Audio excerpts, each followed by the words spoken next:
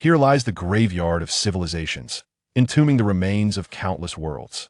The demise of civilizations unfolds like the rise and fall of stars, a mere facet of nature. In this world, ensnared by the desolation of an apocalyptic fate, the desire to survive transforms into an unattainable luxury. Hunger, darkness, chaos, monsters, the bizarre, ancient deities, the extraordinary, mists, divinities, embers, the deep sea, sacred cities, and endless calamities of the apocalypse. Xuanhe and millions from Earth, under unforeseen circumstances, have arrived in this world. The deep sea beckons him forth. Thus, at the heart of the cataclysmic storm of destruction, the Lord of the Deep Sea begins from a humble wooden cabin. Chapter 1. Global Transmigration into the Survival World. Welcome to the eerie mist world of Code Zero. You shall embark on a true journey of life here. This is a blessing from the mist. You will possess a starting survival base. Please freely choose your placement location. The Earth stands with you. Draw upon your own Gaia talent. A voice devoid of emotion reverberated in Xuanhe's mind. It was spring, and he was strolling through the university campus when these words reached his ears before he could muster any extraneous reaction. He then saw a planet resembling Earth spinning rapidly before him. The same inorganic voice echoed once more. You have received blessing of the deep sea. Blessing of the deep sea. As you grow, your bond with the deep sea will intensify until you become a great entity of the deep sea. Everything before his eyes shifted from a blur to clarity. Xuanhe was astounded to discover that he had somehow transitioned from a school to a lush wilderness teeming with towering trees. No, wait, what is happening? He pondered in confusion, a multitude of thoughts flashing through his mind.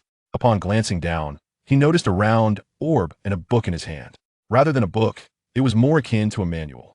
His gaze was somewhat dazed, but as the voice from an unknown source resounded once more, he gradually comprehended the unfolding events. The eerie mist world of Code Zero welcomes your arrival. This is not a game. Everyone has but one chance. Cherish your life. The significance of fire in this world surpasses all. Avoid extinguishing it, especially at night. You may choose any location to place your starting cabin. This is a blessing from a mist and deserves careful consideration. Light and the sun are precious, while night and mist bring only death. The Earth stands with you. Humanity, strive to survive. Xuanhe listened to these voices, opened the survival manual for the eerie mist world of Code Zero, and discovered it contained detailed instructions on how to survive in this world. Especially highlighted were the taboos of night and the eerie mist world, along with methods for selecting a survival base. He then realized that he was not alone in experiencing this mysterious event. It encompassed all of humanity on Earth. As he had surmised, it was indeed a transmigration, but one that involved the entire planet. Please select a survival base to unlock the world channel. The 7th page of the survival manual bore these words. He gazed at the round yellow orb in his hand, and with a mere thought, he sensed that uttering a command would manifest a cabin. However, before doing so, he recalled the talent he had initially drawn upon. Blessing of the Deep Sea. Judging by the explanation of this talent, it was evidently a late-game attribute. Given this talent, his starting survival base should undoubtedly relate to water. Thus, Xuanhe raised his gaze to survey his surroundings, cautiously stepping outside. Currently in a newbie protection period, he had yet to encounter any dangerous beasts in this dense forest. Nevertheless, for a modern individual, traversing through an ancient forest was still quite uncomfortable. Whether it was the grass towering above his calves or the myriad of thorns and stinging plants, it was unbearable. Xuanhe donned the hood of his windbreaker to shield himself from a scorching sun, licking his parched lips as he sought a water source. His memories of locating large water sources were not particularly vivid, but during his time on Earth, he had a great passion for various sports, making his physical coordination and tree climbing abilities second nature. Especially since the trees here were immensely large, capable of supporting several adult men's weight, he decided to ascend to a higher vantage point. These actions may have seemed superfluous, as he could have simply chosen a random location for his survival base. But Xuanhe felt an ominous sensation, compelling him to seek a place that resonated with his talent. In this profoundly silent primeval forest, a faint rustling sound emerged. Xuanhe possessed exceptional agility, effortlessly climbing the towering tree that stood over 10 meters high before succumbing to a low curse. He beheld the distant layers of white and black mist cloaking the landscape, exuding an ominous aura. No wonder they call it the mysterious mist world. It seems I am situated in a safe zone akin to those in games. However, I am fortunate to have spotted a water source, though it is rather too close to the edge of the safe zone. He couldn't help but furrow his brow, hesitating only briefly before deciding to proceed. The voice in the manual informed him that this was a survival game. Given the nature of survival, it was evident that staying alive would not be a simple endeavor. Thus, it was wise to approach it with caution from the outset. After a prolonged trek amidst the rustling leaves, Xuanhe finally caught sight of the river and lake in the distance. The river was quite broad, and he marveled at how such a waterway could exist within the depths of a primordial forest. Towering trees, reaching heights of over 10 meters, flanked the banks, alongside immense mountains that wound around the river. He felt a sense of dehydration as warmth enveloped his face, as though he were submerged in sweat. Upon closer inspection of the river and the distant lake, he resolved to establish his base near the river, for it was a source of fresh water. The lake, however, was perilously close to the misty zone. Just as he prepared to set down the earthy-hued orb in his hand, he hesitated momentarily. Can this survival base be constructed underwater? He inquired, and to his surprise, the orb confirmed that it could. Yet Xuanhe ultimately refrained from pursuing this option, choosing instead to direct his steps toward the mountains adjacent to the river.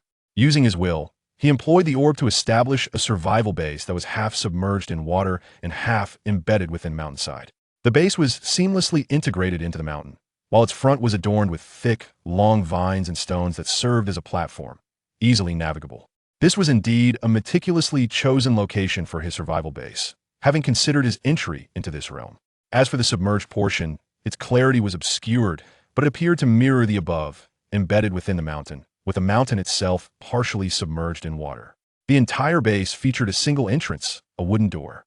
Xuanhe traversed the rocks and vines, taking in the surrounding scenery, which gave him the peculiar sensation of being on Earth, but scaled down 100-fold. Everything in this world was overwhelmingly vast, and he pondered what dreadful experiences awaited him once the novice protection period elapsed. With the survival base complete, he opened the door and stepped inside, at which point the world channel finally became accessible to him, along with a plethora of features related to the survival base being unlocked. What is this place? My hands are about to fall off from chopping wood, yet I can't fell a single tree. I'm dying of thirst. Is there anyone with water? I'm about to vomit from hunger. Someone, please help me. Who brought me here? I was just about to inherit my multi-billion-dollar fortune. I despise you. I loathe you all. Triple X, where are you, my wife? Such exclamations flashed by in an instant.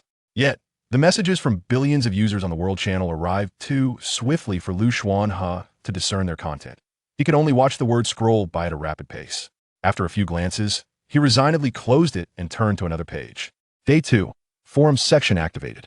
Day 3, Regional and private channels activated. Day 4, Novice firewood depleted. Day 5, Mall and treasure chest simultaneously unlocked. Day 6, Novice protection period concluded.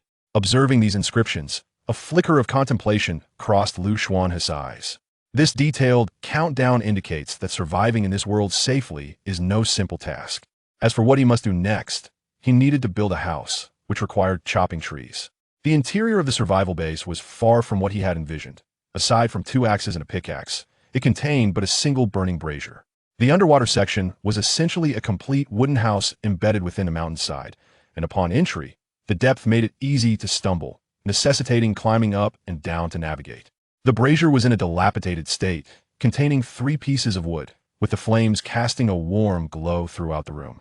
According to the manual, this was novice protection, and the wood would burn for 3 days. After 3 days without firewood, the flames would extinguish, ushering in darkness and terror. Thus, he needed to accumulate resources diligently during this time. The manual emphasized that the first rule of survival was to keep the flame alive, the second was to upgrade the survival base, and the third was to steer clear of the mist and darkness. Level 1 Survival Base. Upgrade requirements: wood, stone, water, fire. To address any lingering confusion, others do not lack ordinary water, so do not question why the protagonist does not sell water. His talent is growth-oriented, manifesting initially in spirit rather than material. Do not inquire why the protagonist is not like a fish. The notion of reincarnation is misleading, merely connected to later plot developments. Chapter 2. To attain wealth, one must first chop wood. The primordial forest was enveloped in an extraordinary silence within the confines of the room. Even the chirping of insects was imperceptible. Xuanhe did not hasten to venture outside with his axe, for his strength had yet to be restored, and he intended to explore the nature of his deep-sea blessing talent. Remaining within the submerged wooden abode, he felt a profound sense of comfort wash over him, which surely was not mere illusion. Emerging from a cabin, he stood upon a platform woven of vines and stones, then bent down to splash water upon his face. An overwhelming sense of tranquility surged from the exterior to the interior of his being. He felt an inexplicable urge to plunge into the water, yet he ultimately restrained himself. The river's water was crystalline, deepening to a dark blue in its depths, but near the shore, he could still discern the fish swimming within. Unable to resist, Xuanhe placed a hand upon his stomach. After hours of exertion, he was utterly exhausted and ravenous. Initially, he approached the water with a mere spirit of experimentation. But to his astonishment, he succeeded in catching a fish with a casual grasp. Staring dumbfounded at the fish in his hand, he pondered if this was indeed the manifestation of his deep-sea blessing. Without hesitation, he tossed the fish on the nearby vines and reached back into the water. Each touch was precise. After catching 5 fish, Xuanhe returned to the wooden cabin, opened the door, and leapt down, holding a freshly washed branch. He strung the 6 fish he had caught onto the branch and stepped outside. The fire in the cabin's brazier served to protect his modest survival base. It was best not to use it for cooking fish. Approaching the riverbank, Xuanhe squinted at the searing sun, alongside an axe and a pickaxe. Alas, there was no glass. Otherwise, he could have ignited a fire without the need for friction. He initially intended to create fire by drilling wood, but, recalling the flame in the brazier, swiftly returned to try again. To his dismay, the wood he held ignited rapidly, forcing him to discard it into the brazier, rendering it ineffective for kindling. Well then, it appeared that this shortcut was unattainable. Nevertheless, Xuanhe remained undeterred. After all, the embers of this world likely differed greatly from those on Earth. Scattered across the ground were numerous dry twigs, which he collected, commencing the arduous task of drilling wood to create fire. As time passed, approximately half an hour elapsed. A weary yet jubilant sound resonated through the forest. He had finally succeeded in kindling a flame. This endeavor was indeed as challenging to accomplish as it was to conceive. A fire now danced within the pit he had excavated. He continuously added dry twigs to the flames and placed the skewered fish above. After 20 minutes of roasting, the fish appeared to be sufficiently charred. At last, Xuanhe retrieved them, wrapping them in leaves to consume. The first bite revitalized him, making him feel as though he had truly come back to life. He offered his gratitude to Mother Earth. If it were not for this innate talent for the deep sea, I might have found myself at a loss for sustenance today, perhaps even starving for the first few days. After satiating my hunger and regaining my strength, Xuanhe, with axe in hand, resolved to fell some trees. As far as the eye could see, there stood colossal trees that could only be embraced by several individuals. Unlike others who recklessly began hacking at such giants, he did not harbor the belief in his success. After all, the trees in this realm were overwhelmingly vast. Even if he could succeed, it was not something to be accomplished today. Thus, he commenced a search for saplings within his capacity, while also gathering firewood. The primeval forest was abundant with scattered twigs, and as Xuanhe walked, he collected them, binding them with vines to carry on his back. Thud, thud. The sound of chopping echoed from nearby. Xuanhe's hands had begun to bleed. Despite his robust constitution, the abrupt transition from modern world to this one was far from easy. Pain shot through his palms, and his arms ached terribly. Wiping the sweat from his brow, he gritted his teeth and continued to exert himself. With a resounding crack, the towering tree, several meters high, succumbed to the ground. 5 more trees followed suit. Were it not for this, he would not be so fatigued. The sun gradually tilted towards the west.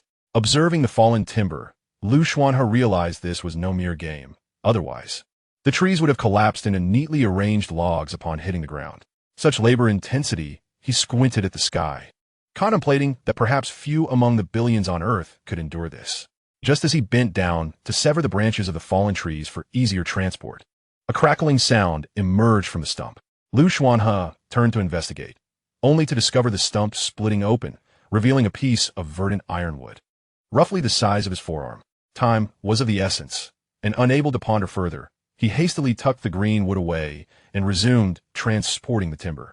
During the process, sharp pains surged through his shoulders, already marred by bruising. Upon finally moving the last log near the small base, Xuanhe could bear it no longer, squatting down to catch his breath. After a day of such strenuous labor, Even someone like him, who cherished outdoor activities, found it overwhelming. After a brief respite, he began to split the trunks of the trees with his axe, stacking them together. In addition to these, he had also unearthed some rocks with a pickaxe, one of which gleamed with an unusual luster. Among the 7 to 8 billion people on Earth, my beginnings should not be deemed too unfavorable. Xuanhe murmured to himself as he gazed at the amassed wood and stones, then roughly carved a cross-section of wood into a makeshift bowl before slowly transporting the pile into the small base. This was no simple task. It was only when the sun set that he finally managed to move everything inside. At that moment, he carried the last pile of timber, gazing at the somewhat familiar primeval forest. Though it was merely dusk, an inexplicable chill coursed through his heart. He quickened his pace, hurrying into the small base. Inside, pieces of wood of various sizes were stacked, conveniently providing him with a makeshift staircase, while stones lay piled nearby. The worn iron pot continued to burn, imparting a palpable sense of security to the anxious Xuanhe. Outside, the sun still hung in the sky, likely half an hour away from setting. Yet he found himself engulfed in an overwhelming dread of the outside world, as if stepping out would invite calamity. After much hesitation, he emerged from the modest wooden cabin, filling 2 crude wooden bowls with water. Just as he intended to return, his pupils dilated in an instant. In a flash, he dashed back into the cabin, and as the glow of the old iron pot enveloped him, the heart-stopping fear that had gripped him began to dissipate. What was that? Was there something lurking beneath the water? He caught sight of a pair of blood-red eyes. The sheer terror of facing such a formidable life rendered him momentarily numb. But 3 seconds later, he abruptly turned his gaze back to the iron pot and crouched down in silence, beginning to add firewood. 1 piece, 2 pieces, 3 pieces, he added a total of 8. Suddenly, the survival manual emitted a strange white light. Level 1 Survival Base. Upgrade requirements: timber, stone, water, fire. Resources available: Chinine wood 1, Chimu 94, usable, fragments of Chimu 210, not usable as firewood. Huiyin 2, rocks 13, usable, fragments of stone 43, beginner fire starter LV1 LV2. Abyss water 2. The requirements for upgrading the survival base have been met. Choose an upgrade option. Upgrade to a special survival base using Chinine wood, Huiyin, abyss water, and beginner fire starter. Upgrade to a survival base using Chimu, rocks, water, and beginner fire starter. Chapter 3. Level 2 Special Survival Base. Chinine wood, level 9 material. Provides slight resistance against the eerie darkness. Usable as firewood. Can be used to construct a survival base. Chimu. Possesses a trace of the extraordinary. Usable as firewood. Can be used to construct a survival base. Huiyin, level 9 material. Provides slight resistance against the eerie darkness. Can be used to construct a survival base. Rocks. Can be used to construct a survival base. Abyss water, level 8 material. Offers some resistance against the eerie darkness. Can be used to construct a survival base. Beginner fire starter LV2. Congratulations, you have surpassed the first day of the 3-day novice protection period. Xuanhe gazed at the instructions within the survival manual along with the additional explanations, his mouth slightly agape, and then he exhaled deeply, his expression appearing peculiar under the flickering light. Abyss water? Did I just scoop that up casually? He could comprehend much of the rest, having labored tirelessly throughout the day, accumulating considerable resources, but this abyss water? It seems that my talent has once again been bestowed upon me. I am profoundly grateful to Mother Earth. With utmost sincerity, he expressed his gratitude. Upon gazing at the 2 options in the manual, he found their ambiguity perplexing. Was there truly any need for hesitation? It was evident that he must construct a special survival base. As he sat beside the iron basin, where embers flickered, the exterior sky abruptly darkened. The once eerily silent primordial forest became unusually lively, to the extent that Xuanhe, who should have been preoccupied with thoughts of upgrading the survival base, could hear the furtive whispers and the ominous undercurrents from the depths outside. The stillness here was so profound that any sound became acutely discernible. A resounding crash echoed from outside, accompanied by the chilling sounds of gnashing and sinister rustlings. All of this rendered Xuanhe, who had been elated at the prospect of upgrading the survival base, visibly perturbed. Was this the night of the world designated as Code Zero? What monstrous entities could be responsible for such sounds? Merely listening instilled in him a multitude of fears. Only the sight of the glowing embers in the iron basin alleviated some of this profound dread. I must constantly remind myself that this is a survival game, and not to be deceived by the tranquility of the day. Moreover, do these creatures truly only emerge at night? He had not forgotten that he was still within the novice protection period. Contemplating this, a chill coursed through him. Yet, he quickly regained his composure, casting aside distracting thoughts, and began the upgrade. This survival base was entirely bound to him. This connection was not only reflected in the survival manual, but also within his consciousness. Just as the initial establishment of the survival base was entirely under his control, so too was the upgrade. The upgraded survival base would expand significantly, and it would yield additional components that required his meticulous adjustment and discernment for optimal handling. At that moment, within Xuanhe's consciousness, a map of his modest wooden survival base materialized. Essentially, it resembled a compact, rectangular structure, crammed with various items. The transformation into a Level 2 survival base, particularly a Level 2 special survival base, was profound. Firstly, the space would expand to approximately 100 square meters and could be configured at will. He did not intend to lay out flat. Rather, he envisioned constructing 2 levels, one entirely above the water surface and the other wholly submerged. Although his current materials, being of Level 9, were insufficient to fully encompass the design, the surplus materials were generously provided by the manual due to the novice protection. Thus, through meticulous crafting, he erected a 2-story survival base reminiscent of an earthly apartment, with a staircase descending to the right. The entire structure exuded a bluish-gray hue, appearing wooden yet akin to iron, with the original embers embedded like a hearth on the first floor, the wall behind it forged entirely from obsidian. On the left side of the first floor, a fireplace is elegantly embedded, while on the right, a spring emerges, gushing forth and forming a modest pool of water. The materials excavated and gathered during the day are neatly piled on the first floor. As Xuanhe gazes at the nascent base envisioned in his mind, a sense of satisfaction washes over him. It is time to upgrade. Within mere seconds, the Level 2 special survival base has been successfully upgraded. The once ordinary water now transforms into a vibrant spring and pool, all made possible through the infusion of Qingyin wood, Huiyin stone, and abyss water. In that instant, he comprehends why the voice had initially referred to this as a survival base. Every essential item is designed to ensure one's existence. Moreover, the second floor features a wooden and stone platform extending over the water surface, while the entrance boasts a robust blend of iron and wood, offering a sense of security far superior to before. A smile graces Xuanhe's sunburned face as he beholds the newly revitalized survival base. With the completion of the base, the survival manual unlocks numerous previously inaccessible features, such as the workbench. As he flips through the manual, he places the workbench against the left wall on the second floor, seamlessly integrating it into the house. Soon, a wooden workbench, having consumed a significant portion of his materials, is completed. This workbench occupies considerable space, nearly resembling a separate compartment. The ores mined and timber gathered today have accounted for a substantial portion of his resources. This is a workbench designed to assist in crafting various survival tools, devoid of the automated processes found in games. Instead, it requires the diligence of a person to forge items according to the workbench's guidance. Level 1 Workbench. Craftable tools. Level 1 Iron Pickaxe, Level 1 Iron Axe, Level 1 Iron Shovel, Level 1 Hoe, Level 1 Iron Hammer, Level 1 Spear, Level 1 Ordinary Fire Starter. Level 1 Spirit Fire Gray, Ordinary Furniture, click to expand. Ordinary Buildings, click to expand. Ordinary Food, click to expand. Upon exploring the ordinary food section, you find an array of options, though nearly all are grayed out, save for one, roasted fish. His gaze inadvertently lingers on the gray, Level 1 Simple Farmland. And in that moment, the instinct to cultivate stirs within him. Regrettably, the offerings unlocked by the Level 1 workbench are rather limited. Reluctantly, Xuanhe withdraws his gaze and begins to operate the workbench according to the manual. After a few attempts, he discovers that each tool possesses a proficiency level. Notably, the proficiency for roasted fish stands at 1. With sufficient skill, some processes can be partially automated, yet human oversight remains essential.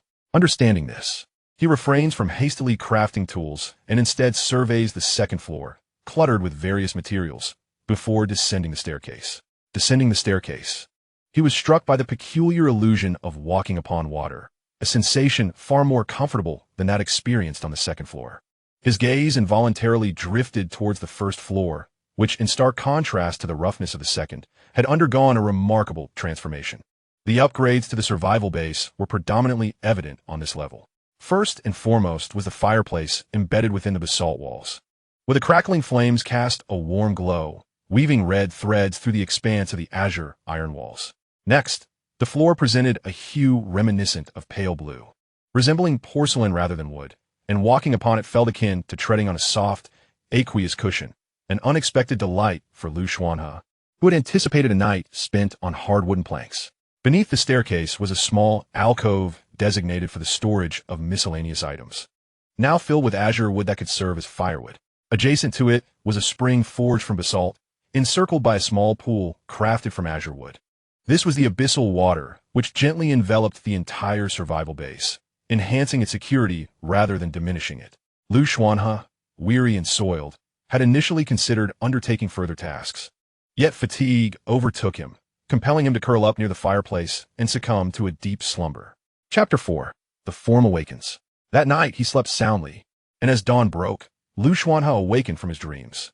Surprisingly, despite the labor of the previous day, he felt invigorated, his weariness vanished. Even the wounds on his hands had faded. Undoubtedly, this was a boon from the Level 2 Special Survival Base. 9th Level Abyssal Azure Flame. Requires 2 pieces of ordinary firewood daily, capable of warding off minor aberrations and safeguarding you from disturbances in the dark. Lesser phantoms will not intrude upon you. Prolonged proximity to the flame can restore both mental and physical vitality, purifying your spirit and body. 9th Level Abyssal Spring. Restores 100 milliliters of spring water daily, providing sanctuary for weaker deep-water life. Consumption purifies your spirit and body.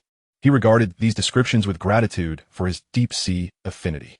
Without this gift, his condition would undoubtedly be 100-fold worse. The subterranean structure was entirely sealed, devoid of windows. Xuanhe, always feeling a sense of insecurity, had refrained from constructing such openings. Thankfully, this was a special survival base, or he might have suffocated.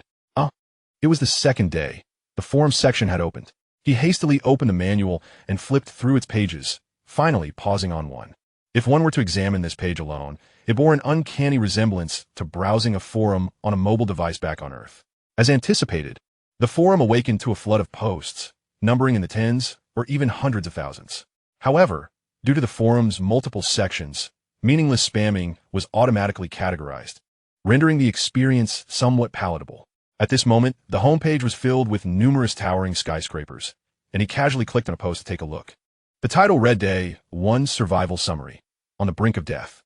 Upon reading the content, Xuanhe couldn't help but chuckle as the original poster detailed their survival journey. The poster began, I was initially toiling away at a dead-end job when my boss inexplicably rejected my proposal, demanding a complete rewrite. Suddenly, I found myself in this strange world, and to my surprise, Mother Earth bestowed upon me a unique talent, an affinity for farming. However, there is no land to cultivate here. The poster continued. Then came the establishment of a survival base.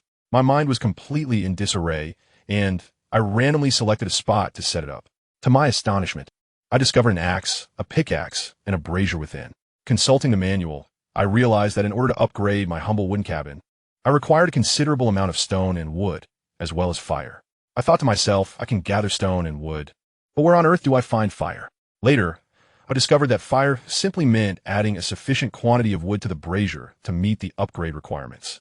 This morning, I awoke feeling more fatigued than yesterday, my back aching and my body weary. Not only can I not muster the strength to work, but even walking is painfully difficult. Is there anyone here who can offer guidance on what I should do next? After the poster's lament, many inquiries followed, and it became evident that the requirements for upgrading each person's base varied significantly, with each needing different quantities of materials. However, stone, wood, and fire were universally essential. Comment 21. I suggest you rest well and eat more meat. Your body can hardly withstand the strain. Comment 22. So, do you all have food? Meat? Am I the only one who can only forage for uncertain wild vegetables? Comment 23. You upgraded your survival base so quickly? How many trees did you fell yesterday? Your stamina is impressive. Comment 24. What are you talking about? Look at my situation. I was thrown to the edge of a cliff, and I'm contemplating jumping off. I can hardly survive without basic supplies. I'm on the brink of starvation. Comment 98. You are still in the novice protection period. Otherwise, no matter how exhausted you are, you shouldn't stop. Otherwise, your condition will only worsen. Search for luminous fruits. After I consumed one, all my fatigue vanished, and even my chronic issues from Earth improved significantly. Remember, you are not alone in your suffering. Over 7 billion people share your plight, including your boss. Doesn't that make it a bit easier to bear? From that point on, the tone of the responses improved considerably. At least they were no longer filled with incessant complaints.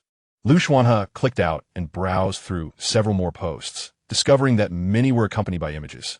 To his surprise, he found that this forum allowed for photographs of the manual. What was the difference between this and a smartphone? Despite his musings, he felt a sense of relief upon viewing the posts within the forum, for humans are inherently social creatures and require the company of their kind. The forum contained a wealth of valuable information, particularly in the highlights section, which was filled with survival guidance from various professionals, significantly enriching Xuanhe's knowledge. No wonder the forum is set to open the following day. It seems they do not wish to see too many perish. With the establishment of this essence zone, it is likely that many who would have succumbed will now survive. Within the forum, there are those who lament their plight, others seeking water sources, guidance for finding sustenance, and some boast of their talents while searching for family and companions, showcasing the myriad of human experiences. Xuanhe lingered for a while longer before ascending from the first floor. The second floor featured a semi-transparent window, revealing the relentless sun climbing higher in the sky. Another splendid day awaited. He pushed open the somewhat heavy door and stepped outside to inhale the fresh air. He found himself by the water's edge, enveloped in the refreshing mist. Exiting his dwelling led him to a spacious platform, primarily constructed of stone, with a wooden surface that seamlessly connected to the riverbank, thus alleviating the inconveniences of the previous day. After a casual wash, he took a few grilled fish prepared at the workbench and strolled towards the shore. The pit he had left from yesterday remained, sparing him the need to dig anew. However, a frown crossed Xuanhe's face as he noticed additional footprints within the pit. It was merely a few steps from his survival base, and the eerie sounds from the night combined with these strange footprints sent a chill down his spine. He could not help but recall the descriptions of the level 9 abyssal blue flame seed. Were these otherworldly beings? Though danger had not fully arrived, its signs were becoming apparent. After contemplating for a moment, Xuanhe decided to capture a photo of the site and post it on the forum. Beware of the darkness lurking in this world. As novices, we must gather ample resources to upgrade our survival bases.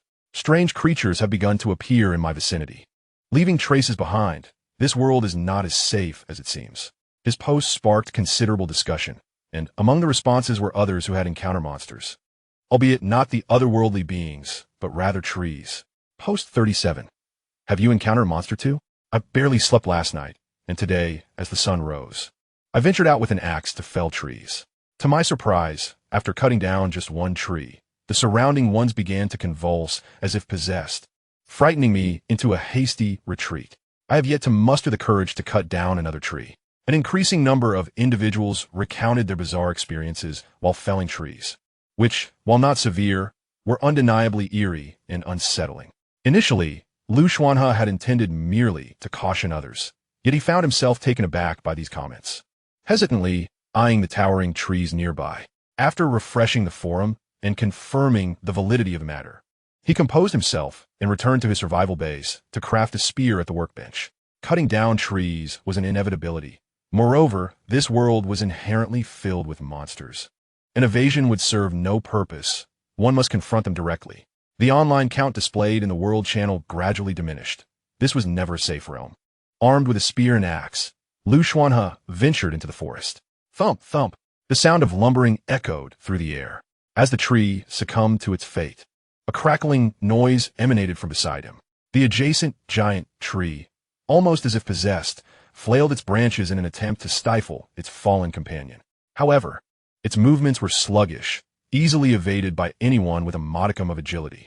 Xuanhe deftly maneuvered away from the branches of the colossal tree, grasped his spear, and thrust it forcefully into the wood. A sharp crack resounded as the branch was pierced and fell to the ground.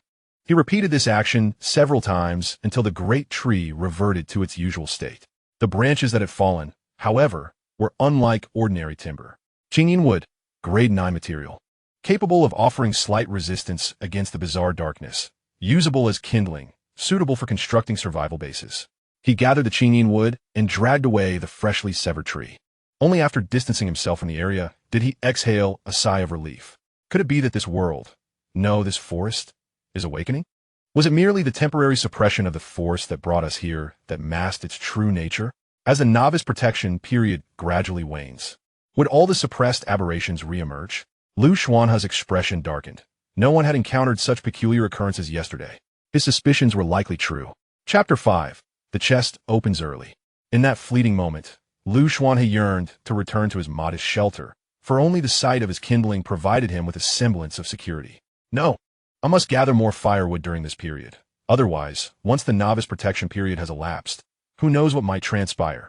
Perhaps acquiring firewood will not be as effortless as it is now. With this thought in mind, he composed a post detailing his discoveries and shared it on the forum. Then, eschewing the manual, dedicated himself wholeheartedly to chopping wood.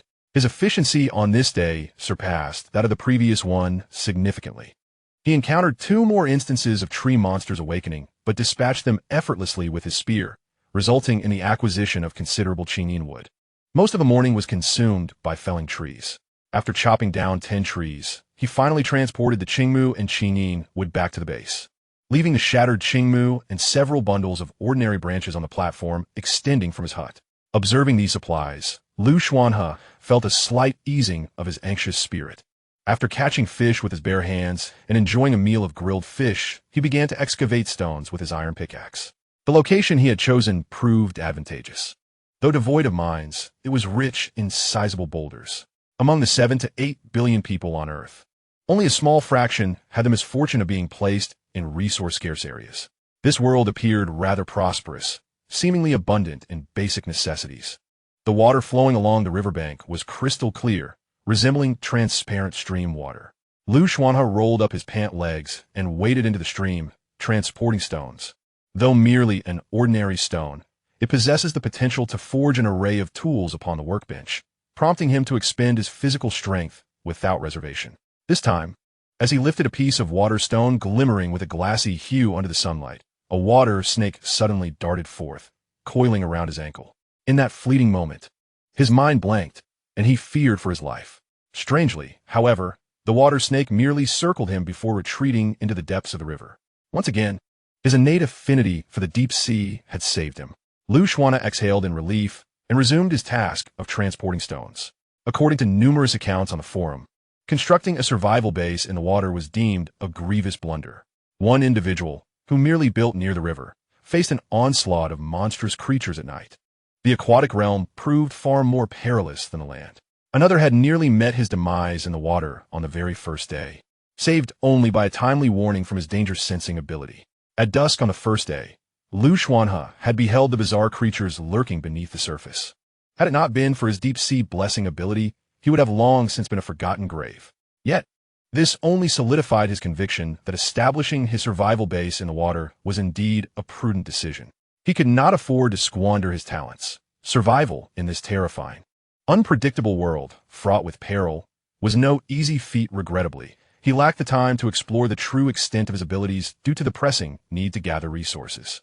After all, the fuel for his fire must be sourced from the ground.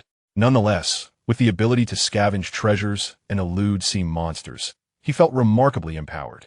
Whether it be the abyssal waters or the unique stones he had unearthed, both significantly enhanced his chances of survival in these foundational stages. However, he was also aware that the current high drop rates were due to someone having amplified all talent bonuses, for the manual explicitly stated after the novice protection period. All talent bonuses will revert to normal. Detection indicates that over 1 million individuals have successfully upgraded to a level 2 survival base, with regional and private channels activated and the shop and treasure chests synchronously opened. May the mist bless you. Earth stands with you. Suddenly, as Xuanhe prepared to swim into deeper waters, he once again heard that inorganic voice. It was a global announcement. He hurried ashore and opened his survival manual. Indeed, this announcement had been pinned to the World Channel, and both the shop and regional channels had officially opened. He had initially believed his progress to be swift, only to discover that within just 2 days, 1 million people had upgraded to level 2 survival bases. One must never underestimate others, Xuanhe reflected.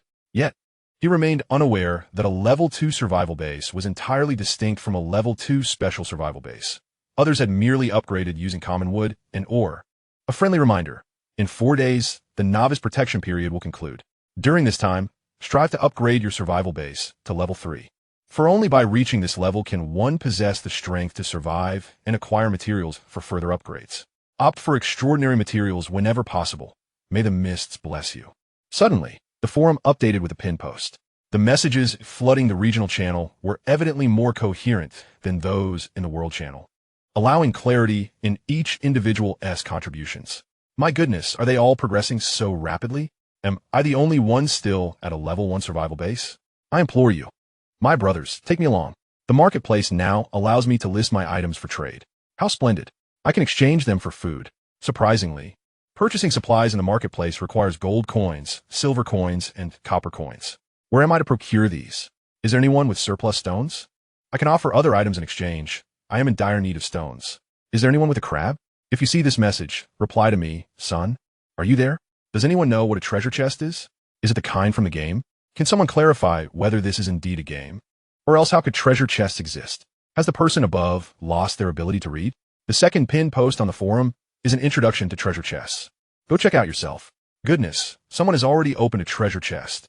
What luck they possess. I have always despised the fortunate. Where can I see? I must go and take a look. Is there anyone, for the love of mercy, who could spare me some food? I am truly on the verge of starvation. Xuanhe, upon witnessing these discussions, promptly navigated to the forum interface. As expected, everyone was engrossed in discussions about the marketplace and treasure chests.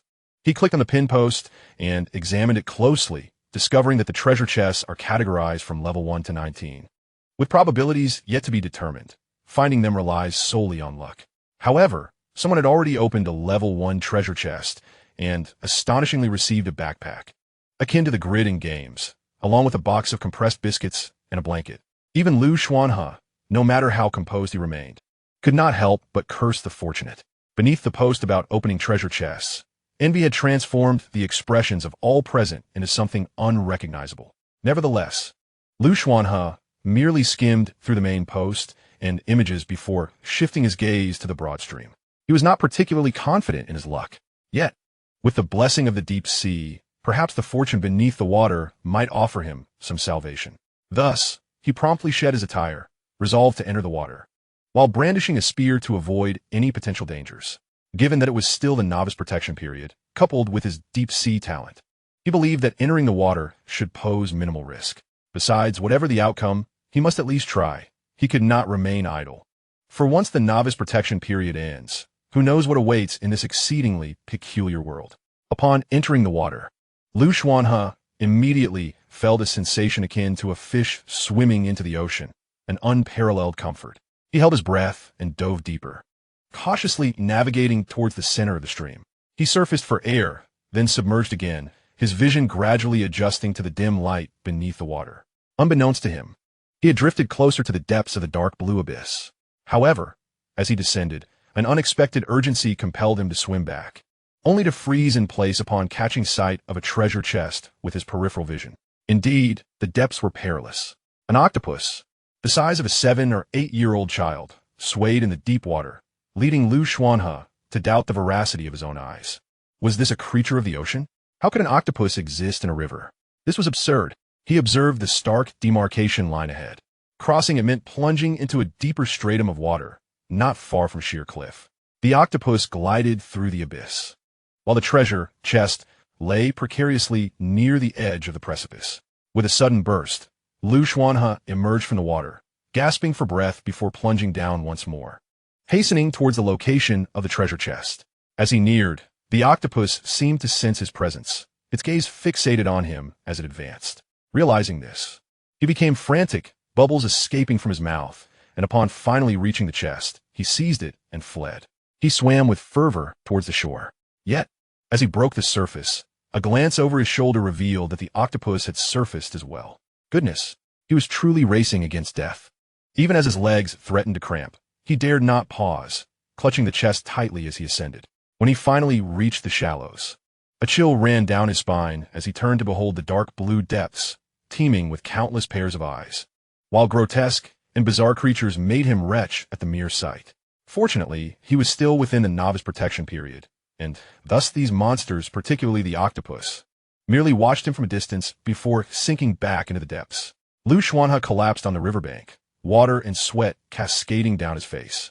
Chapter 6. The Transformation of Energies. Perched on a stone at the bank, sweat trickled down his cheeks, yet he made no attempt to wipe it away. He felt as though his mind had been tainted by the gaze of those creatures, a throbbing headache rendering him nearly incapacitated. Lost in thought, he disregarded everything else and clutched the treasure chest, making his way towards the small base. Descending directly from the second floor to the first, he set the chest down and leaned over the water basin, drinking from the 9th level abyssal spring. Almost immediately, the cacophony in his mind diminished, and the throbbing pain dissipated. Shaking his head, his eyes regained their clarity. Though he appeared somewhat disheveled, he remained strikingly handsome. Was this the eerie, mist-laden world that had been foretold? Were those beings I encountered truly otherworldly specters? Xuanhe pondered, shaking his head, convinced that it might not be so. Although it carries some inherent risks, this is the novice protection period. Encountering such challenges now is far preferable to facing them later. After initially grappling with the shock, he has now regained his composure. Turning to glance at the treasure chest beside him, a faint smile graces his face. Acquiring this chest is indeed a stroke of fortune. Curiosity piqued, he contemplates what treasures it might hold. With a swift motion, he prepares to open the chest. However, as if struck by a sudden thought, he clutches the chest and dashes outside. During his time on Earth, his luck had always been akin to that of an African chieftain. Now, as he attempts to unlock the chest, he feels the need to invoke a touch of mystical influence. Hence, he resolves to open the chest in the water, making 2 trips back and forth. Xuanhe has no ulterior motives. He simply places the chest in the shallow water, washes his hands, and closes his eyes to begin the unlocking process. Golden Legend. His voice resonated through the tranquil, primeval forest. Naturally, a level 1 chest cannot yield a golden legend. Yet, the chest rewards him with 5 items. As he gazes at the contents, a youthful smile emerges on his face. Indeed, he had anticipated that opening the chest in water would yield exceptional results, as, typically, one might only receive 3 items. Although he arrived in this survival world straight from university, he possesses a commendable capacity for adaptation. The reason is not far-fetched. The global phenomenon of transference has allowed him to embrace his current circumstances wholeheartedly. Regarding his parents and siblings back home, he feels a twinge of disappointment, as he hails from a stable family environment with both parents alive and an elder brother and sister. Yet, given the current situation, surviving takes precedence over all else. Xuanhe retrieves a large object from the chest, perplexed. Why is there an egg? No wonder the forum's pinned post did not specify what treasures could be found within the chest. It seems anything is possible. He decides to set the egg aside for later examination and turns his attention to the other 4 items. Growth Acceleration Fertilizer Level 3. Reduces crop maturation time to 110. Snake Vine Seed. Level 8 Life Form, which can protect the survival base upon maturation. Foldable Backpack. Level 9 item, featuring 4 compartments that allow for item storage without adding weight. Thermal Dagger. Level 9 item, possessing the power to slay weaker creatures. Elan Egg. Level 6 Extraordinary Life Form, requiring placement in a wind current to hatch. The first creature it sees upon opening its eyes will become its master. As Xuanhe examines the items that have emerged from the chest, his eyes widen in astonishment.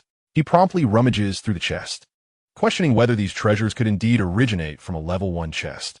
To his surprise, they include a level 6 Extraordinary Life Form. It dawns on him that the number inscribed on the chest belies his initial assumption of it being a level 1 chest. It is, in fact, a level 2 chest. No wonder it was situated near the deep water. This revelation clarifies everything. He recalled his previous experiences, particularly that harrowing scene. Had it been anyone else in his position, even if they had fortuitously emerged with the treasure chest, they would likely have succumbed to the excruciating mental torment that ensued. The challenge of obtaining the treasure chest was undeniably formidable. With this thought, he instinctively reached for the survival manual, only to find that the World Channel had yet again been graced with a new pinned message. Congratulations to the survivor Xuanhe for opening the first level 2 treasure chest. In the blink of an eye, the World Channel was inundated with fervent activity. His previous posts on the forum were also propelled to the forefront. After all, in this survival realm, everyone was required to use their real names online, and upon clicking on his profile, one could see the illustrious title of first to open level 2 treasure chest appended to his name. Was such recognition truly necessary? Upon checking his account, it was evident that the backend had been overwhelmed. He promptly disabled the messaging permissions from strangers and then refreshed his own posts. Post 3348. The esteemed one is surprisingly close to me. Post 4001. I always suspected that anyone capable of discovering bizarre creatures awakening the very next day could not be an ordinary individual. But I never anticipated just how extraordinary he would turn out to be. Oh, great one, I implore you to take me under your wing. Post 4321. Level 2 treasure chest, level 2 treasure chest, level 2 treasure chest. I can scarcely contain my excitement. What treasures could possibly lie within? Oh, great one. Please start a thread to incite our envy. Post 4467. In this lifetime, my utmost disdain is reserved for the fortunate, followed closely by the fortunate, and lastly, the fortunate. Post 5012. I'm not questioning anything. Rather, I am curious. How is it possible to open a level 2 treasure chest on merely the second day? Did you slay a creature? If so, how? I wish to try as well. As he perused the deluge of responses, Xuanhe selected a few at random before focusing intently on his treasure chest. He had never anticipated that he too could experience such fortune. A smile graced his face, his eyes nearly crescent-shaped with joy, exuding youthful exuberance. He then carried the treasure chest back to shore, took a moment to scrub his soiled clothes, and after a refreshing wash, returned to his small base with his newfound possessions. Entering the first floor, a warm sensation enveloped him, while his clothes were hung on the external platform to dry under the sun's embrace. After 2 consecutive days of exposure, his complexion had darkened considerably, yet his demeanor emanated a wilder essence, imbued with a hint of danger. As for the level 6 egg, it was clear that it could not be hatched at present. He was entirely ignorant of what a wind field entailed, so he simply placed the egg near the spring. He then retrieved the thermal dagger and casually drew it through the air, leaving trails of vapor in its wake. Truly a remarkable, extraordinary item. Finally, he possessed some means of countering the unknown monsters that lurked about. He sheathed the dagger and set it aside. On the ground lay a backpack, reminiscent of Earth-esque canvas bags, with compartments designed to hold individual items. In the future, when felling trees, one can place the entire trunk into a backpack and then, on the extended platform of a small base, chop it into sections. This method significantly reduces the time spent on logging, allowing for more leisure to engage in other activities. Can this creeping vine growth acceleration fertilizer be applied to the creeping vine? Xuanhe observed the introduction of this creeping vine seed. The seed must be sown in the soil, not in water, requiring a 3-year growth period to mature, along with nourishment to thrive. This creeping vine is an amphibious life form. Its juvenile stage develops on land, but upon maturation, it can transition into water and is both herbivorous and carnivorous. A flat map of the nearby area materialized in his mind as he contemplated the optimal location for planting this seed, ultimately deciding on a spot. He chose to plant it by the shore, close to his base. Without hesitation, Xuanhe ventured out with the creeping vine seed and planted it on the extended platform near the water's edge. Almost immediately, the vine began to grow, reaching an astonishing height of 1 meter within mere seconds, swaying gracefully and exuding an alluring aura. There was an unmistakable air of the uncanny about it. He ruffled his hair, furrowed his brow, and observed for a moment before stepping back. Suddenly, he witnessed the vine swiftly extend a tendril and, with a swift motion, plunge into the water, capturing a fish to begin its feast. It was not merely a feeling. It was indeed eerie. Xuanhe pursed his lips and, after consulting the manual once more, finally breathed a sigh of relief. Creeping vine. Level 8 life form, juvenile stage, currently harmless. A pet contract can be signed after the survival base reaches level 3 to safeguard the survival base. There were issues, but they were manageable. He withdrew his gaze, realizing the urgency to advance to level 3. He even pinned a message in the channel urging everyone to level up, fearing that after reaching level 3, the survival base would undergo significant changes. With this thought, his initial joy dissipated, replaced by a sense of urgency. Since his arrival in this realm, he had been as busy as a spinning top, and whenever he thought he could catch his breath, he discovered it was still far from time to rest. Level 3 Special Survival Base. Upgrade requirements: timber, stone, water, fire. The upgrade requirements remained unchanged. Clicking to expand revealed the details. Upon reviewing the meticulous demands, Xuanhe felt overwhelmed, despite having seen them before. The upgrade requirements for the special survival base were indeed daunting. 30 level 9 timber, 30 level 9 stone, 10 level 9 water, and 1 level 8 fire. The road ahead was long and arduous. The resources at his disposal were still insufficient for upgrading the base. He silently hoped to acquire more level 8 water.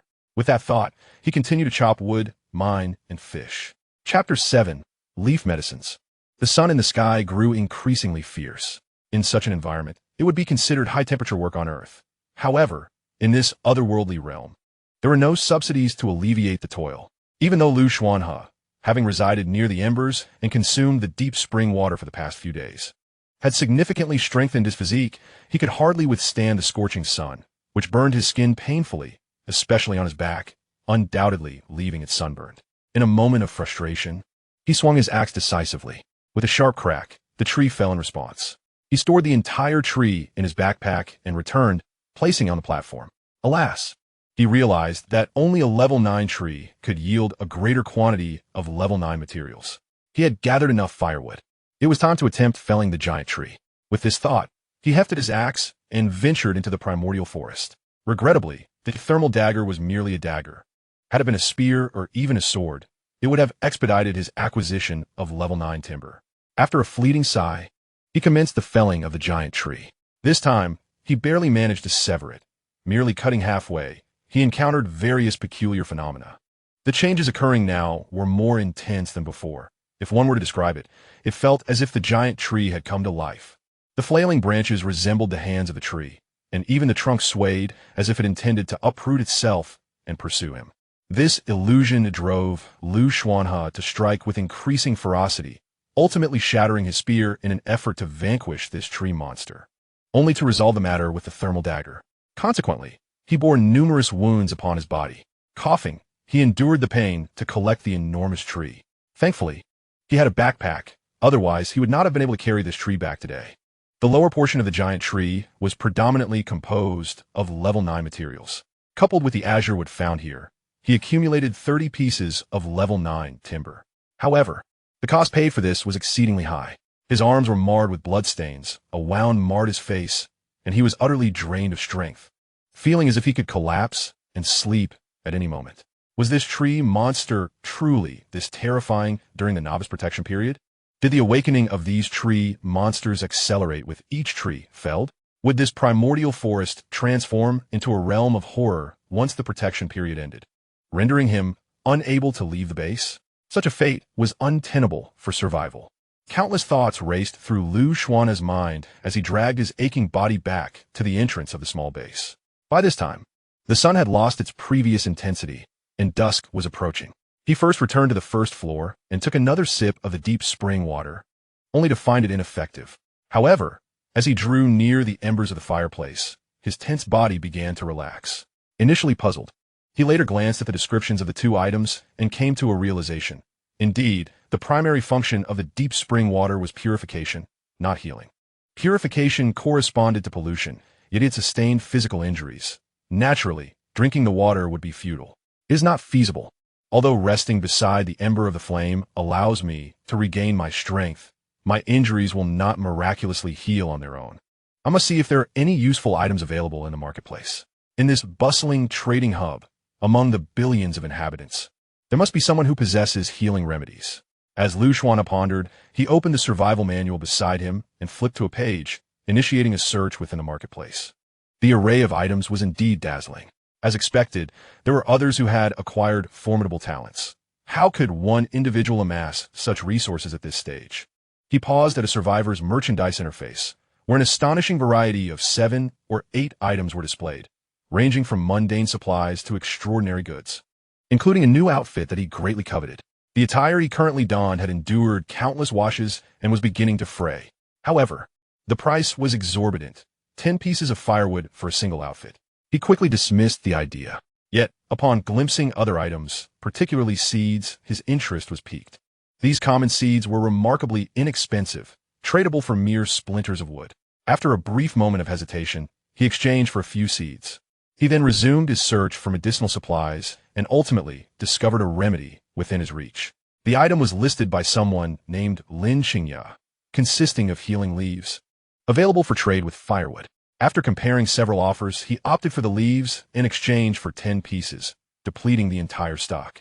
Subsequently, Xuanhe saw that he could retrieve the leaves from the temporary warehouse of the marketplace within the survival manual. What a remarkable power this is. After all, it is quite normal for one to possess such extraordinary abilities, having transported all of humanity to this place. Although taken aback, he accepted it with ease. The acute pain in his body had become nearly unbearable. Is this a banana leaf? How strikingly similar it is to the banana leaves of Earth. Holding the leaf in his hand, he wore an odd expression, not anticipating it to be so large. Let's give it a try. He laid the entire banana leaf on the ground and reclined upon it, as his back and arms bore the brunt of his injuries. After resting for a while, a refreshing sensation coursed through his body. This feeling was entirely different from the ember and flame. If one were to describe it, it resembled the soothing application of burn ointment on Earth. Is it truly a remedy? Xuanhe recalled the description of the leaves, crafted by Lin Xingya. Lying there with his eyes half closed, he felt himself on the verge of drifting into a peaceful slumber in this comforting environment, but he forced himself to remain alert. After all, there was still a portion of daylight left, providing him the opportunity to mine a bit more. Time waits for no one. It must not be squandered. After lying down for over 10 minutes, he gradually ceased to feel the stinging pain in his body. Unable to resist, he lifted his arm and observed that the redness and swelling had subsided. A glance at the banana leaves on the ground revealed that only a third remained. The effect was beyond his expectations, and his eyes sparkled with realization. He promptly sent a friend request to Lin Xingya, intending to facilitate direct trades whenever necessary. This medicine proved to be quite remarkable. Having rested for a brief moment, Xuanhe was overtaken by a profound sense of guilt. With his injuries significantly healed, he immediately rose, grasping his pickaxe, and ventured out to mine once more. He still required a considerable amount of materials to reach the third-level base, and he could not afford to be idle. Meanwhile, he crafted a spear and an axe at the workstation on the second floor, in addition to grilling some fish. After 2 consecutive days of consuming grilled fish, he began to find the flavor somewhat monotonous, yet there was no alternative sustenance available. The food in the trading mall was exorbitantly priced, rendering it unwise to expend resources there. The platform outside was cluttered with timber and several wooden barrels fashioned at the workstation, all filled with water. Periodically, he would ladle out some water, though he regrettably had not encountered any level 8 water again, only managing to scoop out a few portions of level 9 water. The sound of mining echoed around him. At this moment, Xuanhe had discarded his clothing, engaging in a laborious task that felt almost primal. Under the intense strain of mining, he appeared somewhat disheveled. Sweat trickling down his cheeks, his dark hair clumped together, yet his deep-set eyes brimmed with focus. With a resounding thud, he finally shattered a large rock, revealing 2 gleaming pieces of luminous ore. A smile crept across Xuanhe's face as he continued his rhythmic mining. The second day passed swiftly. As he observed the sun sinking in the west, he began to gather his belongings, returning to the small base. After taking a bath in the water and washing his clothes, he caught a few fish before hauling several buckets of water back to the base. I have truly adopted a primitive lifestyle, he mused, shaking his hair as the stream water cascaded down his body. Upon entering the small base, he beheld the second floor brimming with supplies, and as he descended, he found the first floor equally cluttered with various upgrade materials and firewood. In the short term, firewood would not be a concern. Once tomorrow passed, the complimentary beginner's firewood would cease, and he pondered how many would survive then. I still lack level 9, or perhaps tomorrow I can find some level 8 water, he thought, recognizing that the materials needed for upgrading were the most valuable, and the more unique the final base, the better. Nightfall descended completely, and the door to the second floor had long been locked. After a sufficient rest, Xuanhe ascended from the lower level, planning to utilize the workstation to craft some items.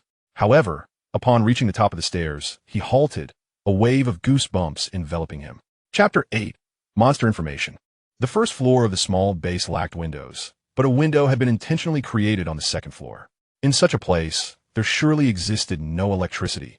Thus, apart from the flickering flames of the fireplace, the night was enveloped in darkness.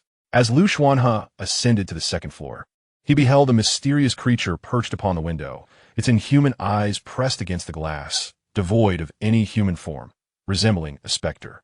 The eerie and vengeful aura it exuded sent chills coursing through his being. Standing frozen in place, he inhaled deeply, feeling the urgent need for a source of warmth on the second floor. Even a modest brazier would suffice. Despite the initial shock, having encountered myriad tribulations over the past few days, his anxiety subsided after those fleeting moments of tension. He then calmly gathered some stones, positioning a sizable rock beneath to create a rudimentary stone basin on the second floor. Subsequently, he descended to the ground floor to kindle a fire with kindling. Success. Once ignited, the kindling could potentially serve as a torch later on. He ascended once more, brandishing the lit kindling.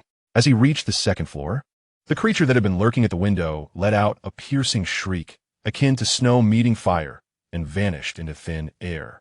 Witnessing this, Xuanhe placed the kindling in the stone basin, the slowly burning ember illuminating the room. Indeed, the flame held the darkness at bay. He cast a wry smile at the pitch-black night outside.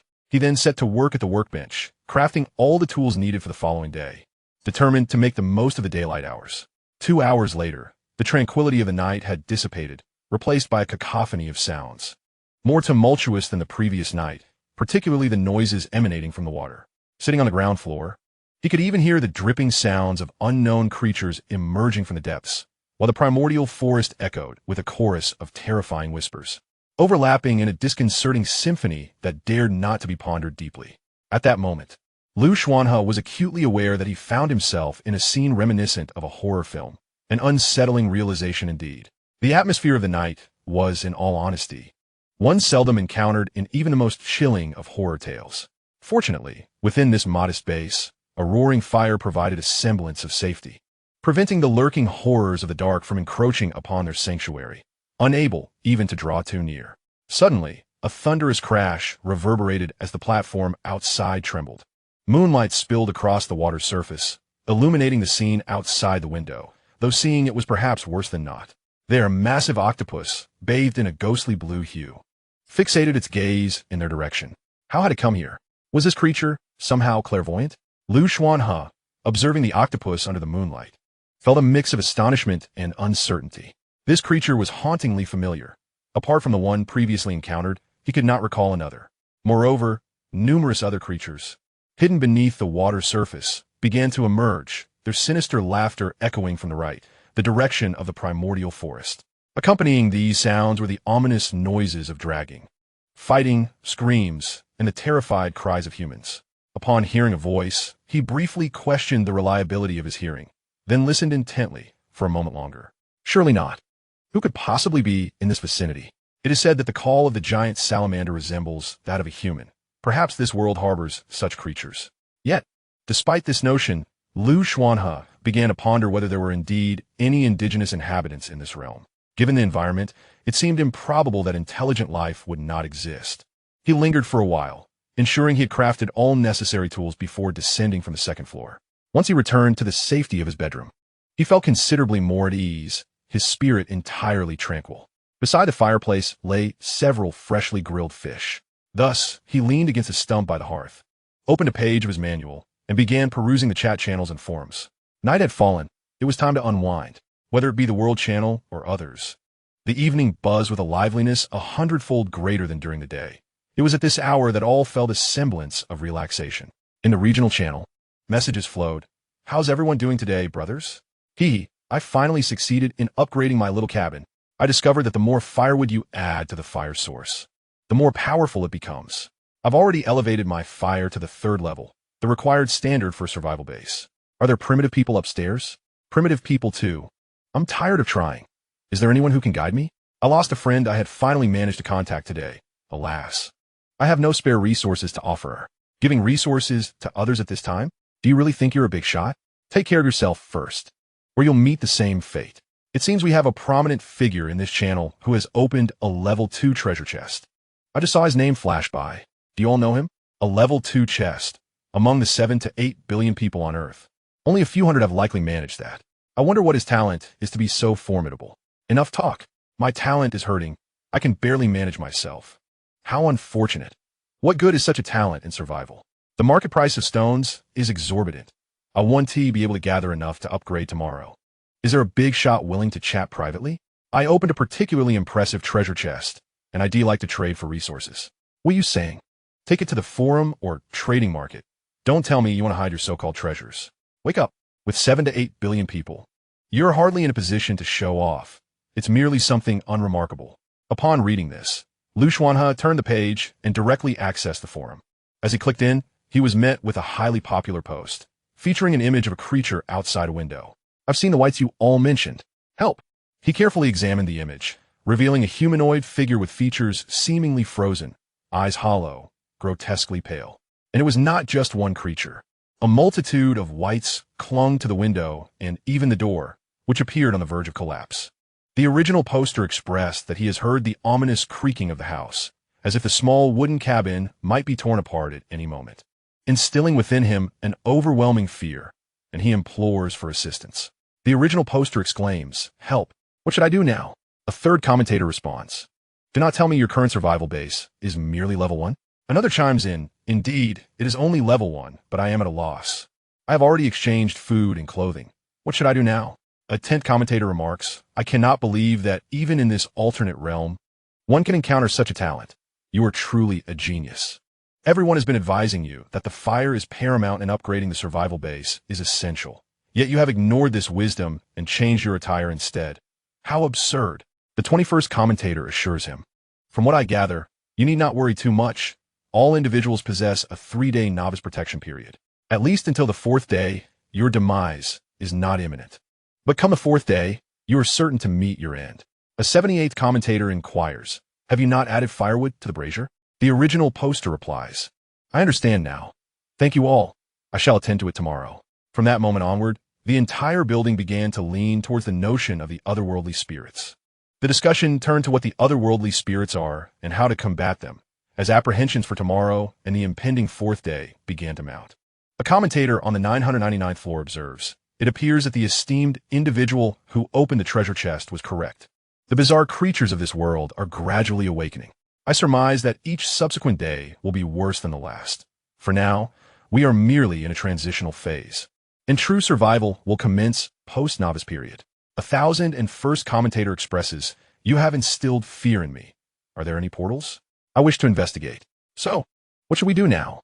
1002nd commentator shares a link, stating, "This is the esteemed Lu, the first to open a level 2 box according to the world announcement. He posted quite some time ago warning that this world will become increasingly perilous, advising us to fell more trees, accumulate firewood, and ideally, use special materials for upgrades." Xuanhe, upon seeing this, raised his brow slightly. Recognizing that the link was to a post he had authored, he glanced at his back end and found it had indeed exploded with activity, garnering a substantial following. Scanning through a few private messages, he filtered them out, finding them largely unhelpful, filled with complaints or pleas for support, moral coercion. However, the discussions following his post contained numerous valuable insights. A commentator on the 7798th floor concurs, "You are correct. It is prudent for us to accumulate as much firewood as possible. Once the novice period concludes, attempting to harvest wood during the day will surely invite monster attacks. I have already sustained injuries during daylight." A commentator on the 7799th floor queries, "Has the original poster not appeared yet? I wish to inquire about his current experiences and whether he is interested in forming a survival team with me. I have sent a private message, but have yet to receive a reply." A commentator on the 8001st floor notes, "3 types of monsters have already emerged: the otherworldly spirits, the treants, and the sea beasts. I am quite concerned that there will be more than just these 3. Finally, a commentator on the 8002nd floor specifies, to be precise, it is the otherworldly spirits, the twilight root treant, the verdant treant, the white bark treant, the giant crocodile, the demon ray, the plague mother, the worm, among others." Upon seeing this individual meticulously enumerate the names of such numerous monsters, Xuanhe found himself momentarily unsettled, prompting him to immediately post an inquiry. Chapter 9. News following the base. Post 8001. 3 types of monsters have currently emerged: the white, the treant, and the sea beast. I'm deeply concerned that these are not the only 3. Post 8002. To be precise, they're the white, the twilight root spirit, the verdant spirit, the white bough spirit, the giant crocodile, the demon ray, the plague mother, the worm, among others. The replies beneath the forum post invigorated Xuanhe. compelling him to ask further questions. The original poster responded to Post 8002 by Run Xingxing. How do you know this with such accuracy? Fein Xingxing. Post 8005. I have an introduction to the night fog monsters from a treasure chest I opened. If you're willing, we could establish a channel to assist one another. Tomorrow, I can upgrade the base to level 3, and I am aware that significant changes will occur at that level. This assertion carried a weight of confidence. Without hesitation, Xuanhe chose to follow this individual and replied succinctly, "Let us do it." It was not only he who took note of this response. Others scrolling through the forum also paid attention. The post, which was on the verge of sinking into obscurity, was revived, with an increasing number of individuals questioning and inquiring, yet regrettably receiving no replies, as Ren Xingxing had no intention of responding to anyone else. Ren Xingxing initiated a private channel, which included 3 additional individuals alongside the 2 of them. Upon reviewing the records, Xuanhe discovered that all were brought in by Ren Xingxing. To establish credibility, I will first share information about the white. The white is a type of level 9 extraordinary life form prevalent in this world, with some weaker variations lacking a designated rank. They typically walk upright in humanoid form, though a few crawl. Their features are pallid, their bodies grotesque, exhibiting immense strength. They are classified by the hue of their eyes. The bluer the eyes, the higher the rank. Even the weakest white surpasses humans in strength, commonly residing within mountainous regions. With whites present in most areas of our base, with their rugged forms and formidable power, they often appear in hordes, favoring darkness. The level 9 whites also possess white venom. Should one suffer a cut and bleed from this toxin, it can lead to gradual hypothermia and death. It is imperative to avoid allowing whites to approach too closely, for it would be certain doom. Within this private channel, Ren Xingxing elaborated extensively. One individual named Zhang Miao succinctly posted evidence. Fein Xingxing. Others promptly clicked to view the images for information. Ren Xingxing quickly continued to send messages, stating, "We are not ordinary people, so I will speak plainly. Esteemed individuals, I am in dire need of assistance." Once embodying a lofty demeanor, he now appeared as a comedic figure. Not only did he express desperation, but the other 3 individuals echoed similar sentiments. Zhang Jingjing, what do you mean? Are we not discussing dark monsters? Aren't you also an esteemed figure? Run Xingxing. I am in desperate need of supplies and sustenance. Esteemed individuals, I am truly on the brink of death. Upon examining the image, Xuanhe has confirmed that the individual speaks the truth. At this moment, what is lacking is information. To release such invaluable insights from the outset indeed demonstrates sincerity. Zhang Miao inquires, "What do you need? Just say it." Song Shiyu responds, "A personal trading request." After some contemplation, Xuanhe also submits a personal trading request, which, while not particularly remarkable, is merely a well-worn grilled fish. Ren Xingxing exclaims, "The big shots are truly forthright. I'll be candid, my treasure chest is right at my doorstep, which is why I can unlock it. However, my landing point is quite unfortunate, and I am currently trapped. Once the novice period concludes, my demise is inevitable. I implore all esteemed individuals to assist me. I am willing to share all I know with you." Zhang Jingjing remarks, "You certainly have an eye for talent. In that case, I will submit a personal trading request." Zhang Miao echoes, "Personal trading request." Observing this sudden shift in dynamics, a peculiar smile crept upon Xuanhe's face. He rose, repositioned himself, and leaned against the storage area behind the staircase. This individual is indeed intriguing. Within the same special base, a man in his 30s, Zhang Miao, couldn't he help but chuckle as he offered a weapon. Zhang Jingjing from the level 2 special base directly traded 10 pieces of firewood. So, was there a deliberate effort on the forum to filter and seek out someone capable of resolving his predicament? They chose me? Quite discerning. Song Shiyu, even more direct, presented a vial of potion he had concocted. Witnessing these trading notifications, Ren Xingxing was thoroughly exhilarated. Truly, these esteemed individuals, whom I have persistently followed on the forum for quite some time, are remarkably straightforward. He exclaimed, "The level 3 base is no longer the type we are familiar with. The highest base level is 3. This represents the novice benefits provided by the mist, which will later transform into the most rudimentary elements of this world. The land deed. Only by possessing a land deed can we genuinely establish our footing in this world and survive." Xuanhe inquired, "Land deed? Is it akin to the land deeds on Earth?" Ren Xingxing clarified, "The name is similar, but they're not entirely the same. The land deeds in this world are far more precious and wield greater power. Once you inscribe your name upon a land deed, you will possess dominion over the entire region. Within the confines of a land deed, your strength will be elevated by at least one level, the higher the deed's level. The more your power is augmented.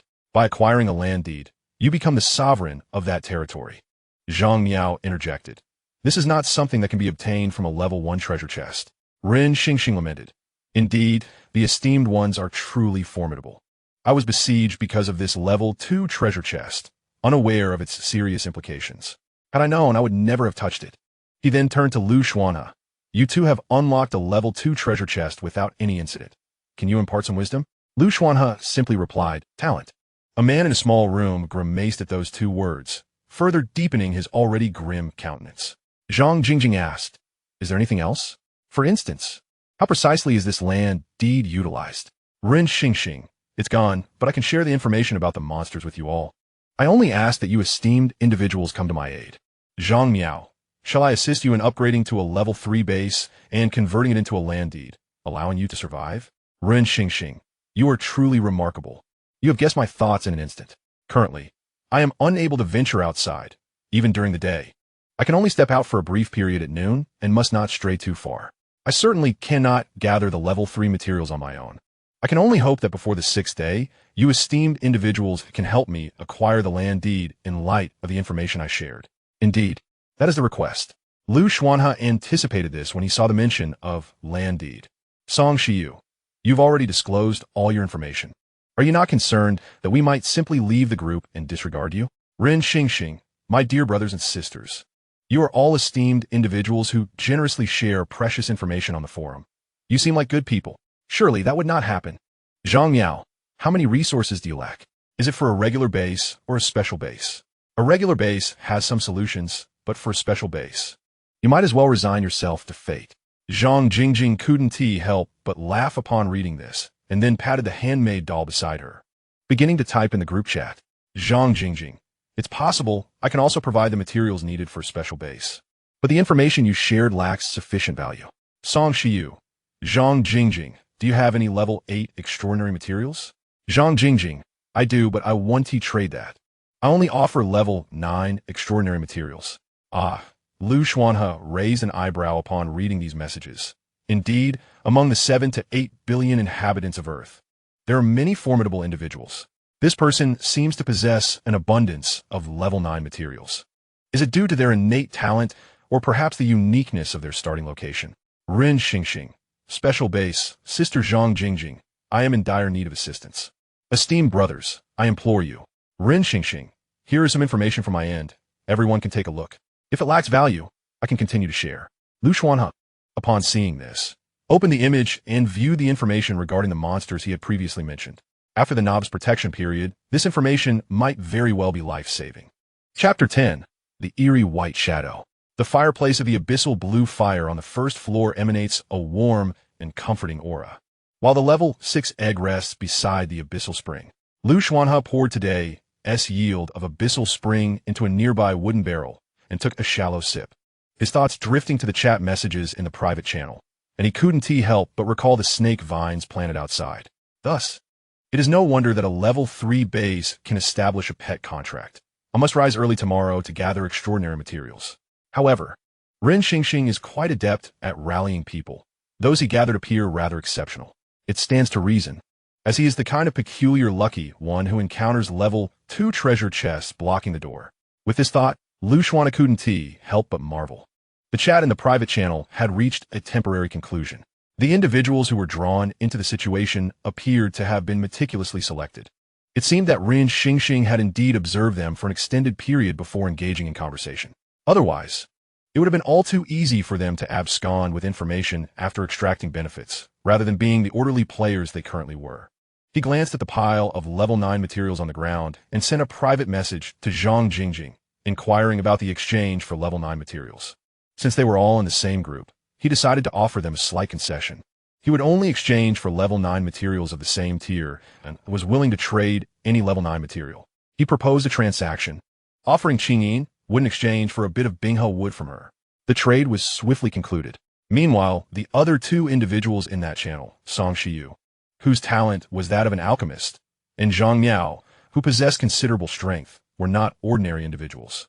However, they had nothing to trade at the moment, so they merely added him as a friend without further communication.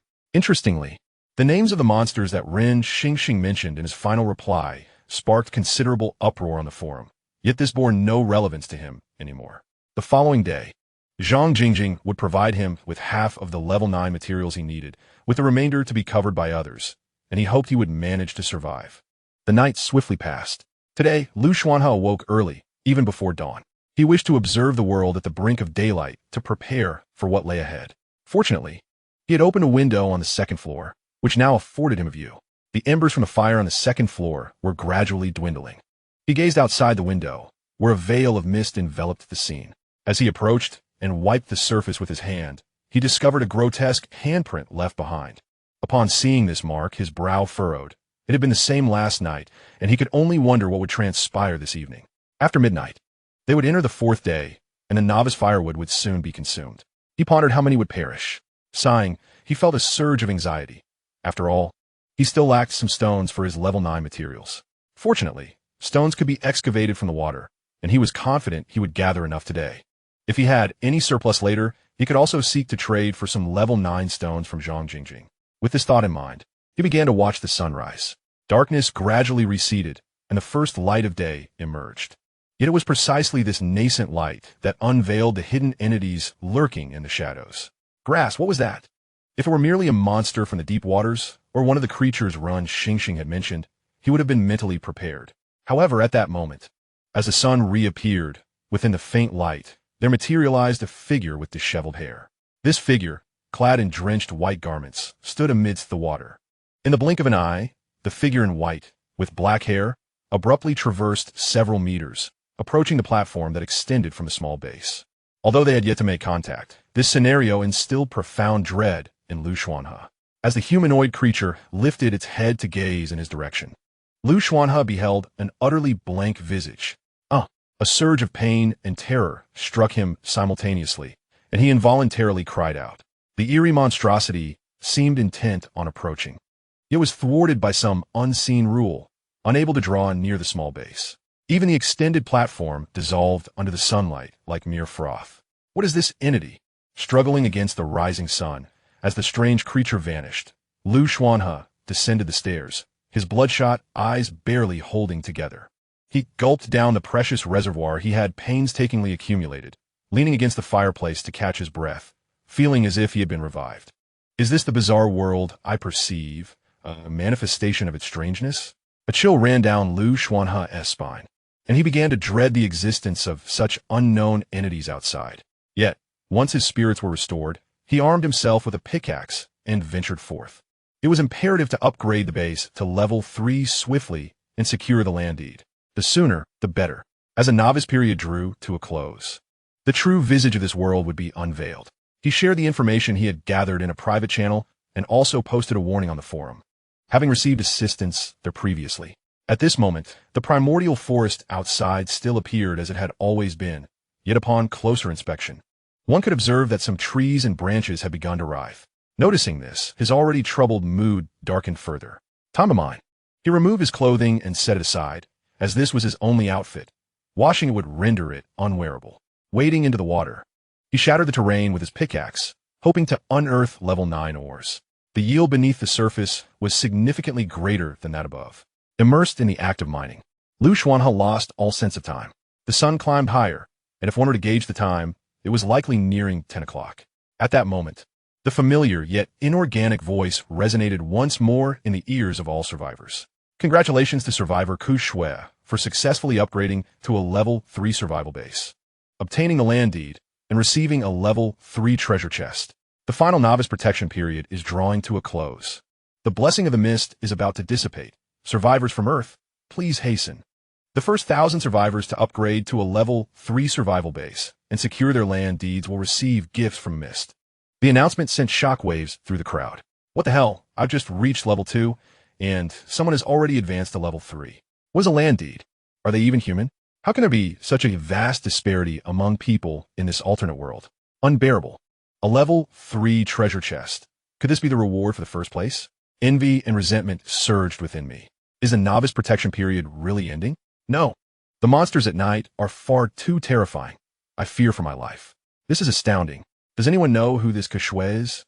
I wish to add this powerhouse as a friend. At this moment, whether it be the global channels, regional channels, or even forums, they erupted with fervor. Xuanhe inhaled deeply upon witnessing these messages and began to transport the collected stones. Although an undeniable urgency stirred within him, haste was not an option at this juncture. Half an hour elapsed, and a succession of over 10 individuals upgraded to level 3 bases, among whom were several foreign names. At last, he had gathered the materials necessary for the upgrade. Grateful to the earth and the depths of the ocean, a faint smile graced Xuanhe's face as he experienced a stroke of extraordinary luck, discovering the level 8 transcendent material, the radiant goldstone. He swiftly stowed the vital transcendent materials into his backpack and cradled the stone as he made his way back to the base. Upon returning, rather than hastily upgrading the base, he took a deep breath and submerged himself, carrying a wooden bucket.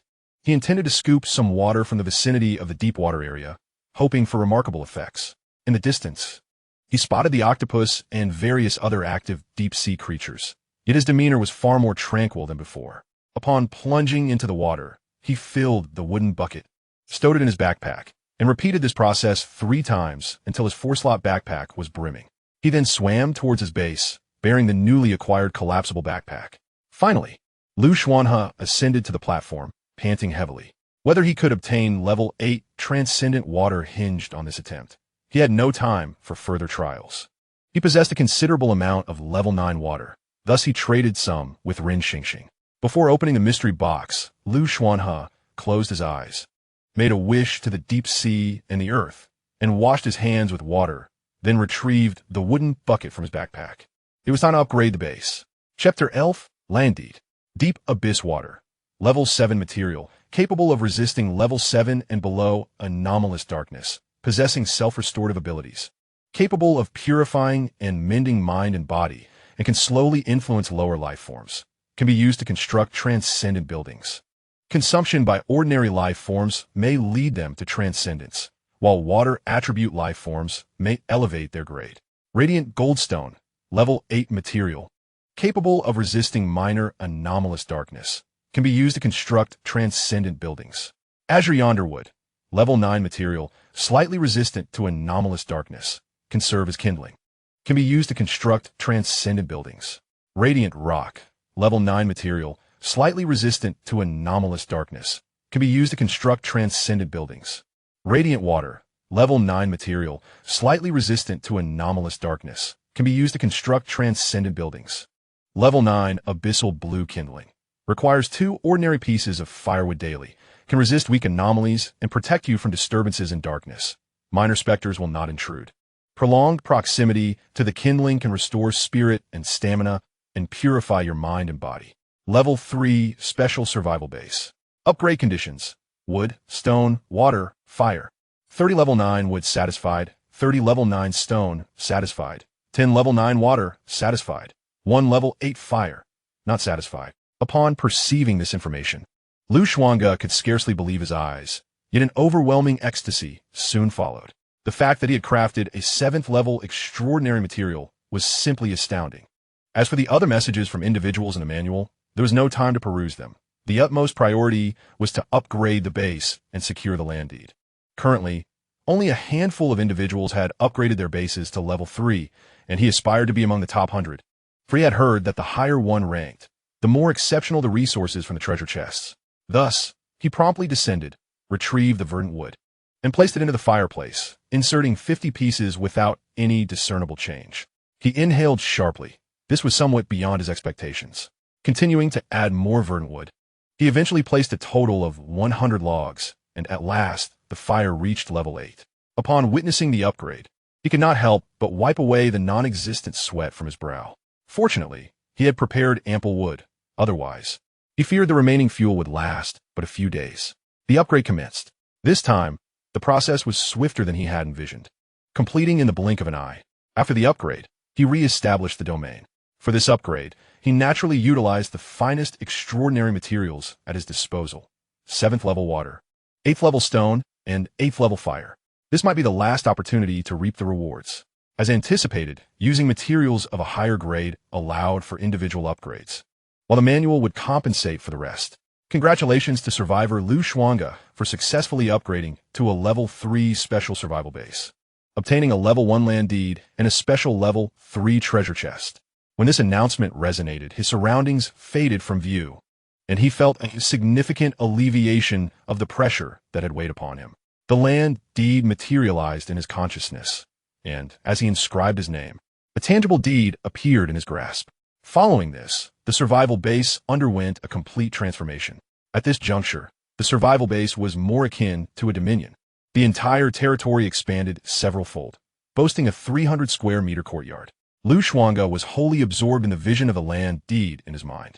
Perhaps due to the uniqueness of his continuous upgrades, his deed possessed both aquatic and terrestrial qualities.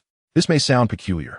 It essentially meant that the territory could be entirely submerged underwater, fully situated on land, or half under the water and half on land. Reflecting on his talents, Xuanhe believed it prudent to place the structures underwater, although at present he was not a fish capable of breathing in water. Thus, in the next moment, the constructions within the deed were divided into 2 segments and then placed. A resounding rumble ensued, and the area underwent a dramatic transformation. Level 1 land deed owner, Xuanhe. Land deed name, Deep Sea. Land deed structures, main house, warehouse, abyssal pool. Land deed members, none, maximum of 2. The role of land deeds, protection covenant. At this moment, Xuanhe stood in the small courtyard, which was desolate, save for a young snake vine. Encircling it was a low wall constructed from a blend of pyroxene and greenwood, forming a quaint stone barrier. He reached out, grasping a portion of the snake vine, and subsequently pressed his handprint onto the land deed in his possession. The covenant was established. Thus, with ease, he had acquired a pet. In his mind, the deed now indeed housed this snake vine, allowing for communion with it. Yet, the immediate concern was not this. There would be time for conversation later. However, this evening, he was eager to witness the wonders of the nighttime world, thus repositioning the creature. With a slight shift of his consciousness upon the deed, the young snake vine was relocated to the edge of the courtyard, ensuring its protection and that of his territory. Although still in its juvenile form, it possessed a modicum of deterrent power. As for the structure on the land by the mountain, it had originally been a single entity, but was now divided into 2 distinct sections, collectively resembling the character for a factory. The building occupied a total area of 300 square meters, exhibiting a hue of azure and silver, with materials that appeared akin to stone yet reminiscent of wood, surpassing even tempered steel in resilience and strength, endowed with a peculiar power to repel the bizarre and the dark. The portion on land spanned 200 square meters, while the left section, entirely afloat, covered an area of 100 square meters, with an additional 100 square meters submerged underwater. It was this underwater segment that held the greatest significance. The land-based section served as a warehouse and workshop, comprising a dedicated workspace within the 200 square meter warehouse, while the remaining space housed pre-made tools and gathered supplies, occupying less than 1/5 of the area. The rest constituted his living quarters, distinctly separate from the warehouse. Xuanhe traversed the warehouse and pushed open the door to his main base, revealing a transformation within. The walls shimmered with a hint of golden light, as if flames licked upward from below, while the floor was exceptionally hard and cold. In the 100 square meter room, aside from the staircase and windows, there existed a minuscule pool encircled by deep springs and pyroxene, which had originally been situated below.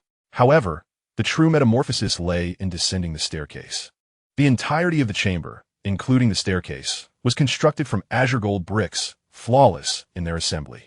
The wall behind the fireplace glimmered with a golden hue, housing a roaring flame.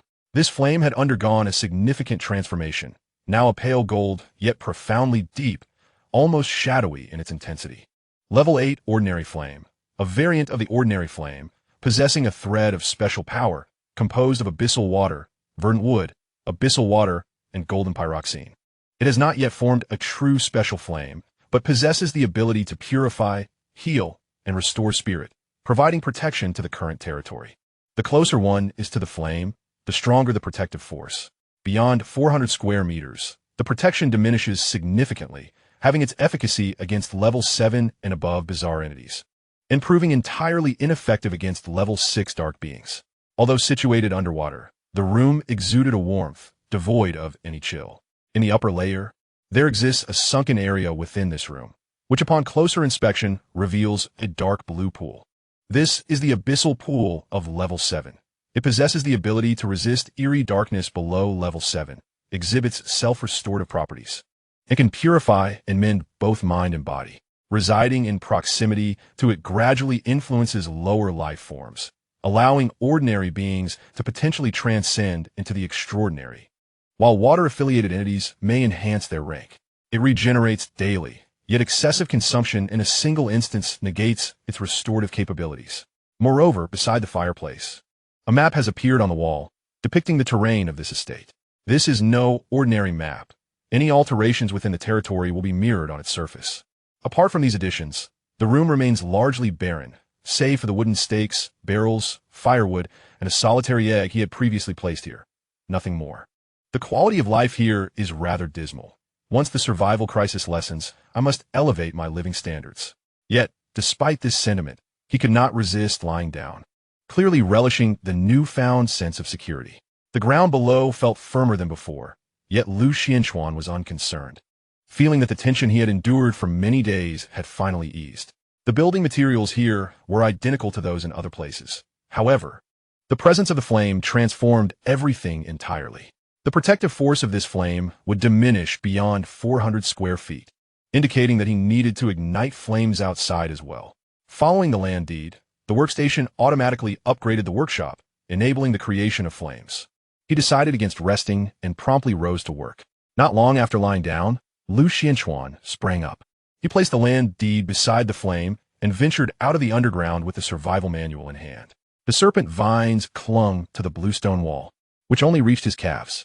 After finally grasping how to produce flames in the workshop, he took a shovel and dug a square pit in the outer area of the courtyard, processing luminous stones to create a stone pit.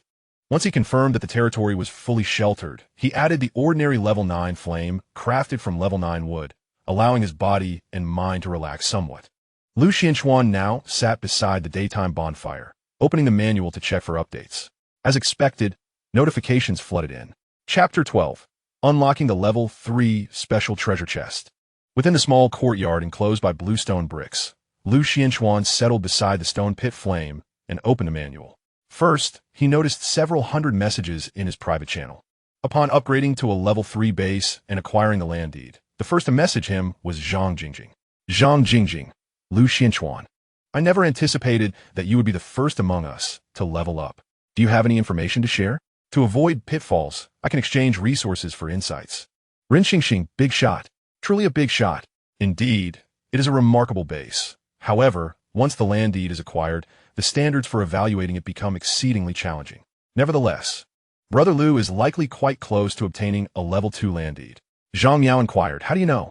Fein Xingxing replied, I observed that Brother Lu's treasure chest is a special level 3 chest, and I inferred from some information on the forum. Song Shiyu remarked, it seems I must hasten my progress here. Subsequently, there was a casual exchange between Zhang Jingjing and Ren Xingxing, while the other two individuals faded from view. Observing this, he responded to some of his messages and began to explore other areas. Among them, in a private chat, Lin Xingya, from whom he had previously purchased healing leaves, had to send a message.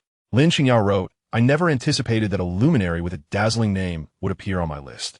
If you require anything in the future, feel free to reach out. My talent lies in tree cultivation, and over the past few days, I have nurtured a healing tree that can provide healing leaves.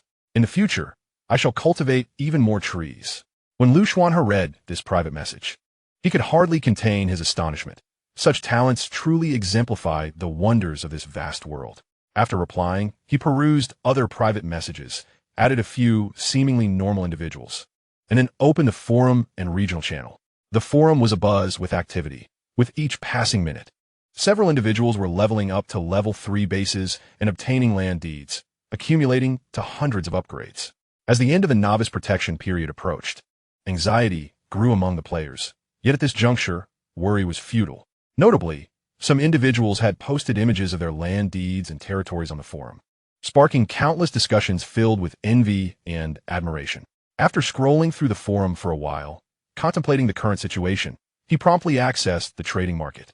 The prices of materials, such as wood and stone, were likely surging. Perhaps he could unearth some useful items. Alas, if he did not change out of this attire soon, even with daily laundering, it would soon become tattered. He needed to acquire a new outfit, lest he find himself resorting to wearing bark in a few days. With the burden of survival alleviated significantly, he began to ponder his current predicament. Upon opening the trading market and searching for relevant keywords, he discovered that the prices of many basic supplies had indeed decreased, while the cost of level 9 would have skyrocketed to exorbitant heights. Xuanhe had no intention of profiting from wood. Unless it could be exchanged for other extraordinary items, the soaring prices of such items rendered them meaningless. After all, no one was foolish enough to overlook such obvious truths, and even a few simpletons would not coincidentally cross his path. He meticulously sifted through the offerings, predominantly selecting transactions involving greenwood, shattered greenwood, rocks, and crushed stones. First and foremost, he intended to purchase a complete outfit for himself, which was likely crafted by players, given its rough appearance. Upon receiving the garments, he noted their coarseness but found them satisfactory, prompting him to procure several sets. In addition, he acquired a wooden bed, along with a quilt and blanket fashioned by fellow survivors. Though somewhat rudimentary, it is certainly better than having nothing at all. After procuring the supplies within his psychological price range, he also purchased some seeds, intending to cultivate farmland shortly. Having consumed fish for 3 consecutive days, he could no longer endure it. In the workshop, there exists a method for crafting a level 1 rudimentary farmland, and having previously examined it, he believed he could establish 2 plots with the resources at hand. Taking a deep breath, he recalled his level 3 special treasure chest. With the fog blessing still active today, he resolved to open the chest in the water. As Xuanhe contemplated this, he prepared to retrieve the level 3 chest stored in his temporary warehouse. However, midway through the action, his body suddenly stiffened. His gaze, initially directed toward the primordial forest, shifted abruptly toward the river. Damn! After holding his breath for what felt like an eternity, he could only utter that phrase. Within the depths of the dark blue river, the rushing waters surged with a thunderous roar, and an octopus was lifted by the blue currents, accompanied by other creatures lurking in the depths. Despite the considerable distance, Xuanhe could distinctly sense that the octopus's attention was fixed upon him, or more precisely, upon his hand. He swallowed hard and slowly returned the partially retrieved level 3 special chest back to its place. What was the matter with this octopus? Would it come charging at him once the novice period ended tomorrow? He felt an overwhelming headache, just as he contemplated abandoning his intention to open the chest. A sudden realization struck him. No, if he didn't open it now, wouldn't it be even more perilous later? The novice protection period was still in effect, and with the fog blessing enhancing his abilities, the drop rate in water was at its highest. Who knows what might happen later? With this thought, he raised his manual and snapped a picture, subsequently sharing it in both his private channel and the forum. Xuanhe, does anyone know what this creature is? Rin Xingxing. What the hell? Brother, how is there an octopus in the picture you posted? Is there something wrong with my eyes? Rin Xingxing. I'm the only one left. The others have all gone to upgrade their bases. Xuanhe glanced around and then scrolled through the forum. As expected, once the image was shared, it quickly drew attention even in the rapidly refreshing forum, and many began to reply. Post 2. Brother, is your starting point by the sea? Post 7. While the river is a bit wide, isn't this river water? How could there be an octopus in river water? Post 10. How can such terrifying monsters appear now? My condolences, OP. Post 21. The OP seems to be a big shot with a golden name, but it appears he is in trouble. Post 33. Just from the image, I can feel the imminent danger. I've faced level 9 monsters before, but this is certainly not just a level 9 creature. Post 101. The octopus must have come from the ocean. However, isn't it true that octopuses are marine life? Has the octopus from this other world mutated? The owner of the post should simply resign themselves to fate. This octopus is undoubtedly formidable. What you have is merely a forest. I can even see the forest on the opposite bank of the river. The octopus within that forest is anything but ordinary, and it evokes a sense of dread. Fortunately, there is none of that creature nearby, yet alas, another soul is destined to perish. Upon reading the subsequent comments, Xuanhe's expression darkened, but a sense of acceptance washed over him. It was clear that this was not a foe he could contend with, and thus, there was little else to ponder. Given the inevitability of death, it seemed wiser to confront it head-on. His emotions steadied once more, and he retrieved a level 3 special treasure chest from the temporary storage. With a thunderous roar, the river surged, and the octopus stood majestically atop the waves, gazing in his direction. After extracting the chest, Xuanhe stepped beyond the courtyard, wading into the water, and placed it down gently. Bubbles formed as the currents swirled beneath the surface. He washed his hands, dismissing the events as if nothing had transpired. The sun in this world remained as mercilessly scorching as ever, blinding him. At this moment, he had long since returned from his previous elation, and only a singular thought lingered. His existence teetered precariously between life and death. There was no need for others to inform him. Anyone with eyes and a modicum of intelligence would recognize that this octopus was beyond his capacity to handle. It was akin to encountering a boss blocking the entrance of a novice village. This was no fault of his own. When the choice dwindles to either dying today or tomorrow, the decision becomes starkly clear. Despite this realization, a pang of disappointment lingered in his heart. After all, he knew nothing of the true nature of this world. With this thought in mind, he immersed his hands in the water and opened the chest. The moment it cracked open, a blinding silver light emanated, momentarily overwhelming his vision. What could it be? As the brilliance faded, Xuanhe focused on the contents of the chest, his eyes widening in astonishment. I cannot believe I have uncovered such treasures. Chapter 13, The World at Night. Damaged Land Deed. A land deed with an 87 damage rate, capable of merging with other deeds to create a special structure known as the Moonwell, thereby expanding the land scope. Silver Armored Horse. An extraordinarily unique, evolving life form, sociable with humans, adorned in silver armor, possessing 6 legs. Capable of traversing vast distances and crossing water and mountains, though requiring exceptionally refined sustenance, ideally housed in a stable. Source Water Pearl. An exceptionally unique, evolving life form. Controllable only by those connected to the deep sea, capable of avoiding water, generating water, and creating water. It produces a drop of source liquid every 7 days, which enhances the physical and extraordinary attributes of any being that consumes it. Powerful Spear. An 8th level weapon with formidable piercing power, usable solely by extraordinary beings. The Starry Rooster. A legendary creature believed to possess a trace of a certain being's bloodline. Its voice can suppress the bizarre, yet it requires special nourishment. It lays an egg every 10 days, and from 100 eggs, one may hatch into a starry rooster.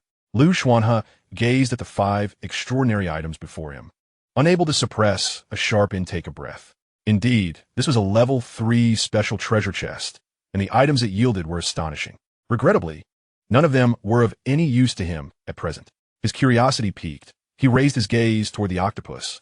The treasure chest had already been opened, yet the octopus remained in its original position, while other deep-sea monsters had submerged into the water, not attacking him as he had anticipated.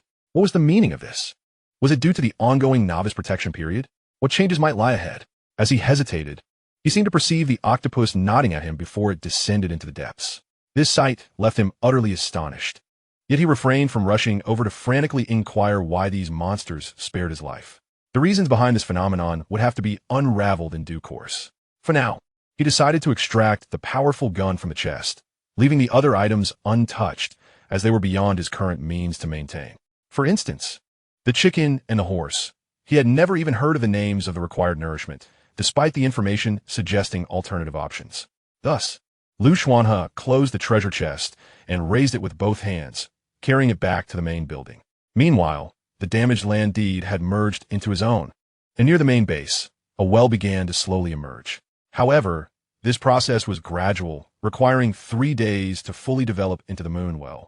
Coinciding with the first day after the novice protection period concluded, the day had progressed swiftly into the afternoon, and the rewards for leveling up his base to level 3 had long been fulfilled. As time went on, more individuals reached upgrades, and within just half a day, tens of thousands had successfully leveled up. The notifications that periodically refreshed caused Xuanhe to reflect on the abundance of heroes in this world, akin to fish crossing a river. Furthermore, it was evident that this realm was not lacking in fundamental resources. Although the octopus had not attacked him, it did not alleviate his underlying concerns. During this period, he resolved to prepare as thoroughly as possible. Additionally, he harbored apprehensions regarding the peculiar humanoid he had glimpsed at dawn. With the novice protection period nearing its end, the uncertainties of what might transpire were unknown. Thus, he endeavored to ensure his safety as much as possible. In the meantime, he sought to gather more resources, both terrestrial and aquatic. During breaks, he would consult the manual to check for any new updates. Ren Xingxing paced anxiously within the confines of his room, the encroaching twilight only amplifying his unease as he realized he was the sole voice in the private channel. Though 2 days remained, an unsettling feeling gnawed at him. Fortunately, the individuals he relied upon were genuinely dependable. After upgrading their bases, they promptly delivered the promised extraordinary materials to him, and astonishingly, they had gathered everything today. Xuanhe remarked, "I feel like I've lost out. Upgrading the Spark requires 100 level 9 materials, and the information you provided does not sufficiently offset my burden. Remember, you owe me, Ren Xingxing." Zhang Miao added, "The sensation after upgrading my base is indeed completely different. My true pool talent has finally found its purpose." Zhang Jingjing exclaimed, "I am utterly exhausted. Everyone, please prepare quickly. I ventured out today to cut trees, and those tree spirits are becoming increasingly terrifying." Zhang Jingjing continued, "Xuanhe, I saw your message. Does that mean you are finished?" Zhang Miao responded, "I saw it too. Those are perilous entities. If they were here, I would have no means to confront them." Song Shiyu suggested, "We might attempt communication. The peculiarities of this world resist dialogue, but the monsters can be communicated with. I have already made a pact with a mountain spirit, the creature you all deem a monster, so I need not worry at night. Should you require assistance, I can provide potions, but I will need a promissory note." Zhang Jingjing expressed surprise. "Is there such a talent? It seems everyone here possesses remarkable abilities." Xuanhe replied, "I am fine. I am still alive." He gazed at the chat records, astonished by the extraordinary capabilities of his companions. After sending a message, he resumed gathering supplies, not just wood and stone, but also food.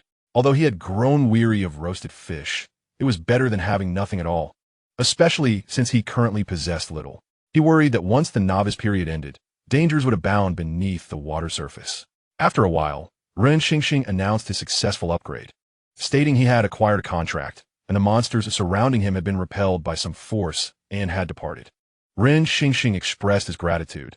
"I am deeply indebted and cannot adequately express my thanks to all of you. Without your assistance, I would surely have perished here." He continued, "Although I do not possess a level 3 chest, I do have a level 2 chest as a reward, which I have just opened, yielding quite a few valuable items. Brothers and sisters, please let me know what you would like." Song Shiyu declined. "No, keep what is in your chest. It's likely you won't survive for long. Those interested may message me privately. I am not intrigued." Zhang Jingjing eagerly replied, "I want it. Let me see." Ren Xingxing. Zhang Miao said, "Send it to me." Xuanhe stated, "No need." Ren Xingxing decided to share his findings in the chat. Song Shiyu was taken aback by this last message. He had not anticipated that someone else would also decline. Xuanhe had the mountain spirit as his support, plus he possessed certain peculiarities. But what was it that allowed Xuanhe to refuse? At this moment, his domain lay entirely within a cave, populated by scattered stone creatures that appeared far superior to the territories of others, having undoubtedly found their rhythm. Xuanhe, after catching sight of a level 2 treasure chest, diverted his gaze, feeling no need for it, as he already possessed a plethora of valuable items which were indeed of little use to him. Presently, Ren Xingxing exhibited commendable character, thus enhancing his worth in surviving. Of course, he too had to ensure his own survival first. As he passed by the serpent vine, which had grown over a meter high with roots half a meter wide firmly anchored in the courtyard, he observed the tendrils extending into the water, self-sufficiently fishing for sustenance to thrive. Xuanhe felt immense satisfaction witnessing this. He had always favored such self-reliant companions. With dusk approaching, he returned to his main building and descended into the subterranean level, placing the supplies he had acquired. Tonight, he would finally sleep in a bed. He positioned a small stone basin near the spring, planning to fill it daily with the additional 100 milliliters of spring water. Stepping outside, he paused in the courtyard, settling on the steps before the house, patiently awaiting the arrival of nightfall. The novice firewood would be consumed this evening. During this time, the primordial forest and the rivers transformed from silence to a cacophony, yet when he sought to approach this clamor, nothing was visible. However, over the past few days of drinking spring water and resting near the embers, his physique had markedly improved. Beyond the warm glow of the bonfire in his territory, he noticed the earth stirring. The serpent vine, no longer languid, took on a defensive posture, its tendrils intertwining to form a serpent's head, vigilantly surveying the area beyond the courtyard. A gust of wind swept through the night, rustling the leaves outside. This was the first time Xuanhe truly confronted the night's embrace. In previous days, he would have retreated to his room by this hour. Yet now he stood within his recently upgraded estate, perceiving the world in its authentic guise. The night breeze stirred the foliage, but within the estate, the leaves remained still. His eyes pierced the darkness, observing a shadowy form rising from the night. Chapter 14. The End of the Novice Protection Period. Xuanhe gazed into the deepening twilight and the increasingly luminous moonlight, inhaling deeply. He had no intention of undertaking any tasks tonight, merely wishing to discern the nature of the night in preparation for what lay ahead. Undoubtedly, a glimpse of the eerie world's nocturnal realm had unfolded before him. He cast a final glance at the terrifying night before retreating to the main building. As a novice, the firewood burned out, and the forums and chat channels refreshed at a frantic pace, while the names in the world and regional channels dwindled in frequency. Although the starting area was rich in resources, it could not withstand the presence of those who merely awaited fortune to fall from the sky. After so many days, the embers still flickered, indicating that not even a single piece of firewood remained. In such a world, those who lingered in this manner would find themselves facing death in the blink of an eye. Thus, the night passed by. It had already been 4 days since arriving in this realm. Despite the brevity of 4 days, it felt as though an eternity had unfolded. By the 4th day, the number of survivors who had upgraded to land deeds increased significantly. As for Xuanhe, upon awakening, he placed 2 plots of farmland he had crafted in the workshop within his small courtyard, sowing seeds of tomatoes and corn, all procured wholesale from the trading market. He was uncertain where others obtained their seeds, but the manual confirmed their authenticity, prompting him to plant them in hopes of harvesting some vegetables, and ideally, rice or wheat as well. His deep-sea land deed now also featured additional elements, primarily the gradually merging moon well and the 2 plots of farmland. These plots were situated beside the warehouse, comprising level 3 farmland, produced by exchanging some special soil in the trading market, combined with the water from his own supply. Though classified as a mere level 1 simple farmland, it resembled the farmland found within a game. Each plot was divided into 9 planting zones, boasting exceptionally high yields, requiring only the act of digging, planting, and watering to promote growth, with a speed 3 times faster than that of crops planted outdoors. Unlike reality, where one must constantly weed, hoe, plant, water, and fertilize, he could similarly cultivate the land within his courtyard. Yet the yield barely reached 1/5 of that of the level 1 simple farmland. Otherwise, he would not have only found enough special soil to craft 2 plots, despite having exchanged for it with level 9 materials. Previously, the price of such level 9 soil had soared, but it had significantly decreased over the past 2 days, allowing him to seize the opportunity without hesitation, for it was indeed a scarce resource. Gazing at the gradually sprouting seedlings of tomatoes and corn, a faint smile of satisfaction graced Xuanhe's face. It truly felt like something was taking shape. He observed the courtyard, which had begun to take on a semblance of form, and resumed chopping trees, mining, drying fish, and storing food, occasionally visiting the trading market to scout for bargains and seek out desired materials. In this manner, he amassed a considerable collection of valuable items. The day slipped away in the pursuit of gathering resources, and apart from the sounds of the night, it could be deemed relatively tranquil. The warehouse continued to accumulate materials, now filled to 1/3 of its capacity, albeit haphazardly arranged without any deliberate organization. Each time Xuanhe beheld this accumulation, he couldn't help but feel that he had truly exerted himself to the utmost. As for the level 2 treasure chest that was open for the first time, it has been repurposed to store firewood, now resting in the depths of the water. By the 5th day, numerous survivors had upgraded to a level 3 base and obtained land deeds, with the stroke of midnight marking the end of the novice protection period. Even the most oblivious individuals recognized that genuine crises and challenges were imminent. Today, he had scarcely a moment to spare, hardly enough time to respond to messages, as he was wholly focused on preparing supplies. During the final half hour before dusk, he finally paused to catch his breath. The corn and tomatoes flourished, suggesting that it would not be long before he could harvest vegetables. The dilapidated land deed, now fused into a luminous moonwell, became increasingly distinct. The yard boasted 2 additional wooden racks, upon which dried, salted fish hung. Observing all that he had prepared, Xuanhe sat on the stone steps of the main building. a black gun, his formidable firearm, resting beside him. Empowered by the land deed, he had transcended to an extraordinary existence. As long as he stood within his territory, he could wield this powerful weapon. Thus, he awaited the conclusion of a novice protection period in silence. Once the clock struck midnight, the novice protection would cease entirely. The world channel was ablaze with messages. What should I do? I haven't upgraded my base or obtained a land deed. Am I doomed? It's almost midnight. I've already secured my land deed and am ready to watch you all. Did you see the forum posts? It seems that besides the abominable tree spirits, there will be other strange creatures. How terrifying. I want to go home. After the novice firewood is burned out, I have lost so many friends. I wonder what will happen this time. Does anyone have spare level 9 materials? I'm willing to exchange myself for them. Are you dreaming of getting something for nothing tonight? Is anyone willing to lend me some level 9 materials? I can repay you 100-fold. Who else can trade food? I'll offer double the price for food. A cacophony of messages flooded the screen. The regional and private channels were also buzzing, while the forum seemed relatively quiet compared to before. Private channels were equally active. Zhang Jingjing, is everyone prepared? Let us be ready to face this world at midnight for the first time. I hope you all survive. Ren Xingxing, everyone, please make sure to stay alive. My talent is rather useless, so I'll be relying on you all. Zhang Miao, aren't you the lucky one? Ren Xingxing, indeed. But luck can be fickle. When it's bad, I find myself cornered. No one can endure that. By the way, I managed to acquire some potions from Shiryu. Their effects are remarkable.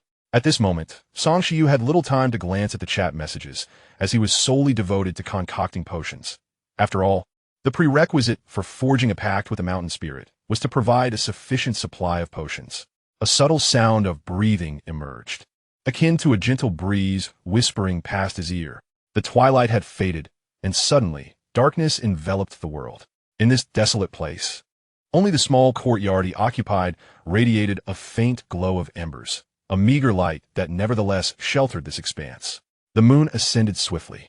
The grotesque creatures lurking in the shadows remained silent, yet a vague white silhouette had already emerged upon the water. It was the terrifying specter. As time passed, from the depths of the moonlit shadows, numerous whispering monsters gradually crawled forth. From the heart of the primordial forest came the sound of footsteps and the gnashing of teeth. Pale wraiths emerged in droves from the mountains. The tree spirits unveiled their true forms beneath the moonlight, revealing horrifying mouths resembling human lips upon the trunks, while leaves and branches danced wildly, seizing anything that passed and devouring it whole. In the soil, crimson eyes sprouted ominously. The true nature of reality finally unveiled itself to the inhabitants of Earth. Chapter 15, The Personal Panel. Having thought himself prepared for the nocturnal world, Xuanhe felt a chill surge from his feet to the crown of his head upon witnessing this scene. For tonight was far more terrifying than before, as if, with the conclusion of the novice protection period, all the monsters had been unleashed, no longer content with mere petty mischief. What manner of world was this? If the novice phase had passed without upgrading his base, could mere shelter truly guarantee safety? In that moment, he was profoundly grateful for his efforts in upgrading the base to its current form, complete with a small courtyard, utilizing the finest materials he could procure. Otherwise, even with embers and ample firewood, how could one survive in this chaotic realm of monstrosities? And for how long could one endure? As night deepened, the bizarre creatures of darkness grew increasingly audacious, as if they had awaited this moment for ages. Observing the scene before him, Xuanhe exhaled a heavy breath, then retrieved the 2 remaining items from the level 3 special treasure chest. Initially intending to wait, he swiftly recognized the futility of such thoughts. Regardless of whether he had provisions for the 2 entities, it was better to release them now. Perhaps they would prove useful after midnight. The night here was exceedingly eerie and terrifying. He summoned the silver-armored horse and the stellar chicken. A flash of white light illuminated his surroundings, revealing a small silver foal and a diminutive stellar chicken before him. The source water pearl had long been secured on his person, while the moon well was gradually merging with the land deed, enabling its growth. Xuanhe regarded the small silver foal and the tiny stellar chicken in silence for a moment. They appeared exceedingly juvenile. Yet he soon realized that perhaps the situation was not as dire as he had anticipated. In contrast to the daunting presence of the serpent vine amidst the night, the diminutive starry chicken displayed no trepidation in the face of darkness. Instead, it strode boldly to the edge of the courtyard, and with a sudden peck, It unearthed a writhing shadow insect from the soil, promptly swallowing it whole. Meanwhile, the little silver-armored horse, with a gentle nicker and a nudge against his leg, dashed towards the courtyard's exit, bursting forth like a silver specter. The silver shade, upon touching the ground, elicited mournful cries from the shadowy creatures that had sprouted from the earth, compelling them to retreat underground. After several swift dashes, the area outside the courtyard was considerably cleared, particularly the section closest to the yard, which the little silver steed had entirely purged. Xuanhe stood in astonishment. Was it truly possible? He had never anticipated that these two unique beings, mere juveniles, could possess such formidable strength. Indeed, they were worthy of being the fruits of a level 3 special treasure chest. Perhaps it was not that they were excessively powerful, but rather that humanity was inherently frail. Releasing them now seemed fortuitous. Had they been freed a few days earlier without sustenance, they might have emerged weakened. Although the crisis had yet to abate, his anxiety had considerably diminished. As midnight approached, the world grew increasingly cacophonous, filled with sounds of indeterminate origin. The primordial forest had undergone a complete transformation, coming alive with the sounds of chewing and roaring emanating from its depths. Under the moonlight, the shadows of the trees writhed menacingly, their forms grotesquely distorted. As if beyond the tree spirits on the ground, there lurked tree monsters in the shadows. The escalating cacophony pierced Xuanhe's ears, eliciting a profound discomfort. As he beheld the scene before him, he could not help but contemplate the challenges that awaited him once the novice phase had passed. At that moment, he noticed the juvenile starry chicken gazing intently towards the river, as if sensing an impending threat. In that direction loomed a white figure. Xuanhe endeavored to quell the inexplicable fear that surged within him, akin to humanity's instinctive dread of its natural predators, and turned his gaze towards the white silhouette. After consuming more of the abyssal spring, his mind had become less fragile, no longer tainted by a mere glance. Yet, upon observing that white figure, he still felt a wave of nausea and terror wash over him, though he resolutely suppressed that urge and grasped the nearby weapon, channeling all his focus into a singular point of concentration. At that moment, the frequency of forum updates had significantly diminished, yet every chat channel erupted with frenzied messages, as if unleashing the remnants of their collective fear. The night passed swiftly. Finally, the last moment had arrived. 1 minute countdown. 10 seconds. The novice protection period had concluded. The protection from the mist has ended. The earth stands with you. Next, some advice for those who have survived. The upgrade of the base to a land deed represents the bare minimum for survival. A level 2 survival base can endure only 3 nights in this world. Yet as long as the flame has not been extinguished, there remains a glimmer of hope. Should survival prove impossible, one may choose to align with the powerful beings of the native life or venture towards other territories that possess land deeds. Within the realm designated as Code 0, countless formidable entities reside. Perhaps you may find their protection. All treasure chests have been distributed across the world, and you can still unlock them to acquire resources. The personal interface has been activated. This is the final gift bestowed upon you by the mists. With a thunderous roar, as the countdown reached its conclusion, the familiar, inorganic voice echoed alongside the sounds of monstrous assaults from the darkness. In that instant, the number of those who perished surpassed the cumulative total of all previous days, as wails of anguish and terror resounded from various corners of the world. Simultaneously, countless bases were breached, and many met their demise at the onset of 0 hour. Zhang Jingjing clutched her doll, her once unwavering confidence now replaced with trepidation as she slowly retreated, gazing fearfully at the horde of wraiths before her. The other 2 dolls beside her huddled together, trembling with fear. Zhang Miao stood in the courtyard, flanked by the war puppets he had crafted, his gaze resolutely fixed on the white worms emerging from the ground. Rin Xingxing held a potion, breathing heavily as he observed the nightmarish creatures lurking in the darkness. Even those with land deeds found their defenses compromised. Not only were the surrounding monsters terrifying, but the dilapidated land deeds of ordinary bases had also contributed to their downfall. Outside Xuanhe's territory, a vast multitude of monsters appeared as well. The moonlight cascaded gently over the river and forest. He casually glanced at his interface before turning his attention to the expanse beyond his territory. Name: Xuanhe, race human, level 9 mortal, territory level 1 land deed deep sea, occupation none, inspiration 10, luck 6, charm 8, attributes. Click to expand. Note: Standard humans possess 5 points. Items: powerful spear, thermal dagger. The tree spirit had directly uprooted itself, brandishing its branches as it rushed forth. While the wraiths merely glanced at this scene before retreating, the serpent vines had grown to a height of 2 meters, now resembling a python as they writhed and tore at the worms approaching. The small starry chick no longer exuded the confidence it had at its emergence. Instead, it cowered beside Xuanhe, whereas the little silver-armored horse remained eager to charge into battle, fortunately restrained just in time. Xuanhe first cast a glance into the darkness before promptly rushing to the fire pit in the courtyard, adding fuel to the flames. For the fire there burned at an alarming rate. In the river, tumultuous waves surged as an octopus emerged. Chapter 16. The octopus as the river surged with relentless waves. The monstrous beings of the deep emerged from the depths once the pressure dissipated. The moonlight descended upon them, weaving silken threads around their forms, with the octopus gliding through the water, standing out remarkably. Yet, beneath the moon's glow, a flicker of human-like confusion danced in the octopus's eyes, as though it were grappling with an incomprehensible event. Nevertheless, it did not halt its movement, propelling itself toward the direction of the land overhanging the river. At that moment, Xuanhe was far too preoccupied to worry about the relatively calm river surface compared to the land, for the monster before him was more than enough to leave him in a state of distress. Thankfully, I had prepared an ample supply of firewood. Now I truly understood the sanctuary of the fog.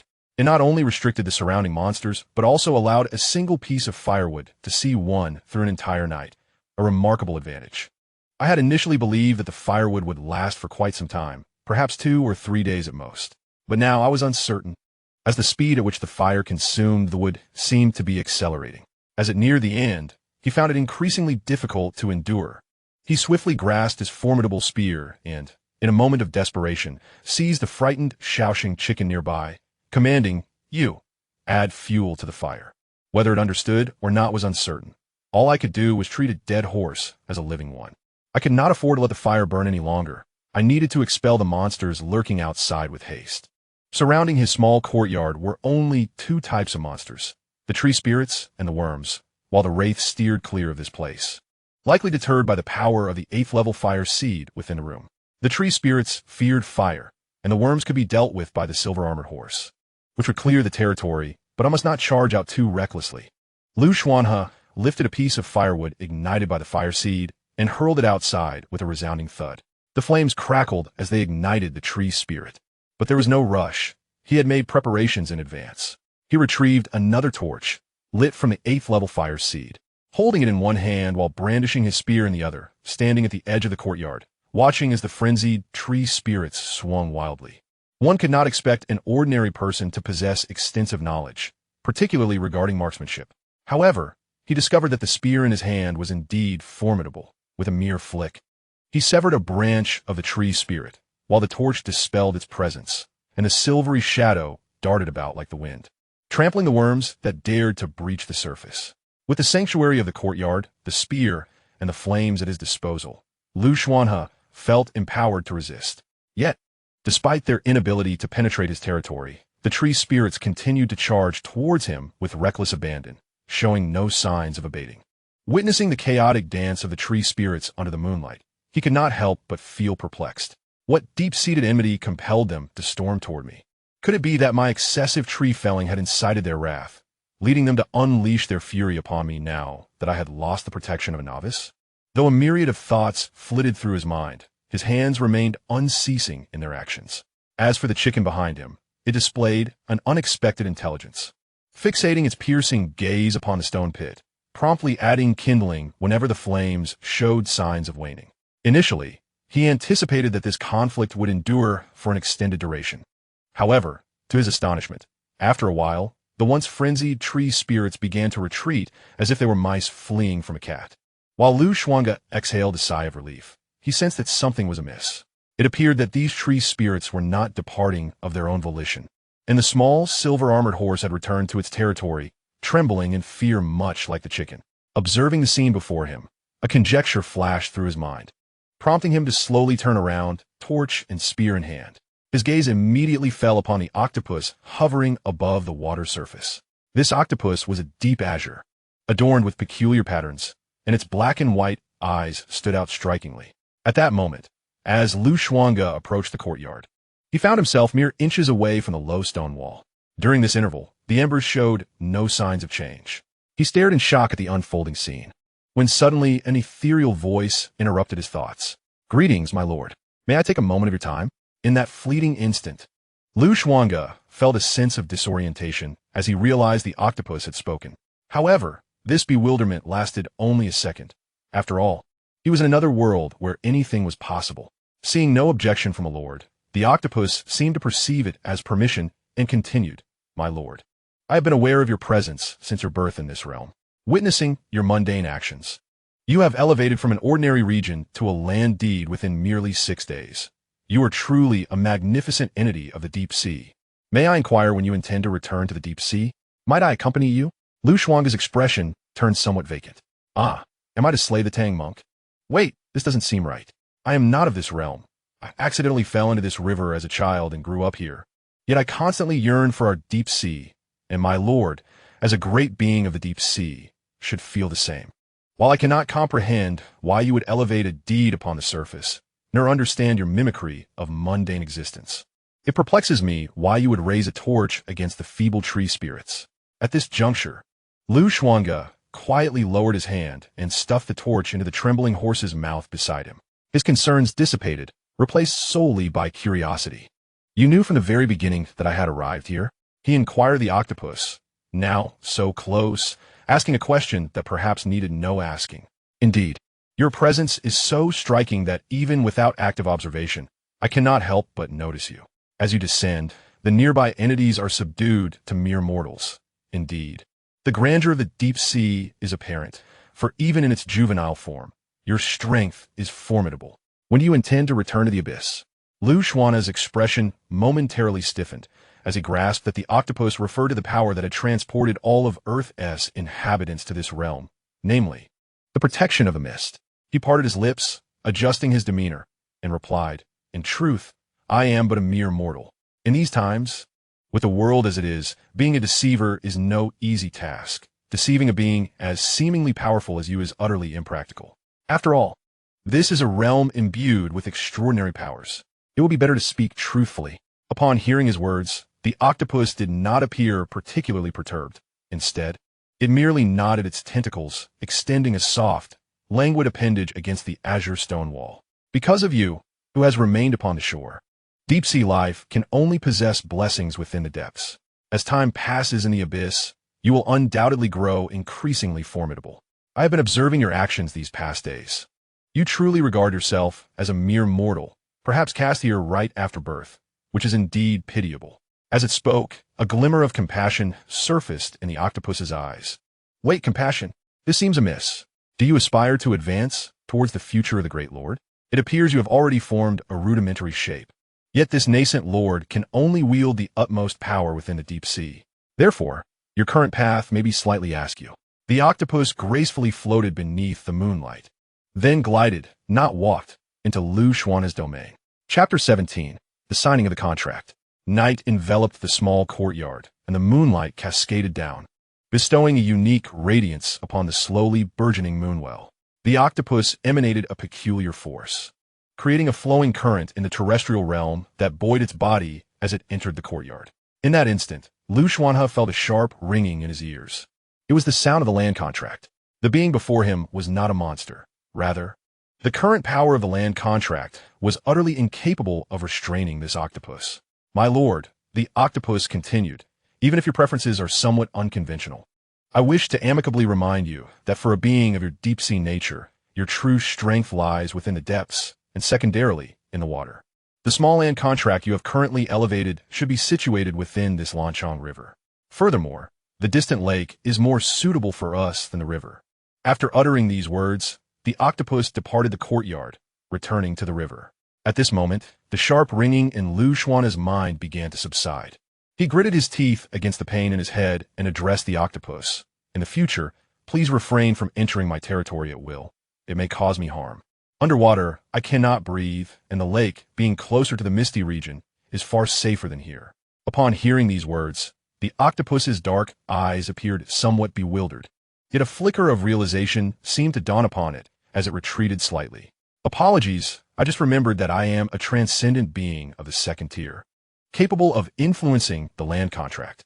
However, my lord, you may choose to sign a contract with me. Your territory should possess such capabilities. Once the agreement is finalized, I can become your follower. It inclined its head slightly towards Xuanhe, and the familiar, inorganic voice resonated once more. Blue Spirit Octopus. Name, Octopus. Race, Deep-Sea Blue Octopus Clan. Level, 38, Transcendent Tier 2, approaching Level 7. I hereby request to enter into a subordinate, resident, contract, to become a member of your territory. Do you consent? Xuanhe, grappling with a headache, suddenly grasped the situation. This octopus had sought him out with the intention of joining him. Had this been made clear from the outset, he would not have mistaken it for an adversary, leaving him in such discomfort. I agree.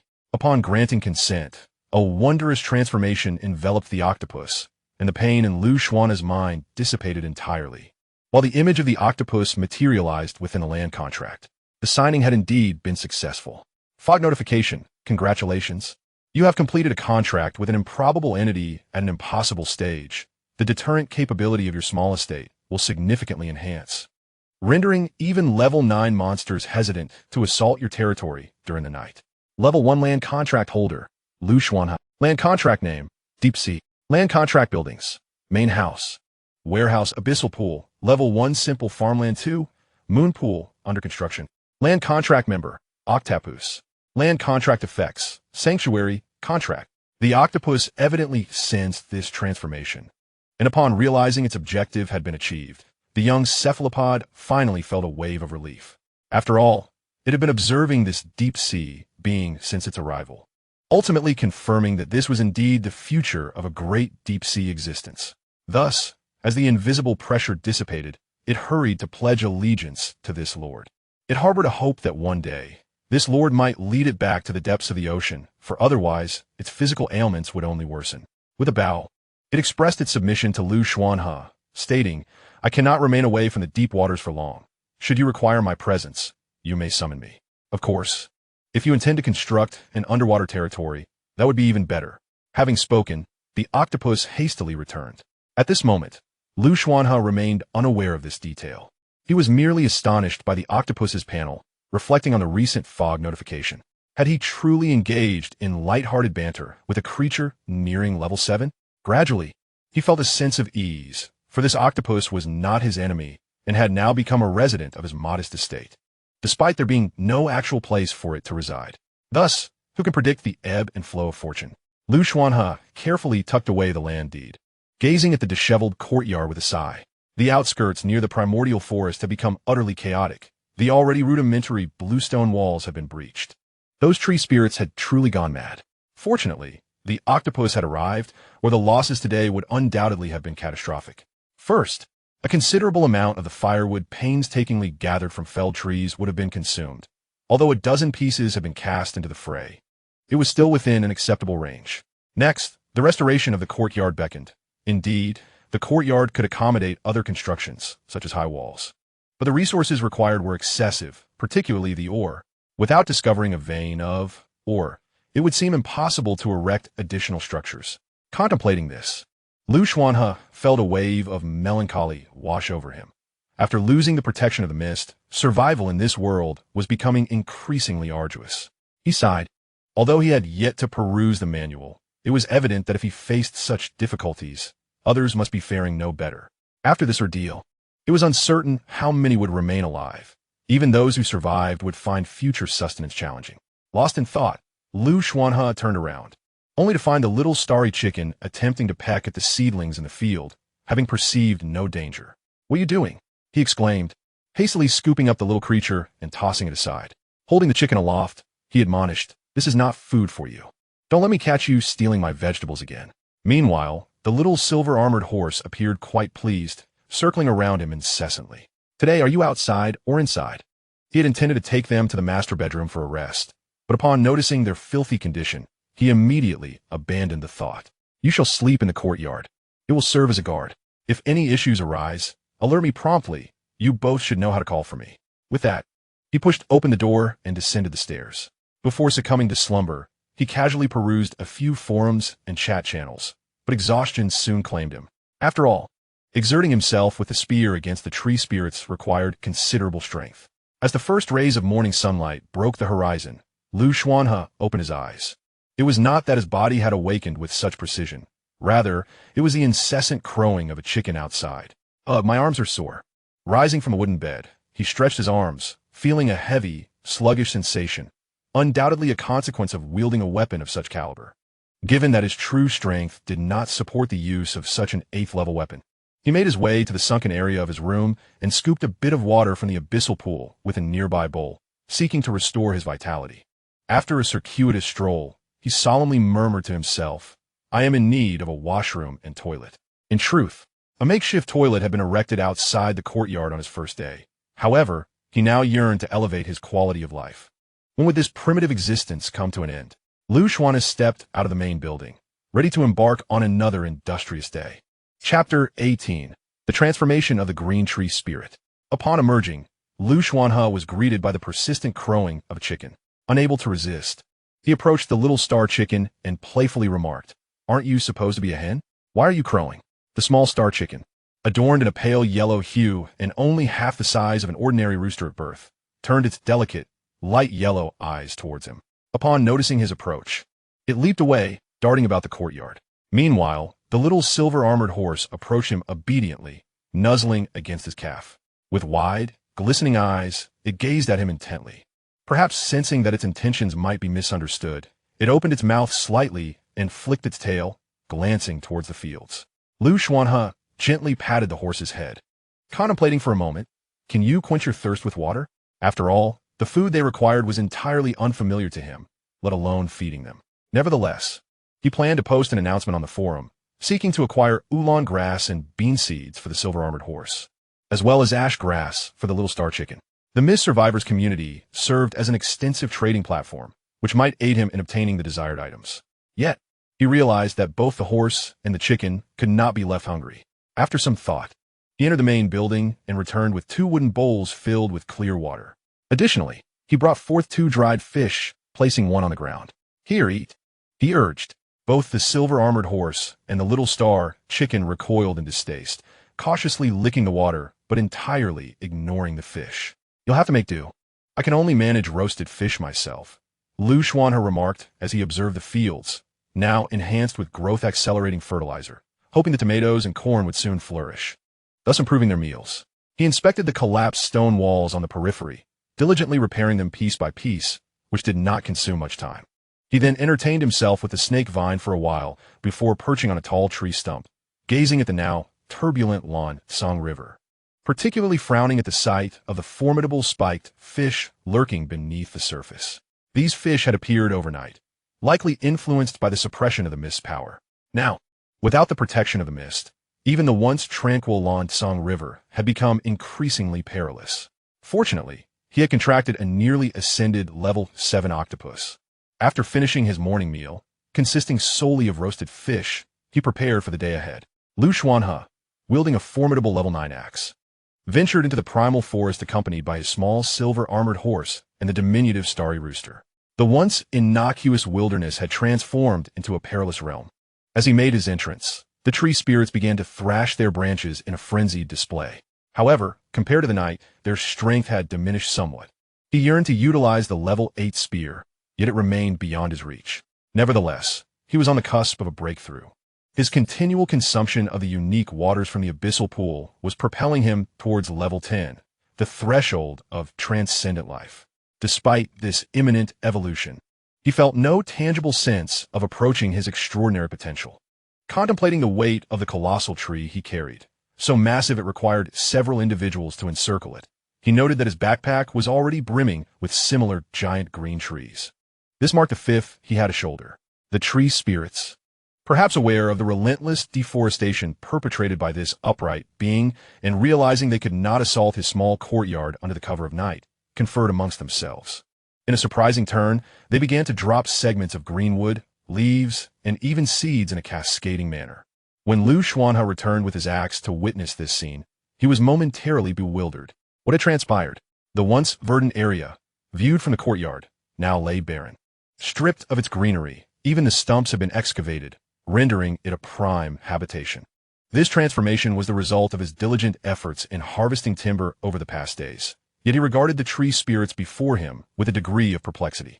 Observing the green tree spirits as they energetically waved their branches, he detected a peculiar glimmer in their dark eyes.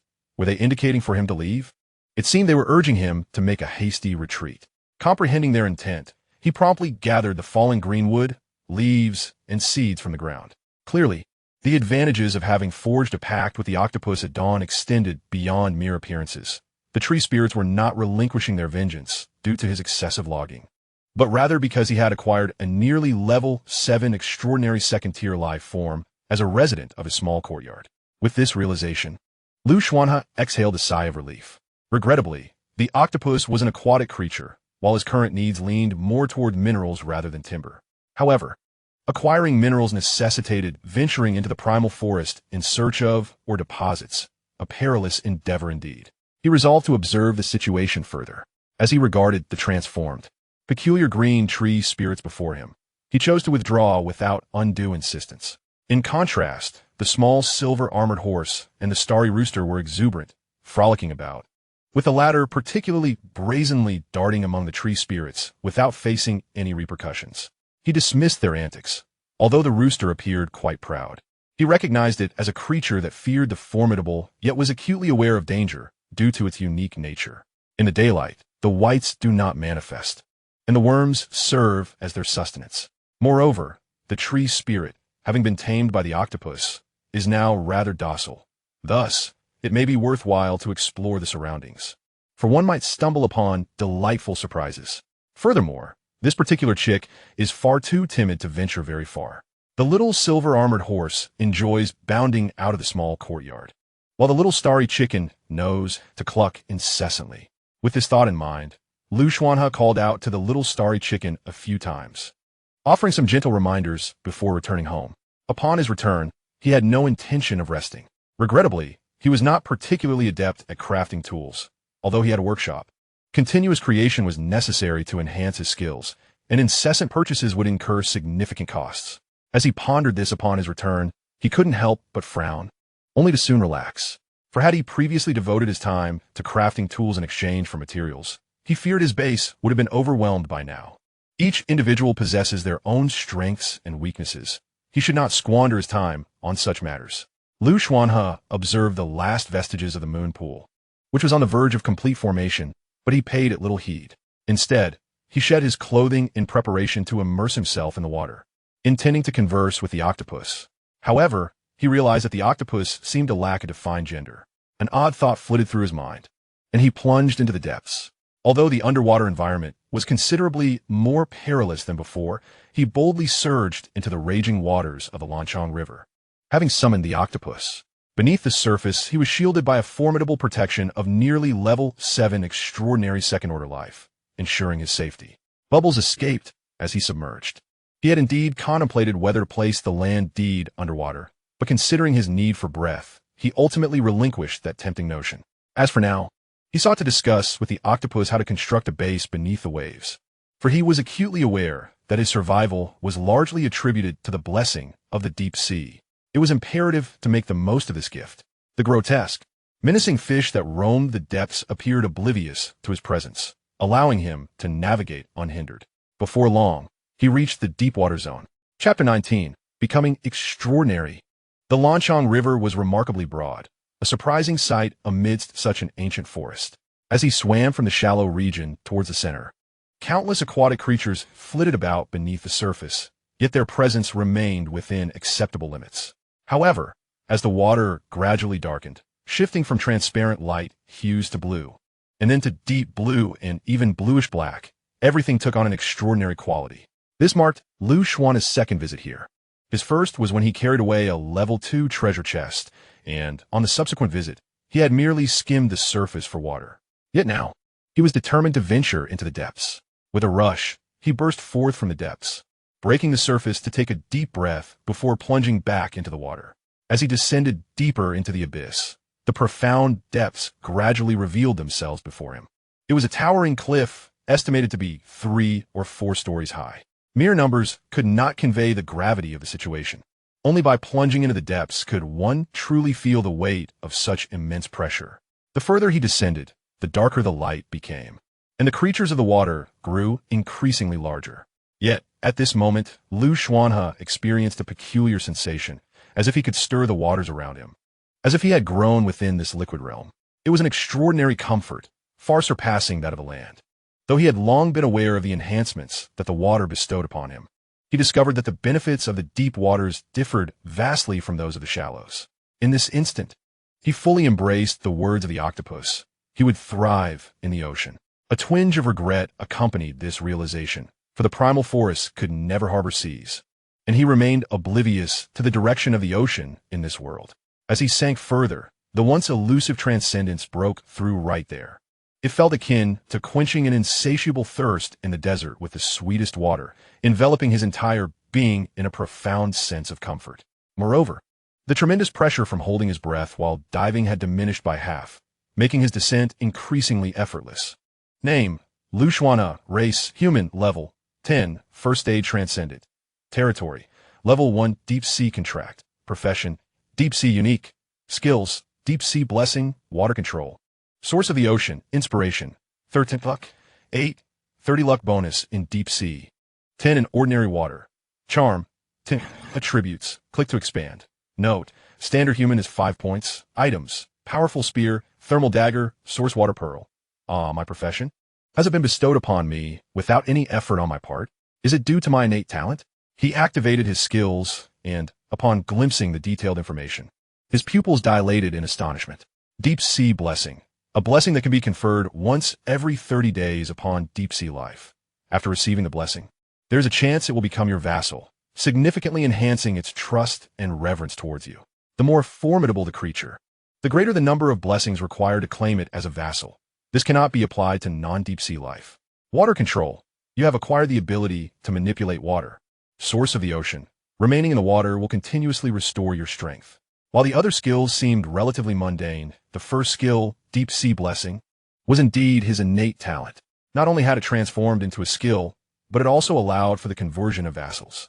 Vassals, indeed. He was not mistaken. What an extraordinary skill this was. The bond between vassal and master bore no distinction from a contractual relationship. The other two foundational skills were equally remarkable. Upon realizing this, Xuanhe instinctively inhaled sharply, but fortunately, as a newly ascended transcendent, it did not impose a significant impact. In addition, he possessed a source water pearl. This time, as he ventured into the depths, he did not forget to bring this treasure along. However, it was only upon becoming an extraordinary being that he could utilize the source water pearl. Just as he was nearing the ocean floor, he gathered his astonishment at the changes brought about by his elevation and activated the pearl.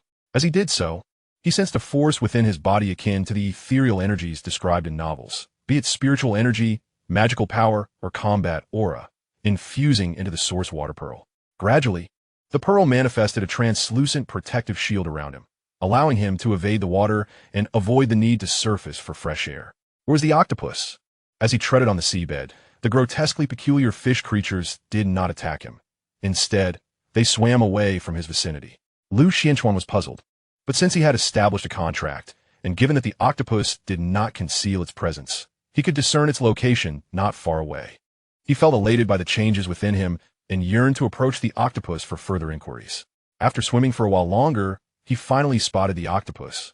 Yet at that moment, he hesitated before the deep fissure before him. Was this a river or an ocean, layered upon layers? He found himself uncertain about whether to descend. Having ascended to the rank of an extraordinary being, he had developed a heightened intuition regarding danger, which now warned him against descending. What lay below was 100 times more terrifying than above. Trusting his instincts, he chose to retreat and summon the octopus with a name linked to their contract. By this point, he sensed that the octopus must have encountered some predicament. However, could a near level 7 extraordinary second tier being truly be in any trouble here? Xuanhe harbored doubts. Nevertheless, upon hearing the octopus's response, he decided to wait. After approximately 10 more minutes underwater, the octopus finally arrived, albeit tardily. It appeared unscathed, maintaining its original form, seemingly unaffected by any assault. But what was this? When he was still an ordinary human, He had failed to perceive the octopus's formidable nature, yet now, as an extraordinary being, he recognized the overwhelming aura it exuded. Its mere presence nearly destabilized him. Such a powerful and terrifying creature. It was no wonder that the monsters of the night fled at its appearance. The octopus glided over, its black eyes reflecting a hint of sorrow. Yet upon noticing Xuanhe, it inclined its head slightly in a gesture of respect. "My lord, you have arrived. Is there something you wish to command?" Xuanhe initially intended to inquire about other matters, but seeing the octopus's current state, he couldn't help but feel concerned, for this was a formidable ally bound by contract. "What troubles you?" The octopus, upon hearing these words, let out a sigh, its 8 limbs spreading out in a display of profound sorrow. "My lord, your rare inclination to traverse the land is indeed peculiar. Yet, for creatures such as ourselves, who dwell in the depths of the ocean, remaining in such a constricted river brings an overwhelming discomfort. Each time the shallow waters flow over my form, I experience a peculiar itch that pervades my entire being. Regrettably, the distance to the deep sea is far too great. My lord, when do you intend to return? Although your current domain is merely a small courtyard, once it is recognized as a manor, perhaps you could relocate with a land deed. Should the deed elevate to a city status, however, the migration might prove to be quite challenging." The riverbank could not help but lament about the enigmatic mist that transported all inhabitants of this world without elucidation, leaving them to explore it little by little. "Are you referring to the method of upgrading a land deed?" The azure octopus shook its head. "I do not comprehend how one elevates a land deed, but I am aware that there are several types. Some encompass entire cities, while others consist merely of villages, like your lordship's, which is but a rudimentary courtyard." After articulating this, it seemed to notice the changes in the riverbank's physique. "My lord, have you already transcended into the extraordinary?" It expressed no surprise, as if it were a matter of course. Suddenly, it appeared to recall something and, feeling around its body, conjured a shell the size of an infant, presenting it forth. "Congratulations, my lord. This is a gift I have gathered for you." The riverbank mused to itself. What a commendable resident this octopus is. He reached out to accept the gift, intending to further inquire about this world and the nature of the land deeds. Chapter 20. The Mine. Upon seeing the octopus present the gift, the riverbank couldn't help but marvel at how his deep-sea talents had significantly aided him. Yet, the pressing matter at hand was to elevate the land deed's rank, enhance his quality of life, and avert the assaults of bizarre creatures. Other concerns could be set aside, but he truly wished to avoid consuming any more roasted fish. He felt he might soon resemble one himself. Moreover, he contemplated the repair of his courtyard and the enigma of the mist he had glimpsed. As these thoughts occupied his mind, he suddenly realized that he still had little time to rest. He must continue to toil. "My lord, this is a river clam, capable of nurturing small 9th-level pearls. Pearls are a nearly universal resource. No matter your intentions, they can enhance the quality of your creations or serve as currency in trade." Hearing the octopus's words, he retracted his previously drifting thoughts and inquired, "What do you know about land deeds? And this primordial forest?" The octopus shook its head and withdrew its azure tentacles. "I have grown up in the Longsong River and have never ventured beyond its confines. My understanding of land deeds consists only of vague memories passed down to me, and I possess little knowledge of this forest.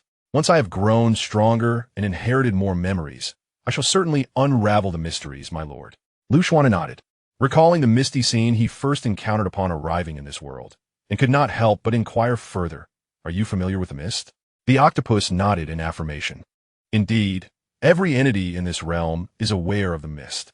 Within the fog, creatures of the night become exceedingly powerful, while our own abilities are suppressed. Our vision is limited, and another world teems with countless beings not of this realm. However, there is no need for concern, my lord. The mist does not manifest frequently. Should it arise, simply retreat to the deep waters. Although the world and creatures within the mist are formidable, they dare not intrude upon the depths of Longsong River." Upon hearing this, Xuanhe's mind momentarily faltered, and then his voice, as if echoing from afar, questioned, "Are you suggesting that the mist is mobile? That could appear within my territory?" The octopus pondered this for a moment before responding in an unusual tone, "My lord, the mist is akin to the rising moon and setting sun. Thus, it is indeed possible for it to manifest in your domain. Yet, your current territory cannot shield you from a mist. So do you intend to abandon your rare proclivity?"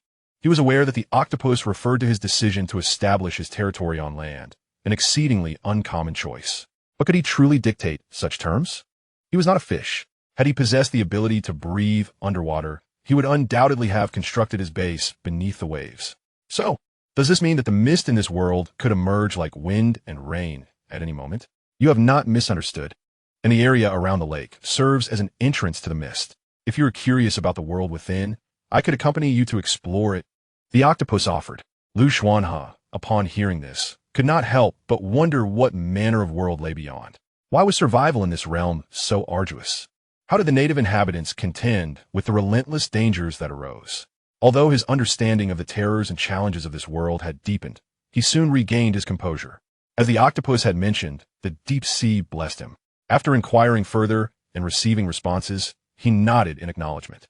Just as he was about to depart, he recalled his special talent. Looking at the octopus, he said, "Upon my ascension to the extraordinary, I acquired a unique ability. I can bestow upon you the blessing of the deep sea. Would you desire it?"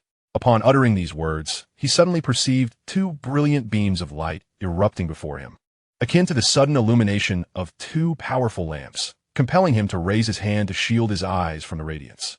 It was the octopus's eyes that had illuminated with fervor. "Is that true? How splendid! I am grateful for your blessing," the octopus exclaimed, nearly leaping towards him in excitement. Xuanhe had never anticipated such a reaction, yet he proceeded to describe the forthcoming changes. To his astonishment, the octopus became increasingly animated after his words. Nevertheless, since it was the case, he decided to bestow his blessing. The deep blue octopus glided towards him, instinctively lowering itself by a level and presenting its head to his hand. It appeared excessively docile. From this gesture, the octopus seemed to embody the innocence of a mere 3-year-old, akin to the chickens and horses he kept in his small courtyard. He closed his eyes, and a realm of deep blue materialized around him. After a few seconds, the blessing of the deep sea was conferred. On the surface, there seemed to be no significant alteration, but he noticed the octopus's eyes had comfortably narrowed, even nuzzling against his hand. At that moment, it truly resembled a cherished pet. If its gaze had previously held a hint of unfamiliarity, now the octopus's eyes sparkled with a sense of yearning, perhaps sensing that its actions were becoming overly intimate. The octopus quickly retracted its head. It felt as though it had not experienced such comfort in a long time. The minor ailments that had gradually emerged since arriving at the Lansong River seemed to have vanished. "Well, the blessing has been conferred upon you." "Thank you, my lord," he murmured. Xuanhe inclined his head slightly, feeling that the power within him could no longer sustain the source water pearl's barrier. He bid farewell to the octopus. However, as he ascended from the depths, he cast a final glance at the spot where the octopus had emerged, revealing an exceedingly deep aquatic rift, leaving him to ponder the formidable life forms that might dwell below. The expanse of the deep water region was vast. He carefully observed and committed the scenes beneath to memory. Suddenly, he noticed a distant gleam beside a cliff in the deep water area. He had not paid attention upon his arrival, uncertain of the place's significance. As he swam toward the shimmering underwater cliff, he ascended while retracting the source water pearl, for his strength had dwindled considerably. This location was somewhat distant from his territory, drawing closer to the realm of the green tree spirits. Could this be a vein of, or, upon arriving, Xuanhe discovered scattered objects resembling silver ore. He had previously encountered similar stones on a forum, albeit singularly, rather than in such abundance. Although they appeared quite alike, he collected several pieces to verify once he returned to his territory. Perhaps he could have them appraised in the earthling trading market. In the primal forest, still a considerable distance from the deep sea courtyard, he found himself beyond the dominion of the green tree spirits, amidst a different species of tree, though far from the grandeur of the green tree spirits. Standing about the size of trees in Earth's Amazon rainforest. There, the Xiabanxing chickens pecked at insects and nibbled on leaves, unknowingly venturing far from home. The morning still lingers. As a group of beleaguered survivors, having barely endured the trials of the previous night, traverse the depths of the ancient forest, seeking a relatively safe haven before dusk descends and the terror of nightfall returns. In this vast, primordial wilderness, an extraordinary encounter unfolds. To their astonishment, amidst their plight, they hear the crowing of a rooster. Chapter 21. The Villagers. Despite the profound stillness enveloping the forest, vast expanses of greenery obscure all. The party led by Citra, having navigated the mists and entered the heart of the wilderness, has dwindled from nearly 100 to a mere 19. The harrowing experiences they have endured are too painful to recall, and she shudders at the thought.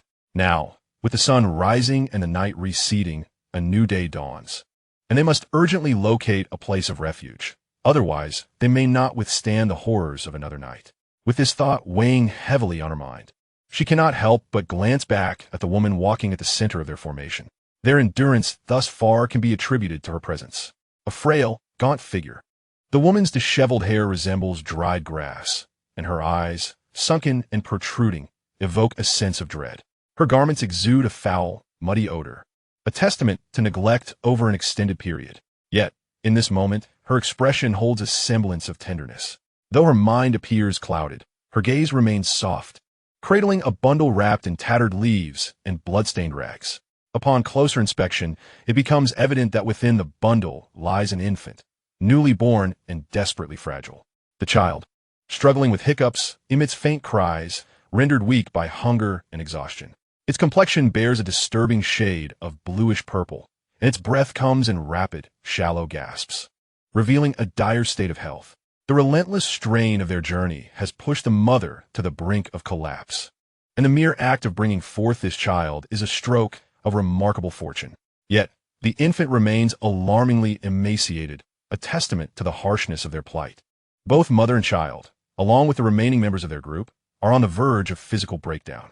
Some suffer from severe edema in their limbs, while others have eyes swollen to mere slits, fingers so thin that only bone remains, with skin stretched taut over their skeletal forms. Their appearance is a tragic reflection of their suffering, and their continued existence relies solely on an indomitable willpower of unknown origin. As they tread through the muddy terrain, the sound of their footsteps creates a soft rustling. Citra leads the way, weary yet resolute, using her staff to measure the earth and determine their path. She is a level 11 novice mage. At that moment, she suddenly heard a disturbance not far away, immediately becoming alert, her eyes faintly tinged with a hint of red. Yet, in their current state, what means of defense could they possibly muster? Regardless of what they faced, they could only accept their fate, devoid of any capacity for resistance. To perish in such a manner might indeed be a fitting end. Though her heart was steeped in profound sorrow, Stella summoned her resolve to confront the impending peril. Among the group was a newborn child, merely a day old. It was essential to make an attempt. As these thoughts crossed her mind, she contemplated that perhaps this time they would meet their ultimate demise. Such a fate seemed acceptable. In this world, ordinary individuals possessed no genuine chance of survival. Even as they struggled to exist like wild grass and insects, they remained vulnerable to any lurking danger that could extinguish their lives with ease. Just then, the shrill call of a little star chicken erupted from the nearby thicket. The creature, fluffy and small, resembled a modest toy. The chicken and Stella exchanged curious glances for a while. Suddenly, as if it had come to a realization, the little star chicken let out a sharp cry and flapped its tiny wings, hastily retreating towards safety, finally aware that it had strayed too far from its secure haven. Once joyfully exploring its surroundings, the little star chicken was now in a state of panic, flapping its wings without gaining much altitude, yet it darted in a frantic direction. That direction led toward the domain of the green tree spirits, where the territory of the landlord lay. In a moment of dazed disbelief, Stella shouted, raising her swollen legs in pursuit of the chicken, urging everyone to follow, for there might be a lord nearby. The mention of a lord sparked a flicker of hope in the once listless villagers, who turned their gazes toward the little star chicken. A spark of survival instinct ignited in their sunken eyes as they began to move forward with their bluish, somewhat decayed legs, chasing after the chicken that had ventured into the forest. As they raced onward, Stella noticed in the distance the presence of the green tree spirits. Oh heavens! What a terrifying existence that was. They were racing toward death. Yet she remained silent, gritting her teeth and pressing on, with death looming ever closer. It mattered little where they met their end. Their only glimmer of hope lay with that clearly domesticated chicken. It was far better to pursue hope in death than to advance toward oblivion. However, as they ventured into the territory of the green tree spirits, Stella, expecting an attack, was astonished to find that nothing occurred. As the little star chicken glanced back, it noticed a group of individuals trailing closely behind, their presence inciting a flicker of panic within. Consequently, its cries grew more fervent. Meanwhile, Xuanhe remained preoccupied with his moonwell. After the dilapidated land deed fully merged, the expanse of the courtyard expanded by an additional 100 square meters, revealing a new structure, the moonwell. This well, crafted from an ancient silvery mineral, bore intricate patterns with its mouth elevated above the ground. The water shimmered with a ghostly silver luminescence, and ethereal particles floated upon its surface, reminiscent of moonlight, imparting a gentle chill to those who approached. Even during daylight, a glance into the well would reveal what appeared to be a reflection of the moon. However, upon closer inspection, it became evident that this was merely an optical illusion of the lunar phases. Xuanhe, while responding to messages in his handbook, perused the details of the moon well, which surprised him. Moon well, typically concealed deep within ancient forests or surrounded by mountains. It often resonates naturally with lunar trajectories, enhanced full moon effects. A spellcaster who drinks from its waters may temporarily elevate their mental acuity and restore magical energy. Luminescent flora, such as evening primrose and silver ferns, flourish around the well, with the overall glow peaking during the full moon, attracting the arrival of special races of elves. Could the moon well truly attract elves? He pondered what these beings might resemble in this world. The information regarding the land deed was updated once more, prompting him to glance at the private channel. This recent setback seemed to have dampened the spirits of the group, who now lamented their plight, appearing utterly drained of energy. Zhang, I can't hold on any longer. The dolls I painstakingly crafted perished by more than half last night, and all the Traians have revived. I truly don't know what to do. Even with the land deed upgraded, it's still unbearable. Ren Xingxing, the whites are terrifying. It's unimaginable how people survive in this world. Zhang Miao, do any of you have cocoon iron? I can offer a high price in exchange.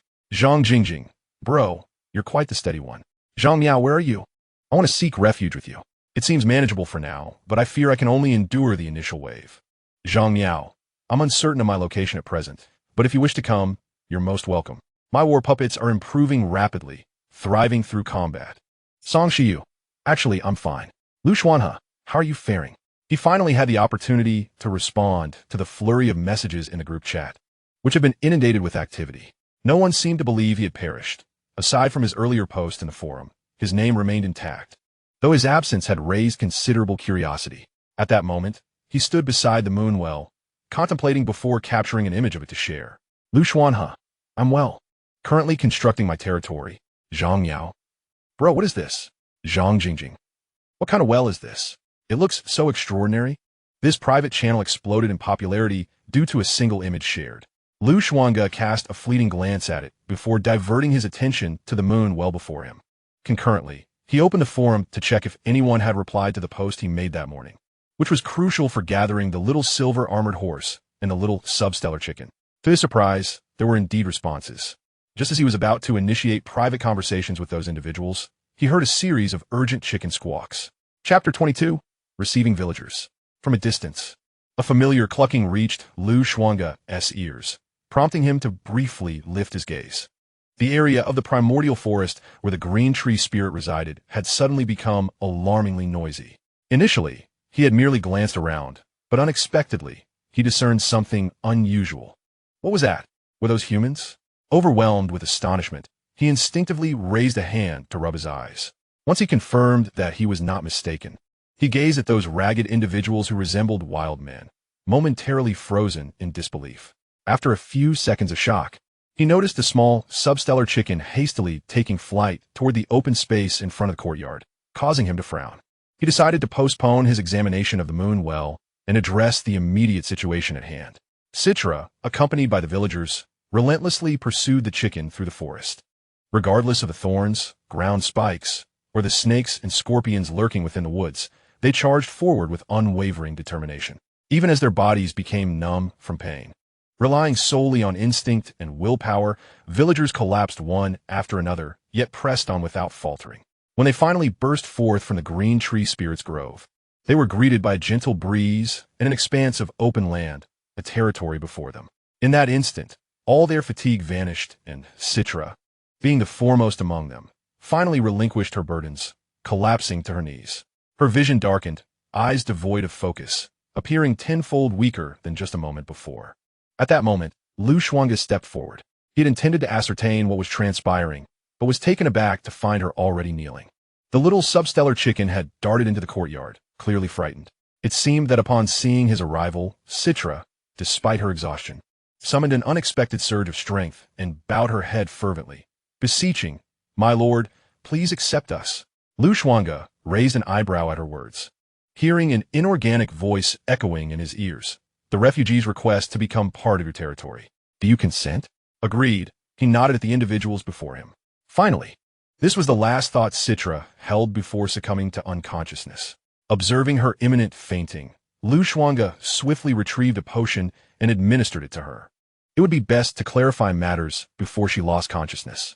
This potion is a product crafted by Xuanhe, reasonably priced and quite effective. Thus it enjoys popularity in the trading market. Yesterday, Xuanhe generously distributed a small vial to each member of the group, which proved to be fortuitously useful. After consuming the potion, Citra felt a warm surge within her body. The bleeding from her wounds ceased, and she regained consciousness. Ashamed, she gazed at the precious vial she had consumed, propping herself up with her staff while still kneeling on the ground.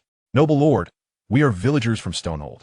Having encountered the mists, we fled in search of survival, journeying into this vast forest, ultimately finding our way here, following your beloved pet."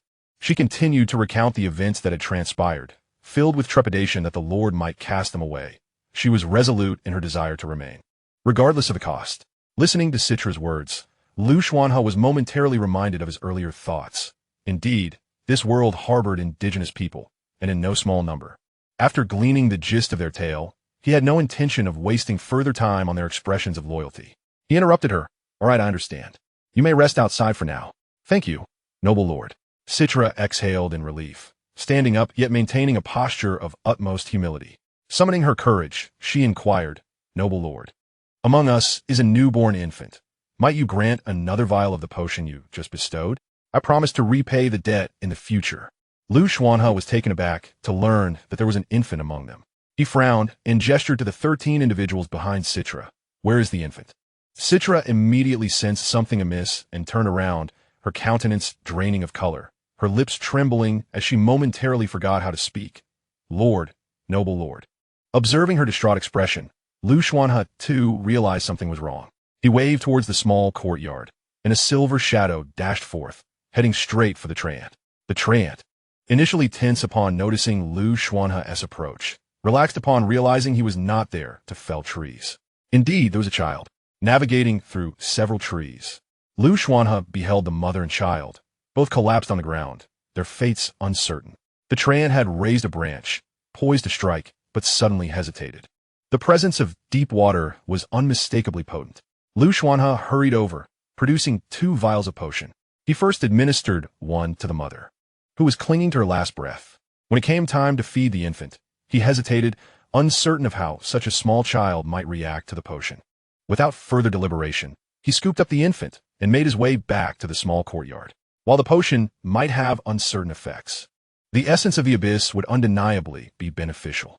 "Please check if there are any other individuals in the forest. If there are, bring them over," he instructed, tossing several vials to Stella. After administering the essence of the abyss to the infant, the child, who had been clinging to life, was miraculously revived.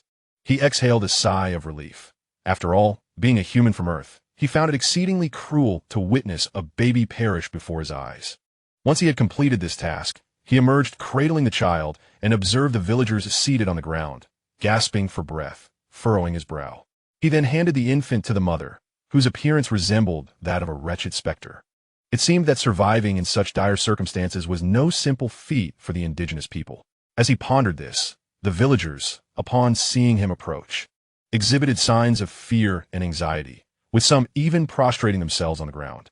Only a woman, who had a wooden staff beside her, approached him and knelt, inquiring, "My lord, is there anything you require of us?" Xuanhe struggled to maintain his composure. Given their current state, it was astonishing that they were still thinking of work. He shook his head. "You should rest well for now. There are indeed tasks to be done, but there is no immediate urgency." There were pressing matters at hand. The submerged mountain had been confirmed as a true vein of ore. Initially, he had contemplated how to extract it, but now, these villagers appeared to be the most suitable miners. However, ensuring their safety underwater would require careful consideration. Regardless, This mineral vein must be excavated to provide ample resources for his territory, including ores and metallurgical materials. Many items in the workshop remained uncrafted due to a lack of essential minerals, which were prohibitively expensive in the trading market. Upon hearing Xuanhe's words, Stella and the other villagers initially displayed confusion, followed by a sense of relief. "Very well, my lord. I shall gather some grass for the other villagers to eat, and then we can construct some shelters in this open space. What do you think?" Xuanhe nodded, but suddenly recalled something. He retrieved several dried fish from the shelf in the courtyard and tossed them to Stella. "You can also have some fish." Disregarding the astonished gazes that followed him, he made his way to a nearby tree stump by the moonwell and opened the survival manual. Chapter 23, Land Development. Private Channel Group Chat. Zhang Jingjing, Xuanhe, why have you suddenly gone silent? Shall I come to join you, brother? I just consulted some professionals, and it turns out this is the legendary special structure, the moonwell, which can upgrade alongside the territory and has countless uses. Where did you acquire it? Zhang Miao, that seems a bit exaggerated. I previously thought this brother would meet his demise, given the perilous surroundings, but I didn't expect him to be the fastest to level up in our group. Quite impressive. After swiftly navigating through some messages, Xuanhe selectively responded to a few before opening the forum. However, upon this occasion, he discovered something rather unusual. Although his notification count had always been somewhat high, it now seemed excessively overwhelming. What could have transpired? Upon accessing the main section, he indeed found something extraordinary. The images he had posted of the moon well were flooding the forum, and the most popular thread suggested that the moon well attracted fairies, which ignited a fervor in public opinion. He felt a tinge of displeasure upon seeing this. Yet, upon delving into the thread, his mild discontent dissipated. The poster turned out to be a master builder, and he immediately recognized the architectural style. Furthermore, the individual privately messaged him with a guide on how to utilize the moonwell. Grateful for this, he accepted the person's friend request. Subsequently, he reached out to those who had mentioned the Yulon grass, bean seeds, and ash grass, but received no replies. He wasn't too concerned, as everyone was undoubtedly preoccupied. Though he had moved past the novice stage, greater challenges awaited these earth dwellers. After perusing the forum for a while longer, he noticed that other areas were gradually seeing an influx of refugees. It seemed that in this world, the existence of land deeds automatically attracted people. This was likely due to some earth dwellers starting closer to communal living areas, a fortunate coincidence in his case. After reviewing all the new information from the day, he decided to prepare for tonight's defenses. Ordinarily, this would not have been so complicated, but now that he had received this batch of refugees, it was imperative to manage the situation well to prevent anyone from perishing upon arrival. The sun cast its rays upon the Lan Song River, making the dark current shimmer with light. Numerous wild plants thrived nearby, untouched by him. At this moment, the villagers outside were foraging for wild vegetables, appearing to be in much better spirits. Their survival skills were fully developed, allowing them to dig pits and start fires in such a short time. Some had even begun crafting additional tools for survival. However, lacking pots, they primarily cooked their food on stones, which was still a commendable achievement. Xuanhe stood in the yard, observing them with a hint of curiosity. Had he not seen these villagers consuming the grass that was abundant around them, he would never have known it was edible. Driven by his curiosity, he inquired, only to receive the response that all grasses were consumable. This implied that even things deemed inedible must also be edible. Watching them relish the wild vegetables seemed to evoke a sense of enjoyment. This piqued Xuanhe's curiosity about what the outside world truly resembled. Yet for the time being, he resolved to focus on developing this area. It would be most advantageous to establish an underwater base, for his innate talents truly flourish beneath the waves, and in the future, authentic territories shall be constructed in the depths of the ocean. At present, it is the afternoon with the sun shining brightly. The villagers are exceedingly joyful, their rugged, swollen faces adorned with smiles, especially when they feast upon fish. Although the flesh of the fish is rather pungent, it is, after all, sustenance. Life has improved considerably, as they finally have a lord willing to take them in. At this moment, Xuanhe is also having his lunch. Yet again, it is the roasted fish. After a short while, he feels a wave of nausea and can no longer endure it. Thus, he decides to venture to the sunken area for some water, barely managing to quell his hunger. Given the deplorable quality of life, he gazes at the 19 villagers who were rescued, his eyes reflecting a flicker of hope. And he cannot help but inquire, what skills do you possess? Upon hearing this, the 19 individuals immediately set aside their food, rising to their feet. Their initial hesitance now transformed into a more palpable shyness. Citra understands that ordinary folk often struggle to speak in the presence of a lord, much like the current situation. Though she too feels a twinge of anxiety, she recognizes the necessity of stepping forward. Thus, she is the first to respond, her tone imbued with utmost respect. My lord, I'm mage. There are 11 farmers, 3 hunters, 1 skilled weaver, a blacksmith, a chef, and a carpenter. Xuanhe is taken aback by this revelation, as it surpasses his expectations. After all, individuals with a craft are exceedingly rare. However, upon observing these people's demeanor, he realizes that perhaps it is only those with some measure of skill who have survived this ordeal. This is indeed fortuitous. After all, reaching a place like mine amidst such turmoil is no small feat for a refugee. Contemplating this, he nods and reflects. Your name is Citra, correct? Please elaborate on the capabilities of your companions. Noticing that she has finished her meal, he inquires further. Citra, devoid of any ulterior motives, recounts every detail. Subsequently, after their meal, the farmers volunteer to cultivate the land. Initially, Xuanhe intends to refuse their offer, but the determination in their eyes compels him to acquiesce. They do not fear toil, rather, they dread idleness. Thus, after merely 1 or 2 hours of rest, each individual commences to seek out tasks suited to their abilities. Even the mother, cradling her child, places the little one in the shade before foraging for plants suitable for weaving. She appears quite experienced in this endeavor, though her fear of the treants prevents her from venturing into the primordial forest. Nevertheless, she thoroughly explores the open area, showcasing her remarkable resilience as a mother. Citra gazed at the villagers who had begun to stir, a smile gracing her lips as she wiped the sweat from her brow. With her violet eyes fixed upon Xuanhe's shoes, she implored, My lord, could you bestow upon us a modicum of the precious ash derived from sacred fire? The surrounding area is rife with green tree spirits, rendering the trees unsuitable for our needs. We must venture outside to fell timber for the construction of our homes. During my passage, I came across a splendid grove, and the ash would serve as a safeguard while we dwell within the forest. Xuanhe was taken aback by this revelation, nodding in acknowledgement and instructing someone to retrieve it from the stone pit in the courtyard. Citra darted inside and emerged shortly thereafter, her head bowed as she timidly asked, My lord, may I take a bit more of the precious ash? If scattered upon this land, it will deter the worms, allowing us to cultivate the soil for wheat and other crops. His astonishment grew at the notion that ash could wield such power. Indeed, my lord, she confirmed, the ash provides fertile nourishment for crops. When spread periodically, it keeps the white worms at bay. Citra did not find it surprising that the lord was unaware of this, as it was expected that he knew little of such matters. In that instant, Xuanhe comprehended her words. He pondered briefly, casting his gaze toward the 2 rudimentary plots of farmland in the courtyard.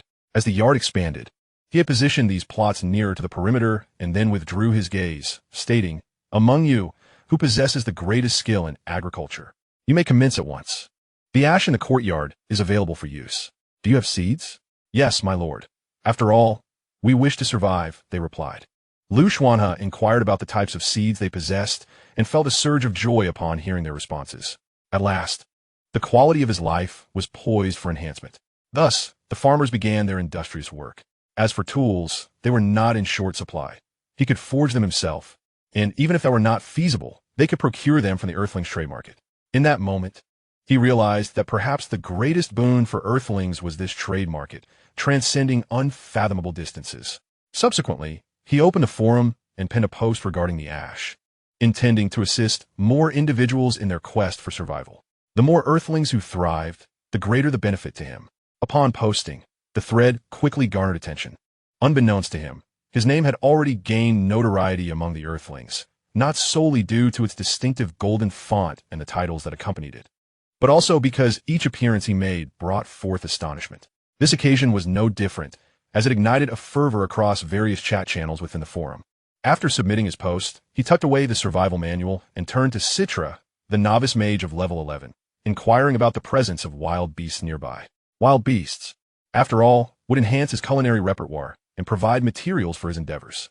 However, it is indeed peculiar that no medium-sized beasts have been sighted in the vicinity. Chapter 24. The Sudden News. Xuanhe learned from Citra that in areas inhabited by tree spirits, other forest creatures are seldom found. Furthermore, this region is typically avoided by beasts possessing a keen sense of danger, making the pursuit of wildlife within a short distance quite a challenging endeavor. To truly locate a herd of beasts, one might need to journey for 2 hours. Upon hearing this, he decisively abandoned the idea, considering a round trip of 4 hours. It would be too late for him to set out now.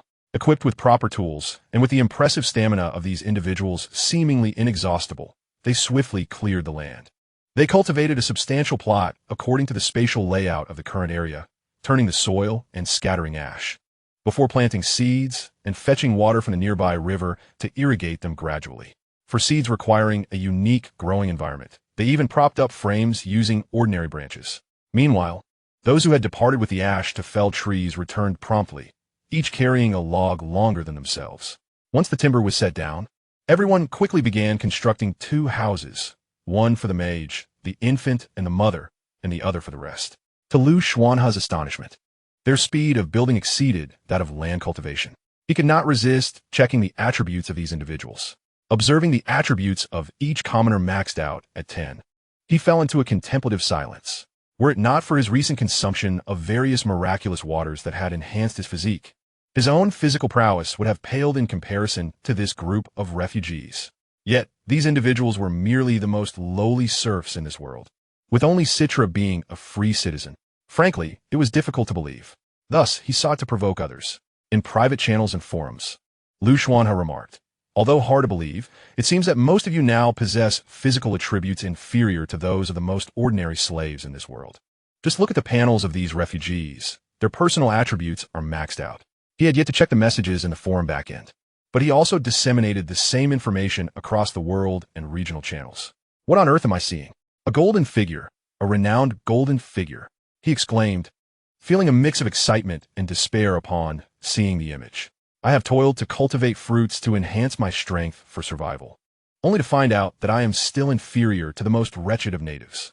Cries in despair. On a brighter note, there remains ample room for improvement. I have also welcomed some refugees, and their strength is truly astonishing. I find myself completely outclassed, and I must strive harder, lest I fear serf uprising. Do not be afraid. My land deed has already been seized by a native. Upon hearing this, Xuanhe, who had been merely observing, could not help but join the discussion. "Xuanhe, what does it mean? How was your land deed taken from you?" They held a knife to my throat, forcing me to erase my name and inscribe his. Now I am a slave. If it weren't for the survival manual being bound solely to me, leaving others oblivious to my situation, I wouldn't even be able to retain this item. How terrifying it is. How can one possibly navigate this? On one hand, I must guard against the lurking dark creatures, while on the other, I must be wary of ambushes from the indigenous people. And then there's that golden named Lu, who speaks of the natural fog. Who could possibly survive in such conditions? Is this for real? Don't frighten me. Initially, I had hoped to recruit some locals for assistance based on the news I received. It was only through what he said that I learned land deeds could be seized, absorbed, or forcibly erased. So where should we store the land deed?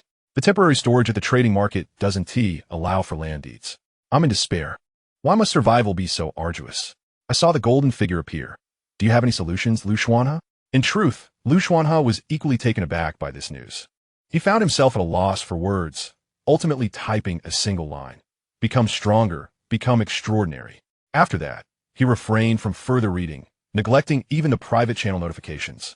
The information he received had caught him completely off guard, leaving his mind in turmoil, with emotions churning within him.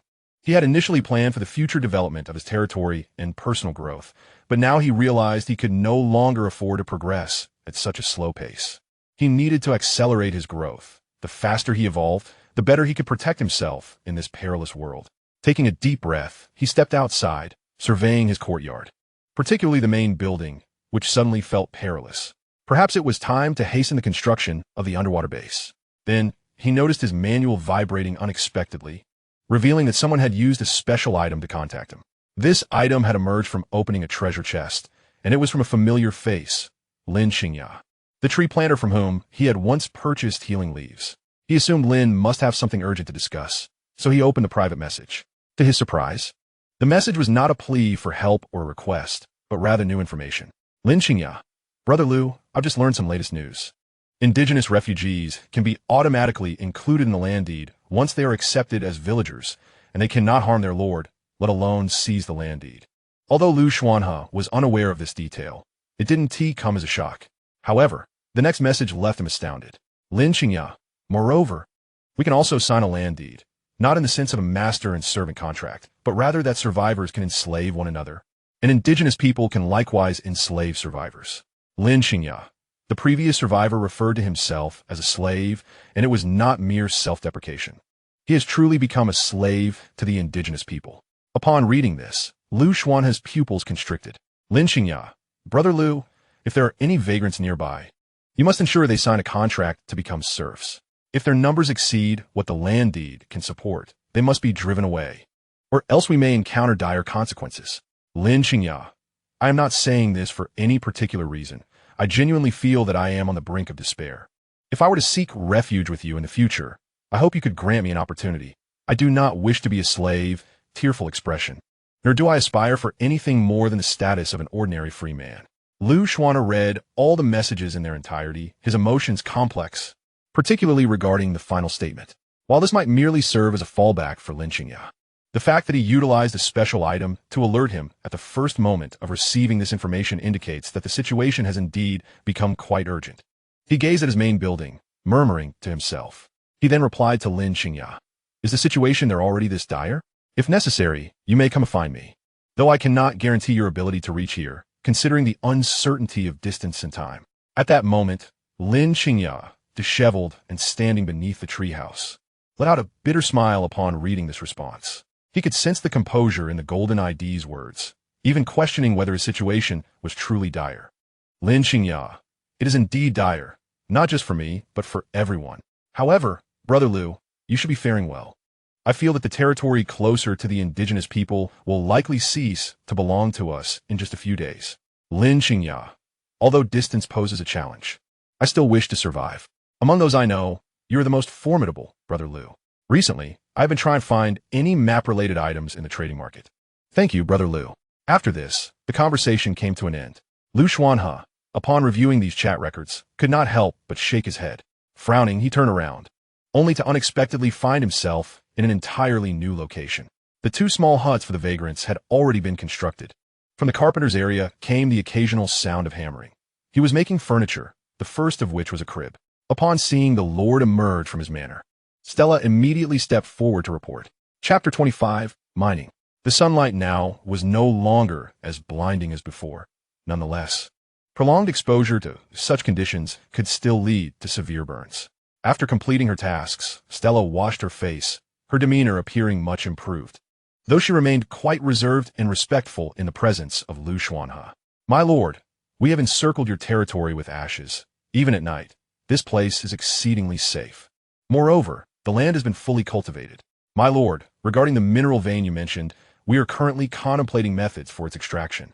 However, the underwater environment poses certain dangers, and the strength of the charcoal below water is considerably diminished compared to that on land, which may result in some complications. There is no need for concern about this matter. Lu Xuanhe suddenly beckoned towards the Lan Tsang River, and under the sunlight, a deep blue octopus emerged from the depths. With this creature present, only traces remained at the underwater mine, as other aquatic monsters dared not approach. After revealing this information, Stella lowered her head even further, her demeanor one of utmost respect. I humbly obey your command, my lord, she stated with a tone of reverence. He nodded, observing as the carpenter completed the cradle. He approached and inquired, what will you craft next? The carpenter, startled, stammered in response, my lord, I will be crafting furniture next, particularly wooden barrels. Those simple barrels are prone to decay and are impractical for irrigating the fields. Additionally, I will create wooden pulleys for easier transportation of timber, as carrying them back is excessively slow and wastes time. I also need to construct a wooden bridge to facilitate access to the underwater mine. Upon hearing the urgency of these matters, Lu Xuanhe had initially planned to request a complete set of furniture to enhance his quality of life.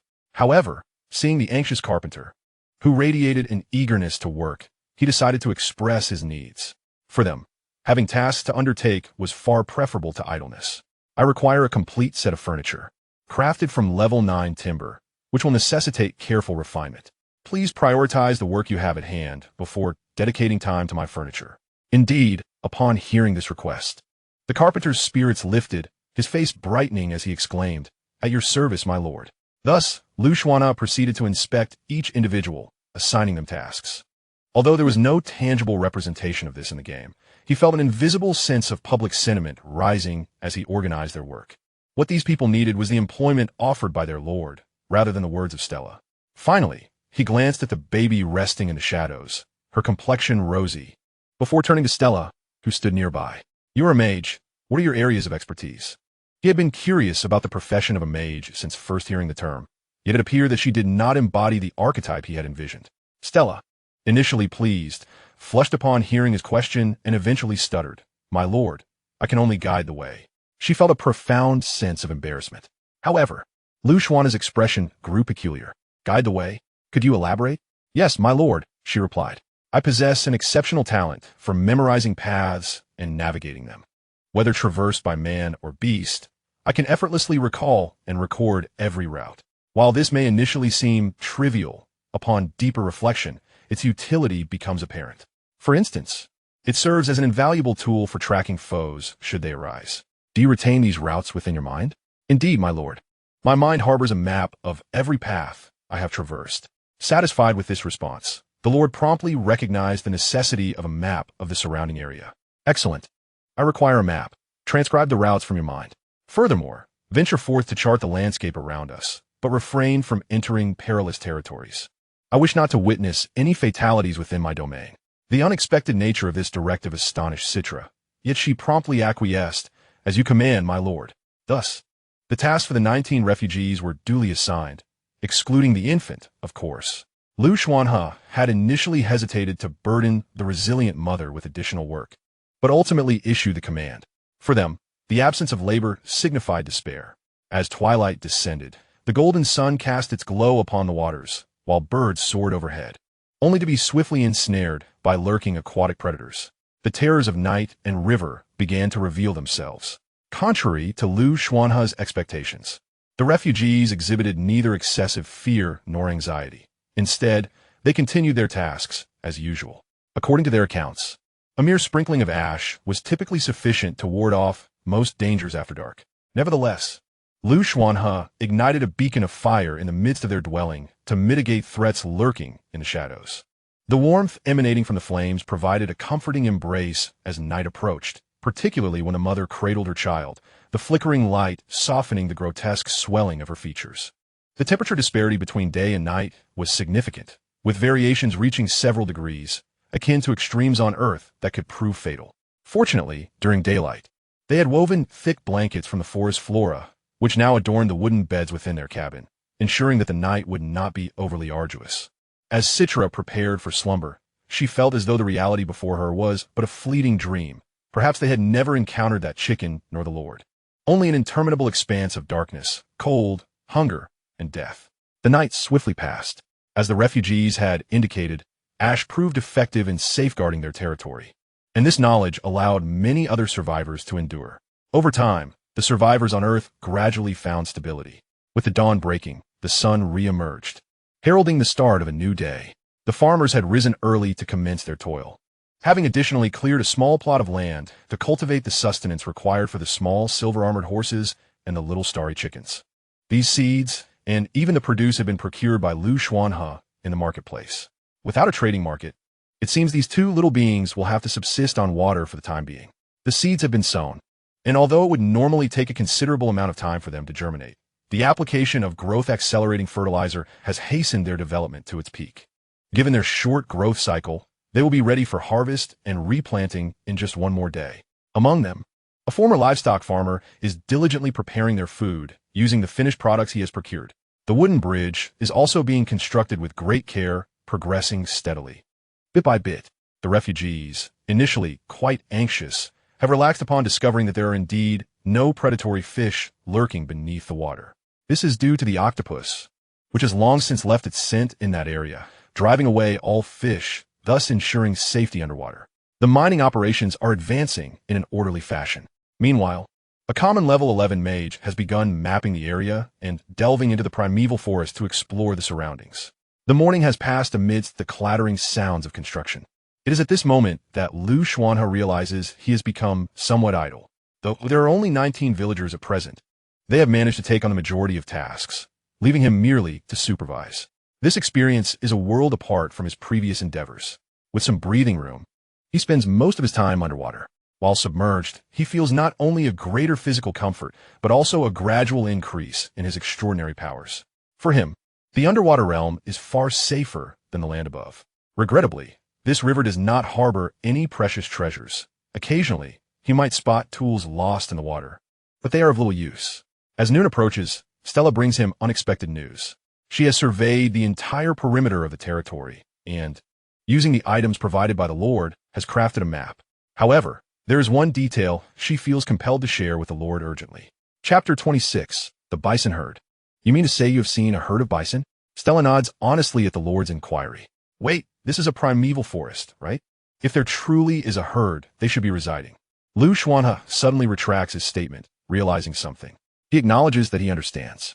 After all, he had specifically asked Stella to help him find traces of wildlife, and now he has received accurate information, which is indeed valuable.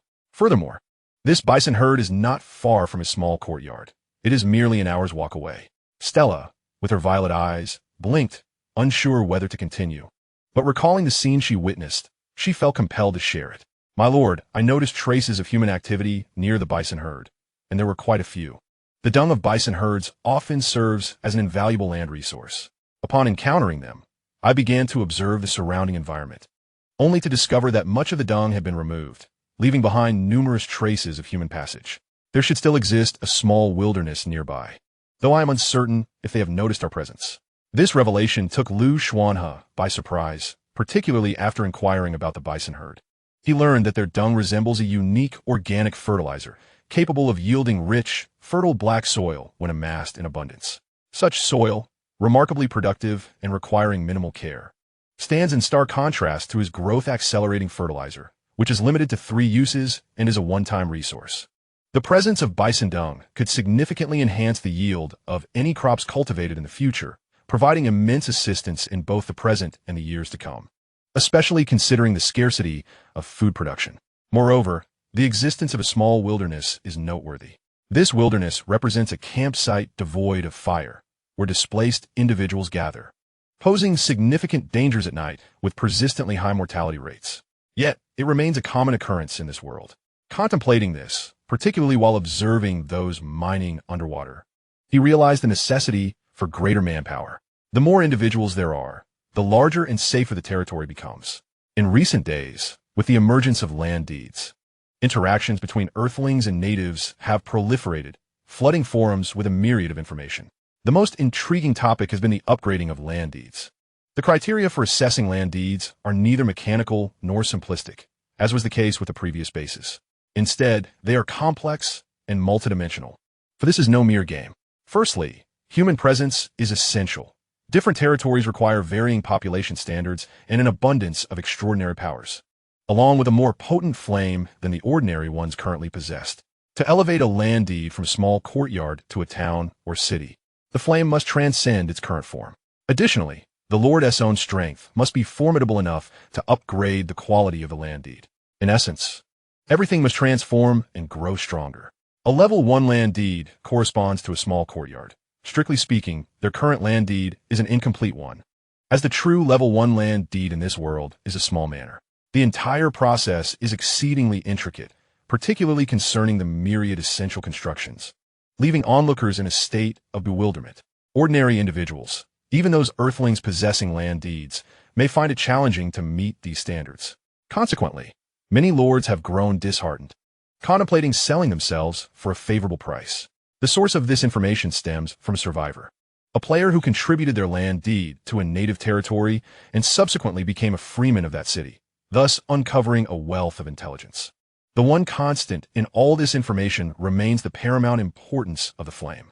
According to this Earthling, in the city he inhabits, a spark has nearly taken the form of a crimson bird, hovering at the forefront of the street, providing shelter to the city's inhabitants. Upon hearing this news, Xuanhe felt the weight of his burdens intensify. He could not find a moment's respite. However, It is said that even such a formidable city cannot shield every corner. The vulnerable are often the first to be forsaken or meet their demise through various misfortunes. The Forum has already witnessed an array of astonishing occurrences. He wished to avoid having any of these events transpire in his own life, compelling him to grow ever stronger.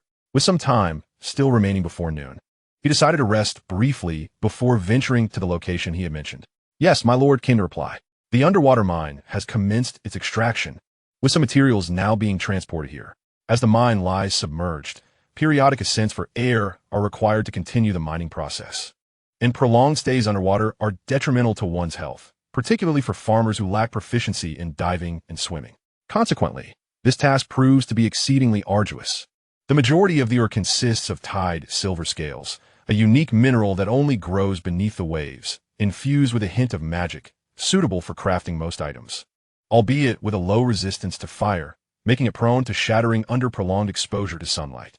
Its overall appearance is characterized by a silver-white base with layered, thin, scale-like formations, their surfaces tightly arranged like fish scales, with edges shimmering in gentle waves of light. Currently, these farmers are not truly mining. Rather, they are merely collecting the scattered tide, silver scales found alongside the mine.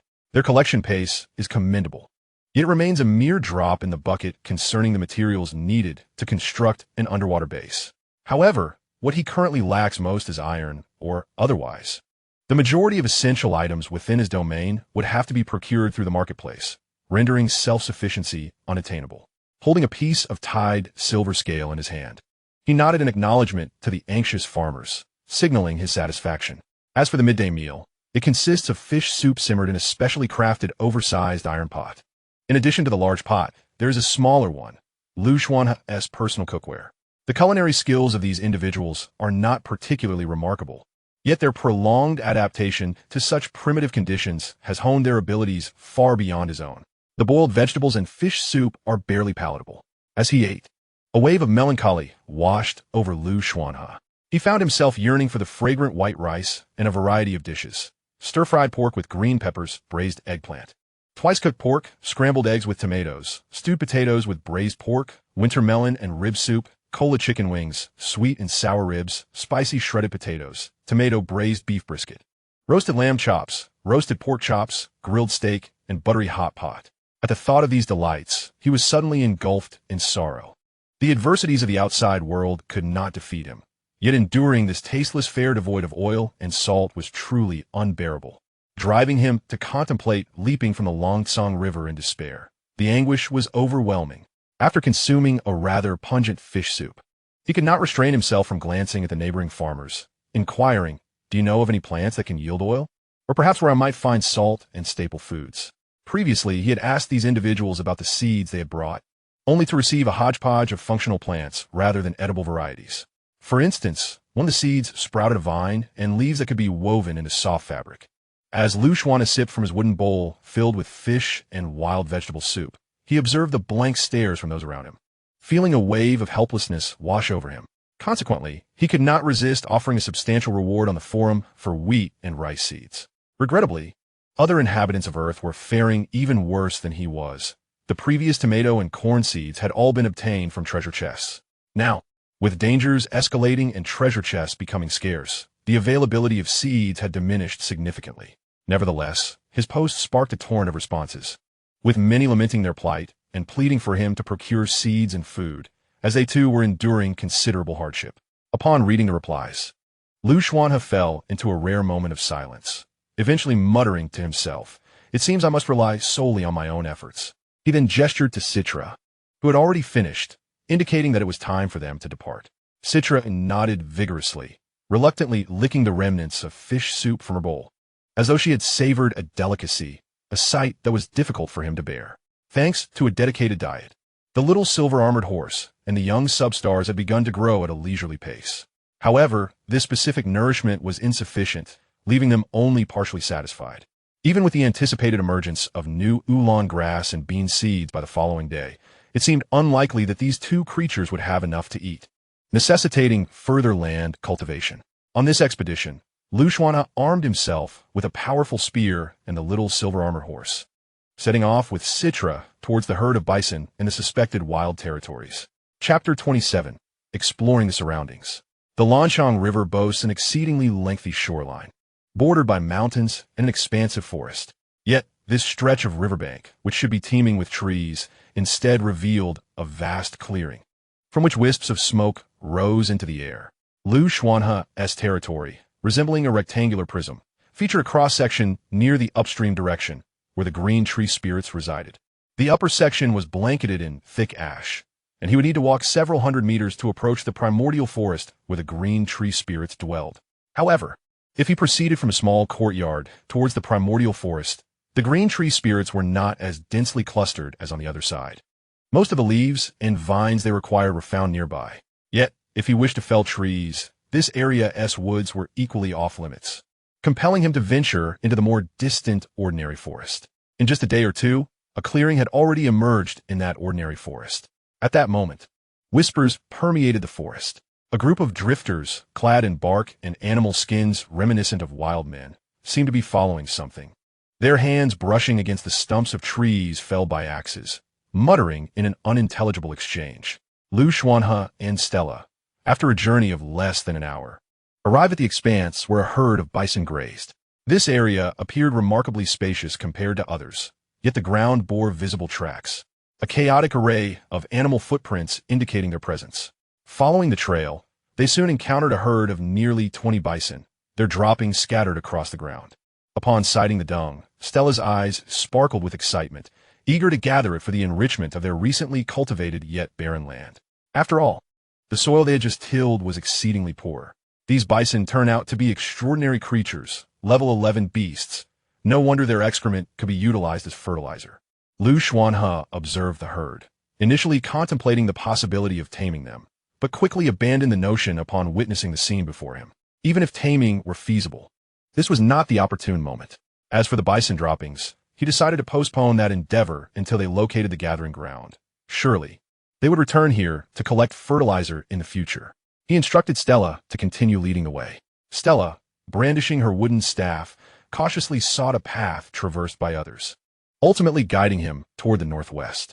As they ventured in that direction, Xuanhe noticed an increase in signs of wild beasts and smaller animals, the area resembling a primeval forest more than any other. Suddenly, a green serpent lunged from the trees, aiming for Xuanhe's neck. His reflexes were swifter than the serpent's strike, wielding not the cumbersome spear unsuitable for the forest, but a steel sword procured from the marketplace. With a swift motion, he cleaved the snake, which was as thick as a human arm, in two, his foot pressing down on its head. However, this action did not resolve the situation. Instead, hissing sounds echoed from all directions. A mere glance upward revealed serpents coiling around the treetops. This sight prompted a frown from him, and Stella, in a flurry, scattered ash around them, apologizing, "I am so sorry, my lord. I forgot that your extraordinary presence might alert the beasts of the forest. By spreading this ash, the allure should diminish significantly. As long as they are not large predators, they should refrain from attacking you." Stella appeared quite flustered, her violet eyes reflecting a deep sense of regret. Nevertheless, Xuanhe had no time to dwell on her distress, for a silvery shadow darted past him with a swift whoosh. A pair of crimson eyes circled behind the massive tree. A colossal python, cold and calculating, was fixated on them. After the small silver-armored horse dashed past, though its physique remained youthful, its presence was remarkably imposing, exuding an aura of combat readiness. The giant python fixed its serpentine gaze upon it, subsequently coiling languidly atop another towering tree, closing its eyes. With a click, Xuanhe captured this scene and uploaded it to a forum, inquiring about its nature before continuing his journey. Post 3, Lugu, that is a green bamboo python. While it appears quite massive, it is merely an ordinary python, not nearly as formidable as the green tree spirit, and is exceedingly timid. A stronger presence would easily send it fleeing, posing little threat beyond its eyes. Post 7, wait. I am quite curious about that silver little horse. It looks so charming. Lugu, don't tell me you've begun raising horses after just a few days. Surely not. Post 15, it seems so. Didn't Lugu inquire about several seeds of special plants previously? Later, I consulted with an expert who informed me that those are specifically for feeding horses, and only for special breeds.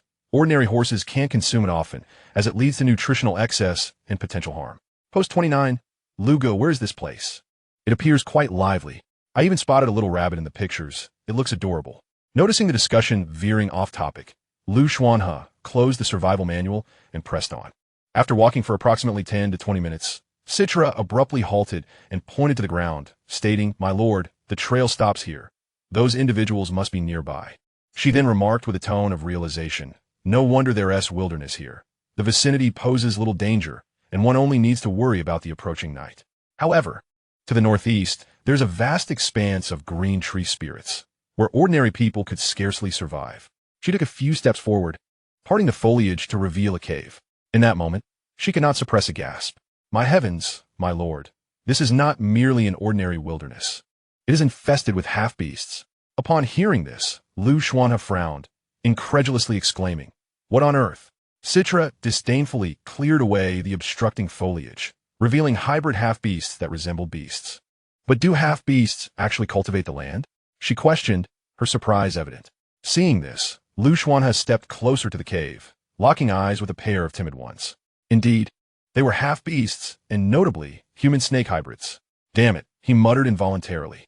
Although he had encountered numerous related games on Earth, the actual presence of snake people made him instinctively take a step back. This was somewhat unsettling, especially within the dim confines of the cave, where a multitude of snake people huddled together. Any ordinary person would be utterly terrified at first glance. Even Xuanhe, who believed his psychological fortitude to be formidable, could not maintain his composure. Was this truly a half-snake being? Citra exhibited a hint of disdain, but nodded slightly. "They are of no use, my lord, and possess very little intelligence, resembling beasts. Among 100, you would be hard-pressed to find a single normal one. In any realm, half-orcs dwell at the very bottom of the hierarchy." She emphasized this point. "Haven't they taken the bison dung? Where's the land that has been cultivated?" Hastily, Citra circled around to observe and ultimately shook her head. There was no land. Who could fathom what these half-orcs intended with the bison dung? However, Xuanhe felt differently. He was indeed unaware of the circumstances surrounding the half-orcs in this world. Yet, he possessed keen observation skills. Once the initial shock subsided, he scrutinized the cave, noting its unusual cleanliness, as if it were tidied daily.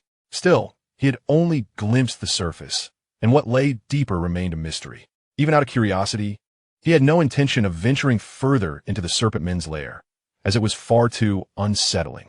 Since they had spotted the serpent men, it was certain that the serpent men had also seen them. Consequently, the few serpent men he had glimpsed quickly retreated, and strange rustling sounds emanated from within. Xuanhe hesitated, having already inquired among other survivors about any news regarding the half-orcs. The only tidbit he received was from a free man who had surrendered his land deed, claiming to have encountered half-orcs. Just then, he noticed a human emerging from the damp cave, more accurately, crawling out. Chapter 28. The Serpent Men's Allegiance. The cave was dim and slightly humid.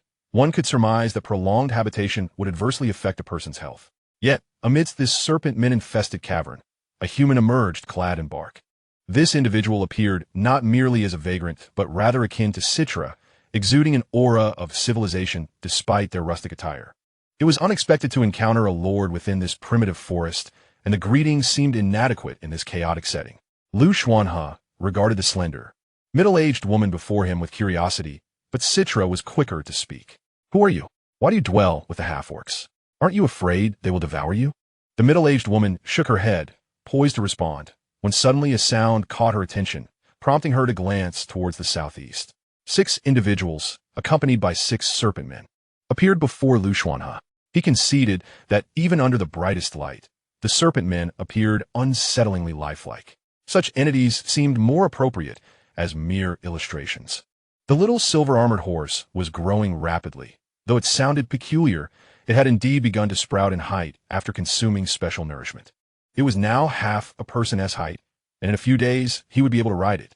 At this moment, the young stallion stood poised, gazing intently at the recently returned wildlings, its silver luminescence transforming into a gleaming armor-like sheen upon its form, as though it were ready to charge at the slightest provocation. One could only ponder how such a fierce temperament had been nurtured. A middle-aged woman hastily stepped forward to intercept them, declaring, "This is a noble lord. Do not act with such insolence. In the true world, Individuals of your kind would lack even the privilege of appearing before a lord. Hearing this, Xuanhe felt a twinge of discomfort. Yet recognizing their benign intent, he refrained from drawing the weapon he had initially intended to display, instead storing it away in a temporary repository. What place is this? His curiosity ultimately got the better of him, prompting his inquiry. The middle-aged woman, noticing his intrigue, invited them into the cave, intending to provide a thorough explanation. Citra, though reluctant to enter, suppressed her discontent at the sight of the lordess nod and bent down to enter the cavern. The cave expanded in width from the entrance to the depths, culminating in a breathtaking expanse. It was then that they finally discerned the purpose of the buffalo dome. These serpent beings and humans were cultivating mushrooms within the cave, some of which were astonishingly large and bioluminescent. The ground was lined with orderly rows of planting boxes, predominantly filled with mushrooms, alongside various vine-like growths, all arranged with remarkable neatness and cleanliness. At the center, a bonfire blazed brightly. Though lacking traditional kindling, the fire was fueled by what appeared to be high-grade timber. Impressively well-managed. The serpent folk seemed acutely aware of their unpopularity, retreating into the shadows and occasionally emitting unsettling rustling sounds that sent shivers down one's spine. The middle-aged woman, named Amira, was a botanist who had ventured into this vast forest long ago to conduct research. She later encountered the serpent people and gradually integrated into their community, also crossing paths with other refugees who, having nowhere else to go, settled alongside them. Life had been arduous until the discovery of the buffalo herd significantly reduced the occurrences of starvation. Although the nights remained terrifying, the days provided a semblance of survival. This particular group of serpent folk numbered nearly 100. Upon hearing this figure, Xuanhe found it hard to believe. Pondering how such a small area could sustain so many serpent beings, it seemed rather exaggerated. However, he chose not to pry further into their affairs, respecting their privacy. Having shared their circumstances and those of the serpent folk, Amira gazed earnestly at Xuanhe and remarked, "It is rare to encounter a lord such as yourself in this forest. It is truly astonishing. May I inquire if I might join your domain?" Wait, was there something amiss with this situation? Listening to the preceding dialogue, he initially presumed this to be a tale of humanity rescuing half-beasts. However, it now appeared he had misinterpreted the situation.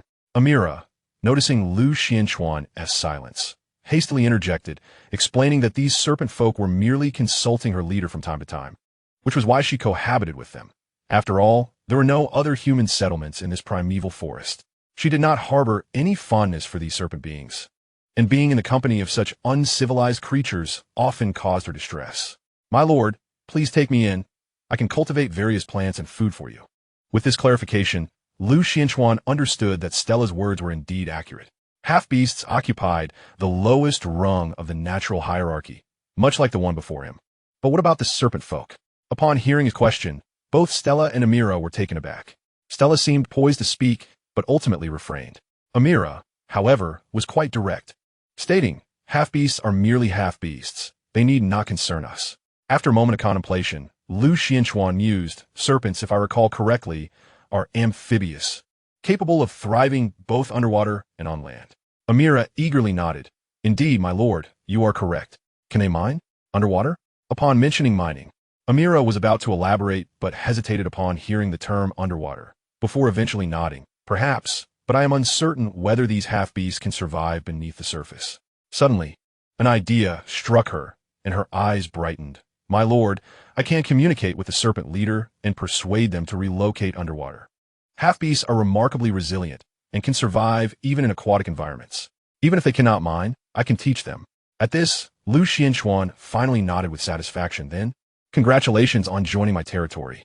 However, my domain is merely in its infancy. You must be prepared for what lies ahead." Amira was unfazed, displaying immense excitement as a hint of color bloomed on her pale face. Even the most inexperienced lord possesses the spark of potential and the deed to land. She was elated to no longer be confined to this cavern, living amidst a throng of half-beasts. For her, this was the greatest gift. "My lord, you may leave now. I will instruct these serpent folk to carry the planting boxes outside." Her invitation for Xuanhe to enter was primarily to showcase these planting boxes, without any leverage. How could she join his territory?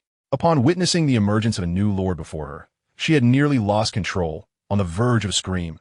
Such exhilaration was overwhelming. After enduring for so long, she could finally escape this wretched, primitive existence. Lu Xianquan exited the cave. The afternoon had already slipped away, and it was time to embark on the journey homeward. Chapter 29, The Underwater Plan. This place resembles an ordinary forest teeming with wildlife. Lu Xuanhe was in no hurry to return. Instead, he hunted a few rabbits and wild chickens. As he gazed at the wild fowl and hares in his grasp, he mused that he could finally enjoy a different fare. Although devoid of salt and oil, the roasted meat would surely lack the exquisite taste found on Earth. Yet it was a welcome change from fish. As for the quality of his future meals, he could only gradually seek out more sustenance. The addition of spices and salt would be a delightful enhancement. He ventured ahead with a silver full, while the others lagged behind, necessitating a slow pace. After all, the serpent folk had never ventured this far from their territory, anxious about potential repercussions upon arrival. Thus, it was imperative to prepare everything in advance.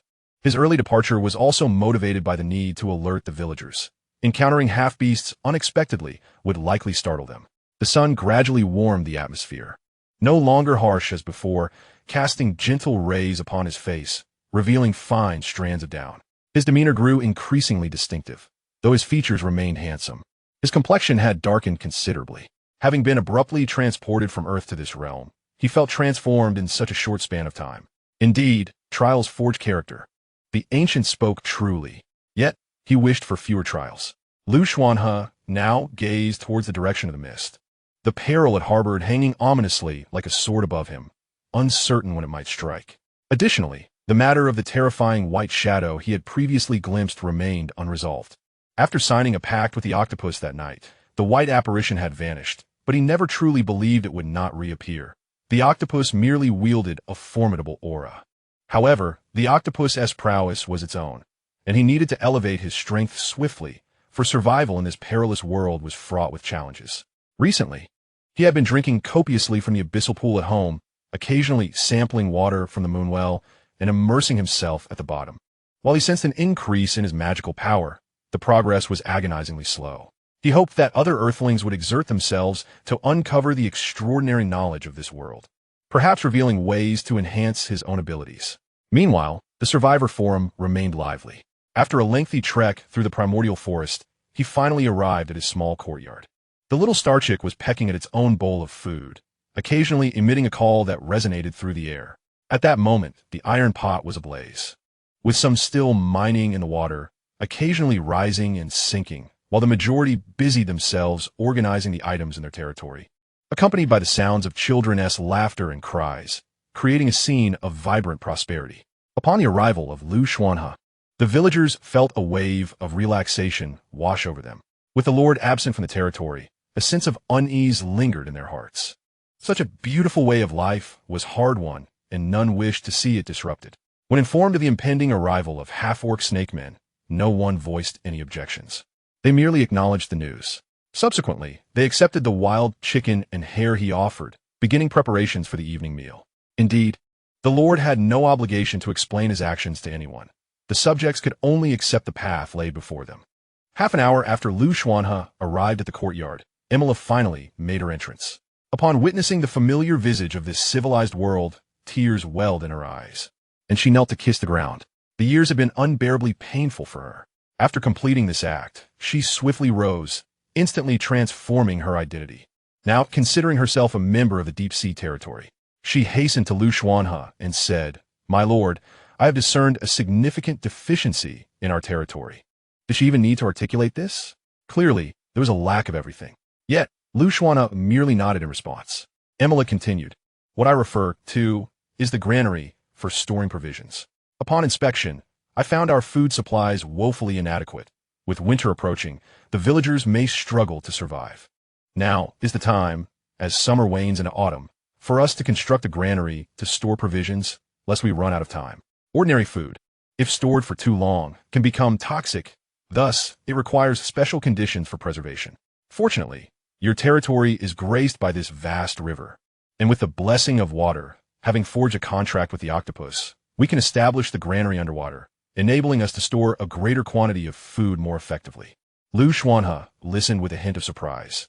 This was not the discourse of a mere botanist, but rather that of a steward well-versed in the management of a territory. However, recalling that this botanist had successfully overseen 100 snake men for an indeterminate time, he pondered whether her arrival might swiftly rectify certain deficiencies within the territory. "I already have plans in place," he replied, "but I require a substantial quantity to construct the base underwater. You might consider how to assign tasks to the snake men that align with their capabilities." Noticing his response, Imola tempered her earlier excitement and bowed, offering praise. "Indeed, my lord.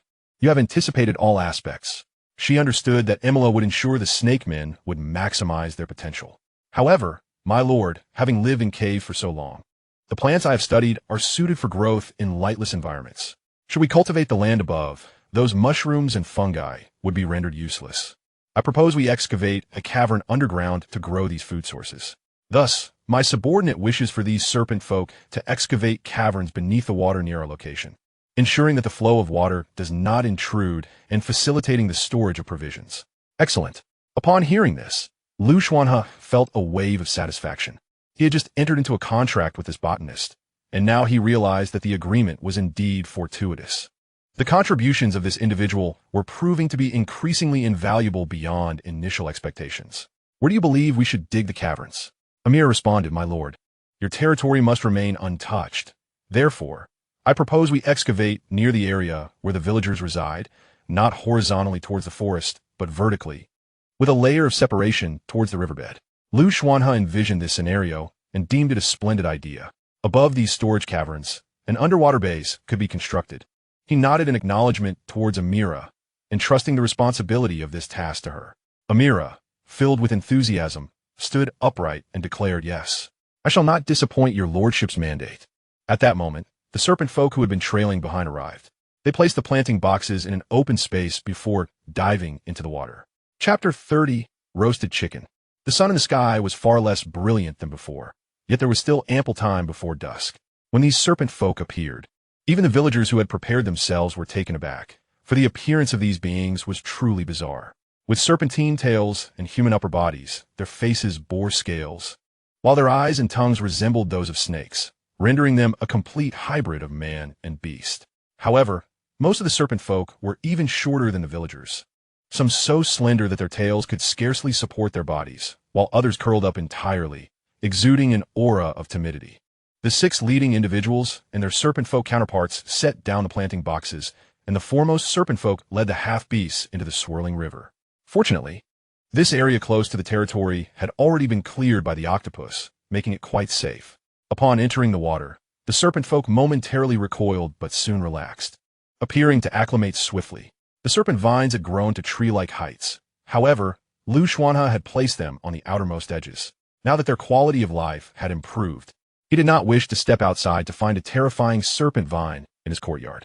In the future, he intended to cultivate plants that appeared normal, pleasing to the eye, and robust enough to safeguard his home.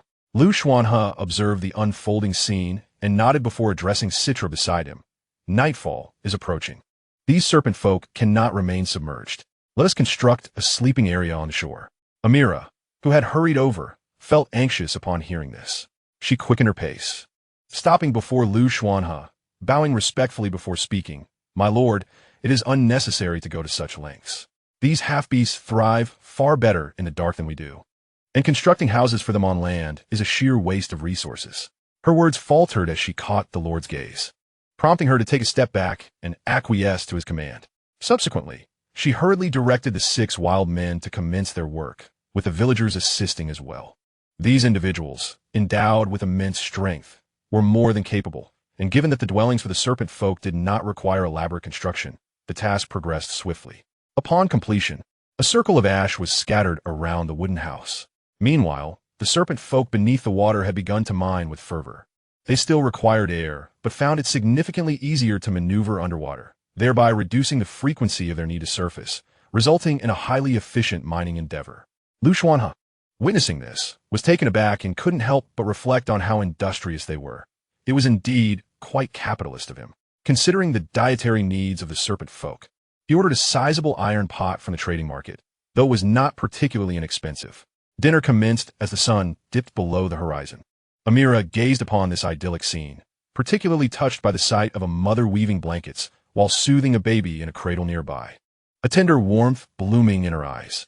It had been ages since she had encountered such a sight, the last time being in her early teenage years. This territory was splendid, the Lord was commendable, and everything was perfect. Thus, she resolved to safeguard this peace forever. With this mindset, Amira consumed her meal with great speed, harboring no particular demands for the food. In contrast, Xuanhe dined alone in the small courtyard. He sat upon a tree stump, facing a stone table adorned with roasted chicken and rabbit served on wooden platters, while a wooden cup beside him held water from the abyssal pool. A little foal lay lazily at his feet, while the small starry chicken mingled with the villagers, occasionally pecking at its bowl and nibbling on the wild vegetables offered. At last, he felt a semblance of lordship. Click! He captured the scene before him, first editing a post to share on the forum, then posting it in a private group chat. After all, sharing one's culinary delights on the forum was a cherished tradition among these earth dwellers. And since he finally had the opportunity to partake, he was eager to embrace this custom. Rin Xingxing. How can I, gnawing on grass now, bear this? Woe is me. I beseech for sustenance. Zhang Jingjing. Xuanhe, it's so perilous outside. Have you gone hunting? There are monsters everywhere here. What is happening? Why does it feel like we're not in the same world? Why does your place look so serene? And how is there roasted chicken? I'm in tears, sobbing. Zhang Miao. I once believed my current state was quite satisfactory, merely roasting some worms for sustenance. Yet it appears there are always greater heights to reach. Zhang Jingjing. Zhang Miao.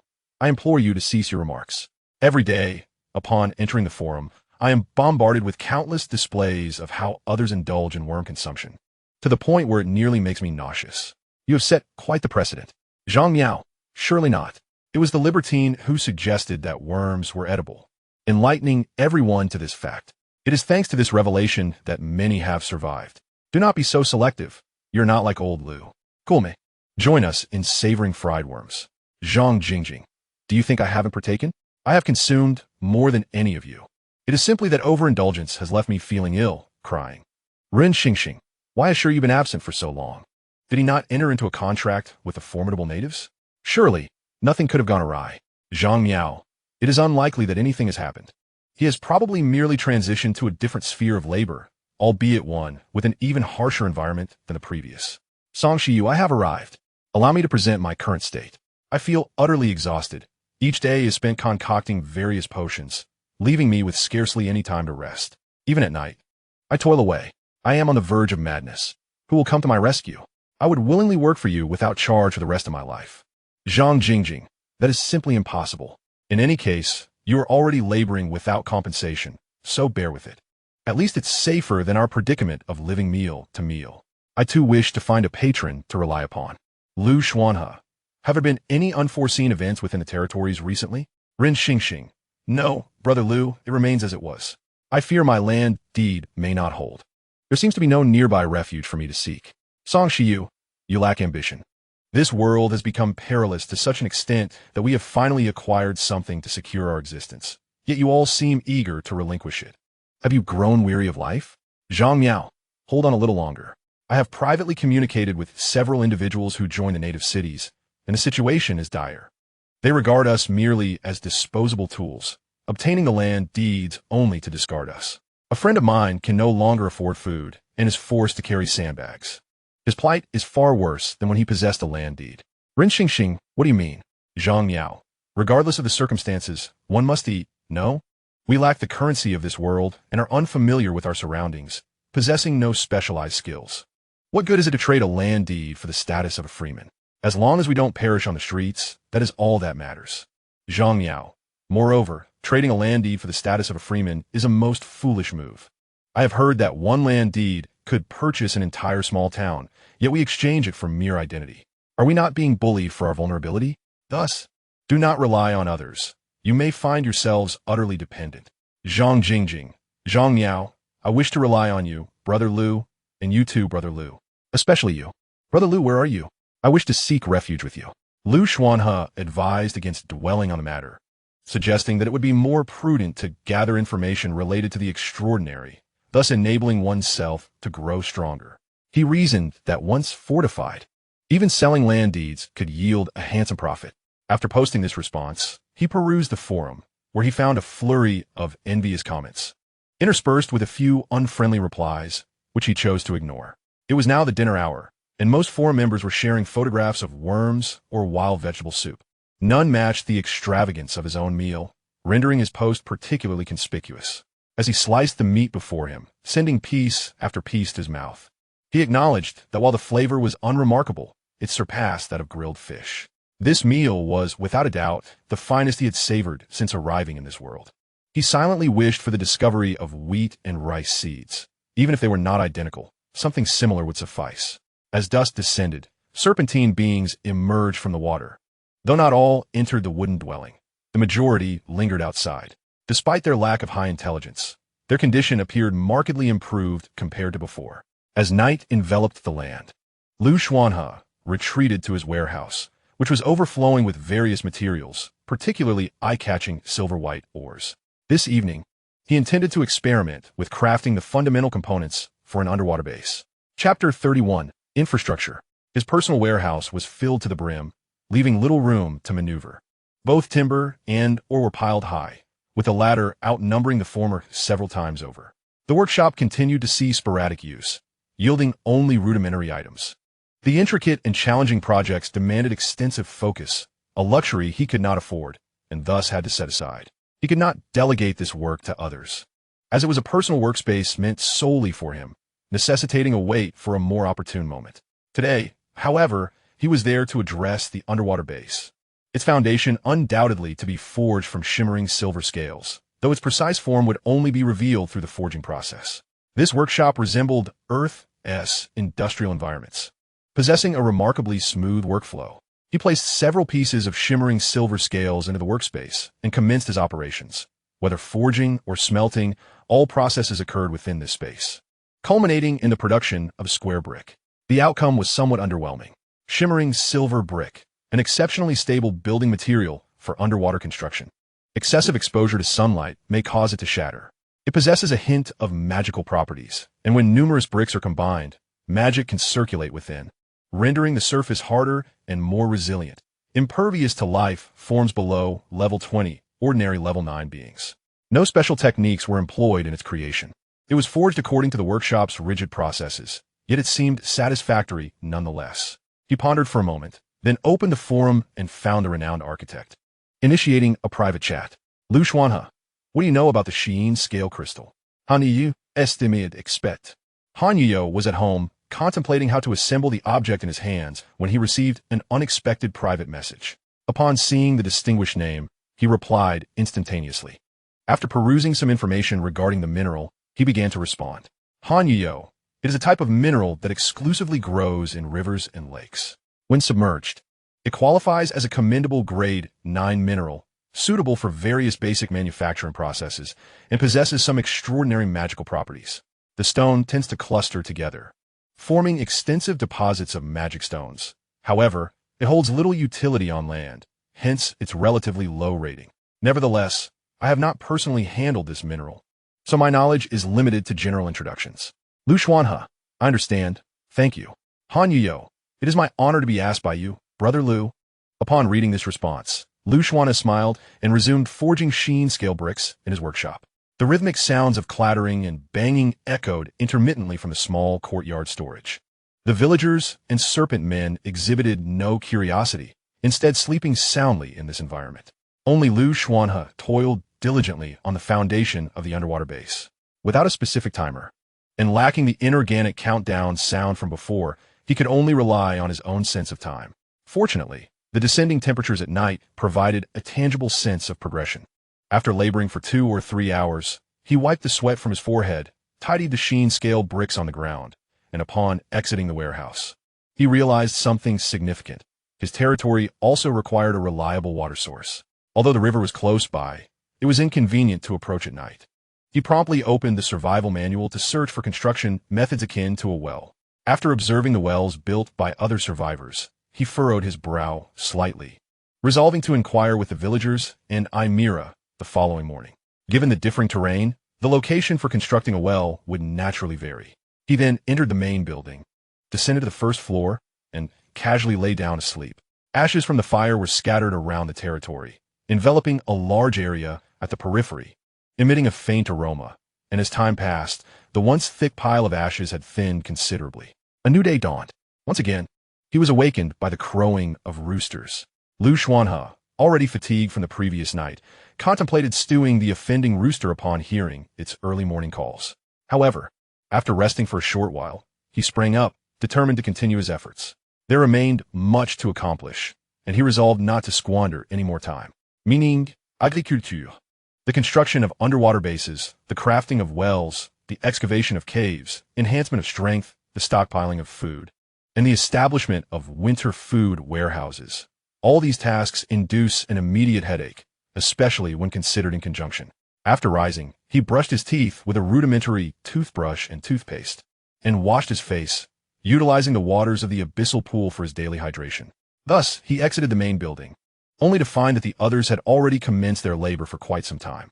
Each individual was fervently engaged, their grass-clad garments nearly slipping off. And there were clothes and housing to consider, necessitating fabric and cotton. Perhaps even the rearing of silkworms was in order. The sole source of joy was the realization that the species present on Earth seemed to exist here as well. Remarkably, someone had discovered chili peppers in the wild. After all, how else could he have enjoyed roasted chicken? He attempted to clear the chaotic thoughts swirling in his mind. After consuming a breakfast of wild vegetable soup and fish broth, he plunged into the water. Nearly 100 serpent folk had already entered the depths. A significant number of them were mining nearby, while the remainder was engaged in cave excavation underwater. Observing from beneath the surface, he noted that these serpent folk excelled at tunneling. Ironically, even when provided with tools, their speed did not surpass that of their unassisted efforts. Close to the area where the villagers resided, a long and deep tunnel had already been excavated, although it had accumulated a considerable amount of water and posed issues with their supply. Yet, the water could be addressed at present. He swam to the entrance of the cave, and upon noticing his movements, the serpent folk instinctively dispersed. He stood at the cave's edge, holding the source water pearl for a moment, allowing the submerged water to be absorbed. Regrettably, the use of the source water pearl consumed an excessive amount of magical energy. Otherwise, the continuous generation of water would render the construction of wells unnecessary. However, that was not feasible. This method of construction was inadequate and far too unstable. Shaking his head at the cave before him, he realized that matters were indeed more complex than anticipated, as such excavations were prone to collapse. It seemed that now was the opportune moment to lay down the tied silver scale bricks. With this thought, he surfaced and instructed the villagers to set aside their tasks and retrieve all the tied silver scale bricks. Having tirelessly worked on the foundation the previous night, he aimed to complete the underwater warehouse today. Subsequently, he pressed on with his endeavors. The foundation of the underwater base also required prompt attention. Otherwise, he feared complications might arise within the warehouse. Under his guidance, the underwater warehouse finally shed its previous appearance of imminent collapse. A rectangular entrance had been carved into the underwater stone wall, with water cascading down the surface, creating a miniature artificial waterfall. This led to a primarily circular passageway that descended underground, now extending horizontally beneath the water. After a period of time, the diminutive water curtain cave was adorned with shimmering silver-scaled bricks, radiating a silvery luminescence. These enchanted wall tiles adjusted themselves automatically, resulting in a nearly complete installation despite the subpar craftsmanship of the serpent folk. With the upper section laid, the installation continued downward, gradually emanating a lustrous silver glow. The serpent folk gazed upon these smooth, silver-scaled bricks with trepidation, believing they were unworthy of such a place, feeling as though they sullied the pristine silver tiles. Especially when the silver walls reflected their true forms, they were horrified by the sight of what they perceived as monstrous. This fear rendered them incapable of proceeding further. Upon hearing this news, Xuanhe found himself at a loss for words. However, he quickly devised a solution. After securing the most precarious entrance, he decided to halt further laying of tiles temporarily. The serpent folk would excavate the underground storage, subsequently paving the underwater base. As for the underwater storage, the villagers could lay the tiles, as it was no longer truly submerged. Although the air was not as fresh as that on land, it was still breathable. Thus, the task advanced in an orderly manner. The serpent folk worked diligently, well suited for excavation and underwater operations, resulting in a surprisingly successful infrastructure endeavor that day. Chapter 32, Mushroom Chicken Soup. The sun hung in the sky, increasingly fierce. It was said that this year's climate was significantly better than in previous years. making it difficult to fathom the extent of the prior heat. No wonder the inhabitants of this world possessed such remarkable physical prowess. Without such resilience, they might have perished shortly after birth. This near-superhuman athleticism on Earth was merely the baseline for the serfs here, who were often unqualified even for that status. Contemplating this, Xuanhe couldn't help but ponder the true nature of this world, its immense strength and inherent dangers. Thus, before encountering the authentic civilization of this realm, he aimed to enhance his power and influence as much as possible. Contact with it was inevitable in the future. As the sun blazed mercilessly, the waters of the Lansong River grew warm, even somewhat scalding, causing the serpent folk to gradually feel uneasy. Such warm springs were ill-suited for these reptiles, who thrived in cooler environments. Despite this discomfort, not a single serpent folk complained. Instead, they continued their diligent work without a hint of slackening. Meanwhile, Xuanhe was practically immersed in his workspace, his mind consumed by thoughts of the silver-scaled bricks, utterly oblivious to the passage of time. When he finally finished processing all the ores, he exhaled deeply, stretched, and prepared to rest, only to have yet another pile of ores delivered to him, causing his expression to stiffen. At that moment, even he found it difficult to stand, leaning against the nearby wall. After taking a deep breath, he resumed his labor with the silver-scaled bricks. Time equates to life. There could be no pause, no respite. As time progressively slipped away, the efficiency of the serpent men in excavating was truly remarkable. The underwater warehouse had been successfully constructed, forming a square structure measuring 10,106 meters in length, width, and height, capable of accommodating a plethora of supplies. However, due to its considerable depth and the fact that the silver-scaled bricks were not particularly robust materials, the need for supporting columns arose. The columns were too cumbersome for both the serpent men and the villagers to transport. Ultimately, it was Xuanhe who employed a collapsible backpack to bring them in, subsequently positioning the supporting columns in their designated locations. The silver-scaled pillars then seamlessly integrated with the entire space, creating a remarkably organized subterranean environment. He had not anticipated that the silver-scaled crystal would possess such a unique self-aligning effect. Otherwise, the underwater warehouse and base would have taken an exceedingly long time to construct, if they could be completed at all. Though the underwater warehouse was now constructed, it was only through the collective efforts of everyone that the materials were gathered to complete this minor infrastructure. Consequently, the planned underwater base, the layer of silver-scaled bricks above the warehouse, had only been laid to 1/10 of its intended extent, leaving a significant distance to the completion of the project. Particularly pressing was the matter of ensuring breathable air within the underwater base, as they were not aquatic beings. Every time Xuanhe contemplated this, a wave of frustration washed over him. Otherwise, he would not have opted to construct half the base underwater and the other half above. He resolved to first establish the foundation of the underwater base and address the other concerns later. After a morning of arduous labor, noon finally arrived, providing an opportunity to pause for a meal. Although a considerable amount of or remained unprocessed in the silver-scaled bricks, the monotony of the repetitive tasks had become unbearable. In that moment, he empathized with Xuanhe's struggles, stepping outside to rest upon a wooden stump while accessing the private channel of the survival manual. Xuanhe, Xuanhe, I have come to understand your plight. How many potions must you produce each day now? Zhang Jingjing, Lu Gu, why have you suddenly appeared? By the way, many people have sought refuge with the indigenous forces nearby, and I've been approached by some. Can you help me figure out how to handle the situation? Xuanhe, Xuanhe, I wish for death. After signing a contract with the mountain spirit, I thought I was embarking on a blissful journey, but I never anticipated being treated like a beast of burden. Initially, I could only produce a few potions each day, but as I took on the role of an apothecary, I was expected to produce 30 to 50 bottles daily, only to find that they filled my entire schedule. I must create at least 40 bottles of potion before I can rest. Xuanhe, if it weren't for the trading market where I could secretly sell some for supplies, I would have seriously considered ending it all and starting anew. This is far more exhausting than life on Earth, and what I despise most is my own robust health, which prevents me from dying easily. Xuanhe, Zhang Jingjing, the reason I advised you against seeking refuge with the locals is precisely this. I am utterly exhausted. I truly do not believe you will fare any better than I have. I simply cannot compete with these local folk.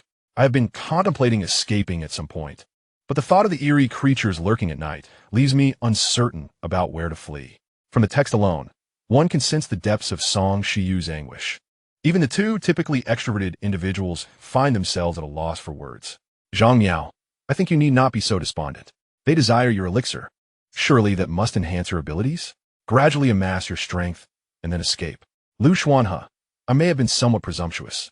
Although I too am weary, I have not been coerced to this extent. Xuanhe, there is indeed a form of meditation, but I am unable to impart it to you. I have been bound by restrictions. It is only recently that I have begun to comprehend this practice. Regardless, if you find a way, you must rescue me. I am willing to become your servant. Ren Xingxing, that seems unnecessary.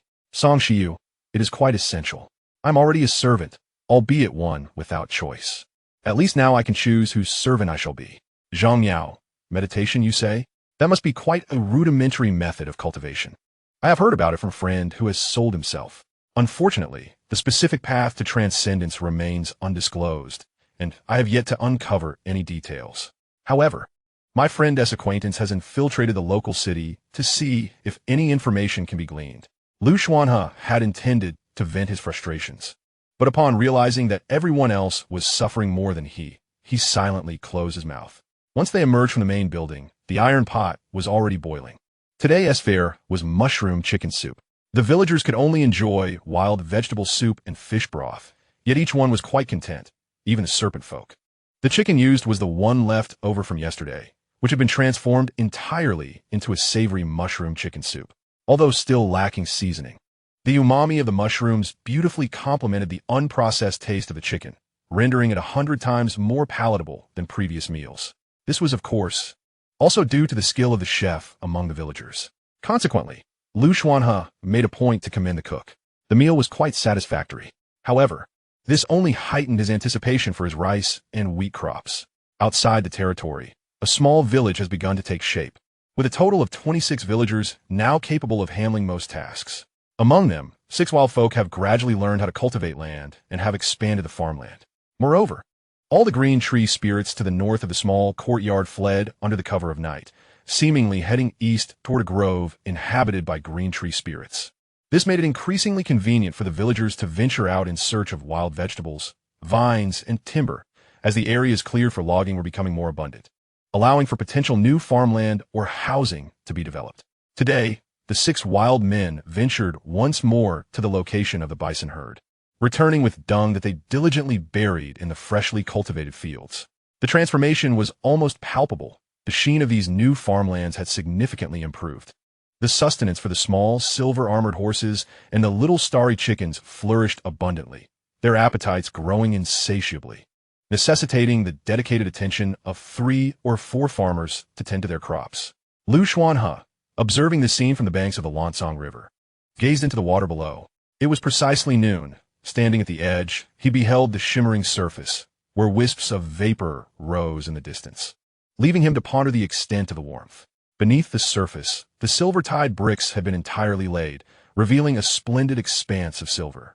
While the tide bricks were indeed sensitive to direct sunlight, their resilience was considerably enhanced when submerged in water, particularly when clustered together. After all, the previous ores had nearly breached the water's surface without any detrimental effects. After a brief respite to enjoy lunch on the shore, the serpent people resumed their labor with remarkable fervor, stirring a deep sense of admiration within him. These serpent folk were truly exemplary workers, demonstrating an admirable diligence. Though they had endured much in this world, the passage of time since their arrival from Earth was not excessively lengthy, and he sensed remnants of a rudimentary, civilized society lingering within them. In that moment, he felt he had been unduly harsh on the serpent people. After some contemplation, he resolved to provide them with an extra meal that evening. As for the frequency of their labors, it seemed unlikely to diminish, especially since the serpent people showed no inclination to reduce their efforts. The underwater storage facility had been completed, yet the caves for cultivating mushrooms and other light-averse plants were not to be excavated further beneath the water, contrary to what Imola had previously suggested. With the growing population and the expansion of territory, more open spaces were becoming available on land. His domain had been intentionally chosen for its advantageous geographical features, nestled against the mountains by the water's edge. Thus, the plan was to excavate caves for terrestrial crops, marking a significant step towards sustainable food sources. Despite the multitude of tasks at hand, the absence of any means for division of labor meant that he dedicated the entire day to crafting tied silver bricks, postponing other matters.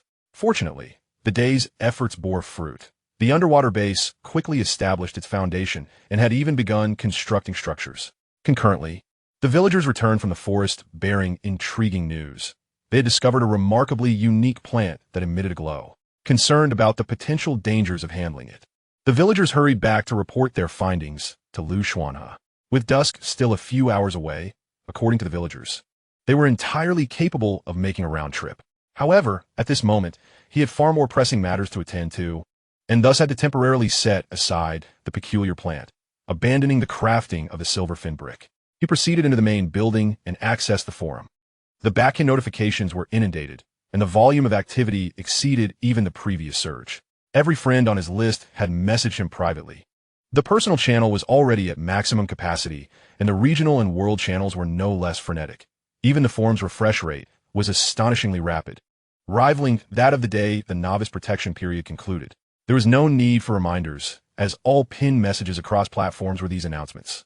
Announcement: congratulations to survivor Xuanhe for successfully upgrading to level 2 land contract. The territory has transformed from a small courtyard into a village, earning a level 4 treasure chest.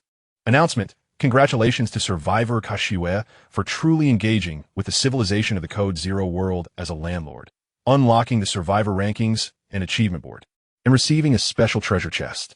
Xuanhe gazed at these two top notifications, feeling a peculiar sensation rise within him. Who exactly was this Xuanhe? It was not merely his curiosity. Everyone was intrigued. The nature of this unprecedented unlocking was truly astounding. He first opened the survivor rankings to glance at his own standing. Rank 55, territory, deep sea territory, Xuanhe. Quite respectable. Following the unlocking of the survivor rankings, the top 10,000 IDs now bore distinctive suffixes, rendering his increasingly prominent name a topic of considerable discussion among acquaintances. In addition to these major announcements, the Miss Mall had also unveiled the training methods for extraordinary beings, albeit requiring a special currency for purchase. This currency was the foundational currency of the Code Zero world, accessible only to a select few survivors. Who exactly was this Xuanhe? This was beyond the realm of reason. To unlock two achievements simultaneously was inconceivable. How was it that while I was still struggling for survival in the wilderness, he had already registered as a lord?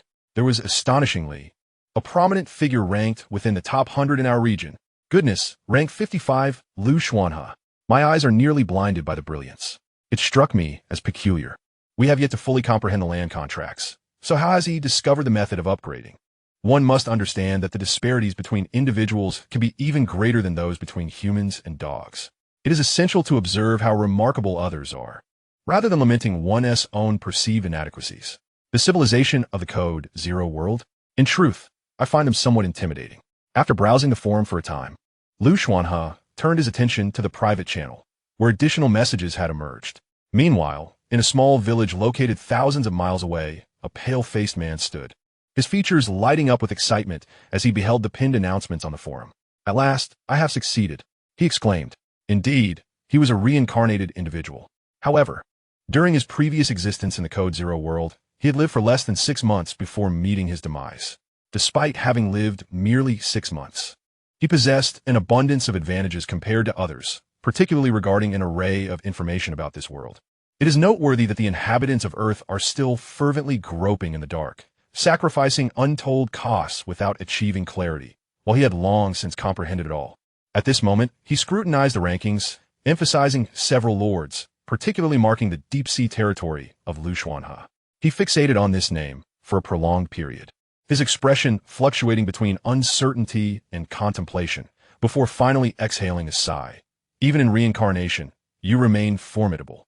In his previous life, the deep-sea territory had already loomed large in his eyes, as well as in the eyes of many earthlings.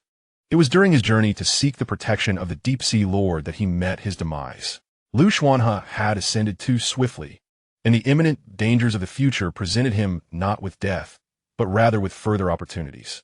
This thought caused Xuanhe to grit his teeth in frustration. He still possessed over 5 months of foresight and was resolute in seizing everything he could within this time frame. Contemplating the formidable Earth Lords and the crisis of the Zero World, a flicker of panic crossed his features. In a true comparison, he would undoubtedly be no match for these lords. He merely hoped not to be cast too far behind. The current rewards were sufficient for him to remain within the second tier. Xuanhe, I have infiltrated the circle of a friend and obtained the latest extraordinary information. You should take a look. Xuanhe, remember, this information must not be leaked. We must not underestimate the indigenous people. My friend informed me that his acquaintance has heard that the inhabitants of the Zero World have long been aware of our arrival. However, due to certain circumstances, they have chosen to remain mere spectators. Xuanhe, do you all understand what this implies? Chapter 34, The Meditation Technique. Xuanhe, do you all understand what this implies? Xuanhe, this means that everything we possess is under their scrutiny. They toy with us like a cat with a mouse, merely amusing themselves. Xuanhe, I understand. Initially, I was overly arrogant, believing I could leverage the strength of these natives, only to suffer a catastrophic failure. Now, I find myself toiling without recompense. Zhang Jingjing, why would such crucial information be willingly shared with us? Xuanhe, does your friend have any demands? I possess little to offer. Although the dolls I sew are unique and imbued with special abilities, but I am unsure if she would appreciate them. Xuanhe, actually my friend is a woman, but that is of little consequence. She desires nothing more than to join the group. Rin Xingxing, I have reviewed the information and have no objections. Zhang Jingjing, I lack the standing to voice an opinion. Lu Xuanhe, let us consult Brother Lu. Song Shiyu, I am but a mere beast of burden, devoid of rights. Might we inquire others regarding this vote? Zhang Miao, Lu Xuanhe, Brother Lu, your insight is sought. Even a refusal would be acceptable. Zhang Miao, the reason she is willing to provide me with this information is to facilitate a connection with Brother Lu. Individuals like us are merely incidental. Song Shiyu, I merely stated that individuals like me, akin to cattle and horses, could hardly receive warmth, and indeed, the warmth was not directed towards me. Zhang Jingjing, it is quite normal. Although we initially barely ranked among the top 10%, as part of the foremost echelon of Earth survivors, we quickly fell behind. Most of my acquaintances, I would say 99%, have consistently lagged behind, with the sole exception being Brother Lu, whose ranking has even improved since then. If my memory serves me correctly. Zhang Miao, you are not mistaken. It is indeed the case. My initial ranking, according to the reports, was within the first few thousand. Yet now I cannot even secure a position among the top 10,000. Song Shiyu, do not embellish your achievements. You have not even made it into the top 100,000. I search for your name. Rin Xingxing. In a population of billions, being among the top million is already a commendable feat, alas. Unlike me, I am but a waste. Lu Xuange, I have arrived and reviewed the materials. They are impressive. It is remarkable to obtain such information in such a short time frame. Let her join the group. Zhang Miao, a friend of my friend specializes in this area. All right, I have added Chunmu. Song Shiyu, that name is rather unique. Chunmu, I'm here. First, I pay my respects to the esteemed Lu Xuange. Bowing in reverence. I have just acquired information on how to upgrade the territorial deed and will promptly share it with you, esteemed one. I kindly request a spot on your friends list. Lu Xuange, sitting in the main building while reading these messages, fell silent for a moment. He was now completely certain that this individual harbored ulterior motives. However, the information was indeed significant, hence he did not refuse. Lu Xuange, add me. Zhang Miao, I knew it. You indeed have ulterior motive for sharing this information with me. Chunmu, do you truly believe I am engaged in philanthropy? Even if I were, my friend is not. She has toiled immensely to obtain this information, nearly exhausting herself in the process. You wouldn't understand. Focus on refining your battle puppets. There are dangers ahead. Zhang Jingjing, how did you acquire this information? It is astonishing that you even obtained details on territorial upgrades. Chunmu, there are many capable individuals in this world. It is simply that you are not among them. Chunmu, however, you are quite fortunate to be in the same group as this esteemed brother. Upon reviewing the information, Lu Xuange discovered an important fact. His high ranking was not a result of superior territorial development compared to others. After all, the top-ranked Xuanhe had already established a village. Those ranked below him had constructed various buildings within their territories, gradually advancing their progress. His ranking was purely a product of the level 38 octopus, a life on the verge of level 7. Without his deep-sea talents, would find it impossible to contract with anyone at this stage. It seems my territorial development is still progressing too slowly. he mused. He then opened the extraordinary information file. In the extraordinary realm of Code Zero, the boundless powers are manifold. Thus there exists no singular path to transcendence. Among the most renowned methods are meditation and genetic locking, alongside a widely acknowledged sequential cultivation technique, which, however, requires divine aspiration, rendering it inaccessible to the average individual. Consequently, meditation emerges as the most applicable methodology, with the broadest range of compatible professions. The document concludes with an appendix detailing a standard meditation technique. According to Xuanhe, although this meditation is deemed ordinary, it surpasses many concepts residing within his mind. Upon opening the guide to territorial deed usage, he discovered a comprehensive account of the various conditions for upgrading the deed. Yet, he soon realized that this information was not as critical as anticipated, for each individual's deed was unique, rendering the upgrading criteria equally diverse. The most valuable aspect of this document turned out to be the construction methods for various edifices, presumably a universal version within the Code Zero world. However, this is a tangible realm, not a mere game. Even with blueprints in hand, the endeavor of successful construction remains a formidable challenge. After perusing this material, he reopened his private channel and sent a message. Xuanhe, Chunmu, this is incredibly useful. Thank you. Chunmu replied, I dare not claim credit. These are merely standard materials. It's just that we Earthlings have recently arrived and lack the qualifications and funds to procure them. But soon we shall recognize these as commonplace goods. Zhang Miao interjected, your change of demeanor is swift. Xuanhe responded, what matters is its utility at present. The conversation continued among these individuals while he closed the manual and commenced meditation without pause. Ideally, meditation should focus on the ubiquitous elements surrounding him. He contemplated delving into the depths of the ocean, as his innate abilities were intrinsically linked to it. The initial attempts at meditation were unsuccessful. On the second, third, and ninth attempts, it was not until the 10th that he discerned the root of his difficulties. Promptly, he ventured outside and leapt into the swirling currents of the Lansong River. The water coursed over his body, although he could not breathe underwater. His entire being felt liberated. As he meditated this time, success was achieved on the very first attempt. Upon attaining this meditative state, he did not rest but continued to delve deeper. Ultimately, just as he was on the verge of inhaling water, he surged to the surface for a breath of air. This method proved inefficient. Consequently, he retrieved the source water pearl. Regrettably, upon using it to isolate the water flow, his meditation speed diminished severalfold. Thus, he set the pearl aside and resumed his breathing and meditation. After a disruption, a sudden inspiration led him to meditate in the deep waters, where he astonishingly found his meditation speed accelerating.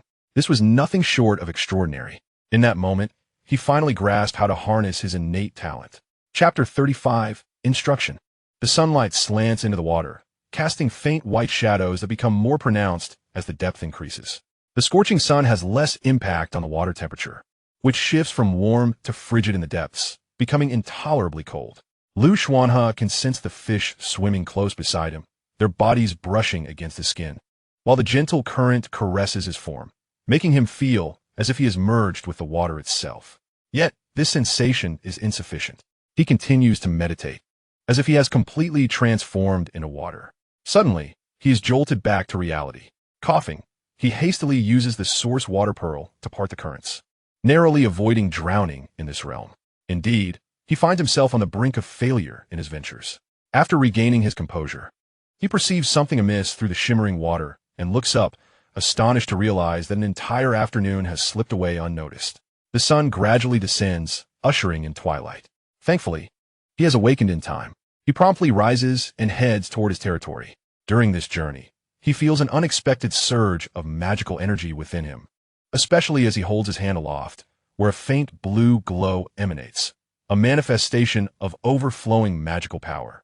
Even the most fundamental meditation techniques yield immense benefits for him, particularly in the depths where his training speed is amplified severalfold. One wonders how much greater the enhancement would be in the open sea.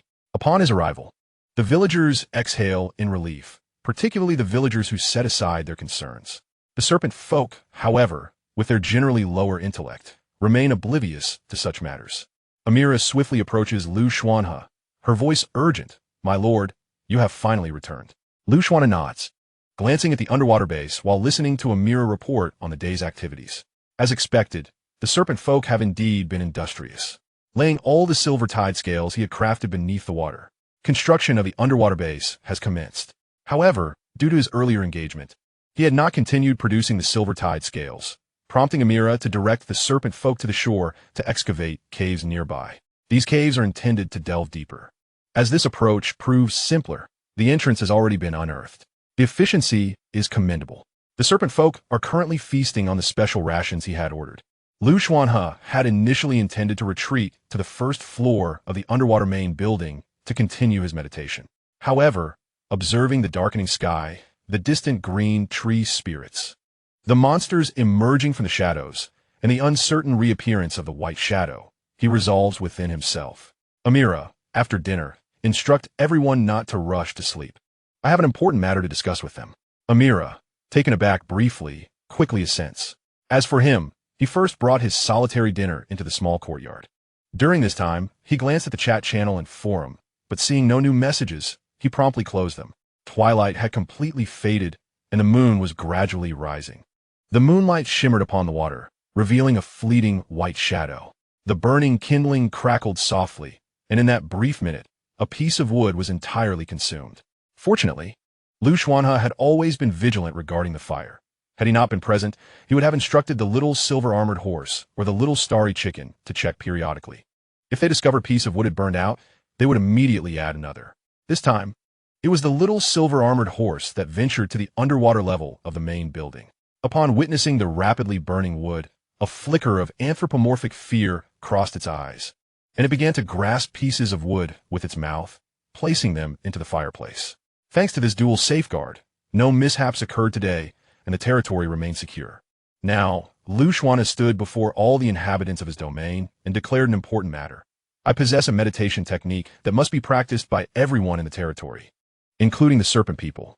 He was direct and unequivocal, as was indeed necessary. Unlike others who intended to hoard such knowledge, he understood that the current semblance of security in his territory was but an illusion, largely stemming from the octopus rather than any other source. In this context, it was imperative not only for him to grow stronger, but for all the inhabitants as well. Moreover, these individuals were, in fact, villagers bound by a villager's contract, having no standing to rebel. Thus, Xuanhe intended for everyone to cultivate the meditation technique to enhance the overall strength of the territory. However, to his surprise, upon uttering these words, a profound silence enveloped the crowd, their expressions marked by confusion.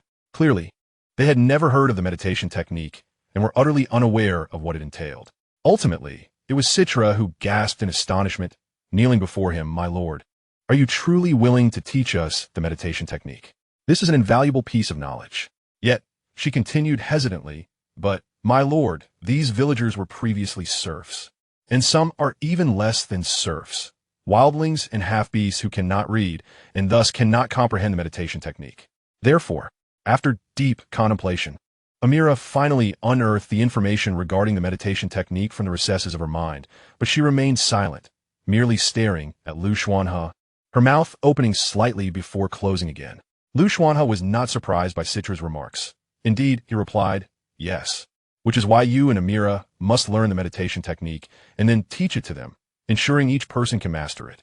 At this, Amira could no longer restrain herself and spoke up, "My lord, if you possess the meditation technique." She paused momentarily, as if to organize her thoughts. "During my journey of escape, I had heard of a unique place beyond this forest, accessible only to those familiar with the art of meditation." She recounted the events that had transpired to her in meticulous detail. Xuanhe found it peculiar.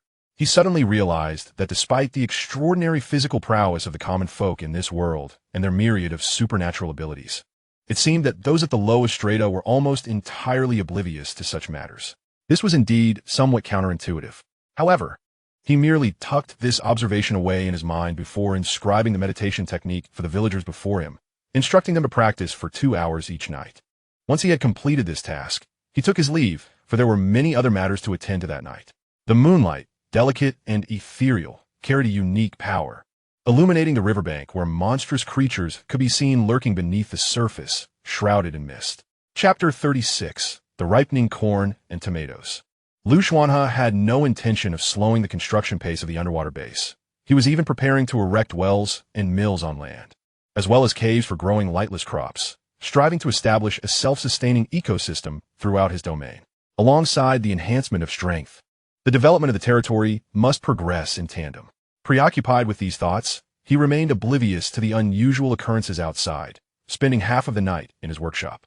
However, when he finally returned to the main building, weary and laden with silver-scaled bricks crafted from ore, he sensed something amiss. The ashes accumulated in the hearth were 3 times the usual amount. Since the ashes were routinely taken out by the villagers to be spread around the territory for protection against nighttime dangers, he knew that the hearth should not contain such a surplus. Upon counting the firewood in the room, he confirmed his suspicions. Far more had been consumed than normal.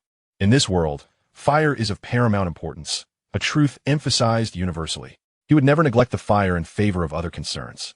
On the contrary, he had been diligently seeking information regarding fire sources, but regrettably, he had yet to uncover any useful leads. Thus far, his understanding of fire sources within the territory was the most superficial.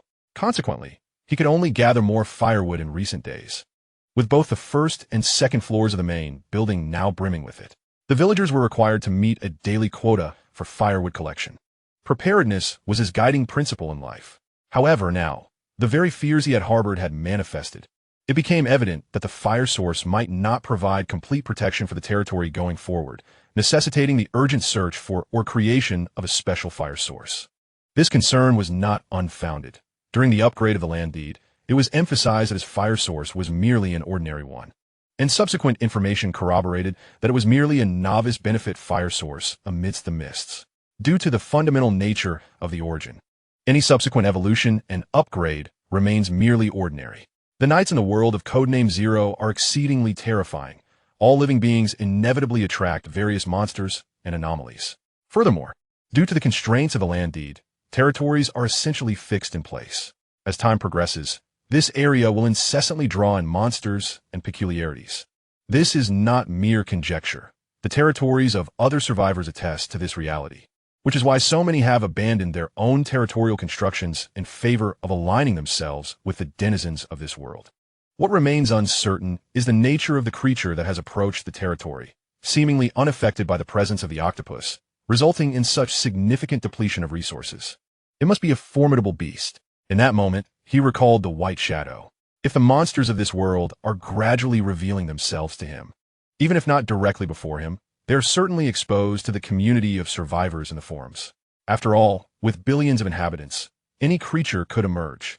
Yet, the enigmatic White Shadow seems to have vanished from the discussions. The sole reason for this predicament is that all survivors who have encountered the White Shadow have perished. He, having contracted a level 38 octopus due to his deep-sea affinity, stands as the solitary anomaly. In the forums, his posts regarding the White Shadow periodically resurface, prompting speculation among all. The peculiarities surrounding the Ember are merely conjectural and may not hold truth, yet the unease within him grows.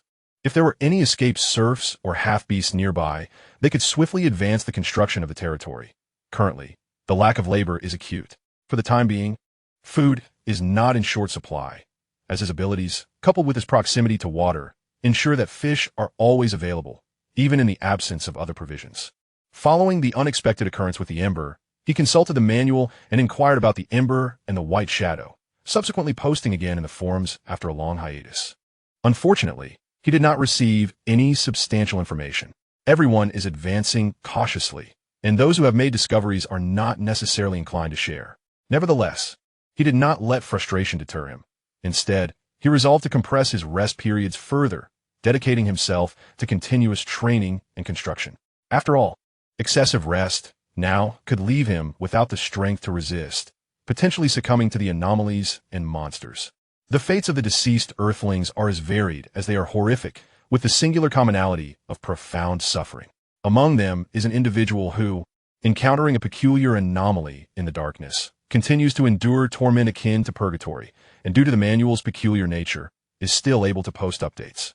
Each glimpse of this poster's harrowing selfies inspires even the most disheartened to strive once more. In the world of Codename Zero, there exist horrors far more dreadful than death itself. As he contemplated this, he initially intended to lie down and sleep, but promptly rose again to meditate and cultivate his energy. The night swiftly passed. After an extended period of meditation, he felt a sharp pain in his head upon emerging from his trance, a testament to the mental strain he had endured. Realizing he could not continue further, he closed his eyes and indulged in a brief hour of slumber. Upon awakening, he sprang up with renewed vigor. The struggle was not his alone. The villagers, too, endured considerable hardship, grappling with concepts that seemed as inscrutable as celestial scripts.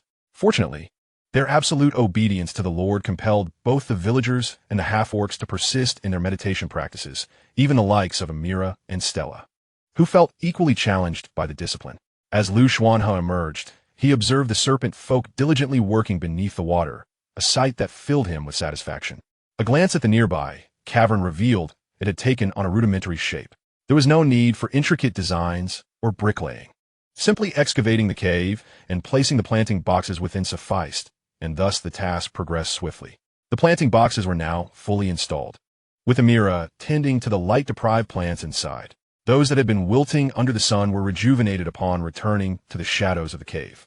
The mushrooms, being spore-based flora and having undergone enhancements by botanist Amira, thrived rapidly and would serve as a staple food source in the future. Previously, the serpent folk had relied on such sustenance for survival. Xuanhe then inspected his level 1 rudimentary farmland, where corn and tomatoes were nearing maturity, expected to ripen within 2 to 3 days. At last, he would be able to feast on vegetables rather than foraged greens. Moreover, they would be of Earth's superior quality. Other cultivated fields flourished rapidly, nourished by the dung of the wild buffalo herds. Among these, the fastest-growing plant was one suitable for sewing garments and weaving baskets. A mother, skilled in her craft, had produced a variety of fine items, enriching the atmosphere of the entire territory. However, there was another matter at hand, the luminous plants mentioned by the villagers. Xuanhe, accompanied by his young, silver-armored horse, now grown to shoulder height, and Amira, made their way towards that location. He was uncertain whether the glowing flora would bring him delight or dread. Chapter 37. The Flower Sprite. Today's temperature was slightly lower than yesterday's, yet the air grew increasingly stifling, with the sounds of insects in the forest becoming more pronounced, creating an uncomfortable ambience.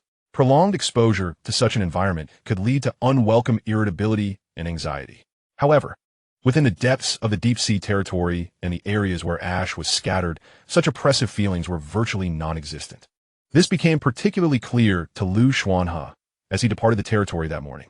He was utterly perplexed by the situation at hand, for this world was replete with peculiarities. Glancing at the rapidly growing silver-armored steed beside him, he mused that it would not be long before he could gallop freely upon this magnificent creature. While there were no open pastures in sight, the silver steed was no ordinary horse. It possessed the extraordinary ability to traverse water and scale mountains, thus adapting seamlessly to the forested terrain. His current expedition was in pursuit of the luminous plant described by the farmer, which, according to the farmer's accounts, was something rather extraordinary. Reporting such findings was customary, as it was a well-established practice among serfs to bring forth any glowing object, particularly since the local lord seemed to place great value on such treasures. Yet, he remained curious about the true appearance of this elusive specimen and the significance it held in the farmer's former domain. Accompanying him were 2 farmers, 2 serpent folk, and Amira, the esteemed botanist. The farmers had come seeking the dung of the bison herd, while Amira's presence was self-evident, given her expertise in botany. The luminous plant lay not far from his territory, though their path had veered off course. The cacophony of the dense forest was overwhelmingly distracting, filled with the hissing of serpents and the rustling of creeping vines, not to mention the incessant buzzing of countless insects, all of which proved intolerable. The magical energy within Xuanhe was insufficient to shield him entirely from the agitation of traversing the mountainous woodlands. Nevertheless, the silver shadow at his side would occasionally dart forth, clearing the surrounding chaos with remarkable agility. This young silver steed was indeed a remarkable life form, possessing strength far surpassing that of a 9th-level being, derived solely from its own physique rather than external sources. The group had dispersed, leaving behind heavy footprints and markings on the ground, rendering a guide unnecessary. Apart from the now mature foal, only Amira, the botanist, remained at his side. They had finally arrived at the location of the luminous plant. The farmer's words bore no falsehood. It was indeed a glowing plant, its buds radiating a pale blue light. Strikingly visible even in broad daylight, it was undeniably beautiful, yet he remained uncertain why individuals from the Zero world deemed it so significant. However, upon seeing the plant, Amira's eyes widened in alarm, and she immediately positioned herself protectively in front of Xuanhe. "My lord, something feels amiss," she exclaimed. "I recognize this plant. It is the thyme sandflower, typically adorned with pale blue hues that readily attract bees and butterflies, occasionally exhibiting a pink shade. It is generally valued for ornamental purposes, lacking any other utility, and certainly cannot emit light spontaneously. This sudden luminescence of the thyme sandflower must indicate a grave anomaly." Xuanhe gazed at the flower's bud, which began to undulate slowly, emanating an eerie sensation, as if another form of life resided within its confines. He furrowed his brow slightly, retreating a step, his entire being brimming with vigilance, fearful of encountering some monstrous entity that should not be approached at this moment. Yet, despite the dangers lurking outside, one cannot remain confined indoors. A series of crisp, melodious chirps echoed, reminiscent of birdsong, accompanied by a refreshing clarity. The buds of the Xuanhe flower gradually began to unfurl. Simultaneously, an enigmatic sound resonated, accompanied by a sudden gust of wind. To the right, the silver shadow moved with a swiftness that matched his own. From the underbrush surged forth a black beast adorned with intricate patterns, resembling a hybrid of a tiger and a leopard, now fixated intently on their group. It regarded the two individuals and the horse before it, a glimmer of mockery flickering in its eyes. Then, as the wind swirled beneath its feet, it unexpectedly leaped forth, charging directly at Xuanhe. In an instant, a crimson spear materialized in Xuanhe's hand, its power intertwining with his own magical energy. He leaped onto the back of the small, silver-armored horse, embodying the essence of a cavalry charge amidst the dense forest, his formidable aura compelling the patterned black beast to halt. Yet, while it sought to pause, others were unwilling to relent. The spear, classified as an 8th-tier weapon, possessed immense piercing power, and bolstered by Xuanhe's enhanced abilities through meditation. He thrust the spear, creating a gruesome wound in the beast's forepaw. This act, however, ignited the beast's primal fury. Nevertheless, under the coordinated efforts of Xuanhe and the silver-armored horse, the unknown creature exhibited little capacity for resistance. After a fierce struggle, a lifeless body lay upon the ground. Xuanhe gasped for breath, promptly retrieving the water from the moon while he had prepared in his backpack, and drank deeply. Afterward, his magical energy was restored, and he felt significantly revitalized. As for Amira, her complexion turned ashen. Realizing her own shortcomings in the heat of battle rendered her even more pallid. Initially, she had merely intended to follow the Lord's command to meditate for 2 hours daily. But now it was clear that she must dedicate far more time to meditation and encourage others within the territory, particularly that group of half-orcs, to do the same. Is indeed a human lord. The human lord triumphed over this wind beast. The peculiar sound, though faint, was audible to Xuanhe, a being of extraordinary nature. Yet he had been too engrossed in the battle to heed this strange occurrence. Now, however, he could seek it out, though there was no need for pursuit. As it was close at hand, the subtle sound resonated once more, incredulously inquiring how he came to possess water from the moonwell. Upon hearing this, he was suddenly taken aback. This voice was aware of the moonwell. He then beheld the Xuanhe flower's buds fully bloom, releasing a fragrant aroma that alleviated the heat within his heart. A diminutive creature, no larger than the palm of a hand, emerged from flower bud, its wings fluttering gracefully. It was indeed astonishing that the waters of the moon well had summoned such a being. "Might I inquire, dear human lord, do you harbor any elves in your realm?" asked the creature. Xuanhe, gazing curiously at this unexpected visitor, shook his head. The little being, with a hint of disappointment, responded, "That is truly unfortunate. Allow me to introduce myself. I'm a flower sprite, a sandflower sprite to be precise. I became separated from my kin and somehow found my way here. Everything around is perilously dangerous, especially at night. It's quite terrifying. I had hoped to find sprites to protect me on my journey home, but alas." "A flower sprite?" Xuanhe mused, contemplating this unfamiliar species, yet aware that similar creations had existed on Earth. The Zero world, indeed, was a tapestry of vibrant wonders. It seemed that this sprite was a typical flower sprite. Since the moon well's completion, he had scarcely tended to it, burdened as he was with myriad responsibilities. He had long anticipated that the moon, well, might attract sprites. And though none had appeared, the flower sprite's presence was not unwelcome. His territory was in need of inhabitants. Thus, Xuanhe decided to first remove the beast carcasses from below ground, then turned to the flower sprite and extended an invitation. Although there are no elves, you may await their arrival in my domain, where the moon well resides.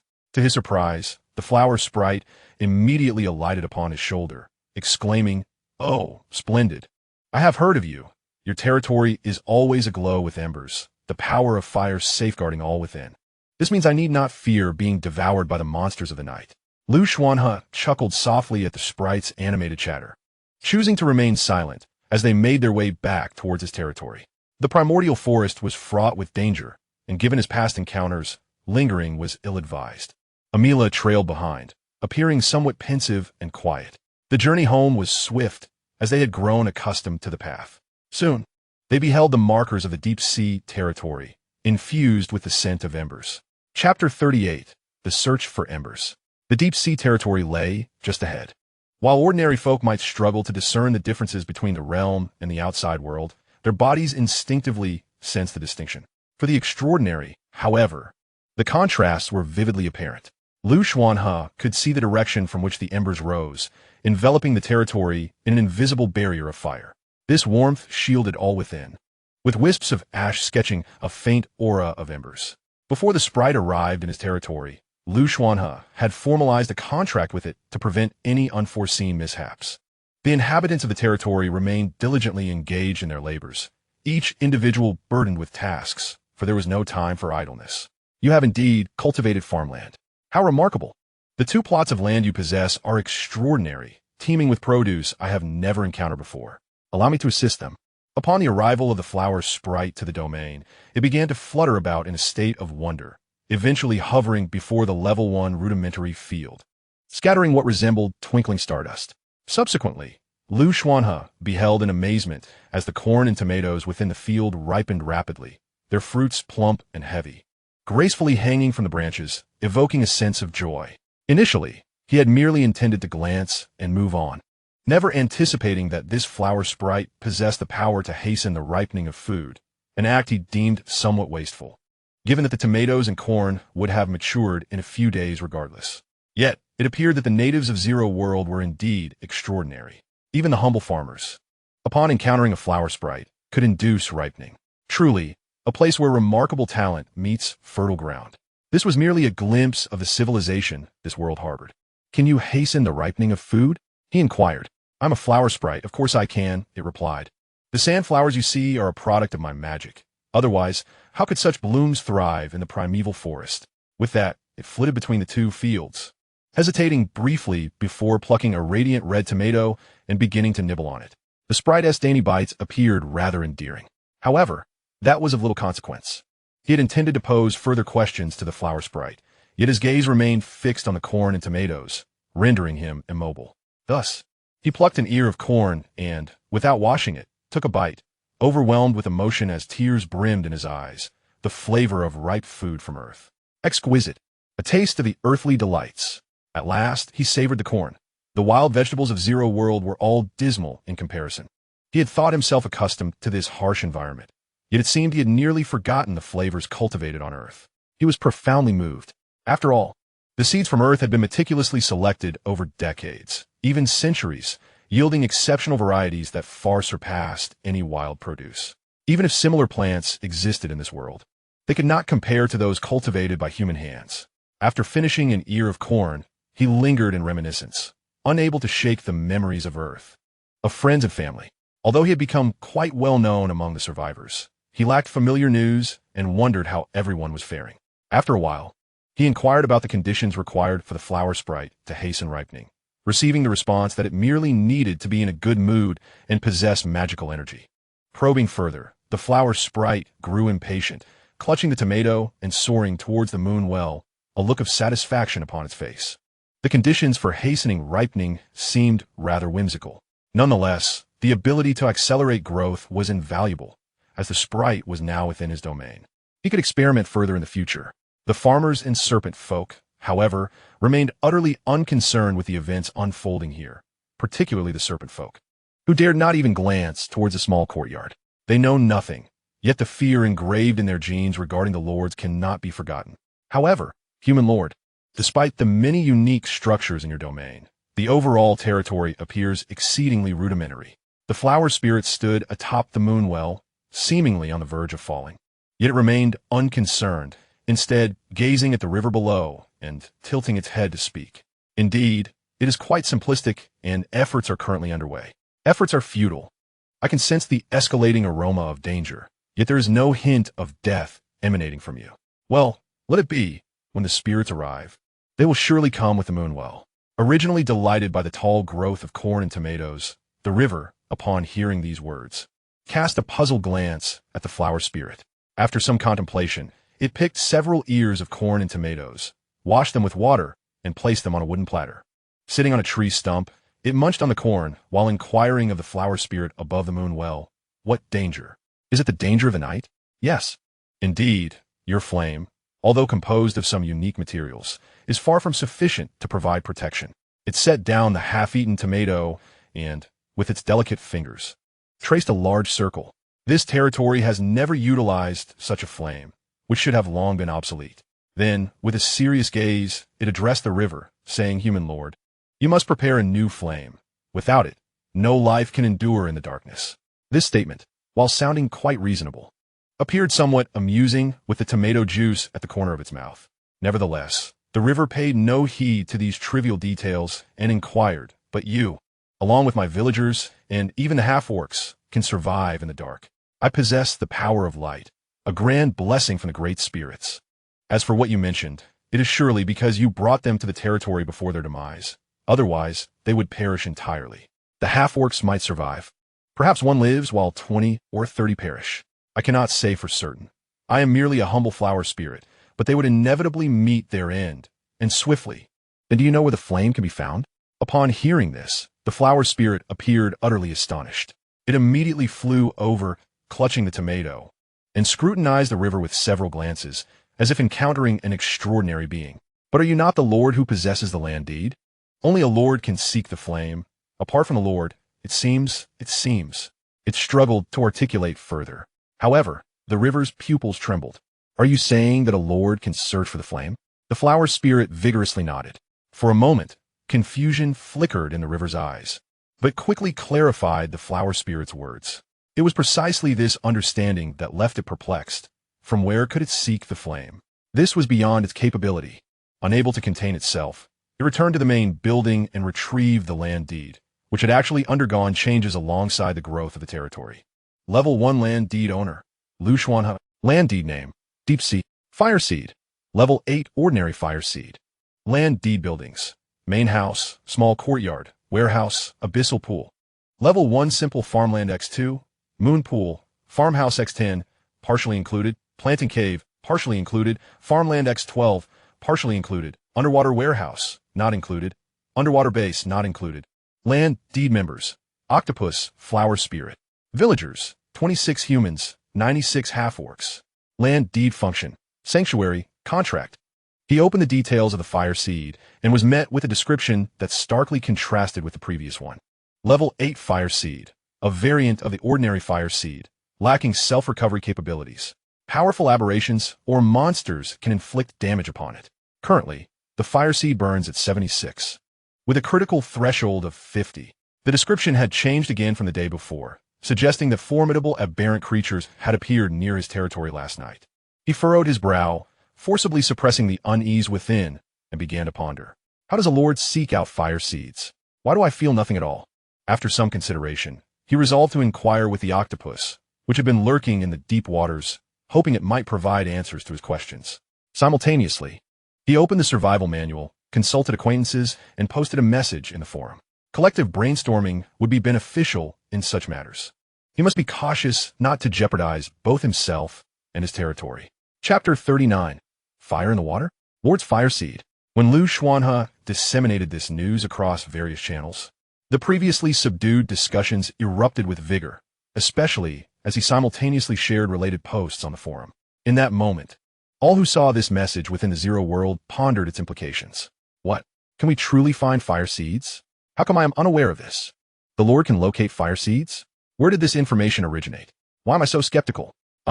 It appears this message was issued by a prominent figure ranked within the top 100. So, is it genuinely possible to find fire seeds? The chatter above seems rather human. Could it be that the quest for survival has driven them to delirium? I have scrutinized the land deed thoroughly and found no guidance on locating fire seeds. If it were that simple, why would this esteemed individual share such knowledge? Nonetheless, I too am curious. Should anyone find it, that would be wonderful, as my fire seed likely cannot endure much longer. The nights have grown increasingly terrifying. Let us give it a try. With so many of us, we are bound to discover a method. Thus, a multitude of individuals began their attempts. Meanwhile, Xuanhe swam towards the deep waters in search of the octopus. The location of the octopus lay beneath a fissure in the depths, shrouded in darkness, obscuring any visibility of what lay below. After waiting for a moment, a luminous blue octopus emerged from a crevice.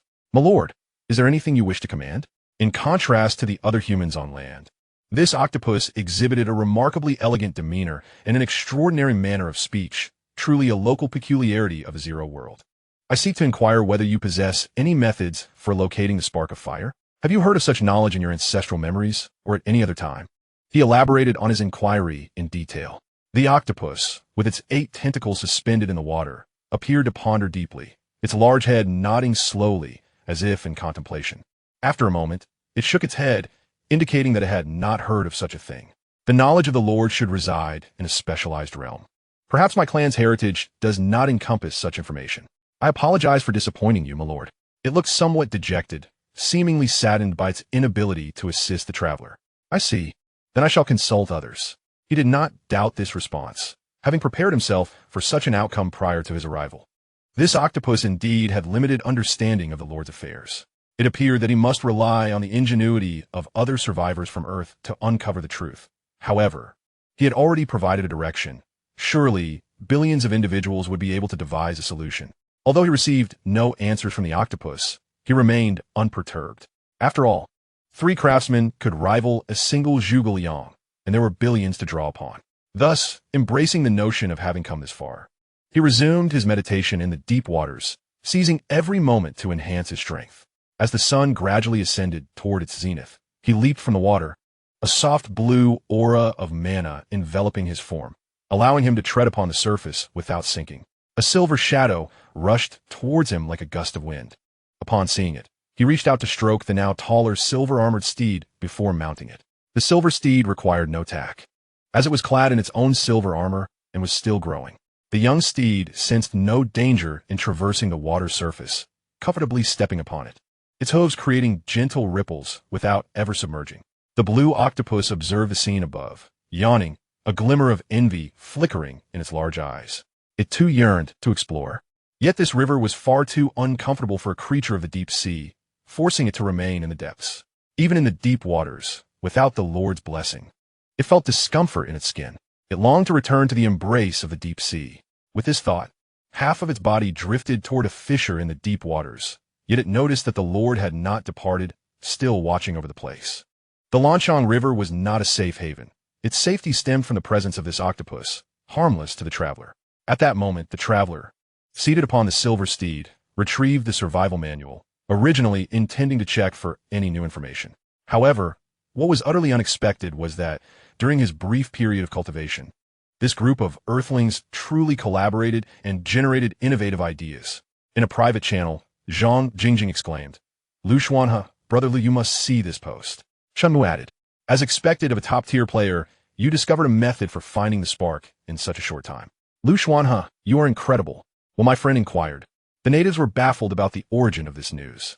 Ren Xingxing remarked, "I never imagined that the method for locating the spark, as mentioned by Brother Lu, would turn out to be this.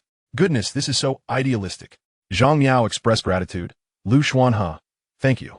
Upon opening the post, they encountered a user named Tao Yi, who claimed to have discovered the method for the Lord to seek the spark, and that was simply the Lord seeking the spark. In mere seconds, the original poster was bombarded with countless insults, completely overwhelmed by the backlash. Then, the most crucial information emerged. In post 38179, Tao Yi stated, I'm telling the truth. Just you wait. What do you think? Do you believe? No. Just upon reading this sentence, I felt the spark. Why are you all scolding me? Tao Yi continued, I'm serious. Didn't the great Lu already lay the method for finding the spark right before your eyes? What are you all searching for? The original poster faced another wave of scorn. Ultimately, everyone realized it was indeed true. How does a lord seek the spark? As long as the lord knows he can find the spark, that suffices. Xuanhe was left dumbfounded upon seeing this answer. He never anticipated such an absurd conclusion. Yet, it seemed to be genuine. At that moment, he had already returned to his territory astride his silver-armored steed, and he didn't even need to close his eyes to feel the presence of the spark. Within the primordial forest, the spark existed. Within the mountains, the spark resided. In the sky, the spark was present. Within the waters, the spark lingered. Among these, the spark in the sky was the most conspicuous, emanating an unmistakable sense of raw danger, yet it felt so remote. That fleeting sensation soon vanished, and insecure individuals might even doubt that the spark in the sky, not the sun, was merely a figment of their imagination. Subsequently, he could only sense the distant spark within the mountains, but the distance was too great to contemplate. The primordial forest, too, was disregarded. In truth, after perceiving the essence of the spark within the water, he was left with only one viable choice: to extract the spark from beneath the water. Various channels and forums were still lamenting, why is my lord so difficult to manage? It turns out we didn't even know the most fundamental aspects. I am in tears. In reality, I wish to convey that our survival manual must have provided some reminders that we overlooked, treating them as mere background commentary. Could it be that billions of people are this foolish? At this moment, it becomes evident that Xuanhe is indeed a good person, while others may have been aware. It was he who revealed the truth to us, employing a riddle to convey the message. It makes sense. I shall remember this act of kindness, and in the future, when this esteemed individual approaches me for purchases, I shall offer him a discount of 20%, nay, a mere 30%. Observing these discussions, Xuanhe exhaled deeply and nodded in agreement. Indeed, this was his sentiment. Thus, the next step will be to seek the spark of fire within the depths of the Lansong River. But how could fire possibly exist in water? Chapter 40. Delving into the Lansong River. How could a spark of fire reside within water? Xuanhe found this conundrum perplexing. Nevertheless, upon learning of the spark's existence, he felt elated. After organizing matters concerning his territory, he promptly returned to the deep water zone. The octopus, initially submerged halfway, surfaced in confusion, having sensed a familiar presence, its lord. Why has the lord returned once more? Though puzzled by the reappearance, the octopus harbored no other emotions. Having spent an extended period in the deep water zone, it had grown exceedingly bored. Were it not for the discomfort of leaving the depths, it would have relished the opportunity to remain in the company of its lord. Octopus, Xuanhe called, articulating the somewhat tongue-twisting name, before gently descending to the edge of the fissure in the deep water zone. Do you know where this leads? The octopus shook its head in confusion, then nodded, its gaze vacuous as it waved a tentacle. In response, Xuanhe grasped the tentacle firmly, a smile gracing his face that radiated warmth. His tone markedly more cheerful than before. Then let us descend and explore together. Holding the source water pearl, Xuanhe felt the magical energy coursing within him and estimated how long it could sustain him. He decided to store it away for the moment, relying on his own abilities until he required air. Very well, my lord, the octopus replied. However, you are still in your juvenile phase and quite small. There may be malevolent entities lurking below. The octopus, unperturbed by the warning, swam alongside Xuanhe, gradually gliding down through the fissure. The deep water zone was already somber, yet the depths beneath the fissure were increasingly shrouded in darkness, obscuring any discernible features. Were it not for the octopus guiding the way, an ordinary person venturing into the waters would likely meet their demise, let alone reaching such profound depths. Below the deep water zone, the surroundings were initially shrouded in darkness. After several minutes of swimming, specks of luminous brilliance emerged before them. Underwater flora, looking up, they beheld a thick rock wall. They had reached yet another layer of the deep water zone. If the shallow waters represent the first layer of the Lansong River and the deep water zone the second, then the realm Xuanhe now inhabited was the third layer. The sights of the third layer were far more expansive than he had anticipated.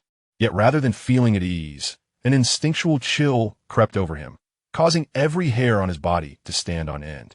Standing here, without the need for anyone's reminder, he could sense the omnipresent danger, his skin prickling as if pierced by countless needles. In this moment, it felt akin to the primitive humans of ancient Earth, filled with an innate fear of the vast natural world surrounding them. The flora and fauna of the third tier were more abundant and colossal compared to those of the second tier. As he observed, he began to notice something amiss. Why? Apart from the octopus, were there jellyfish? Even in the codename Zero world, should these two forms of life truly exist in the rivers? He felt perplexed, yet had no better explanation. It was as if the codename Zero world allowed for the existence of anything and everything. My lord, what destination do you seek? The voice of the blue octopus resonated beneath the water, imbued with a childlike innocence, reminiscent of a few years old. Upon hearing this, Xuanhe pointed in a direction. After the octopus inquired about the specific distance, it sighed in relief. The deeper the waters, the more formidable the life forms present, some of which it could not hope to contend with. Fortunately, the area the Lord indicated was not home to such beings.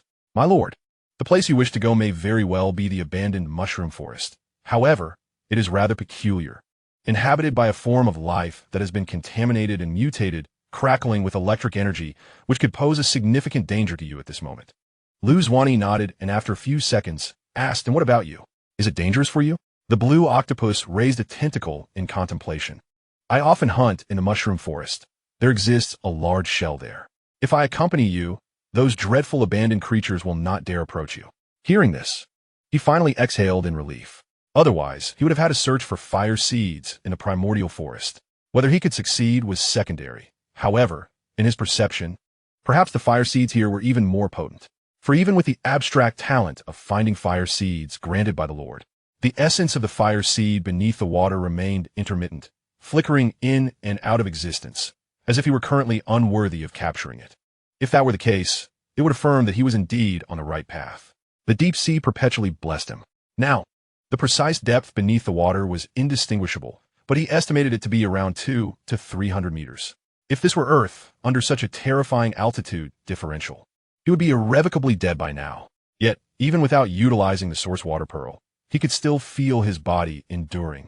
A continuous flow of magical energy, transforming into a force that bolstered and protected him, enabling him to hold his breath for such an extended duration. This was the allure of the extraordinary species. The mushroom forest appeared to descend even further, and at this juncture, he gradually found himself struggling to maintain his composure. Originally, he had intended to utilize the source water pearl.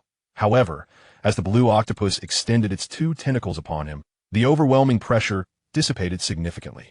Simultaneously, an ethereal voice resounded from behind him. "My lord, your human form is exceedingly fragile. I can only protect your body in this manner." He nodded in acknowledgement. After another 10 minutes, having spent nearly an hour submerged, they finally approached the location of the ember. As they drew nearer, the aura of the ember grew increasingly potent, and the flickering flame began to stabilize within his consciousness. In his moment of ease, he momentarily forgot his surroundings until a colossal eel, measuring the length of 3 men, glided before him, its electrifying gaze fixed upon him. It was then that he abruptly felt the unsettling sensation of being preyed upon. This creature intended to devour him. Even with the octopus nearby, this underwater beast yearned for his flesh. Hal had arrived. The octopus cast a wary glance at the slithering eel before addressing him. "My lord, we have arrived at the location you specified." The place he had indicated for the ember was indeed here. Yet, Xuanhe remained apprehensive, furrowing his brow. He had discerned that the ember lay beneath them, not within the mushroom forest, but deeper still. This revelation disrupted his prior plans. Chapter 41. The sinister contamination at this moment. Xuanhe's mood was far from pleasant, as the ember's location exceeded his wildest expectations. The underwater mushroom forest was already treacherous enough, but he had not anticipated its depths. The octopus hesitated upon hearing his lord's words, yet obediently guided him to a position near the left of the bizarre mushroom grove, where a dark chasm was visible. This mushroom forest differed starkly from his imagination. It was not a mere underwater fungi, but a warped creation resembling steel, exuding a chilling and eerie aura that stung the eyes and threatened to corrupt and mutate those who gazed too long. Furthermore, grotesque fish, crackling with electricity, swam within. Without needing to experiment, Xuanhe realized that should he stray from the blue octopus's protection, not only the massive sea creature, but everything before him could effortlessly bring about his demise. This was undeniably a realm far beyond his current capabilities. If this were a game, it would be akin to a novice player being teleported directly into the vicinity of a boss, certainly a death sentence. My lord, do you wish to descend?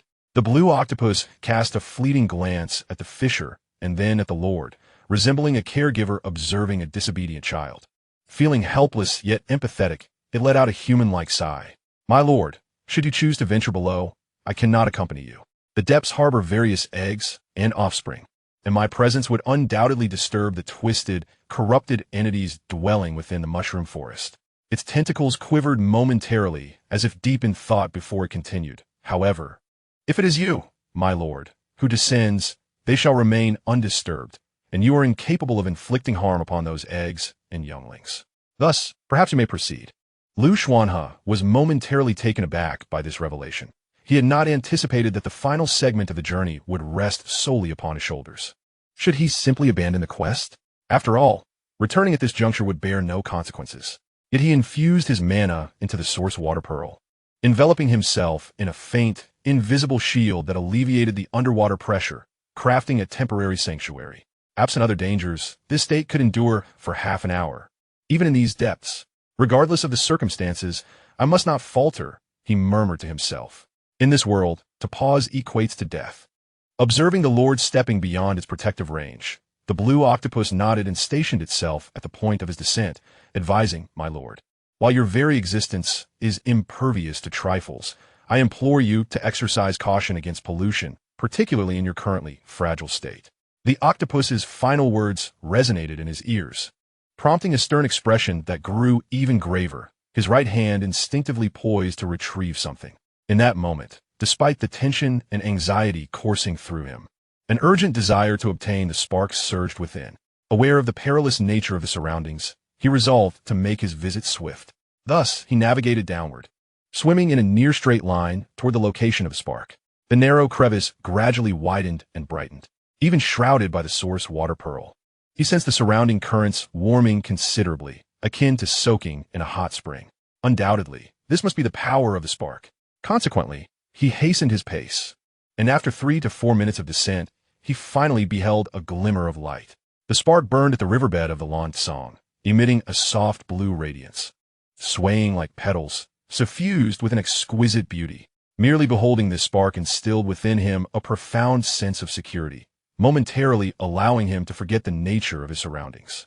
Yet, in that dazed state, as the infusion of mana faltered and the power of the source water pearl diminished, clarity struck him. No, in that instant, Xuanhe felt a shiver run down his spine, a chill enveloping his entire being. What he had just perceived was not the power of the spark. Although his body was enveloped by the source water beads, he felt no semblance of safety. In fact, his limbs became rigid. This rigidity was not of his own volition, but a consequence of countless gazes scrutinizing him, rendering him immobile. At last, the item he had nearly retrieved with his right hand was finally in his grasp, water from the abyssal pool. This water could not be retained for long. Beyond 3 hours, its potency would wane. Driven by an ardent desire to grow stronger, Xuanhe mixed and consumed the abyssal pool water daily, along with abyssal water, and even carried some moon well water with him for regular intake. He had never allowed the precious drops of special abyssal water, which dripped every 7 days, to go to waste. Good things are meant to be utilized, not stored for future use. For if one survives, there will undoubtedly be better things to come. However, the present moment demands action, for tomorrow may not be guaranteed. This principle governed Xuanhe's life. Yet, never before had he grasped so clearly the correctness of his decision, realizing how crucial his preparations had become in this moment. At this instant, he felt as if he were transported back to that fateful morning, witnessing the faceless, eerie white shadows darting across the river's surface, which had nearly shattered his spirit. No, this moment was even more terrifying. Despite this, he gritted his teeth and retrieved the abyssal water from the temporary storage, slowly moving his hand. The sensation was excruciating. The strain caused cracks to form on his palms and face, drawing forth a drop of blood. Drip! Splash! As the blood fell, countless sounds echoed around him. Fortunately, due to the source water beads, The drop did not touch the water, but fell within the protective barrier. This sudden commotion alleviated much of the shackles on his body. The abyssal water contained in the large wooden barrel cascaded down, with only a small amount reaching his lips. Nevertheless, it was enough to restore his tainted spirit, even normalizing his bloodshot eyes. Without a moment's hesitation, he did not even glance back, but seized the spark before him, intending to surge upward. To his dismay, he found himself unable to lift it. Damn! In that instant, even with his efforts to remain calm, he could not contain his emotions. Yet this was not the time for emotional outbursts. A torrent of thoughts flashed through his mind, leading him to instinctively smash the deed in his possession onto the spark before him. Subsequently, the spark vanished. With a sigh of relief, he stowed away the deed and immediately swam upstream. However, the overwhelming forces on either side tugged at him, like countless diminutive, terrifying white shadows. He poured the abyssal water as if it were free, and, astonishingly, it alleviated the heavy burden of pollution. As he finally beheld the azure octopus, a wave of relief washed over him, compelling him to glance back. However, what he beheld were the stone walls flanked by a multitude of placentas, upon which countless eyes had sprouted, all glaring at him with malevolent intent.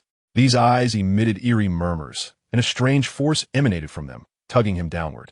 He nearly lost control and plummeted into the abyss, but fortuitously, two tentacles of the octopus seized him in time. Then, at an astonishing speed, it propelled him forward. Xuanhe trembled as he poured the abyssal water from above, closing his eyes to retrieve another wooden barrel from the makeshift storage, continuing to pour down. Following the abyssal water was the water from the moonwell, all cascading upon him. In a daze, he could not discern when he had breached the water surface, nor did he notice the sun shining upon him. A silver figure raced from the territory, bending its legs to hoist Xuanhe onto its back, then surged like a whirlwind into the main building. The inhabitants of the territory were oblivious to the events unfolding. Yet chaos erupted in the deep waters of the Lansong River. Waves roared. The tumult was palpable. Meanwhile, the small silver-armored horse had already carried Xuanhe down to the first floor, to the vicinity of the ember hearth and the abyssal pool. As Xuanhe continued to douse himself in water, he regained his senses upon nearing the ember hearth. Once the small silver horse deposited him into the abyssal pool, he finally opened his eyes.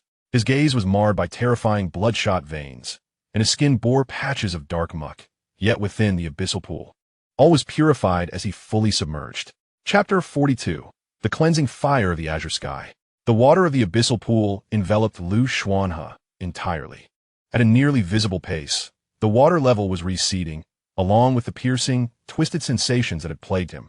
Upon opening his eyes, the bloodshot veins rapidly faded. A mist resembling steam materialized above the pool, only to vanish swiftly, while the sound of hissing combustion resonated from beneath the water. This burning sound did not emanate from the firewood in the hearth, but rather from above the abyssal pool. Xuanhe expelled a breath of murky air, the bubbling water incinerating the invisible muck. At last, the pollution wrought by that strange underwater realm was purified. He felt a twinge of gratitude mingled with trepidation. I have underestimated this world. Merely glancing back could lead to such contamination. Had I not witnessed that bizarre white shadow in the base that fateful morning, would I still be alive? This was, in truth, a question that required no answer. Survival would have been impossible, even with the novice protection period. He sighed. Although the pollution of his body had been cleansed, he did not rise, but instead lingered in the abyssal pool. After a considerable time, he finally rose. The special flame from the water has been obtained, and the next course of action is to utilize this flame. However, before he could contemplate further, there emerged an unsettling cacophony beneath the once tranquil surface of the water. The tremendous uproar from outside had already reached this place. In an instant, he recalled the recent events that transpired in the deep waters, worry gnawing at him, prompting him to rush out. Upon emerging, he beheld a colossal wave, towering at 10 meters, surging in the midst of the Lansong River, accompanied by countless eerie blue vortices swirling beneath the surface, evoking an overwhelming sense of peril. The villagers and serpent folk were paralyzed with fear, trembling on the shore. It was only upon seeing him that their expressions softened slightly. Yet, Xuanhe had little interest in their state. His gaze was transfixed on the seemingly enraged Lansong River. Is it due to my acquisition of the flame? He pondered about the octopus. With this thought, he retrieved the deed, which could sense the current state of the octopus. He concentrated momentarily and found no significant changes, allowing a sigh of relief to escape his lips. The monstrous wave that swept through the Lansong River appeared abruptly and vanished just as swiftly. Approximately 10 minutes later, a patch of crimson water emerged near the center of the deep waters, the putrid stench of blood wafting through the air. Subsequently, a light blue octopus gradually surfaced from the depths, making its way toward the domain of the deep sea. Despite knowing it was their own kind, the villagers and serpent folk were still engulfed in terror. In contrast, Xuanhe stepped forward, approaching the water's edge. The blue octopus arrived before him, extending several tentacles in a graceful flourish, then seemingly bowing slightly, its voice ethereal as it spoke. "My lord, rest assured, I have dealt with all that sought to pursue you." Upon hearing this, he glanced at the radiant blue octopus, now closer, and felt compelled to express his gratitude, saying, "Octopus, were it not for you this time, I might not have survived." The blue octopus, upon hearing his words, displayed a look of bewilderment and peculiarity in its large eyes, as if it had heard something unfathomable.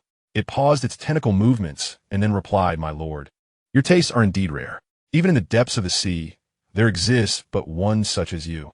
No wonder you take pleasure in constructing deeds on land." Now it all makes sense. Wait, what have I just imagined? He observed the blue octopus before him, feeling as though a human and an octopus were not even on the same plane of existence. "Nevertheless, my lord, while I can assist you in dealing with the entities that have emerged in the Lansong River, if you wish to continue nurturing your rare interests, you must hasten your pace. Otherwise, such a fragile domain cannot withstand any of the enigmatic mists." The blue octopus offered a slight bow, exuding an unparalleled elegance as it prepared to take its leave. However, before departing, it could not resist uttering, "My lord, it appears you possess some rather peculiar perceptions regarding your own existence. Perhaps, upon encountering the depths of the ocean, enlightenment shall dawn upon you." With that, the blue octopus vanished into the swirling waters of the Lansong River at a speed beyond human comprehension. Once it returned to the abyssal depths, it remained perplexed, questioning whether embodying a mortal truly held any intrigue. Xuanhe, gazing at the shadow of the octopus fading away, pondered its words and sighed with genuine sentiment. "It seems you harbor a misunderstanding of my nature. Though I am endowed with the blessings of the deep sea, and my fortune is indeed amplified in its depths, I am, at present, merely an ordinary human." The blue octopus must have perceived him as some incomprehensible entity. Nonetheless, these thoughts were soon cast aside, for the chasm between them was insurmountable, while nearby lay his own fire seed. He first sought to reassure the villagers and the serpent folk, allowing them to rest. Yet to his surprise, after a mere 10 minutes, their naturally robust dispositions compelled them to resume their labors. However, they dared not venture into the water that day. Thus they toiled upon the land. Xuanhe returned to the main building and opened the land deed. A pale blue fire seed began to waft gently from the deed. Even though the fire seed had yet to merge fully with the document, he felt an extraordinary sense of security enveloping him, as if the very territory had grown increasingly safe and serene. Fog notification. You have attained an impossible existence at an improbable stage. Such occurrences are rarely seen, even in the realm of Code Zero. Hence, you have earned a special achievement point illumination. Azure Purity Flame, a remarkably unique fire seed that defies simple classification by rating. Due to its extraordinary nature, it typically resides in the deep sea, surrounded by exceedingly bizarre embryos that combat the encroachment of fog, making it nearly unattainable for anyone. 1. It possesses formidable protective, purifying, and restorative capabilities against malevolence, ensuring the safety of a territory even after the fog descends. 2. It requires no fuel, as it generates an almost endless flame on its own. 3. It necessitates special advancement items and conditions to evolve into its complete form. 4. Within the territory, it safeguards. No bizarre pollution or invasive threats shall occur. 5. Due to its unique nature, ordinary lords cannot utilize it even if they were to obtain it. The Azure Sky Purifying Flame, weakened juvenile form currently assessed at level 50 with a 7th tier flame. Conditions for advancement can be expanded upon. It offers sanctuary to all territories of any type, purifying and restoring all entities below level 50 of any type, defending against and purifying all peculiarities below level 50 of any type, defending against and purifying most peculiarities below level 70, specific types. and defending against and purifying nocturnal monsters below level 60 of any type, while its effects on peculiar monsters above level 80 may vary. Chapter 43, Water Carrying Fire. Xuanhe gazed upon the description of the flame before him, finally grasping a semblance of what the fire seed in the zero-code world truly signified. It was almost entirely unlike anything on Earth, resembling more of a conceptual label rather than mere fire. As for the azure sky, purifying flame, in its juvenile form being level 50 with a 7th tier flame, this was simply an unfathomable rank. The mist's hint rang true. Had it not been for an exceedingly rare stroke of fortune, he would never have acquired such a flame, as even approaching it would spell instant demise. How he came to possess it was perhaps linked to its origin in the deep sea. Within the zero-code world, the weakest beings are ranked at level 9, and the strongest at level 0. The hierarchy ascends from 9 to 0, indicating increasingly formidable existences, a system of classification unique to this realm. The threshold of level 1100 serves as the determinant for dragging all of Earth's inhabitants into the mist. The treasure chests need no further elaboration. Those of the mist adhere to its own rules, designated as 19, a commonplace classification. The higher the number, the more precious the chest, potentially containing unique treasures. However, in contrast, the mist level may more accurately reflect a life form's true strength. For instance, levels above 10, 10 and 19 signify extraordinary beings, also classified as level 9 life forms. Yet levels 20 to 40 denote level 8 life forms. Take the current octopus at level 39, although still an extraordinary level 8 life form. It is worlds apart from a level 20 extraordinary life form. As for the terminology surrounding these extraordinary beings in the zero code, such knowledge remains beyond Xuanhe's current understanding. Nevertheless, within the limited information available to him, the azure sky purifying flame remains an astonishing entity. And this is merely its juvenile form. He stared at the pale blue flame, momentarily hesitating. After meticulously reading the description of the azure sky purifying flame, he found himself perplexed. Was it typically found in the deep sea? Yet, the Lansong River was merely a river after all. He had thought it peculiar for octopuses and jellyfish to appear in such a setting, for these were clearly denizens of the ocean. Although he was baffled by this detail, he was not inclined to dwell on it. Instead, he regarded the azure sky purifying flame's juvenile form with trepidation, along with the land deed in his hand. His brow slightly furrowed. How exactly was he to utilize this? After a moment's contemplation, he opened the survival manual, hoping to find further information within its pages. His first instinct was to turn to the forum, where the post regarding the Lord's ability to seek out the spark had garnered millions of replies. An endless scroll that seemed to stretch into oblivion. After diligently sifting through the myriad of posts, he found nothing of relevance and, upon inquiring with others, received no responses. Initially perplexed, a moment of clarity struck him. After all, it had only been a short time since the event transpired. If it weren't for the fact that he had contracted a high-level extraordinary being, how could he have obtained the spark so swiftly? Even so, he had still suffered some degree of contamination. It appeared that he would have to rely on his own endeavors. He meticulously reviewed the process of upgrading his base and acquiring land deeds, sitting on a tree stump within the main building for an extended period of contemplation. Eventually, he reinstated the azure sky purifying fire young form back into the land deed and ventured into the adjacent warehouse to open his workshop. Half an hour later, he emerged, holding a softly glowing, flower-shaped wooden artifact that resembled a candlestick, a hybrid of the two. This item had been crafted from the scarce 8th grade wood in his warehouse, and it possessed a small aperture at the top. Xuanhe carried the artifact into the main building and placed it on the ground, retrieving the azure sky purifying fire young form from the land deed and placing it inside the artifact. With a crack, the wooden platform emitted a sound of splintering, though fortunately, it was merely a minor damage. As he placed the azure sky purifying fire young form inside, he witnessed the structure within the land deed slowly materializing before his eyes, eliciting a spark of excitement. However, with a resounding bang, the entire wooden platform shattered completely, rendering the nascent structure utterly defunct. Despite this setback, he felt no despair. Instead, he was filled with elation. Indeed, to integrate this spark into the land deed, a structure must be prepared for it. His reasoning stemmed from the fact that as he developed his territory, new buildings would gradually emerge within the land deed, seemingly a part of a unique adjudication ritual. Therefore, he endeavored to construct a building for the azure sky, purifying fire young form, to see if it could be assimilated into the land deed. Uncertain of the correctness of his approach or the underlying reasons, he was nonetheless encouraged by the results of his trial. However, the materials at his disposal were insufficient to craft a vessel for it. Even 8th grade extraordinary would prove inadequate, leaving Xuanhe at a loss for alternatives. Just then, a thought crossed his mind, recalling a daily ritual he never neglected: water. A youthful voice murmured, "Could I attempt to construct a special building from water to contain the spark?" Uncertain of the outcome, but driven by a spirit of experimentation, he resolved to take action.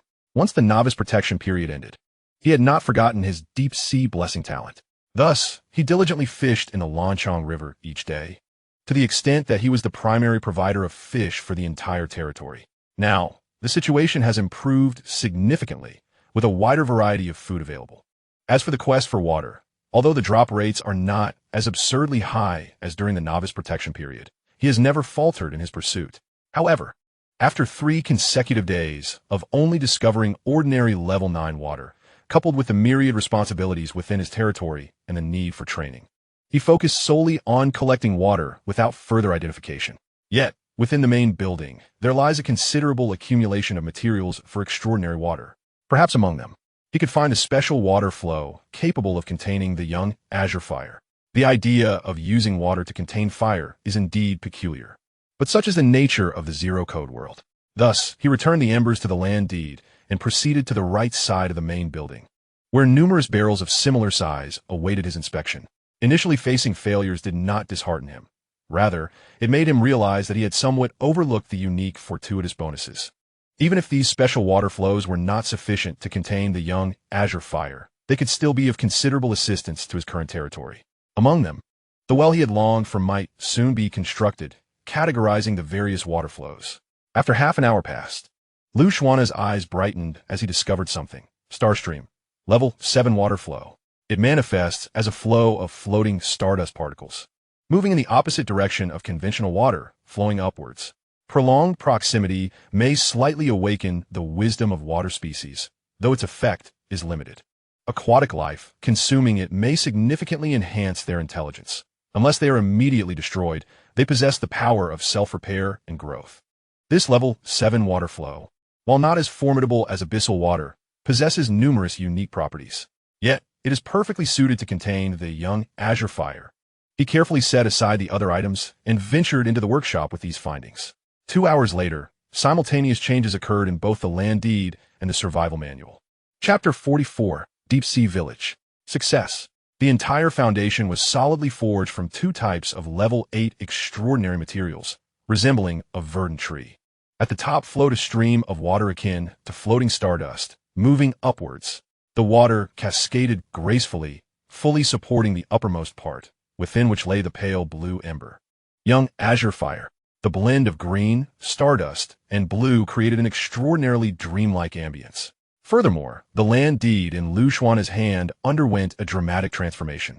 A familiar, inorganic voice echoed. Level 1 land deed, Deep Sea, has met the conditions for village. Would you like to upgrade? Without a moment's hesitation, he immediately opted for the upgrade. Level 2 land deed owner, Xuanhe. Land deed name, Deep Sea, Ember, Azure Fire, Young Form. Land deed structures, Ember Tree, Main House, Courtyard, Warehouse, Lord's Manor, Abyssal Pool, Level 1 Simple Farmland, Moonlit Pond, Farmhouses, Planting Caves, Farmland, Underwater Warehouse, Underwater Base. Land deed members, Octopus, Flower Fairy, Obligers, Humans 26. Half-Orcs 96. Land deed functions, Shelter, Contract, Restoration, Purification. Level 2 land deed upgrade not completed. Please promptly ascertain the boundaries of Deep Sea Village and the locations of new structures. Highlighted in red warning. The sudden transformation was almost dizzying. He could not afford to dwell on anything else, for the most pressing matter was the planning of the land deed. The red warning was a clear indication. As before, each evolution and upgrade of the land deed brought about starkly different changes, with the buildings and layout being redefined and set by the land deed holder. The shift from a small courtyard to a full village was entirely distinct. First came the scope. Upon comparing the previous measurements, he found himself doubting the accuracy of his own vision when he beheld the concrete numbers. How much is this? Never mind. First focus on the layout and terrain. He steadied his mind, exhaling a deep breath, and resolved that his territory could no longer remain as rudimentary as it once was. For him, the deep sea was where his talents truly lay, especially since it accelerated his meditation underwater. In addition to upgrading his territory, he also needed to enhance his own strength. With this thought in mind, he felt no hesitation. Thus, he delineated half of Deep Sea Village's territory directly into the underwater realm, astonishingly encompassing the tidal silver scale crystal mine within it, almost encroaching upon the deep water zone. As for the land above, visually it appeared to have expanded. The green tree spirits, despite the daylight, uprooted their roots and fled into the depths of the primordial forest. Those few who could not escape were rendered immobile, frozen in place. Vast expanses of open land and forest were enclosed within. Furthermore, a wall approximately the height of an average man rose from the ground, along with the warehouse area and materials piled outside, all being consumed at a frenzied pace. Not only were the materials accumulated in the warehouse courtyard being depleted, but even those stored within the main building were being consumed at an increasingly rapid rate. An irregularly shaped wall thus encircled the entire village, with underwater walls also constructed. Besides the main building and warehouse, 2 additional structures emerged above ground. The warehouse had tripled in size, positioned horizontally near the mountains. The other 2 buildings were vacant structures. He placed one vertically beside the warehouse and the other near the mountains, designated for various purposes within the village. Most importantly, the toilet and well had finally been constructed. The restroom is constructed using a unique 9-tiered water flow system, and the same applies to the water well. Originally, the main building was situated in the heart of the deep sea village, comprising 3 stories, 2 of which were completely submerged. The former underground base has been relocated closer to the deep water zone, allowing even the underwater warehouse to be shifted. Consequently, the underwater warehouse has also been moved to the opposite side. On the surface, there exists a structure akin to a lord's manor, positioned on land adjacent to the water. With the moon well nearby, the warehouse to the left rear, the new building number 1 to the right, and the new building number 2 to the left. These 2 edifices have yet to be designated for specific purposes and have been given arbitrary placeholder names. After a dizzying array of arrangements and planning, the entire level 2 deep sea territory has finally been completed. Xuanhe is unsure how much time has elapsed. Upon finishing all this, he felt an excruciating headache, as if his mind were on the verge of bursting. Had it not been for his prior meditative exercises to enhance his mental fortitude, he would likely have been incapable of rectifying the land deeds all at once. The villagers and the serpent people gazed in astonishment at the transformation of the territory, immediately dropping to their knees and closing their eyes, murmuring indistinct prayers. Although the land deeds of the codename Zero World are not few, how could the serfs ever witness such an extraordinary display of power? Following the completion of his territorial upgrade, the first manifestation occurred not in his humble deep-sea village, but rather on the achievement leaderboard and the survivor leaderboard shrouded in mist. On the achievers leaderboard, he swiftly ascended to the top position, his name shimmering like gold, blinding all who beheld it. Meanwhile, on the survivor leaderboard, his deep-sea territory also surged to first place momentarily, only to begin a gradual descent 3 seconds later, ultimately settling at rank 25. During this interval, countless voices of astonishment erupted from every corner of the codename Zero World where earthly survivors resided, accompanied by an unquantifiable number of incredulous exclamations. Among them, Xuanhe was utterly incredulous. Clutching his head, he stared wide-eyed at the leaderboard, appearing as though he had lost his mind. No, it can't be like this. This is not how I remember it. The forums and various channels were ignited with a tremendous uproar, but that is a tale for another time. Xuanhe felt as though he might shatter completely, truly, in a physical sense. His head throbbed intensely, as if he wished for an axe to cleave it in two. Aware that this condition was dire, he stumbled into the water, making his way toward the deep water zone. He needed to meditate. If he did not meditate soon, his mind would surely crack. Thus, without even a moment to gaze upon his newly upgraded territory, he ventured toward the deep water zone. As for the territory itself, Emilia, a botanist who had long lived alongside the half-beast serpent people, was utterly unfamiliar with the extraordinary world, having gleaned knowledge primarily through hearsay. However, this did not impede her understanding of what needed to be done at that moment. Very well, the Lord has prepared everything. Rise and resume your tasks. Those who mine shall continue to mine, and those who till the land shall persist in their cultivation. Have a dung from the buffalo herd arrived? Our food supplies are woefully scant. dry all the mushrooms harvested today, and store them in the underwater warehouse. Thus, the miners resumed their work, and the farmers tended to their fields, only slightly delayed. In truth, the serfs lacked the capacity for contemplation. After an afternoon of introspection, as dusk descended, Xuanhe finally felt his mind return to normal. Although his complexion remained somewhat pale, it was a marked improvement from the ashen hue that suggested imminent demise. Rising from the depths, Xuanhe was momentarily taken aback. The territory before him appeared utterly transformed.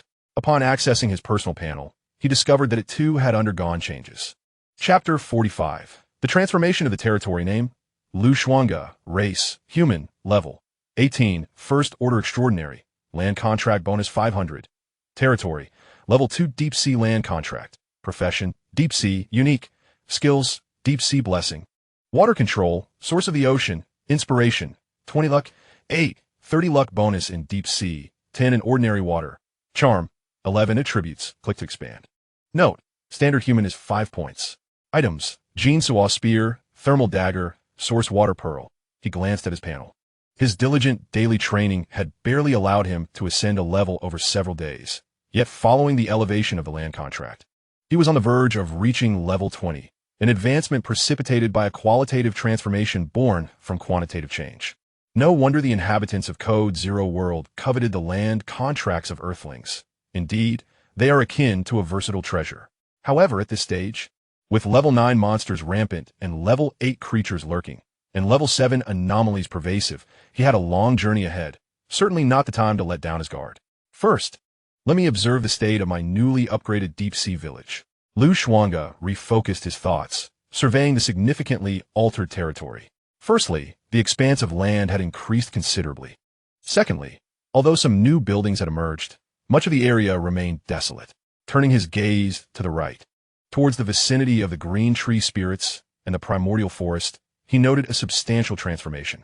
The green tree spirits had retreated several hundred meters beyond the half-human high stone walls, and astonishingly, some had been enclosed within, numbering in the dozens upon a brief count. Upon opening the land deed, it became evident that numerous transformations had occurred within. Level 2 land deed owner, Xuanhe. Land deed name, deep sea, seed, azure sky, purifying fire, juvenile form. Land deed structures, special structures, seed tree, deep sea courtyard, self-named and expandable. Lord's manor, some buildings have been stripped.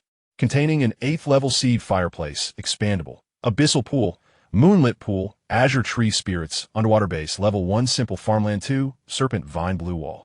Ordinary structures, deep sea village office, self-named, chicken coop, stable, cellar, warehouse, granary, well pond, public toilet, farmhouse 10, planting cavern, farmland 12, underwater warehouse.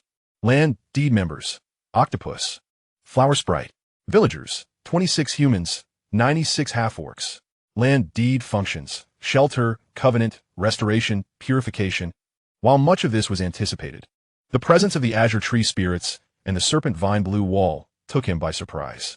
Upon further inspection, he discovered that after the land deed ascended to level 2, these untraveled beings were automatically designated as inhabitants of his domain. Initially, upon arriving in this world, he found the azure tree spirits to be quite fearsome. However, he now understood them to be a form of the most basic, extraordinary life. Consequently, unable to resist the covenant of a land deed and lacking the requisite intelligence to be classified as villagers, they were transformed into a structure due to their sheer numbers. The serpent vine blue wall, on the other hand, seemed to have mutated due to his frequent watering of the vines with non-river water, granting them rapid growth and propagation abilities. During the ascension of the land deed, their proximity to the walls and absence of intelligence led to their direct incorporation as materials by the deed. Currently, most of the village walls have been transformed into serpent vine blue walls, and over time, thanks to the proliferation capabilities of the mutated vines, the other walls were assimilated as well. Thus, the village walls surrounding Deep Sea Village, including those submerged, now possessed self-propagation and offensive capabilities, brimming with deep azure vines resembling serpentine bodies. If confronted by intruders, these vines would swiftly form serpent heads to launch an attack. Observing these changes closely, Xuanhe felt a rush of astonishment and subsequently remarked, "At last, I have acquired some semblance of self-defense." The entirety of Deep Sea Village was sheltered under the juvenile azure sky, purifying fire. This seed tree resided within his deep-sea courtyard, casting a soft azure glow that imbued the courtyard with a touch of vibrancy. Although the villagers were oblivious to the intricacies of their situation, their survival in this eerie and terrifying world endowed them with a fundamental sensitivity to danger. Therefore, even though their minds were unclear about the unfolding events, their bodies relaxed entirely. Especially the serpent folk mining underwater, they no longer exhibited the same panic upon entering the water. Instead, their tails have become supple and tranquil. Indeed, the speed of mining has significantly increased. Plans often fall short of the ever-changing circumstances. Xuanhe gazed at the originally designated underwater base, which now resembled more of an underwater plaza, and let out a sigh, sensing its diminishing utility. However, he decided to leave it be. He stepped onto the water's surface, gradually descending to the shore. The flower spirit, which had been hiding within a tomato due to the fierce battles erupting in the Lansong River, appeared as soon as the land deed was upgraded. At that moment, it was joyfully flitting about, occasionally pausing to sway its body while holding a corn cob much larger than itself, leaving Xuanhe at a loss for words. "Ah, greetings, my lord," it exclaimed cheerfully as he set foot on land. Its tone was markedly more enthusiastic than before. "Noble lord, I have never experienced such a comfortable environment. It seems you have discovered an extraordinarily powerful and rare ember." It wiped the corn kernels from its face and tilted its head, inquiring, "May the beautiful flower spirit dwell here indefinitely? I can assist you daily in hastening the ripening process. It is our innate talent as plant spirits." Listening to these words, Xuanhe raised an eyebrow, noting the flower spirit's abrupt shift in demeanor was rather subtle. "Did you not mention that only a good mood could stimulate the accelerated growth of plants?" The flower spirit circled around him, its voice clear and melodious. "Indeed, every second I spend here fills me with joy." Xuanhe hesitated, ultimately nodding in agreement. Very well. The daylight hours had slipped away, and dusk was approaching. He intended to disembark and observe changes in other areas when he abruptly turned back, frowning at the suddenly deep azure hues of the Lansong River, only to quickly relax. It was the octopus. What brought it here? It seemed he would have to postpone his first meal of the day and investigate the changes in his territory. Xuanhe retraced his steps, heading back underwater. The flower spirit, witnessing this, fluttered its wings and returned to the side of the moonwell, admiring the enchanting sight of evening primrose and silver ferns basking in the moonlight. Before Xuanhe could utter a word in the water, he saw the blue octopus, its 8 tentacles laden with various items, descending upon the underwater base, paved with silver tide bricks. "Are you moving in?" he asked, surprised, as the 500-square-meter base was nearly filled with all that the octopus had brought. To his astonishment, the octopus nodded in affirmation. "My lord, I can sense the warmth and protection you provide. It shields me from peculiar pollution, and being underwater is just perfect. Surely, this house is prepared for me." Its large eyes sparkled with excitement, and its 8 tentacles danced about, markedly different from the restless demeanor it exhibited when it had first approached shallower waters. Appearing in exceptionally high spirits, Xuanhe contemplated for a moment, gazing at the square paved with shimmering silver scales, nodding in agreement. "You are indeed correct. This was specifically prepared for you. My lord, you are truly benevolent," it remarked, extending one of its octopus limbs to gently caress Xuanhe's arm, displaying an unmistakable joy, a level of exuberance not witnessed since the bestowal of the deep-sea blessing. "However, are you not unable to remain in shallow waters for long?"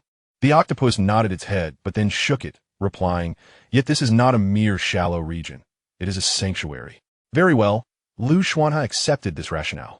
He could not resist glancing back toward the nearby underwater deep-sea courtyard. The first floor radiated a soft azure flame, the azure sky purifying fire, juvenile form, truly deserving of its numerous accolades, transforming his domain dramatically. Chapter 46, The Arrival of the Elves. Xuanhe inquired further with the octopus, confirming its current feelings and any existing concerns before returning to the surface.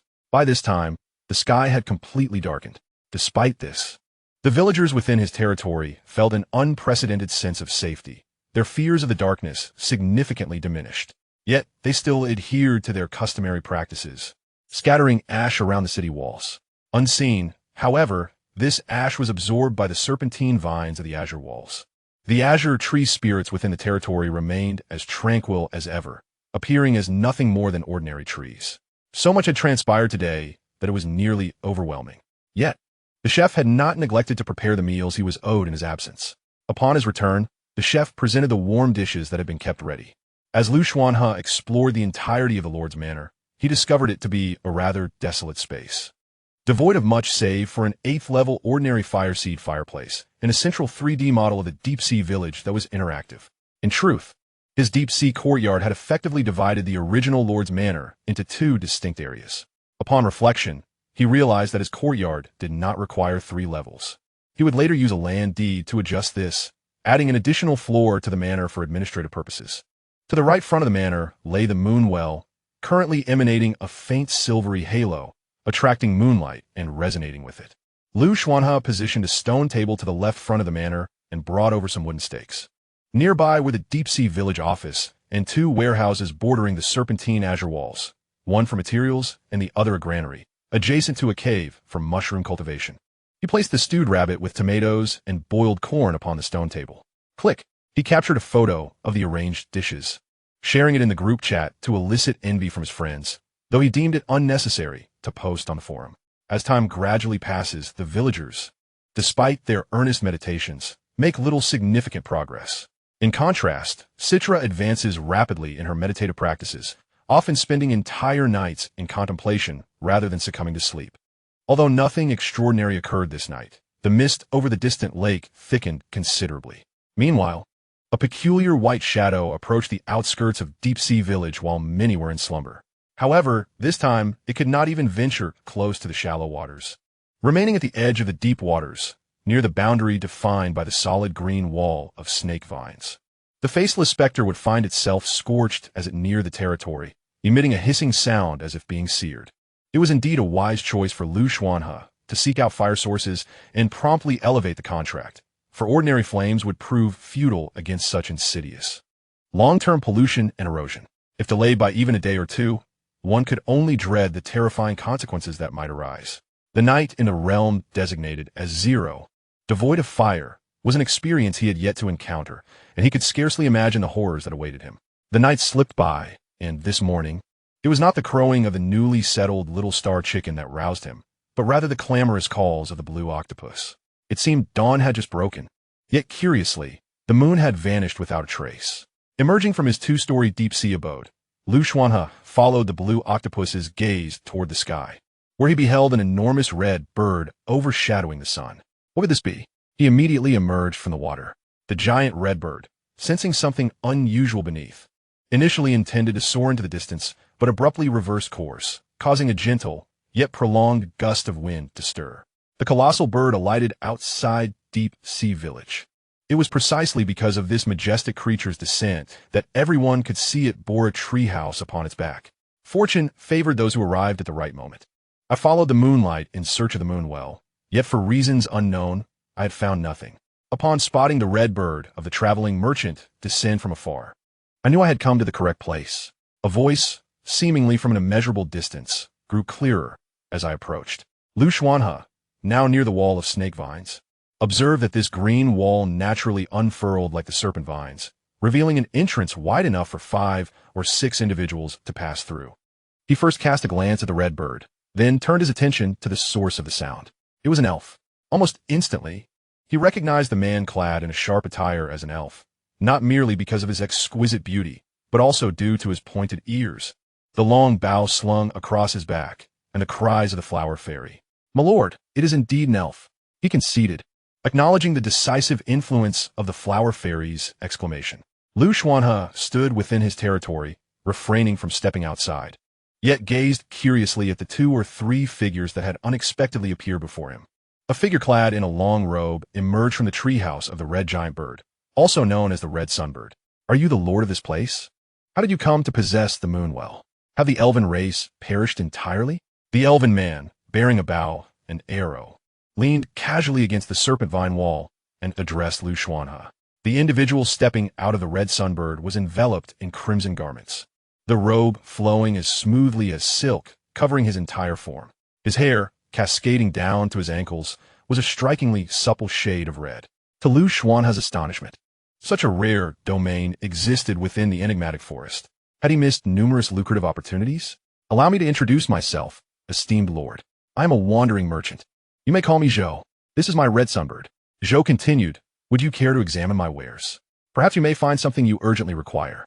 Upon hearing Zhou's words, Xuanhe felt an unexpected sense of familiarity with this remarkably terrestrial exchange, reminiscent of his attire acquired from the survival manual, exchanged among fellow survivors at the trading market. Despite enduring the elements over the past days, he retained an air of elegance and composure that was hard to overlook. Without hesitation, he extended an invitation. Why not step inside? As you wish, Zhou replied, but before he could utter another word, the elven man had already entered.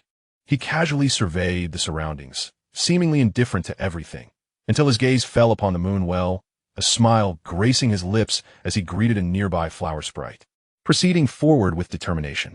However, upon catching sight of the octopus partially emerging from the water, his demeanor shifted to one of gravity, his pace slowing considerably. Zhou mirrored this change in expression. At that very moment, they both beheld the ethereal blue octopus, their previous composure replaced by a palpable seriousness. Before the Lord's residence, several individuals stood beside the moonwell. Zhou began, esteemed Lord, are you aware? But he was abruptly interrupted by the elven man, with a knowing glint in his eye, turned to Xuanhe and remarked, are you aware that the mist is about to descend upon this place? Chapter 47, Treasures of the Deep Sea. Are you aware that the mist is about to descend upon this place? The elf, with his silver hair, appeared decidedly unelf-like, fixating his gaze on Xuanhe as he spoke. At this revelation, Xuanhe's pupils constricted, though his expression quickly regained its calm, not reacting as one might expect. Ever since he learned that the mist resembled natural phenomena like wind, rain, and lightning, he had been harboring concerns. Hence, upon hearing this statement, he even retorted, and then what? This question caught everyone off guard. Indeed, what then? Knowing does little to aid one's escape. Moreover, to where could one possibly flee? Upon witnessing Xuanhe's demeanor, the elf appeared quite astonished, and Zhou Wei's crimson eyebrows and eyes quivered slightly. The elf seemed genuinely perplexed. Unable to restrain himself from rising to his feet, gazing intently at Xuanhe for a moment, he then strolled before the moonwell, ultimately arriving at a profound realization, murmuring to himself, so, you are aware of the mist. Thus, you must also know that a significant transformation is imminent in the enigmatic forest. At this juncture, he regarded Xuanhe with profound astonishment, his tone tinged with admiration. I never anticipated that a mere ordinary individual, newly initiated into the realm of the extraordinary, would possess such courage to confront such a monumental change. Wait, he received some tidings regarding the mist from Octopus, but the latter part remains a mystery. What transformation? What monumental change? In truth, he had only just heard the name enigmatic forest for the first time. With regards to his future, Xuanhe bore no psychological burdens, intending to inquire further. However, just as he opened his mouth, he was interrupted by the elf, clad in fitted attire and bearing a bow. In that case, his gaze shifted to the azure octopus in the water, as if a sudden understanding dawned upon him. Ah, I see now. His demeanor and tone shifted abruptly from casual to earnest. Since even the flower elf is willing to enter into a contract with you, I too can linger for a few more days to observe. Very well, you may commence your transaction. He appeared remarkably at ease. After uttering these enigmatic words, he seemingly integrated himself into the village of the deep sea, finding a wooden post by the level one simple farmland to sit beside, showing great interest in the corn and tomatoes, while appearing indifferent to the moon well, which the elf race held in high esteem. But what exactly have you comprehended? Could you articulate it clearly in one go without wasting each other's time? Despite Xuanhe's uniquely imaginative thought processes, he found it utterly incomprehensible why the elf suddenly wished to remain. Never mind, this matter can wait. Since we are all staying, there will be opportunities to inquire later. Furthermore, he was indeed intrigued by this far-traveling merchant and the massive red bird. Thus, the two began to converse beside the moonwell. As their discussion unfolded, Zhou revealed his crimson eyes and lashes, nodding slightly toward him. Then, a thin booklet materialized in his hand, appearing to contain but a few pages. Esteemed Lord, these are my wares. There are a total of 33 items within. Please peruse and see if anything piques your interest for purchase. You may opt to pay with the universal currency of the Zero World or with extraordinary materials. Even the water from the moon well holds considerable value, so rest assured. It had yet to finish speaking, Yet for the first time, it found itself utterly stunned, even its voice caught in a stammer. The ethereal blue octopus emerged from the depths, accompanied by a collection of magnificent shellfish, which were, in fact, far more conspicuous than the creature itself. Clearly, this blue octopus had gathered these extraordinary clams over a considerable duration, each capable of yielding exceptional pearls, far from ordinary. As the octopus placed them upon the ground, a gentle aura enveloped them, revealing an array of resplendent pearls within. Some of these pearls were sizable, others petite, yet all were remarkably round and lustrous, evoking an irresistible desire to consume them, even to the most mundane of mortals who could easily discern their extraordinary nature. At that moment, an unusual sound resonated, for the deep sea is perpetually filled with wonders. Although the Lord possessed unique preferences for life upon the land, the riches of the deep sea were never in short supply. Esteemed traveler, please select your desired treasures and tender the requisite goods, spoke the blue octopus, its voice as ethereal and graceful as ever. Yet, with this utterance, the balance of power shifted entirely, akin to a player in a game issuing a quest to an NPC. The transaction turned from a purchase of goods by the traveler to a necessity for the merchant to relinquish their treasures in exchange for these extraordinary pearls. This twist caught not only Zhou and the elves off guard, but even the traveler himself.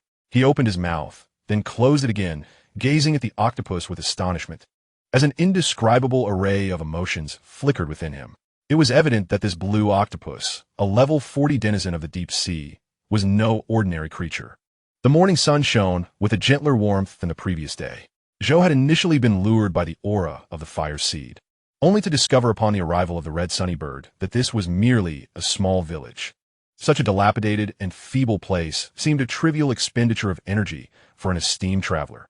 However, despite this, he chose not to depart empty-handed, adhering to the tradition of merchants who never return without a bounty, and opted to engage in trade. Little did he anticipate that this seemingly unremarkable village, newly ascended, harbored such significant surprises. Although the quality of these extraordinary pearls might not be exceptionally high, their versatility rendered them highly sought after in virtually any context, with prices soaring, making them rare on land. After all, how could materials that serve multiple purposes not be precious? Thus, he was utterly taken aback to find such an abundance of versatile, extraordinary pearls in this locale. Beneath the sunlight, his crimson robe shimmered with a delicate sheen akin to silk. Zhou first cast a glance at the octopus, then peered intently at the traveler, and finally, with a slight bow, his demeanor shifted significantly. I had indeed underestimated this esteemed lord. I sincerely apologize, and to convey my respect and remorse, I shall present you with a set of meditation techniques. Although these methods have been replicated by many, their unique efficacy and exceptional cost-effectiveness still retain considerable value. Subsequently, it extended a hand completely enveloped in a crimson robe, revealing a voluminous tome that materialized in its grasp. This comprises my entire inventory, totaling 109 items, from which you, esteemed lord, may choose at your leisure. With a faint smile, its red lashes casting a shadow over its eyes, it lifted its gaze, imbued with an air of anticipation and tranquility. I trust, esteemed lord, that your financial resources are ample enough to procure the majority of the items.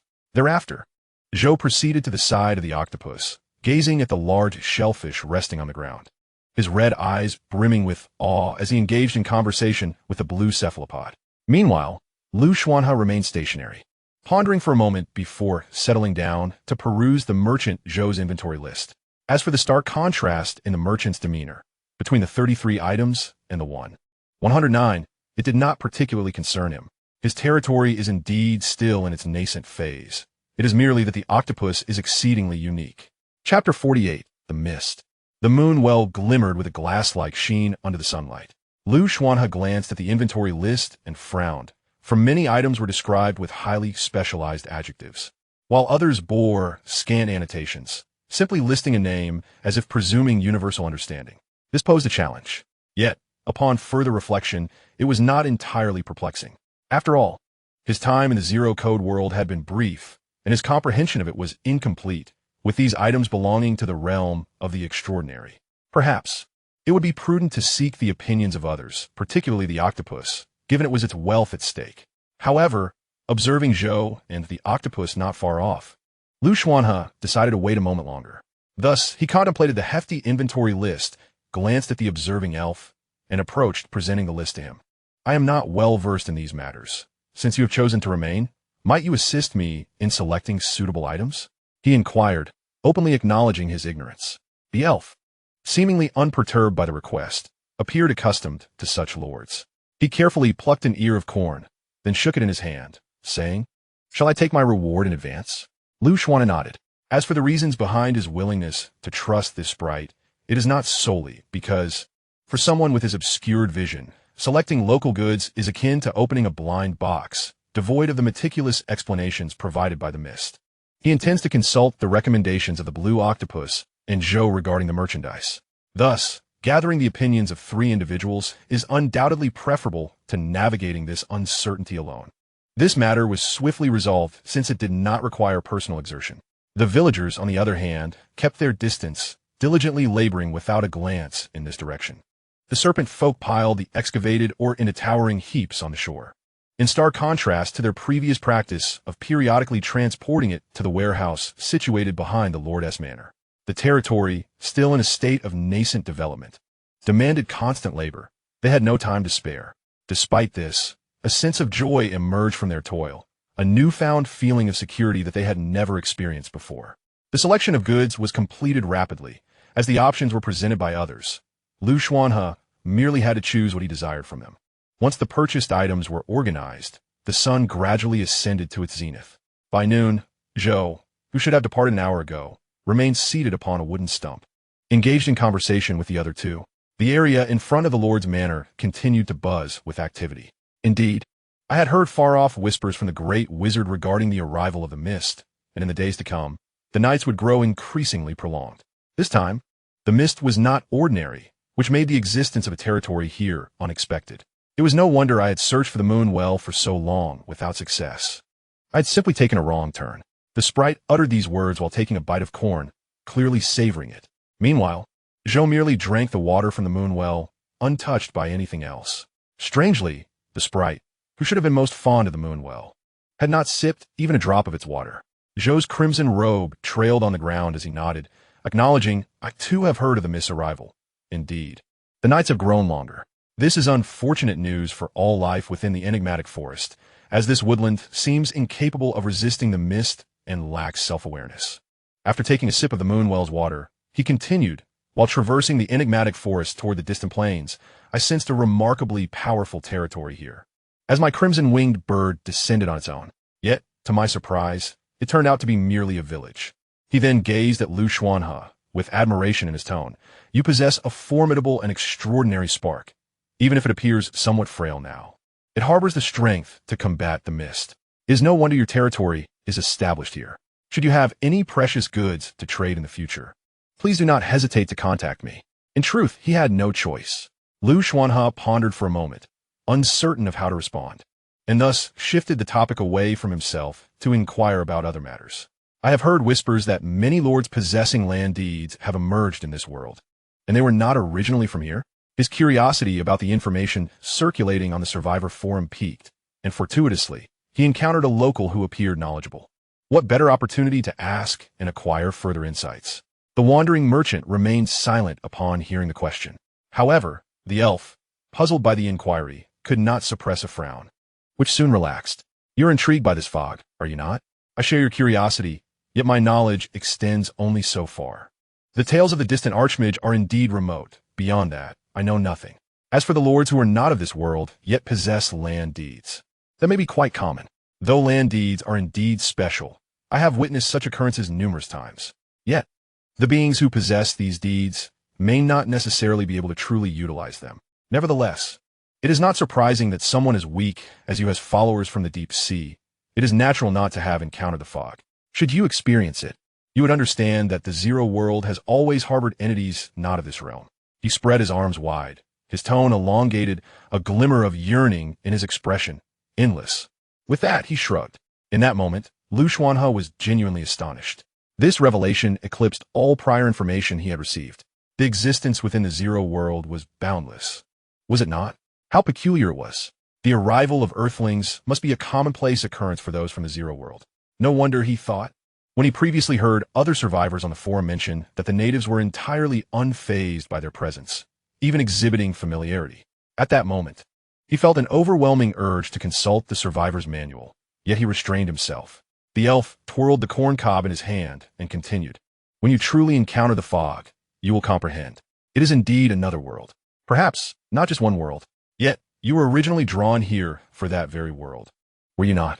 Xuanhe shook his head at this. He had never intended to pose as a sage. After all, he was entirely unaware of the nature of the fog's world. He might very well perish within it. How could he have come specifically for the fog's realm? The wandering merchant remarked, "My lord, you must tread carefully. The essence of the fog draws near, and the night will grow long. A monumental change is imminent. If you have not come expressly for the fog, it would be wise to depart swiftly. It may not be certain.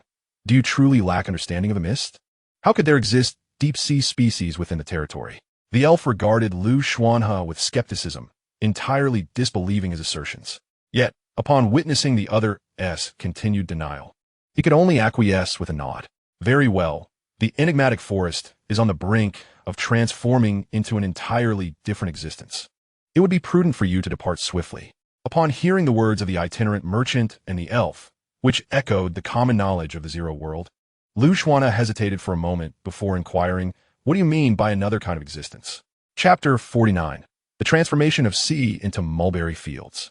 The itinerant merchant, Zhou, who should have departed long ago, lingered, his actions laden with deeper implications, including the elf, who, after uttering a couple of sentences, abruptly decided to remain, seemingly hinting at something significant. It appeared that these two had sensed within him a quality he had yet to recognize. Initially unnoticed by Xuanhe, this feeling grew increasingly pronounced as their conversation unfolded. Another kind of existence implies the transformation of the vast sea into mulberry fields, the towering mountains into abysses, or a metamorphosis into yet another form. Who can say? I am merely an elf. Though I have observed the mist numerous times, I have only done so from a distance, knowing no more than you. The elf shrugged. They continued their dialogue. Ultimately, each descent of the mist heralds monumental changes, particularly this time, as the mist is exceptionally unique. My lord, if you do not intend to leave shortly and plan to remain, might you grant me a means to contact you?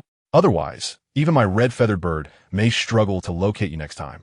Zhou seemed prepared to depart, yet left with these words before taking his leave. Xuanhe hesitated upon hearing this, shaking his head. I do not possess any special means of contact. Upon realizing this, Zhou stood, sighed softly, what a pity. With that, he bid farewell and departed. He had gleaned the information he sought and deemed his presence here unnecessary. Xuanhe, however, remained contemplative about their recent exchange, believing that beneath the surface of their words lay a deeper significance. Thus, the itinerant merchant from the Zero World took his leave. The elf watched the merchant's retreat before turning his gaze to the developing territory, suddenly speaking. This new human lord, your domain possesses a unique power, and this forest is destined for profound transformation. Perhaps your territory will encounter more unexpected events, or even delightful surprises in the time to come. His demeanor had shifted markedly, exhibiting far less frivolity and a newfound steadiness. The elf regarded Xuanhe, rose, and nodded in acknowledgement. I shall take up residence here from now on. He gestured towards the direction of the rudimentary farmland, where plump ears of corn wafted a sweet aroma. If there is anything you require of me, please do not hesitate to inform me. Perhaps I can offer some modest assistance. Xuanhe regarded the sprite, having accepted its request to become a villager. Yet he felt an inexplicable peculiarity about this being. However, as he surveyed the abundant supplies amassed within the Lord's manor, he resolved to first utilize the goods acquired from trade within his territory before attending to the villagers' well-being. After all, a contract had already been signed. Without having had the opportunity to examine the sprite's panel, he stepped into the Lord's manor. Given the nature of the octopus pearl, he allowed the octopus to select the items it deemed necessary. The blue cephalopod did not decline, eagerly accepting and choosing several exceedingly valuable and unique extraordinary items, thus expending the majority of its currency in this transaction with the distant merchant. Yet this was to be expected. Even so, the Lord's manor was still laden with numerous supplies and materials suitable for territorial development. Firstly, he aimed to ensure that Deep Sea Village appeared cohesive. Xuanhe began utilizing the land deed, selecting appropriate locations for the acquired structures, while also relocating the green tree sprites to disperse them, yet keeping them close to the serpentine green walls to guard the territory. Secondly, he had procured a substantial quantity of building materials for the surface. Other constructions could be arranged using the land deed. However, laying the surface tiles required individual effort, prompting the villagers and serpent folk to momentarily set aside their tasks and commence tiling from the Lord's manor. Meanwhile, the serpent folk entered the water to tile the underwater courtyard, as one structure after another was established within the territory, both underwater and on land. The entire visage of Deep-Sea Village underwent a remarkable transformation, even the village houses taking on a new appearance. The farmland was consolidated, with various crops interconnected, forming a continuous expanse, while beside it stood a clear well and brand new water buckets.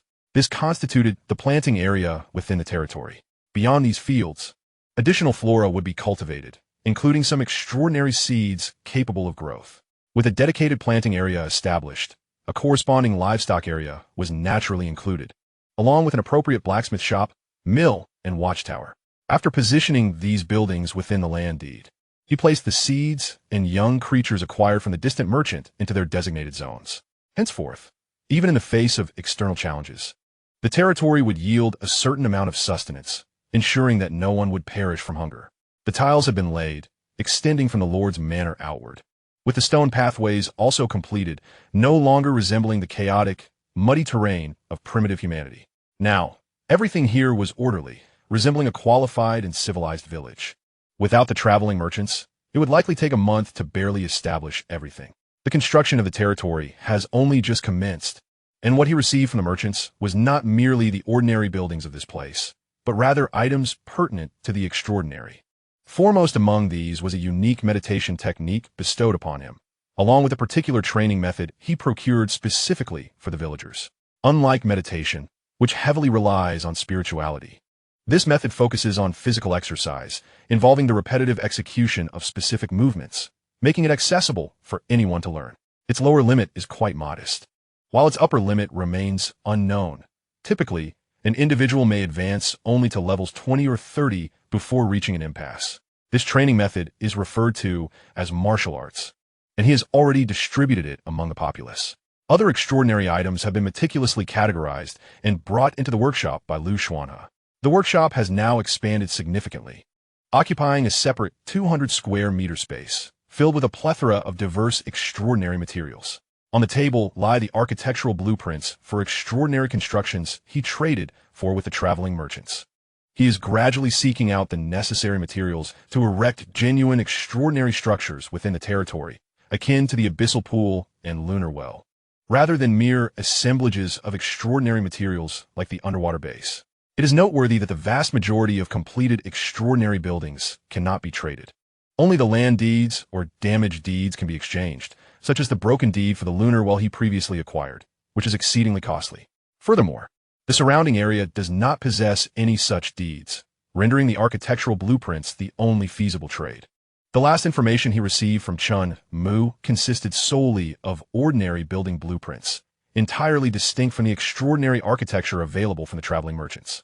As for the knowledge related to the Zero World, including the Compendium of Common Knowledge, he has also procured copy. Fortunately, due to the unique power that brought these Earth dwellers to this realm, he possesses the requisite language and script.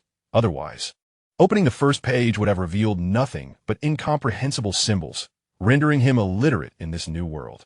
Upon reflecting on the survival manual, Xuanhe suddenly recalled something. He seemed to have ascended the achievement leaderboard. Thus, he opened the survival manual. The notifications in the background remained as plentiful as ever, a fact he was beginning to grow accustomed to. Indeed, a reward awaited him.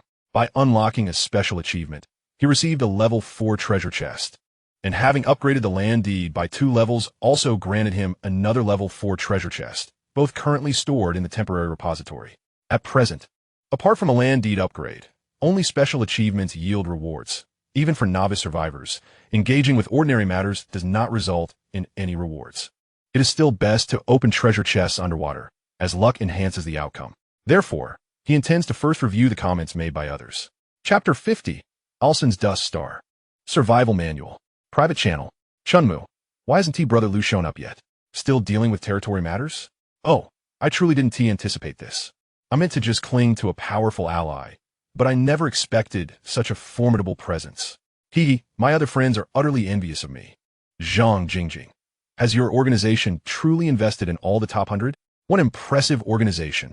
Could you possibly invest in me as well? My talents are quite remarkable. Song Shiyu. Investing in the top 100? Rankings fluctuate like the tides.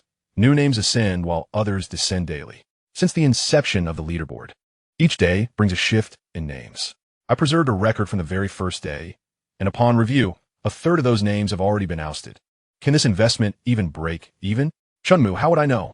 I am just an ordinary person, but it should be fine, as most of what we offer is information and such. We don't have much in terms of tangible resources. However, I recently acquired some news, and once Brother Lu arrives, I shall share it with you all. It's quite unexpected. Ren Xingxing. Is this something a mere nobody like me can benefit from without effort? Chunmu. Ren Xingxing, hello but no. Yet, since Brother Lu is here, my permissions have been maximized, haha. I've been receiving the latest high-quality information, and many have already made contact with the local natives with great success. Zhang Yao. Chunmu. What about the people from the Zero World? How are they? Chunmu. They seem rather bizarre. This world harbors a strange sort of pollution that is rumored to cause mutations. I'm not entirely certain, as everyone speaks vaguely about it, as if they cannot divulge the specifics. Song Shiyu. Meme infection? I only just discovered that the entity with whom I form a contract is merely a subordinate of another. Zhang Jingjing. So what about Brother Lu? His achievements are flooding the screens, dazzling everyone. What exactly is this achievement? Is it the ember everyone is speculating about? Lu Xuanhe scrolled down the chat interface swiftly, finally nearing the end of all records. He opened the achievement leaderboard and, as expected, saw himself currently ranked first. Achievement rank 1. Lu Xuanhe. An impossible feat. Upon seeing this, he browsed the forum and noted that everyone was speculating about what the ember could be, most suggesting it was indeed an ember, yet no one had concrete information on it. Thus, he returned to the private channel. Lu Xuanhe. Today, I finally managed to wrap up most matters and encountered a wandering merchant, hence my delay in checking messages. Zhang Jingjing. Oh, great one. A photo with you would be a dream. I never imagined I would share a group with such a legendary figure. Ren Xingxing. Keep your distance. Lu Xuanhe. I have compiled important messages and posts from the forum over the past few days and have sent them to you. Song Shiyu. I want that too. Ren Xingxing. Ren Xingxing. The items listed in my shop on the trading market are available for you to purchase. Song Shiyu. Chunmu. Lu Xuanhe. Brother Lu has finally arrived. I can express myself freely now without worrying about revealing anything I shouldn't. Lu Xuanhe. Am I rated so highly in your organization? By the way, what kind of organization is this? Chunmu. The first gradient rating. You are among no more than 50 individuals within the same rating, a mere 50 amidst billions. Regarding the organization, well, you understand, such matters cannot be publicly disclosed.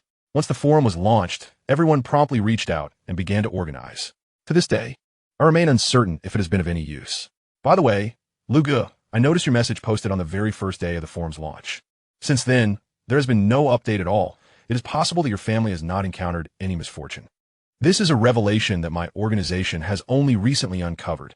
Those who descended from Earth into the Zero World, some individuals, due to exceptional reasons, presumably unique talents, have bypassed our stage entirely and gone directly to the natives, allegedly as a form of sacrificial endowment. Chunmu. However, the counterpoint is that individuals like us, devoid of any talents, trading markets, or forums, essentially the survival manual as a cheat code, are exceedingly rare, yet not entirely absent.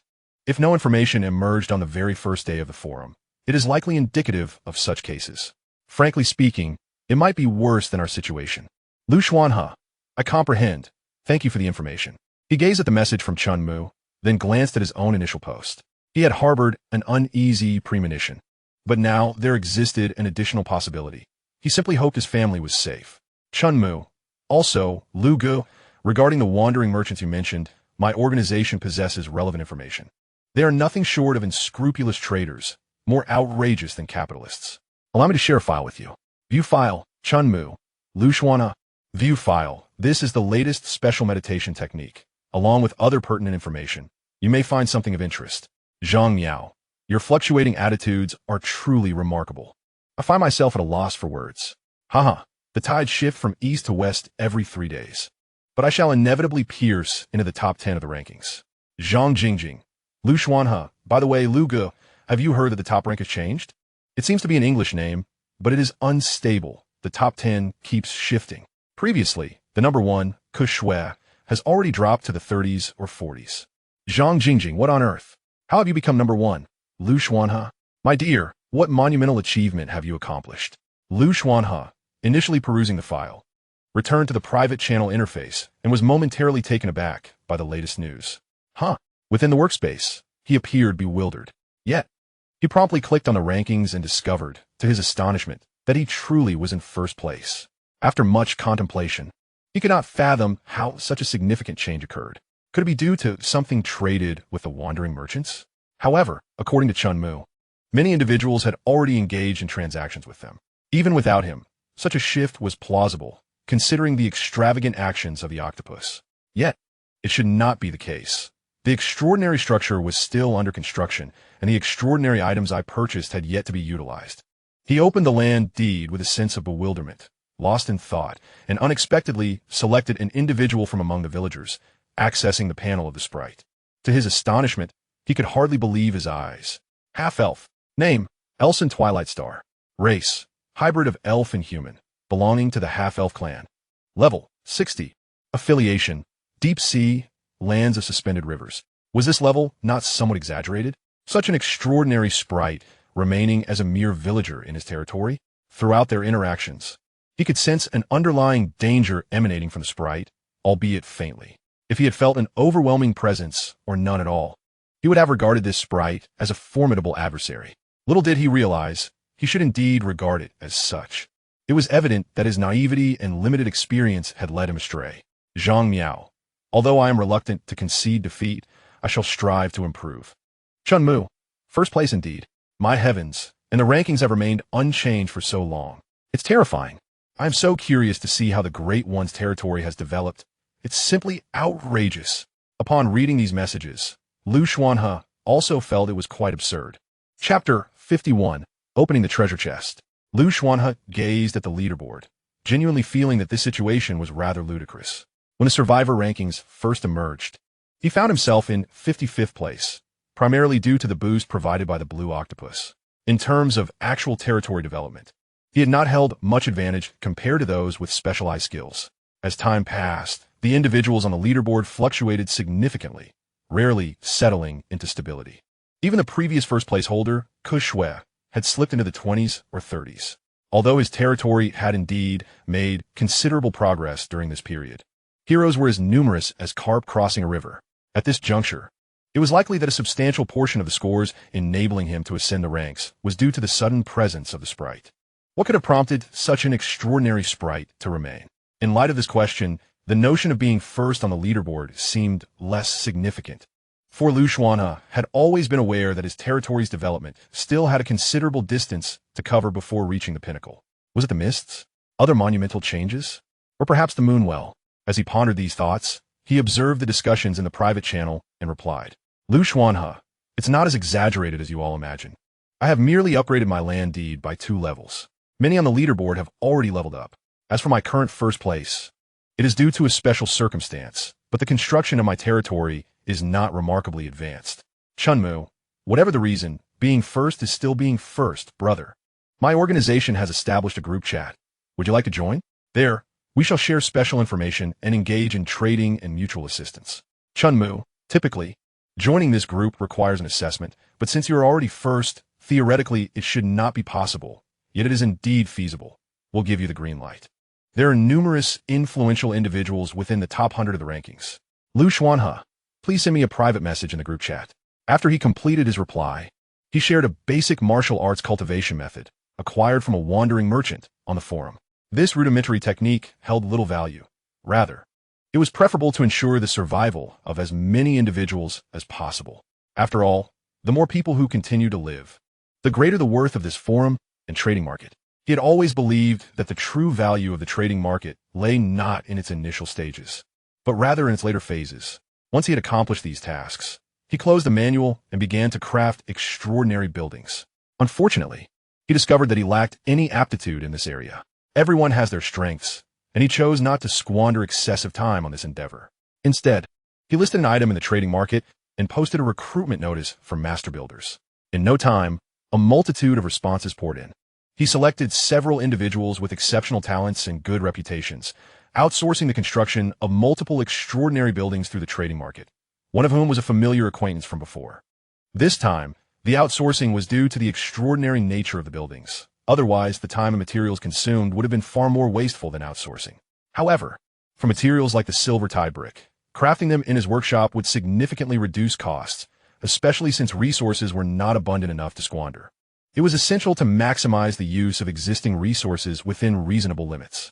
By outsourcing part of the territory's construction projects, Xuanhe freed up time to pursue other activities, namely, opening treasure chests.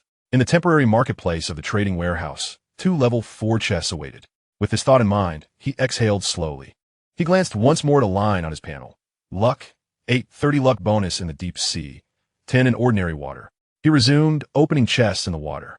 Although this was not the deep sea, he could venture into deeper waters for potentially greater luck bonuses. With this intention, he plunged into the Ronsong River. An octopus sat on a base constructed from silver tide bricks, counting its recent acquisitions. Upon noticing the Lord's descent, it gracefully rose, waving a tentacle in greeting before resuming its task of counting treasures and pearls. The expanded territory was not far from the deepwater zone, and Xuanhe did not plan to venture further. So as soon as he reached the deepwater area, he retrieved a level 4 treasure chest. The chest floated before him as Xuanhe silently washed his hands and face before opening the first level 4 chest. Damaged land deed. A deed with 85 damage, which can be merged with other complete deeds to generate special structures, such as flower gardens and damaged special ancient trees, non-usable, while also expanding the deed's range to a certain extent. Level 3 Simple Farmland 4, capable of cultivating extraordinary seeds, accelerating the growth of extraordinary plants below level 30. The Black Puppy, an exceptionally unique life form, rumored to possess intricate connections with a world shrouded in mist, endowed with a remarkable ability to survive within such fog. It requires extraordinary materials, specifically or for nourishment to thrive, and exhibits profound loyalty to its master. Upon reaching maturity, it reveals special talents, while in its juvenile state. It is classified as an 8th level, 20 level, extraordinary life entity. Small or vein, a self-regenerating mineral deposit crafted by wizards, yielding 50 pieces of 9th level extraordinary, or known as dark iron, daily. Warm armor, an 8th level armor, an extraordinary weapon forged by dwarves, providing a degree of protection. However, the last creature to don it perished amidst the dark, its grave now overgrown with grass reaching several meters high. Upon opening 5 items, Xuanhe examined them one by one and found himself relatively satisfied, as they were all items he currently lacked. The importance of each item was difficult to discern at a glance. Nevertheless, this particular treasure chest opening was not exceedingly fortunate, as all items were those typically emerging from a level 4 chest, lacking the sheer luck of his first experience with a level 2 chest, where he miraculously unearthed a 6th level life egg. In truth, that stroke of luck left him bewildered, as he still had no idea how to incubate it. With another level 4 chest remaining, he pondered briefly before swimming towards the other side, cleansing himself in hopes of a stroke of fortune, wishing only to avoid sheer misfortune. A flash of white light illuminated the water as the 2nd level 4 chest opened. Void Warehouse, a spatial repository crafted by wizards, utilizing spatial magic to expand its storage capacity and automatically categorize resources, akin to an ordinary warehouse, yet only measuring 1,000 square feet. Night Pen, a structure designed by wizards for the domestication of nocturnal creatures, yet due to its unique properties, it proves ineffective against non-nocturnal beings and reacts adversely to bizarre entities. Level 3 Simple Farmland, capable of cultivating extraordinary seeds, accelerating the growth of extraordinary plants below level 30. Moonwell, damaged, a peculiar structure, typically formed by natural moonlight and special environmental conditions. This nascent moonwell has been shattered, but can be integrated with other moonwells to enhance its grade and capacity. Upon witnessing the results of this treasure chest opening, Xuanhe sighed deeply, unable to suppress a lament beneath the water. He had anticipated that opening 2 chests simultaneously would lead to misfortune. It would have been wiser to space them out. Even with a stroke of luck, He felt his fortunes were still grim. Had he opened them on land, he dared not imagine what he might have uncovered. Well, in his time on Earth, he had also been somewhat unlucky. Now, with the blessings of his deep-sea talents, he felt slightly more fortunate. Chapter 52, Breakthrough. This treasure chest opening was neither entirely satisfying nor wholly disappointing. It could only be described as average. Xuanhe gathered the items and returned to his domain. Throughout the journey, nothing remarkable occurred, but he sensed that the deep waters today felt unusually colder than before. In the corners unseen by him, even during daylight, a distinctly eerie white shadow had emerged. The two treasure chests he had previously opened were not discarded. Instead, he repurposed them to hold other items, and this occasion was no exception. However, the immediate priority was to incorporate the newly acquired buildings and the tattered deeds into his territory, particularly the small mining site.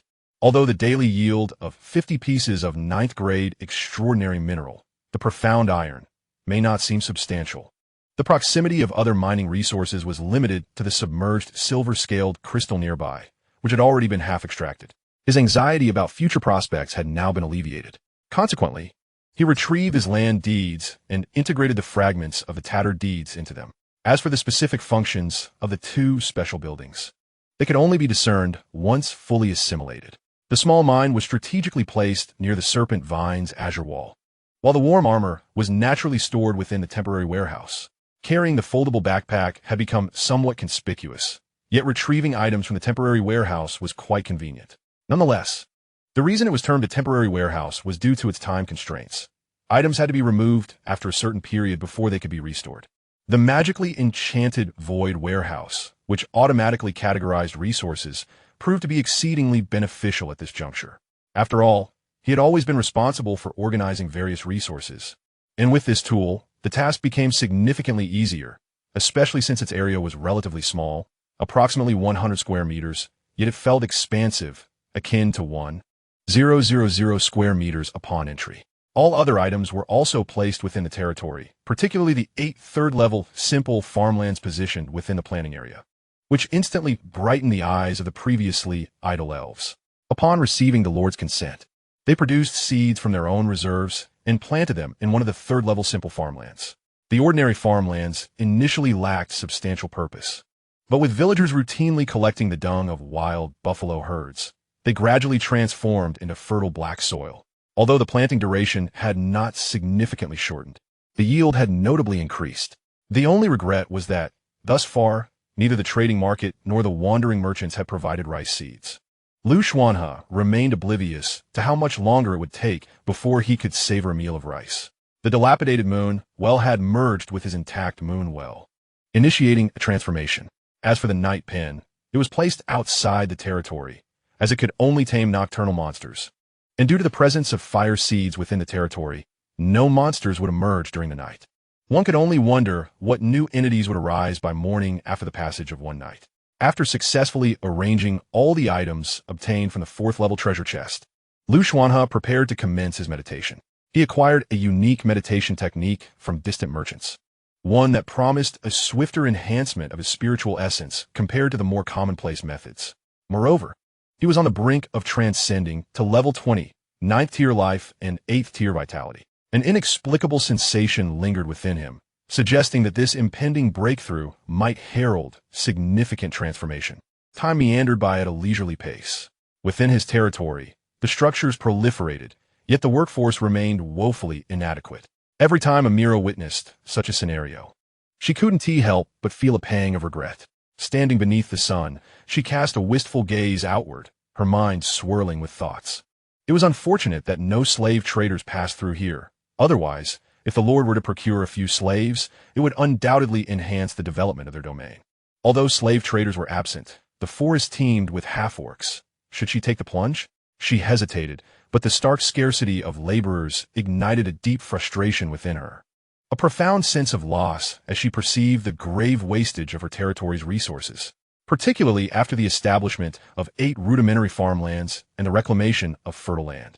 The villagers had expended nearly all their time, 90%, merely tending to the plants in the lightless caverns, yet the task remained far from complete. This lagging pace of development weighed heavily on her mind, amplifying her anxiety. She felt she was a considerable hindrance, despite being merely a botanist. However, the thought of seeking out half-orcs clashed with her desire to maintain a respectable image, as mingling too closely with such inferior beings seemed disconcerting. Yet, she resolved that it would be an honor to contribute to the Lordess territory. Determined not to squander any further resources, Amira made up her mind to sacrifice her personal image. Just then, Xuanhe returned to the Lordess estate after his cultivation breakthrough. Upon hearing her request, he nodded in agreement, encouraging her to proceed. Consequently, Amira set forth, accompanied by a serpent man, a villager, and a large basin of ash, venturing into the primordial forest. The self-opening serpent vine walls flanked by verdant treants stood obediently, a sight to behold. Xuanhe stood before the Lordess estate, feeling the newfound strength coursing through him, providing a semblance of security. However, upon noticing the elf standing beside the farmland, his momentary elation diminished significantly. "I'm still too weak," he muttered to himself. The natives of this world were undeniably formidable. Nevertheless, after his recent elevation, he felt invigorated, as if he were a fish returning to water. Yet, this was no time to relax. With many tasks nearing completion, it was imperative that he address matters concerning his villagers and the elf. The blue octopus had joined his domain due to its deep-sea affinity, which was understandable. However, the sudden arrival of this high-level elf raised questions.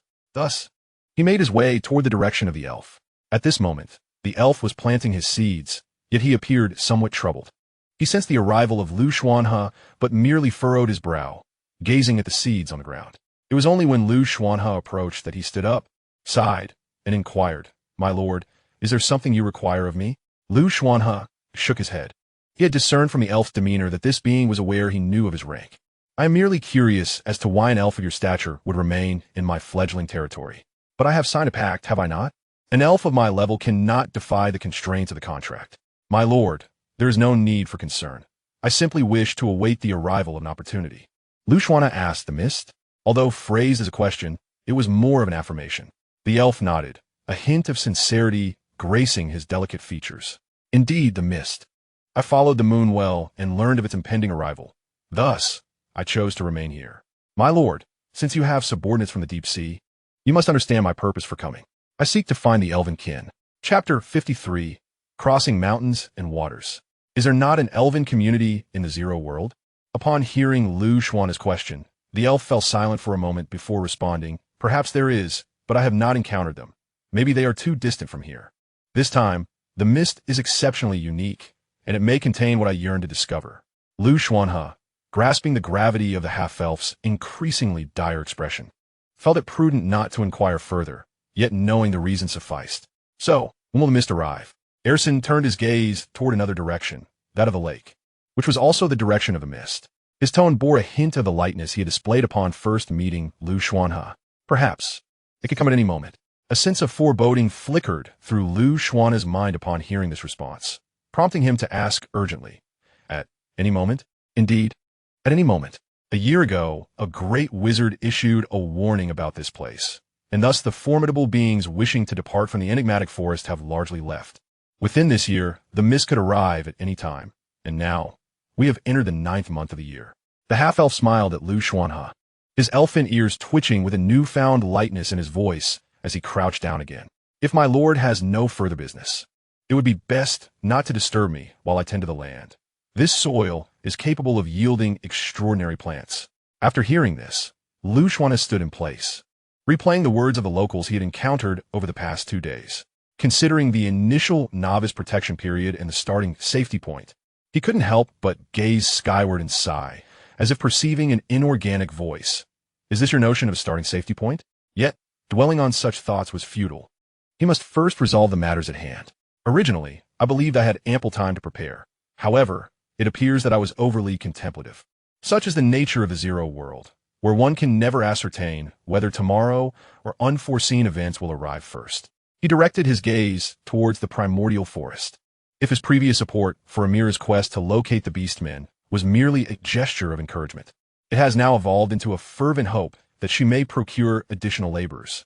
In light of the recent news regarding the significant reduction of formidable entities within the enigmatic forest, he has resolved to venture deeper into its heart.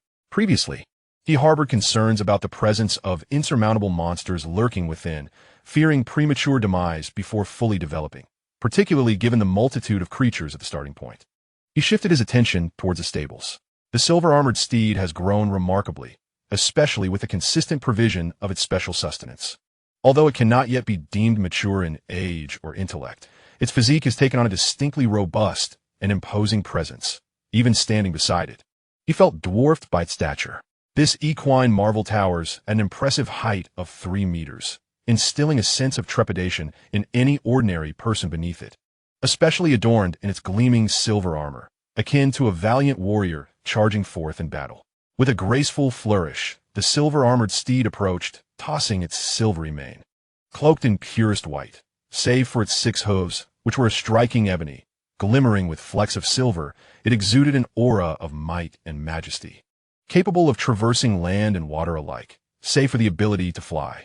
Yet, as it leaned its grand head towards him for a gentle nuzzle, displaying a hint of youthful innocence, it bent slightly, awaiting his ascent. Though he had no need for the steed to lower itself, he accepted the gesture of goodwill. With a surge of magical energy coursing within him, he effortlessly lifted into the saddle, landing upon its back with grace. No reins or saddlery were necessary for such an extraordinary breed. Riding it conjured a profound sense of connection between the steed and its master. His hand instinctively grasped the hilt of his spear, the Xuanhe, though he ultimately placed it within his temporary storage, ready for retrieval when a need arose. Relying solely on his own strength to swiftly explore the territory surrounding him would prove to be an arduous task. However, astride the silver-armored steed, he raced through the mountains like the wind. The creatures that still inhabited the enigmatic forest could scarcely catch a glimpse of his silvery silhouette.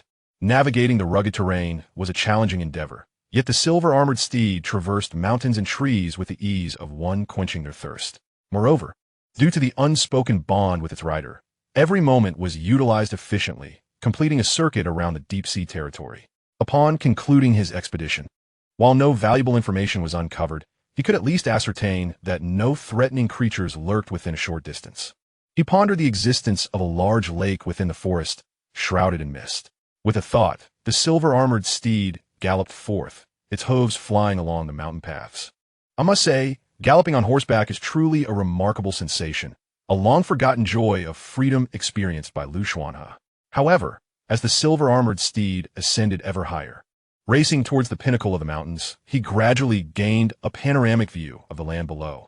From this elevated vantage point, he could even behold his territory, along with the endlessly winding Lansong River. Yet, upon closer inspection of the river, he sensed something was amiss. It appeared excessively wide. Furrowing his brow, he gazed downward, discerning an unnatural flow to the river, as if it lacked the grace of nature. Moreover, why was that section of the Lansong River so remarkably broad? He was currently observing the area where the expansive lake and the Lansong River were in closest proximity. Recalling his first day in this place, he noted that the scene he witnessed was not as it is now. Reflecting on this, he realized that parts which were meant to be separate were gradually merging.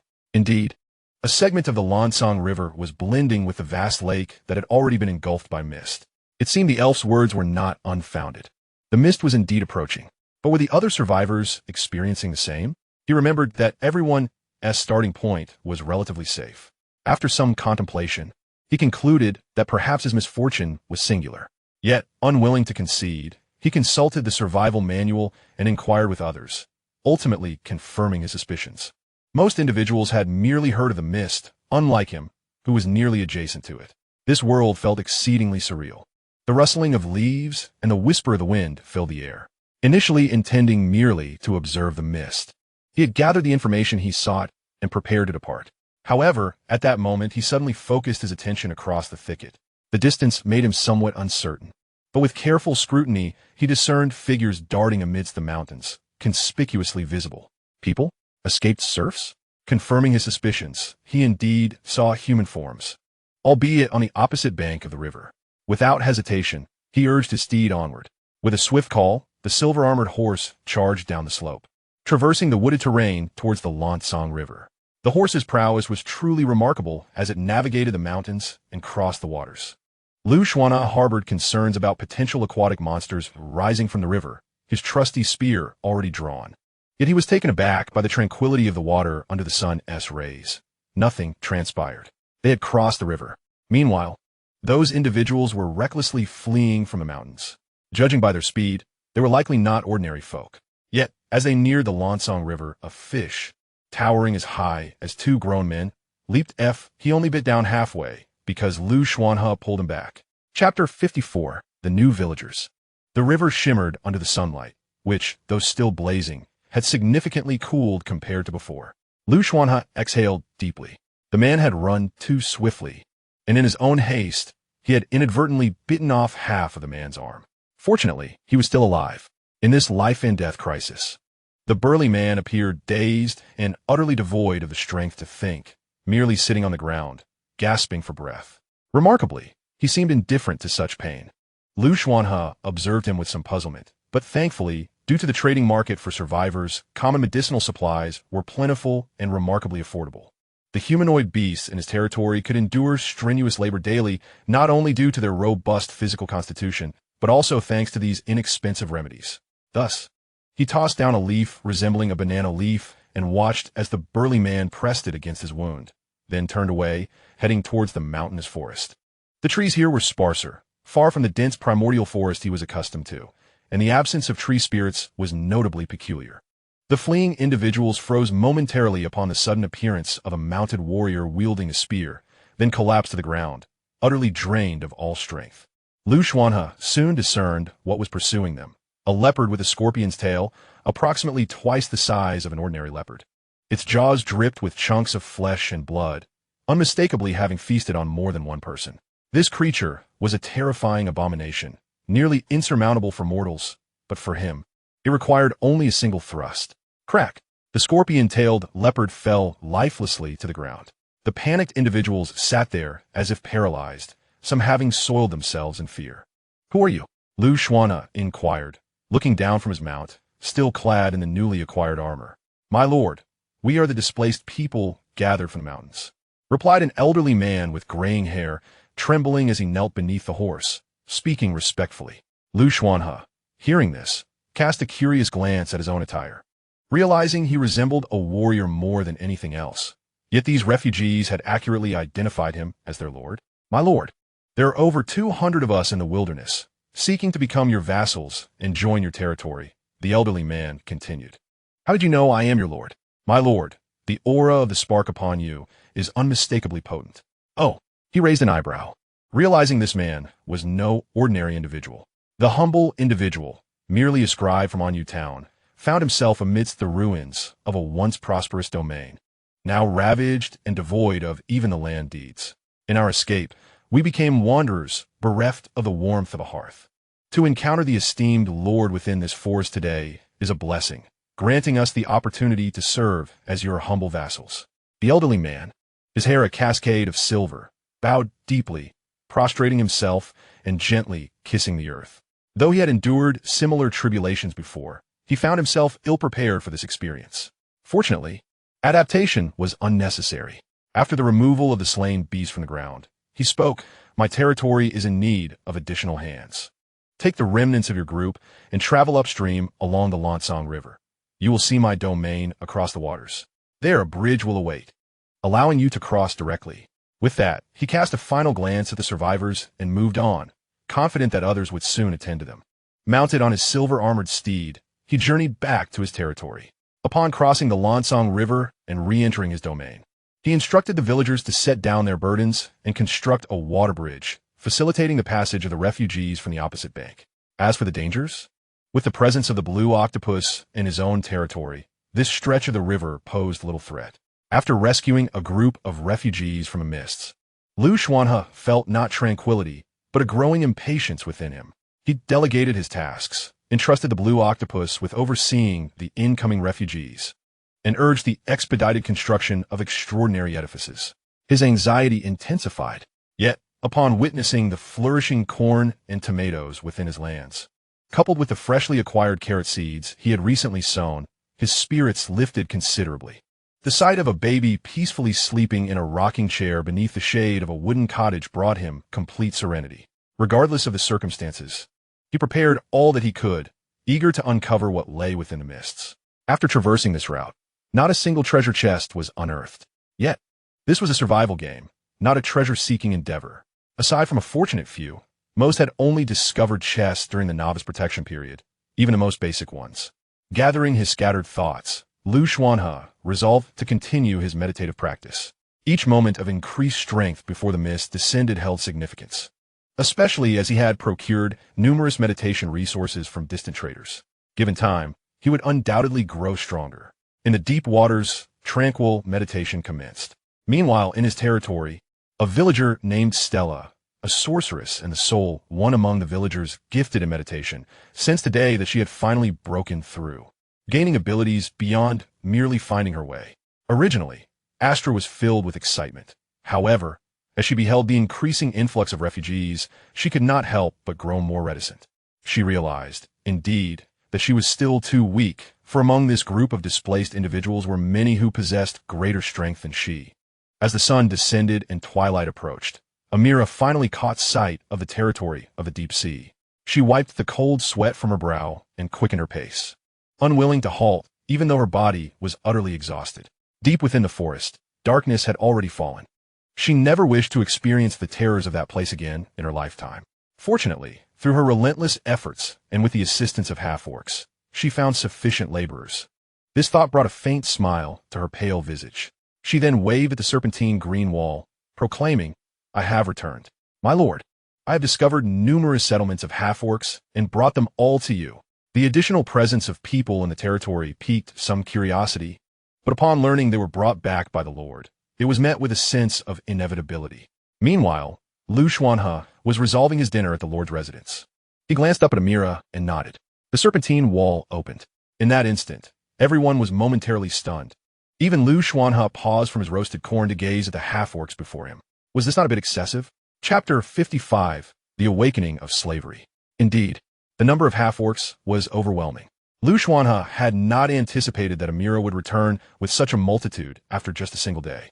These half-orcs were mostly covered in mud and blood, their hair disheveled, obscuring their features. Some were tall, while others were short, and they represented various races.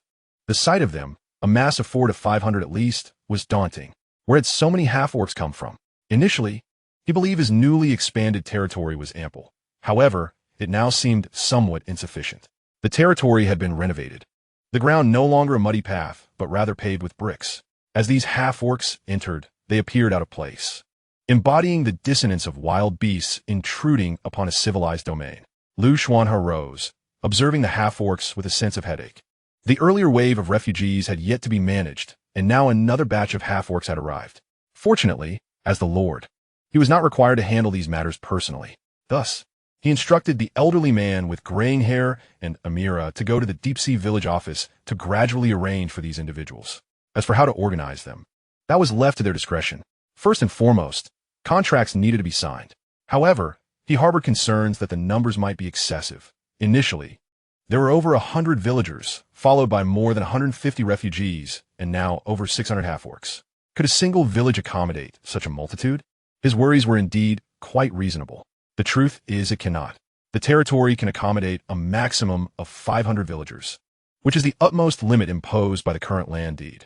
However, should a portion of the populace be categorized as slaves, there would be no issues, as slaves are not entitled to human rights, nor do they require food or shelter.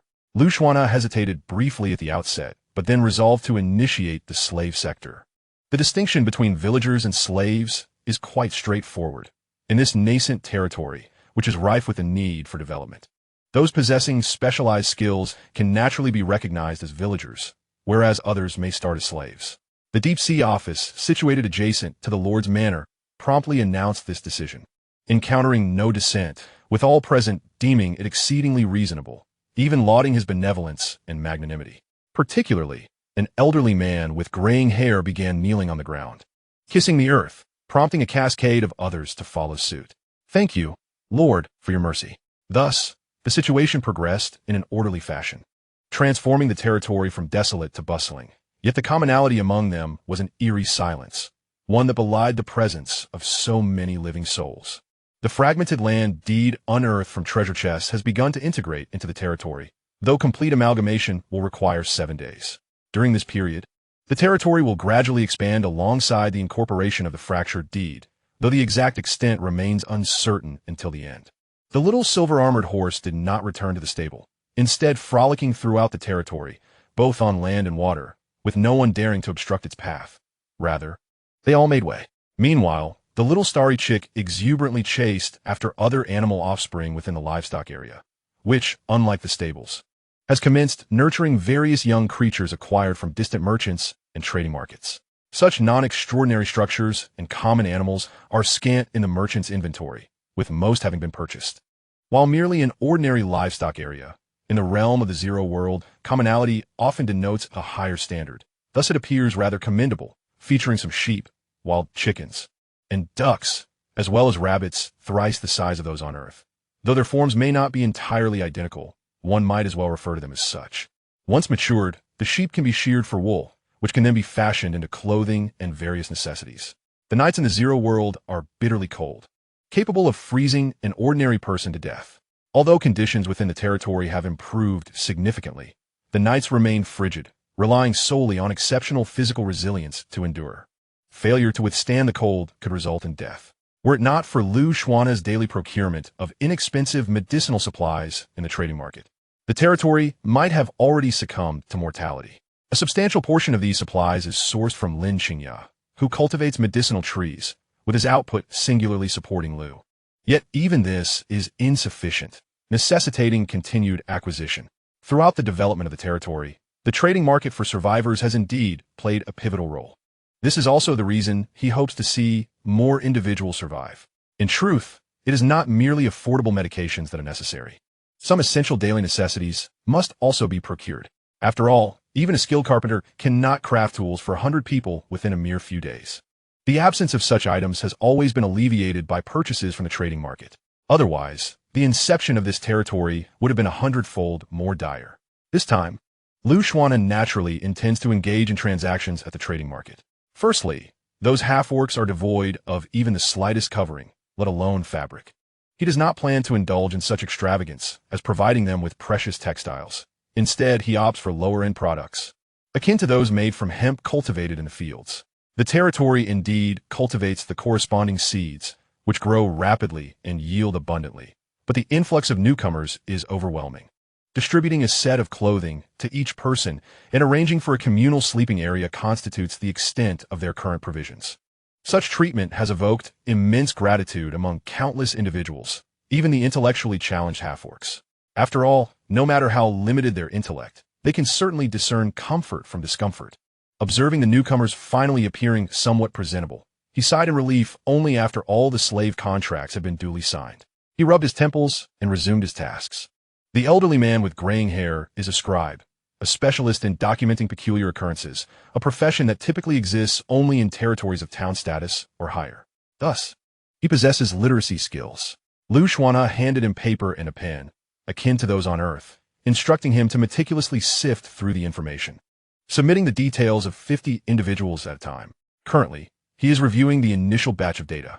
Indeed, among this group of displaced persons, those who remain alive possess extraordinary abilities. Even former serfs demonstrate superior agricultural skills compared to others. The quality of manpower this time, particularly among the refugees, is commendable. He selected a few names with his pen, intending to elevate them to villager status once the list is finalized. However, this time, he does not plan to fill all available slots, having allocated only 50 positions. The half-orcs, however, have notably impressed him. Previously, the half-snake individuals who thrived in the shade were compelled to labor diligently in the water under the sweltering sun without a hint of complaint, even feeling inadequate in their efforts, which had left a lasting impression on Xuanhe.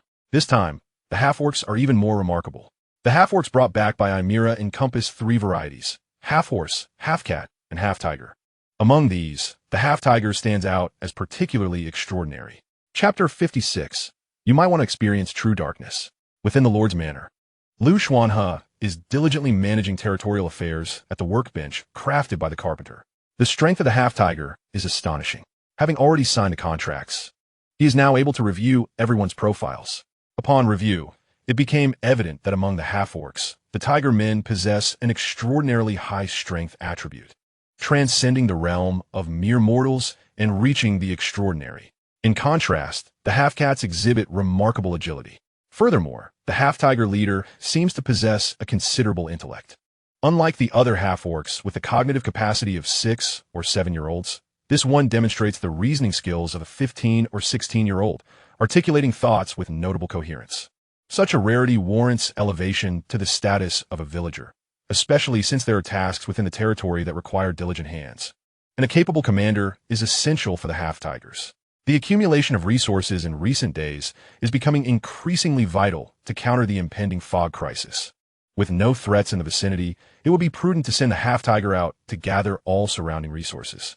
He finds himself coveting the green tree spirits. After all, dozens of these entities currently inhabit his territory, indicating their potential inclusion in his domain. However, considering their retreat to such a distance to evade him, would it be inappropriate to raid them?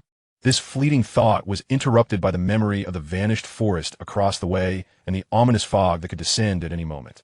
Thus, he resolved that failing to incorporate the green tree spirits into his territory now might lead to their transformation into bizarre creatures that could assail him when the fog arrives. Time has elapsed, and day has transitioned into night. He decided to seek out the green tree spirits on the morrow for a conversation. Contemplating this, he set aside the nearly completed roster of personnel. Before he could rest for long, another document was presented to him, prompting him to resume his industrious life as a lord. Once he had attended to all matters, he stepped outside, only to find the night had long since fallen. The moon now high in the sky. In the blink of an eye, considerable time had passed, and he felt that dedicating this time to trivialities was rather wasteful. Xuanhe found himself somewhat dissatisfied with his work efficiency.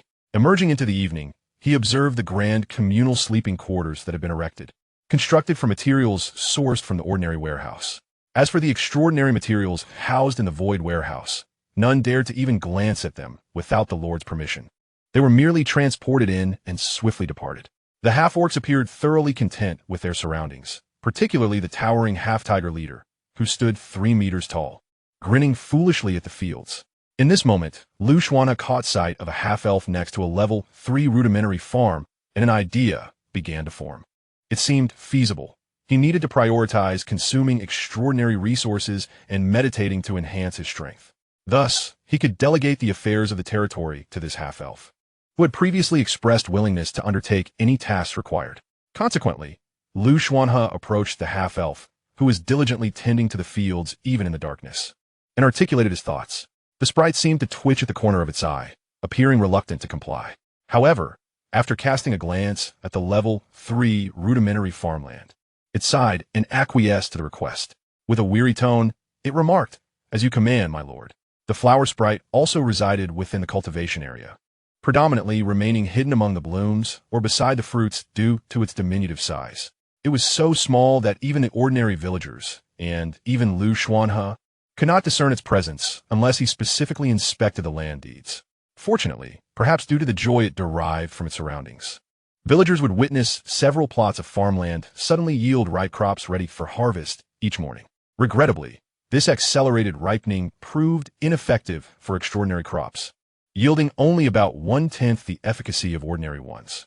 Xuanhe planted all the extraordinary plant seeds he acquired in the level 3 rudimentary farmland, while the level 1 rudimentary farmland was dedicated to his cherished tomatoes, corn, carrots, and a unique plant purchased from a traveling merchant, the breadfruit tree. Nights in the territory passed swiftly due to the safety afforded by its defenses. Before dawn broke, and while the roosters began to crow, the slaves and villagers within the territory had already risen. The task of watering the snake vine green wall with moonwell water had been assigned to others. The first batch of serfs to arrive in this territory found themselves ensnared in a dreamlike illusion, doubting whether they had perished and awoken in a wondrous realm born solely of imagination. The centaur slaves commenced using moonwell water to irrigate the snake vine green wall surrounding the territory, while also feeding it some extraordinary minerals. Thus, the snake vine green wall continued to grow slowly but steadily. Should this growth persist, it might surpass even the tallest half-tiger, rendering the interior completely invisible from the outside and enhancing safety further. These centaurs were fascinated by everything within the territory. Although their intellect was akin to that of 5 or 6-year-old children, they were remarkably obedient, refraining from excessive curiosity and merely focusing on their tasks.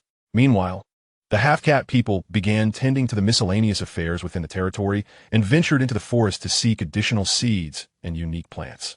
Some half-tigers remained to mine and construct, while others scoured the territory to clear and retrieve all available resources. These half-beast folk possessed considerable strength. My lord, do you understand why they can only exist in the dark wilderness?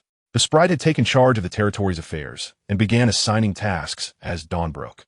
Only when the sun fully ascended did Xuanhe emerge from the water, simultaneously hearing the sprite's words.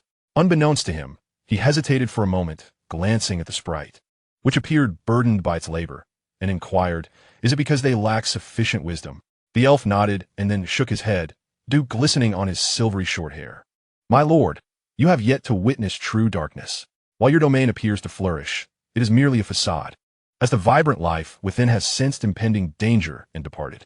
Are you truly unwilling to leave? This morning, at the break of dawn, I discerned several anomalies encroaching upon your territory. Under the unique spark you possess, and within the realm I share with the deep-sea beings, such a multitude of aberrations should not have manifested. This occurrence signifies that the mists draw near. My lord, you have undoubtedly never experienced the profound embrace of the night. Perhaps today you might join me to behold the nocturnal splendor of the Zero World. In that moment, you may reconsider your decision to remain. Xuanhe nodded at this suggestion, sensing the elf's sincerity. Yet, he pondered why such counsel was offered now, and why the elf persistently urged him to depart.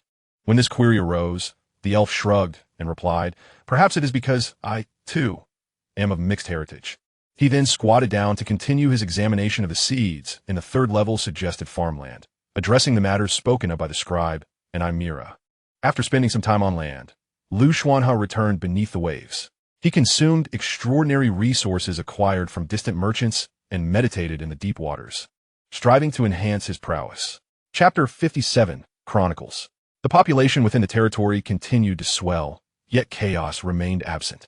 This was not due to extraordinary management, but rather the docility of both the refugees and the half-beasts. Even in the face of coercive treatment, they exhibited remarkable compliance, surpassing expectations. With the responsibilities of the territory delegated to others, especially with the assistance of an elf, Xuanhe could devote himself to his cultivation without reservation. Throughout the day, he remained largely unseen, entrusting the issue of the green tree spirit to the elf. As time swiftly passed, dusk descended. He concluded his meditation as the sun's rays gradually faded. The results were commendable, particularly after consuming various extraordinary resources from the merchant, resulting in a remarkable acceleration in his training. As night approached, he retreated from the deep waters, and upon returning to his underwater domain, he momentarily perceived a haze rising above the river's surface. During the day, the sun blazed fiercely and the night was bitterly cold. However, amidst this stark contrast, he discerned an unsettling truth. The temperature of the night continued to plummet.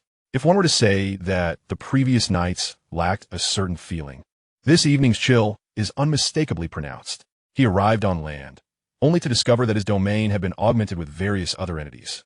It appears that entrusting the matter of the green tree spirits to the elves was indeed a wise decision, as they managed to procure such a multitude of them in a single day.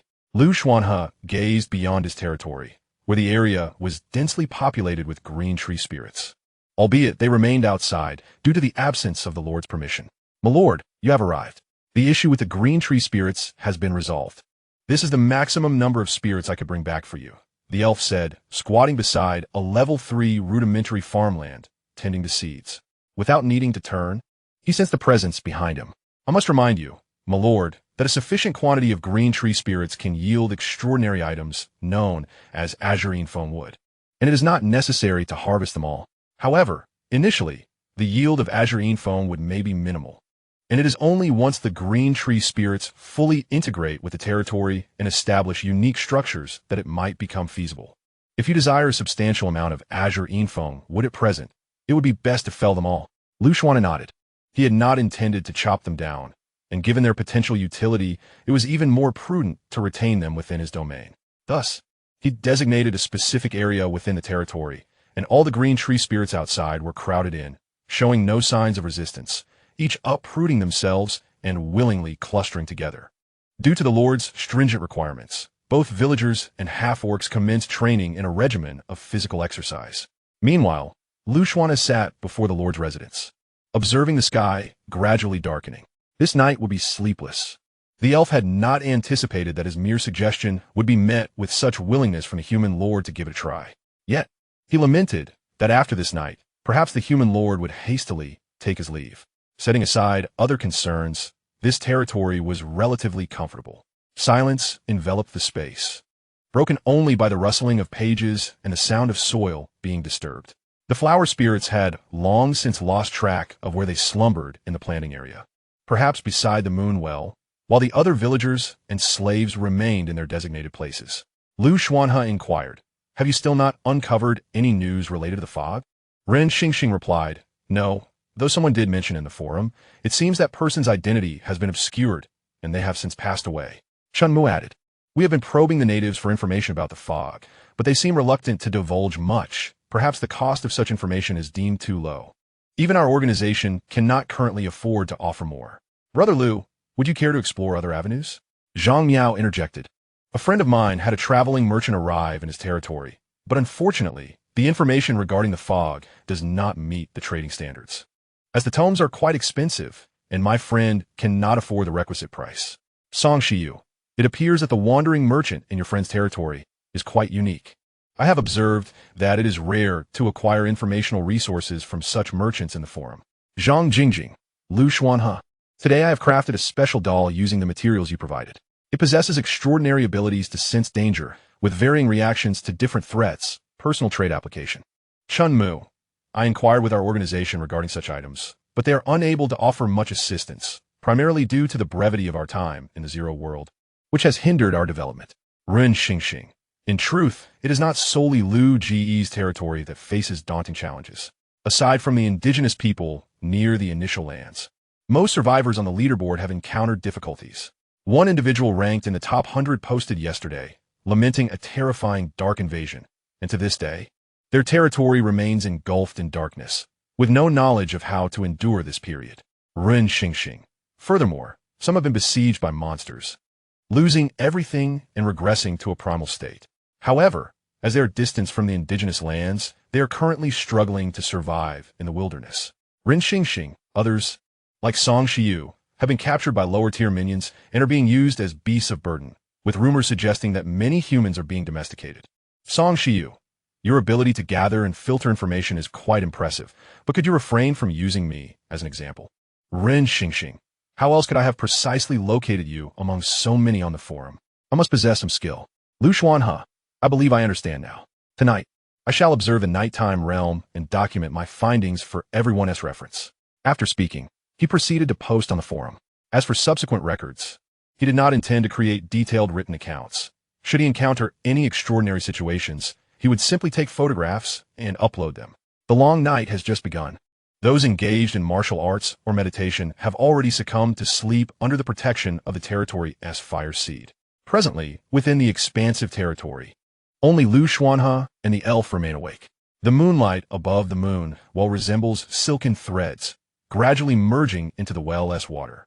The elf paused his tasks, seated beside the farmland, and then addressed Xuanhe, the Lord, saying, "Are you truly prepared?"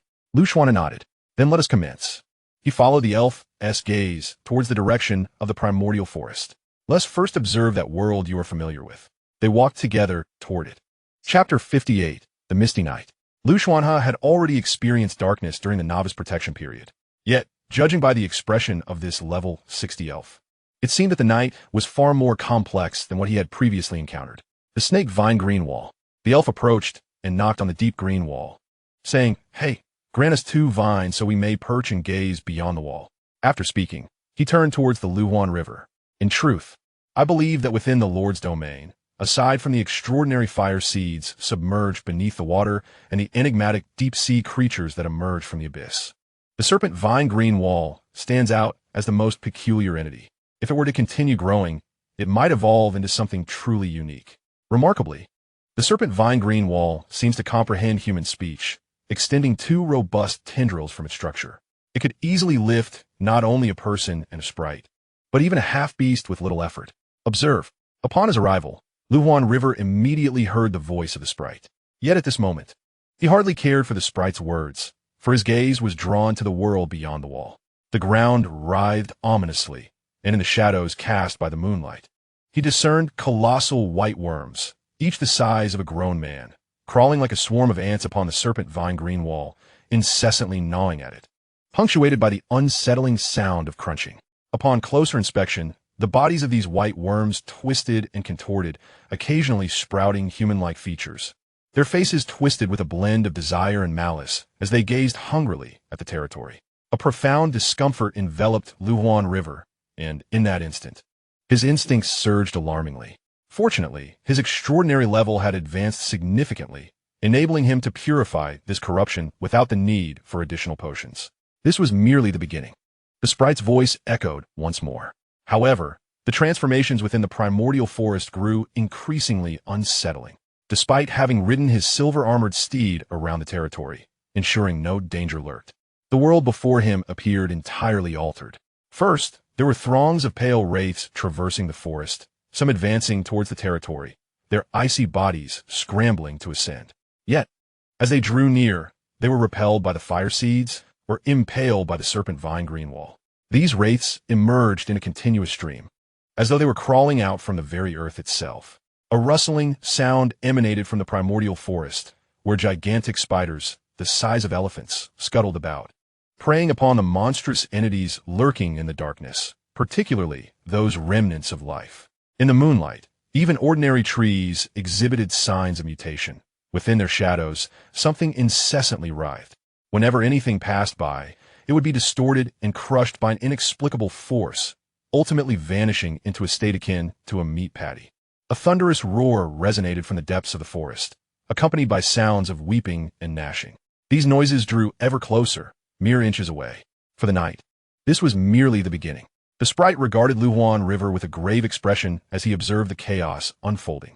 After approximately half an hour of witnessing the dance of demons, the forest seemed to transform yet again, becoming eerily silent, so quiet that it was chilling. Beneath this strange stillness, all the monsters fell into a profound hush. Beneath the moonlight that bathed the primordial forest, a gentle breeze arose, gradually intensifying until it unveiled an enormous, pallid hand covered in dark fur. This hand, grotesquely distorted, dripped with viscous slime, and with a mere flourish, it caused a significant portion of the forest creatures to vanish without a trace. Yet, it seemed oblivious to the presence within its territory, passing by indifferently. Under the moon's glow, the ghastly hand was adorned with numerous blood-white eyes, instilling an overwhelming sense of dread and terror in anyone who dared to glance its way. Xuanhe furrowed his brow, retrieving the abyssal water he had prepared and gulping it down. This alleviated the swelling of his head considerably. However, the landscape had transformed dramatically. Whether it was the white worms, the otherworldly specters, the tree spirits, or the human-faced spiders, they all bore thick, coarse black fur, beneath which were countless blood-white eyes. For an ordinary person, even a mere glance would lead to mental collapse and subsequent death. Even the elves, despite their prior encounters, found themselves unable to acclimatize to the unfolding horror. My lord, do you perceive this? Such darkness renders ordinary folk incapable of survival. Even the extraordinary are not immune.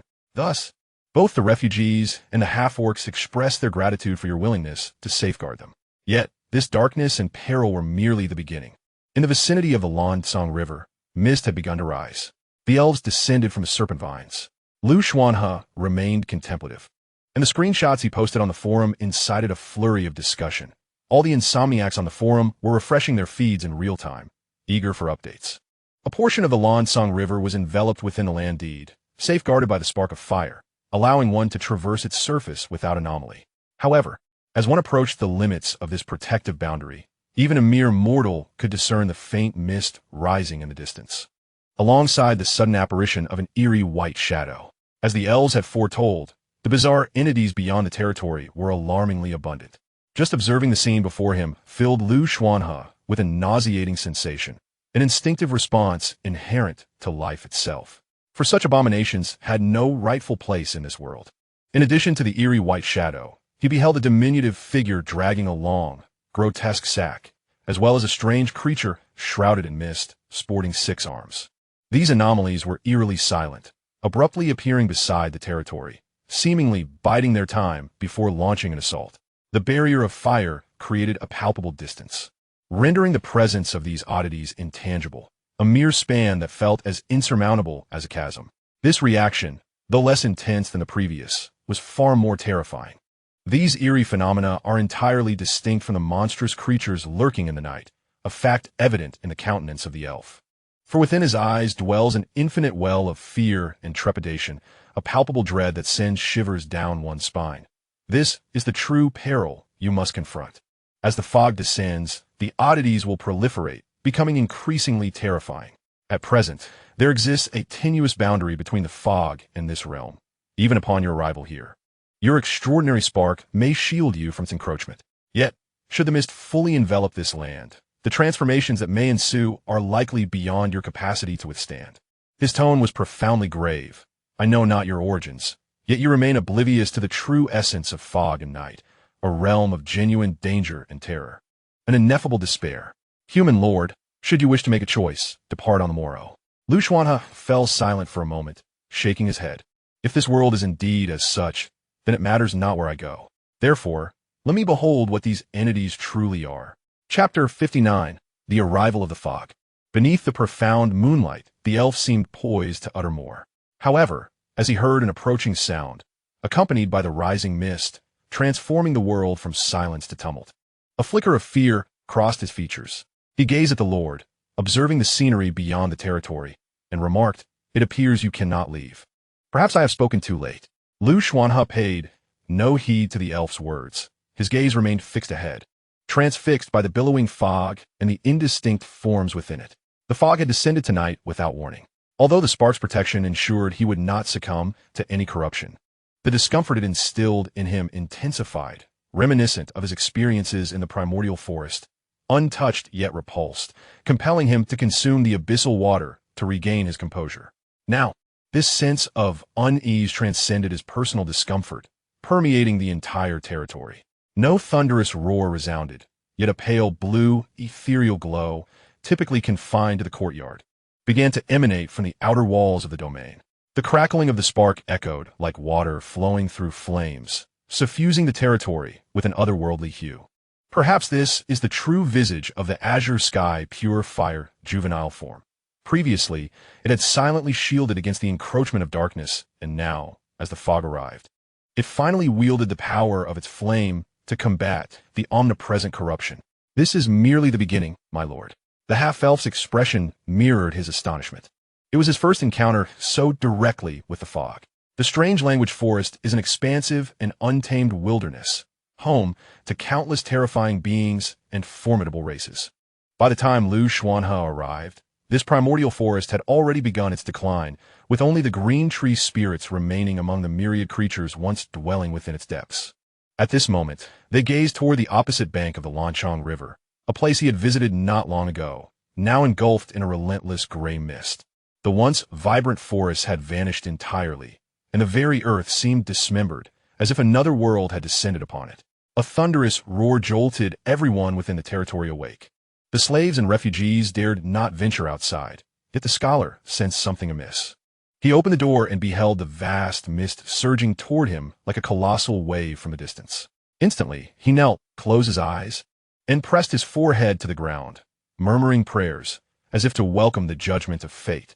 The expansive lake connecting to the Lanchong River had been wholly consumed, shrouded in mist, obscuring the events unfolding within. This omnipresent, eerily colored gray fog had reached the opposite bank of the Lanchong River, separated only by a mere river. Swift, too swift. Xuanhe's breath quickened, yet his mind was a void, save for the survival manual that incessantly recorded the scene before him. He stared into the mist, realizing that his previously prepared measures were utterly futile, akin to humanity's helplessness in the face of natural disasters. In that moment, he recognized his own naivety. The prior ease had created an illusion, making him forget that they had come to the Zero World to survive. As the mist arrived at the Lanchong River, it paused momentarily. The half-elf's previously halted breath resumed, trembling with the weight of realization. He had not anticipated such formidable power. It It was hard to believe that anyone or any territory could endure such a terrifying phenomenon. The blue octopus appeared beside Xuanhe the instant the mist emerged. Its eyes reflected an unprecedented gravity, yet beyond that gravity lay a flicker of joy. It turned its body, its head facing Xuanhe, and a voice, ethereal and graceful, resonated. "My lord, are you prepared?" Xuanhe felt as though his heart was gripped by an unseen force. The octopus's voice seemed to echo from an incredibly distant realm. "What? I sense the call of the deep sea. It is upon us."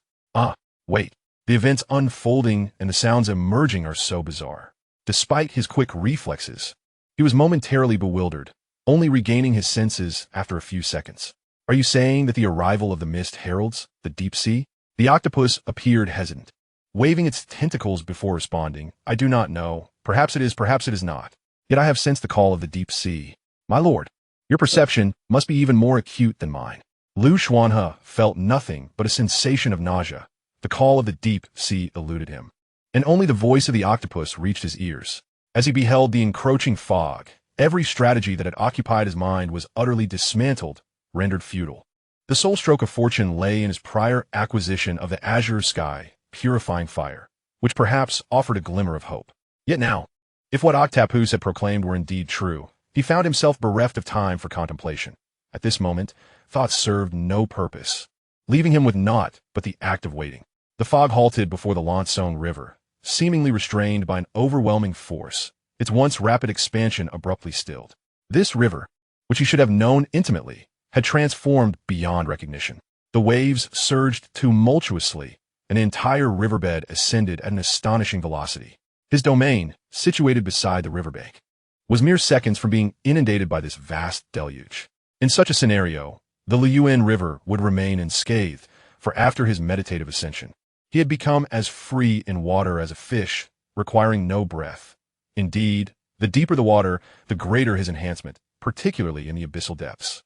Conversely, the villagers would likely perish beneath the onslaught of this torrent. Yet, time was a luxury he did not possess. There was simply no opportunity to react, and even if there were, saving so many in an instant was impossible. The arrival of the fog had been utterly unforeseen, but in this moment, he finally grasped the magnitude of change that the distant merchant and the elves had alluded to. This upheaval was not solely the fog's arrival. It was the profound transformation of the enigmatic forest. His body, poised to retreat, froze at the sight of an astonishing spectacle. The enigmatic forest was in fact growing. In an objective sense, it was expanding. As the Lansone River's immense flow cascaded downward, the enigmatic forest simultaneously ascended, and its rate of growth surpassed that of the falling waters. Within mere seconds, a vast cliff, towering over 10 meters, erupted from the ground and continued to rise. Boom! The obstructed fog morphed into a gray mist, yet it did not surge toward the Lansone River. Rather, a previously anticipated transformation was commencing. Xuanhe was lifted by the elves, and, as the cliff soared to a mere height of several meters, he was gently set back upon solid ground. He extended his hand, sensing that his submerged territory was receding further into the distance. Meanwhile, within the enigmatic forest, an immense and indistinct giant emerged, cradling the forest as it ascended ever higher. The deep-sea territory, straddling both water and land, stretched forth a segment, while the waters collided with the cliff formed at an incredible speed, and the gray mist swiftly dispersed. Gurgle, gurgle. The gray mist heralded the arrival of the deep sea. Chapter 60. The deep sea approaches. Gurgle, gurgle. The gray mist ushered in the deep sea, and the monumental transformation of the enigmatic forest was merely beginning. That giant, was it truly a giant? In conclusion, it is a colossal entity that can obscure the sun, almost elevating everything around it. A thick haze envelopes all that lies ahead, yet it has not transcended this realm of newfound existence. The continuous cliffs yield to an expansive, boundless plain. An ancient presence stirs within the surging waves of the deep sea. He beheld, in that moment when the spark of fire was first sought, the fire of the heavens. Indeed, there exists a covenant in the sky, a spark heralding another powerful sovereign. Yet it soon faded into obscurity. The river Lansone, at this juncture, was no longer a river. The onset of the mist undeniably heralded another world, or perhaps multiple worlds intertwined, where only the gray fog and the omnipresent enigma remained. In essence, This world, or perhaps many worlds, overlapped, and the depths of the sea submerged all. Xuanhe now stood at the precipice of his terrestrial domain, gazing downwards. Below the several hundred-meter cliff lay the tumultuous sea. The vast, indistinct panorama before him transformed into a realm of water, where all that existed or did not exist was engulfed, shrouded by the gray mist. The elf could only marvel at the spectacle before him. His countenance was filled with astonishment and reverence. He never anticipated witnessing such a phenomenon. "My lord, you are indeed fortunate, perilously close to being consumed by the mist, yet spared by a mere step." He had not foreseen that what he believed to be the transformation of the enigmatic language forest was, in fact, the ascendancy of a being almost divine, thriving on the spectacle before him. Fortunately, it had departed. Otherwise, they would have become its vassals. The survival manual had been utterly obliterated, and the entire forum was ablaze with discussions regarding the messages it had disseminated. However, Xuanhe found himself in a similarly precarious situation. He discovered that his covenant had nearly been rent asunder, with only fragile threads tenuously binding it together. The already frail territory had become even more vulnerable. Thankfully, there remained a solitary spark upon the land, that of an ordinary 8th-level flame. Otherwise, he would have to confront the encroaching darkness of night. Even so, the entirety of the scene left him profoundly bewildered. He heard the elf's words and endeavored to reclaim his scattered thoughts, subsequently inquiring, "So, the mist has descended? When will it dissipate? What then? Is the territory I sensed within the enigmatic language forest?" The elf, upon hearing his inquiry, shook his head, his silver hair thoroughly soaked. "I do not know. I am merely an ordinary elf.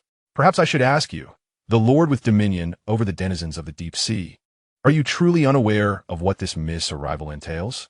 If not, how is it that you command a subordinate of a deep sea?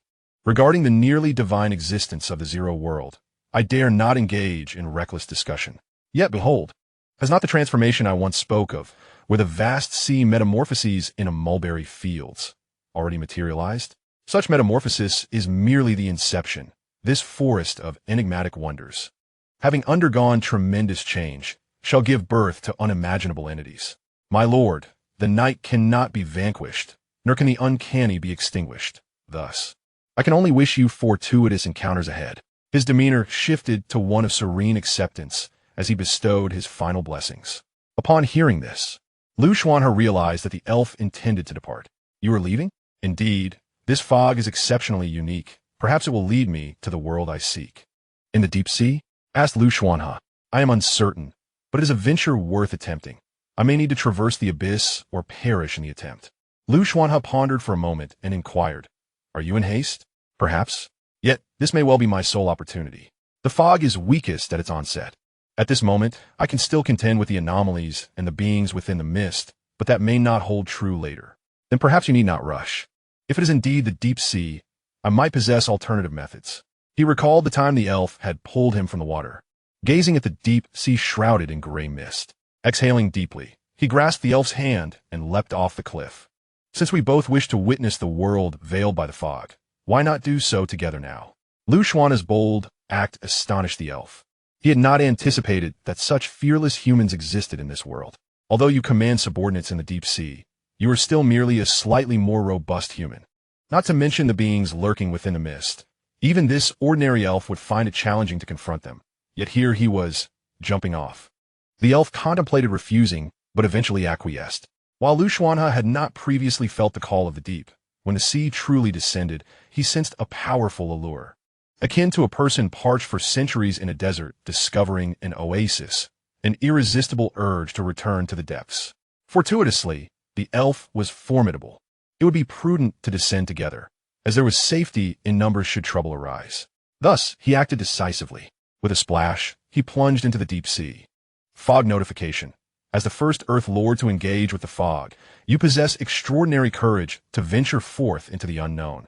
This bravery shall reward you richly, leading you toward true greatness. Fog announcement. Congratulations to survivor Xuanhe for being the first to encounter the fog world. He has comprehended the essence of survival and received a special treasure chest. The inorganic voice resonated once more. Yet Xuanhe was too focused on a singular thought. Why is my starting point not near the deep sea? Upon his presence on land and in the rivers, He could not genuinely perceive the essence of the deep sea's blessings. It was only upon venturing into the depths that enlightenment would dawn. For instance, at this moment, the rapid enhancement of his personal attributes and the land contracts beneath the ocean were unfolding at an unfathomably terrifying pace, surpassing the limits of human comprehension. However, the alterations in the land contracts manifested solely beneath the surface of the deep sea, leaving those on land unchanged. Name: Xuanhe. Race: human. Level: 2440. Extraordinary Tier 3. Deep Sea Contract bonus 1000. Territory: Level 2 Deep Sea Contract, blessed by the deep sea, expandable. Occupation: deep sea, unique. Skills: deep sea blessing, water control, source of the abyss. Inspiration: 50. Luck: 10, 50 bonus in the deep sea, 10 in ordinary waters. Charm: 20. Attributes: click to expand. Note: standard human is 5 points. Items: Jean Sua Spear, Thermal Dagger, Source Water Pearl. Almost as soon as he plunged into the water, his level surged at a horrifying velocity, leaping from just above 20 to an astonishing 40. This could hardly be labeled as merely consuming potions or spending money. It was an enhancement of a bug-like caliber. Level 40 was his standing in the deep sea, while level 24 was what he held on land. At this moment, he could feel his strength amplifying continuously in the depths, even without meditation. Other changes, such as luck, charm, and inspiration, were initial shifts upon engaging with the deep sea, the purpose of which remained uncertain for now. Yet, in comparison, it illuminated the hardships he had previously endured. Moreover, his territory in the deep sea now bore an additional deep sea blessing enhancement. Deep sea blessing. Ember bonus 300, contract tier bonus 300, building bonus 300, expandable. Chapter 61. Changes in the deep sea territory. Upon descending into the deep sea, Xuanhe was taken aback by the transformations he underwent. He was aware that his deep sea blessing talent was extraordinary, yet he never anticipated such remarkable outcomes. Initially concerned about his domain beneath the ocean, the sight of this tripling enhancement alleviated 70% of his worries in an instant. The remaining concerns seemed trivial in light of the newfound power. As the mist began to descend, it indeed echoed the words of the half-elf, Elson. There was no peril of an outrageous nature. However, the eerie distance that had appeared deceptively close now loomed ominously near, even within the deep sea. This oddity could evoke the deepest fears nestled within the human heart and possessed unique means of attack, such as teleportation. Before Xuanhe, merely 3 meters away, was the bizarre white shadow he had once glimpsed. However, at this moment, devoid of the shelter of the ember and enveloped in a shroud of mist, the uncanny presence approached him unimpeded. Almost instantaneously, he perceived the spectral white figure, intending to bestow upon him a chilling greeting. The half-elf's reflexes were remarkably swift. Yet even swifter was Xuanhe's instinctive reaction. He raised his hand in a primal, instinctual defense, akin to an early human confronted by a natural predator.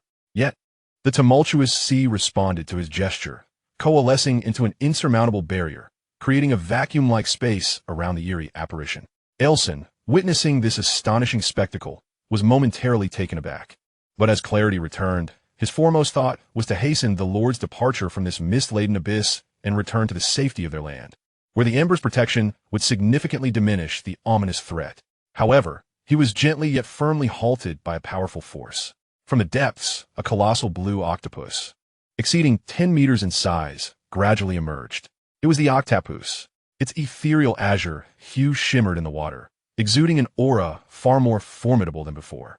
The deep-sea creature was inherently a terrifying life form from the Zero World, perhaps only rivaled by the royalty among elves.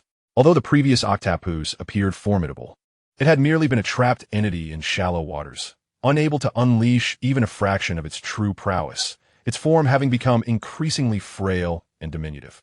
To draw an analogy, it resembled a high-dimensional dragon constrained to earthly clouds, devoid of its inherent majesty. "Lord, you have finally returned to the deep sea," resonated the octopus's voice, both ethereal and graceful.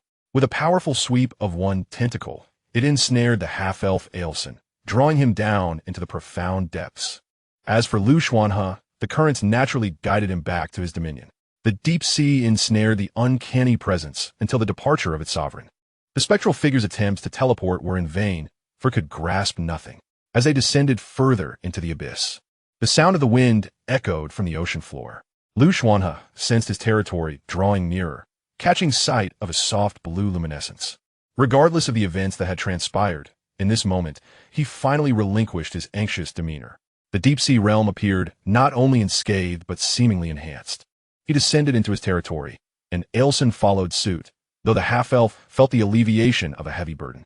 Beneath the deep sea, apart from the unnecessary need for breath, everything mirrored the terrestrial world.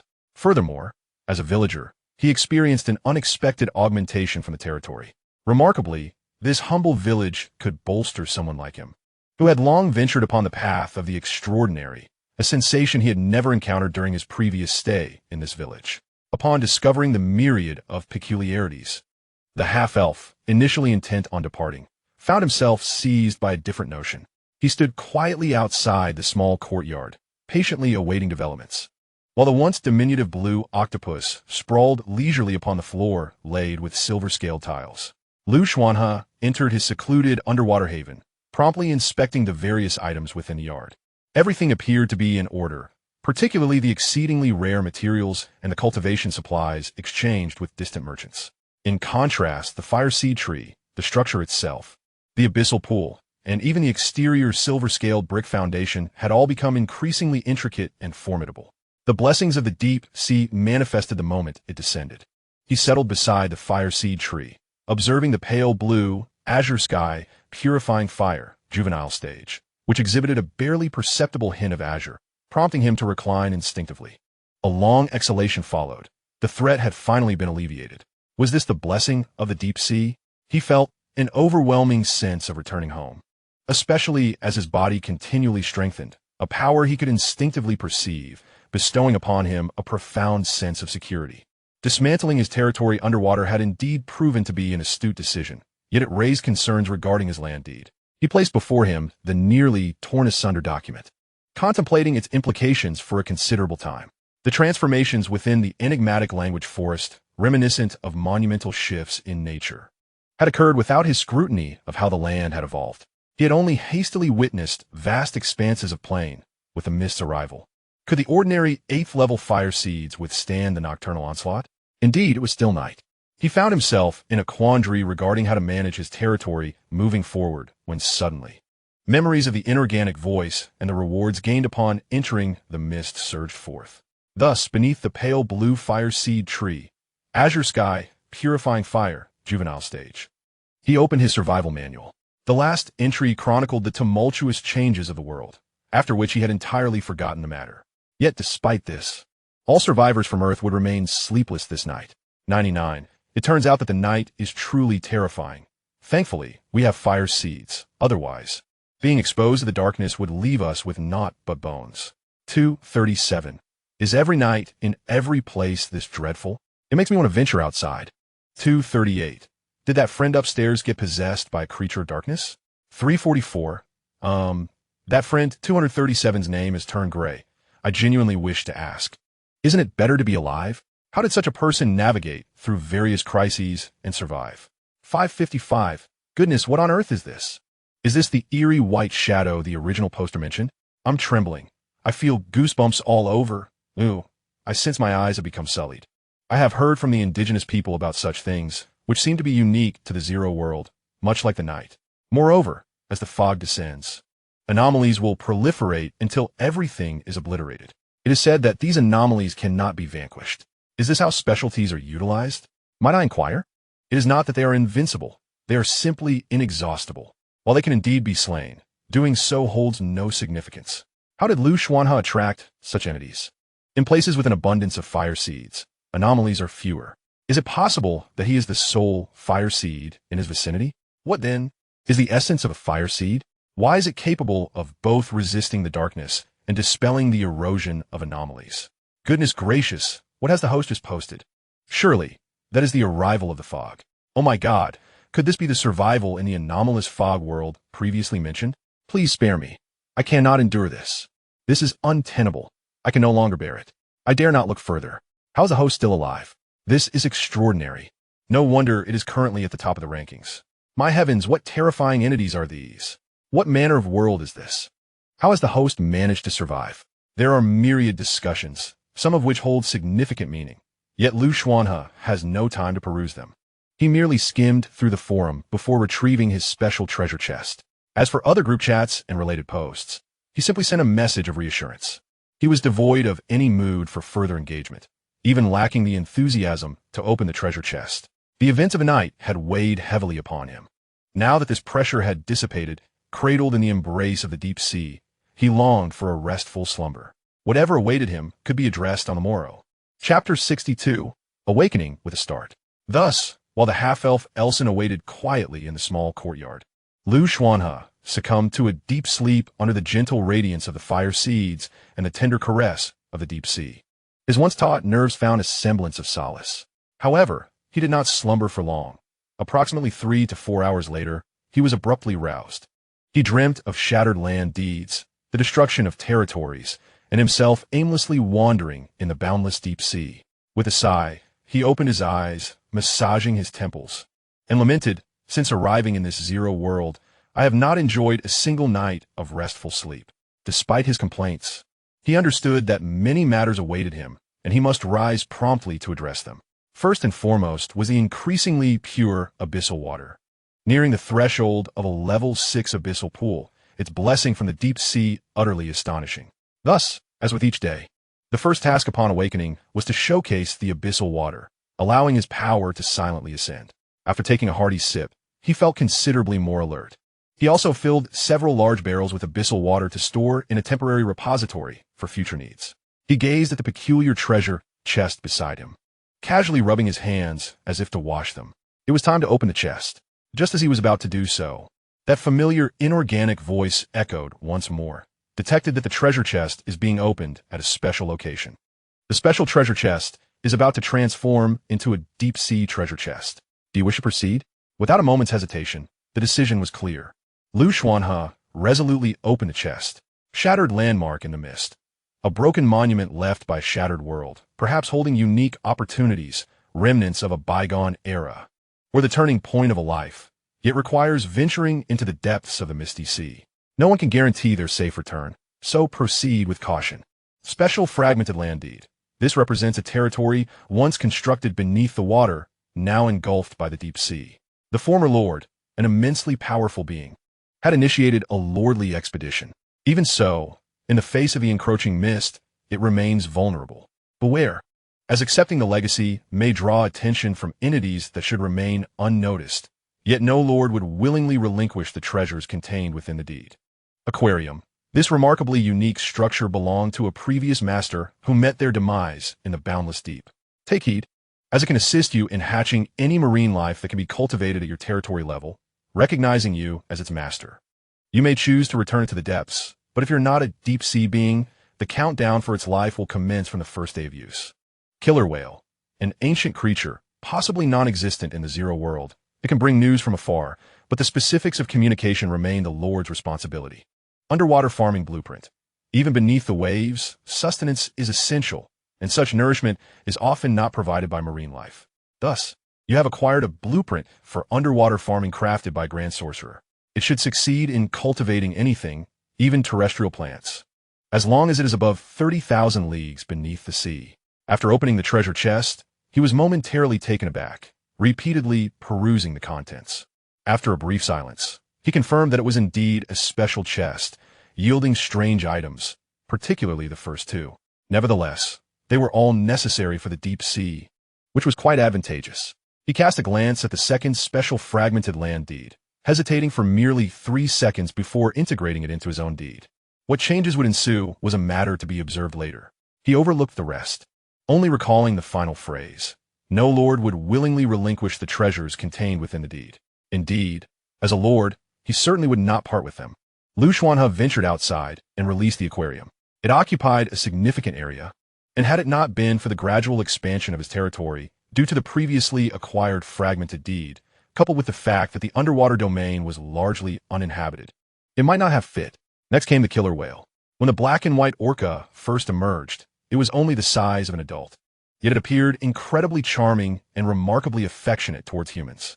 As for the underwater cultivation blueprint, it needed to be crafted on land, requiring a check on whether the necessary materials were at hand. Without hesitation, He forged a pact with the approaching orca, marking it as the second member of his divided territory in the deep sea. Although he could not comprehend the language of the orca, the blue octopus could. Thus, Xuanhe rolled alongside the orca near the fire tree, where a delicate azure flame ignited upon its body as it flicked its fins and ventured beyond the territory.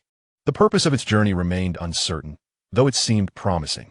Regrettably, the black dog pup he had previously summoned had yet to hatch successfully, leaving him perplexed about the incubation requirements. Additionally, the whereabouts of the sixth-level life form remained a mystery, particularly the location of the wind field. Contemplating these matters gave him a headache. He then gazed at the unopened special treasure chest, hesitating for a moment before deciding to store it in the temporary warehouse, intended to take it above. Nevertheless, the land territory appeared increasingly precarious, perhaps necessitating more resources. While the deep sea was relatively safer, the fog had descended, and the strange occurrences were multiplying, leaving him uncertain of the changes to come. Consequently, he was resolute in not abandoning the land territory. Developing both would allow for mutual complementarity.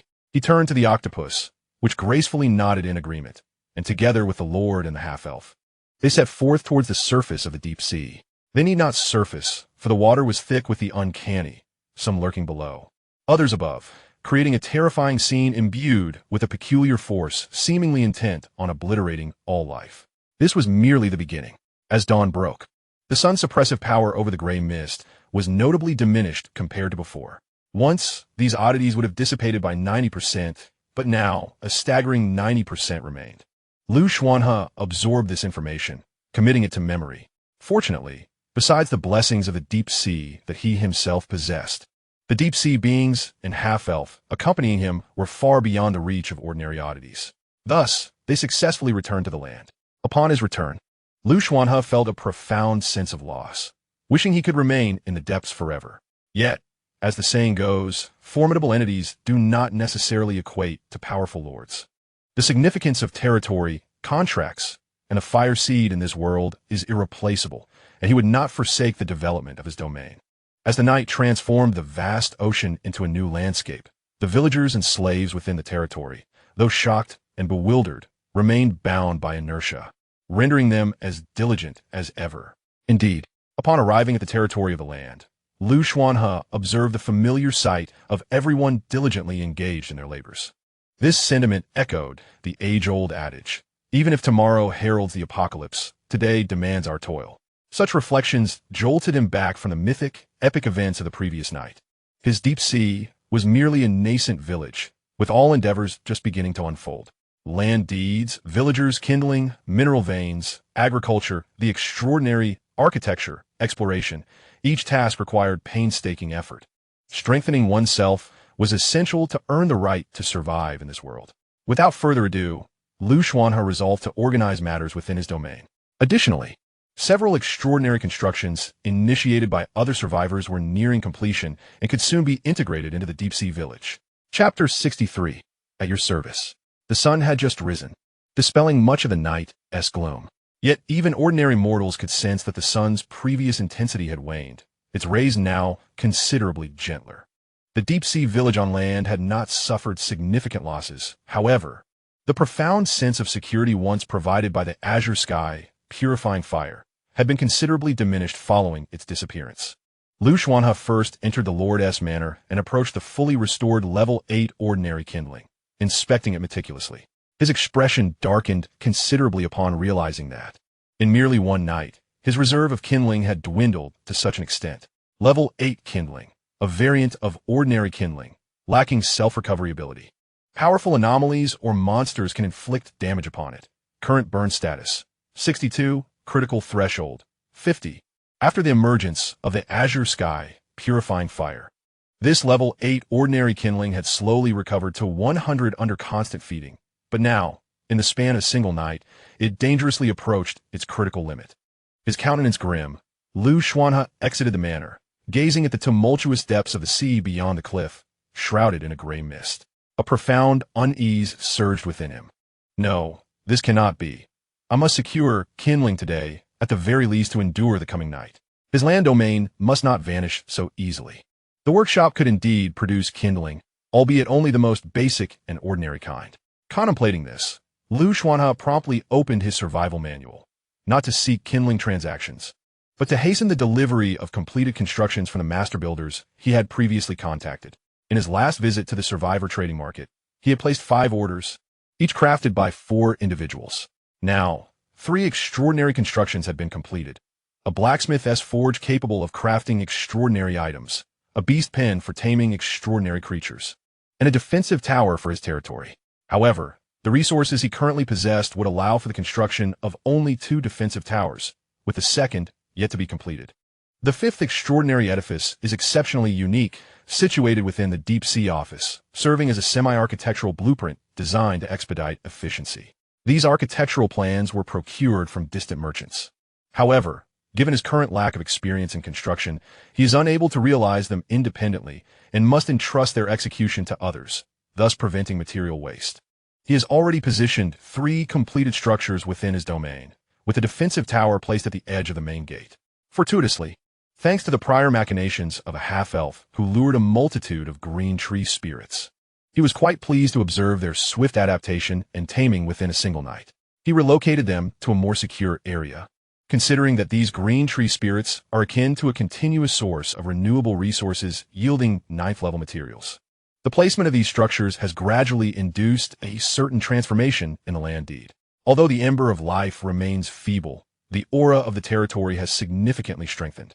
Xuanhe gazed upon his territory, feeling a flicker of fragile security, yet he knew it was far from sufficient. Peering into the distance, he realized that his location resembled a cliff by the sea, with increasingly vast expanses inward. Extensive plains, undulating mountains, and primal forests that appeared profoundly shadowed, even under the sunlight, stretched before him. Even from a distance, he could sense the lurking danger. The Forest of Enigmas had indeed undergone a complete metamorphosis, transforming into a landscape wholly unfamiliar to him. In stark contrast to the previous version of the forest, which harbored only a few low-level monsters, this altered terrain revealed the original essence of the Zero World. Perhaps due to the proximity of his territory to the deep sea, he had yet to encounter any adversaries attempting to breach it. Emerging from his domain, Xuanhe beheld the night bar he had previously uncovered from a treasure chest. While it had shown no significant changes over the last few nights, a new element had manifested within it after the last night.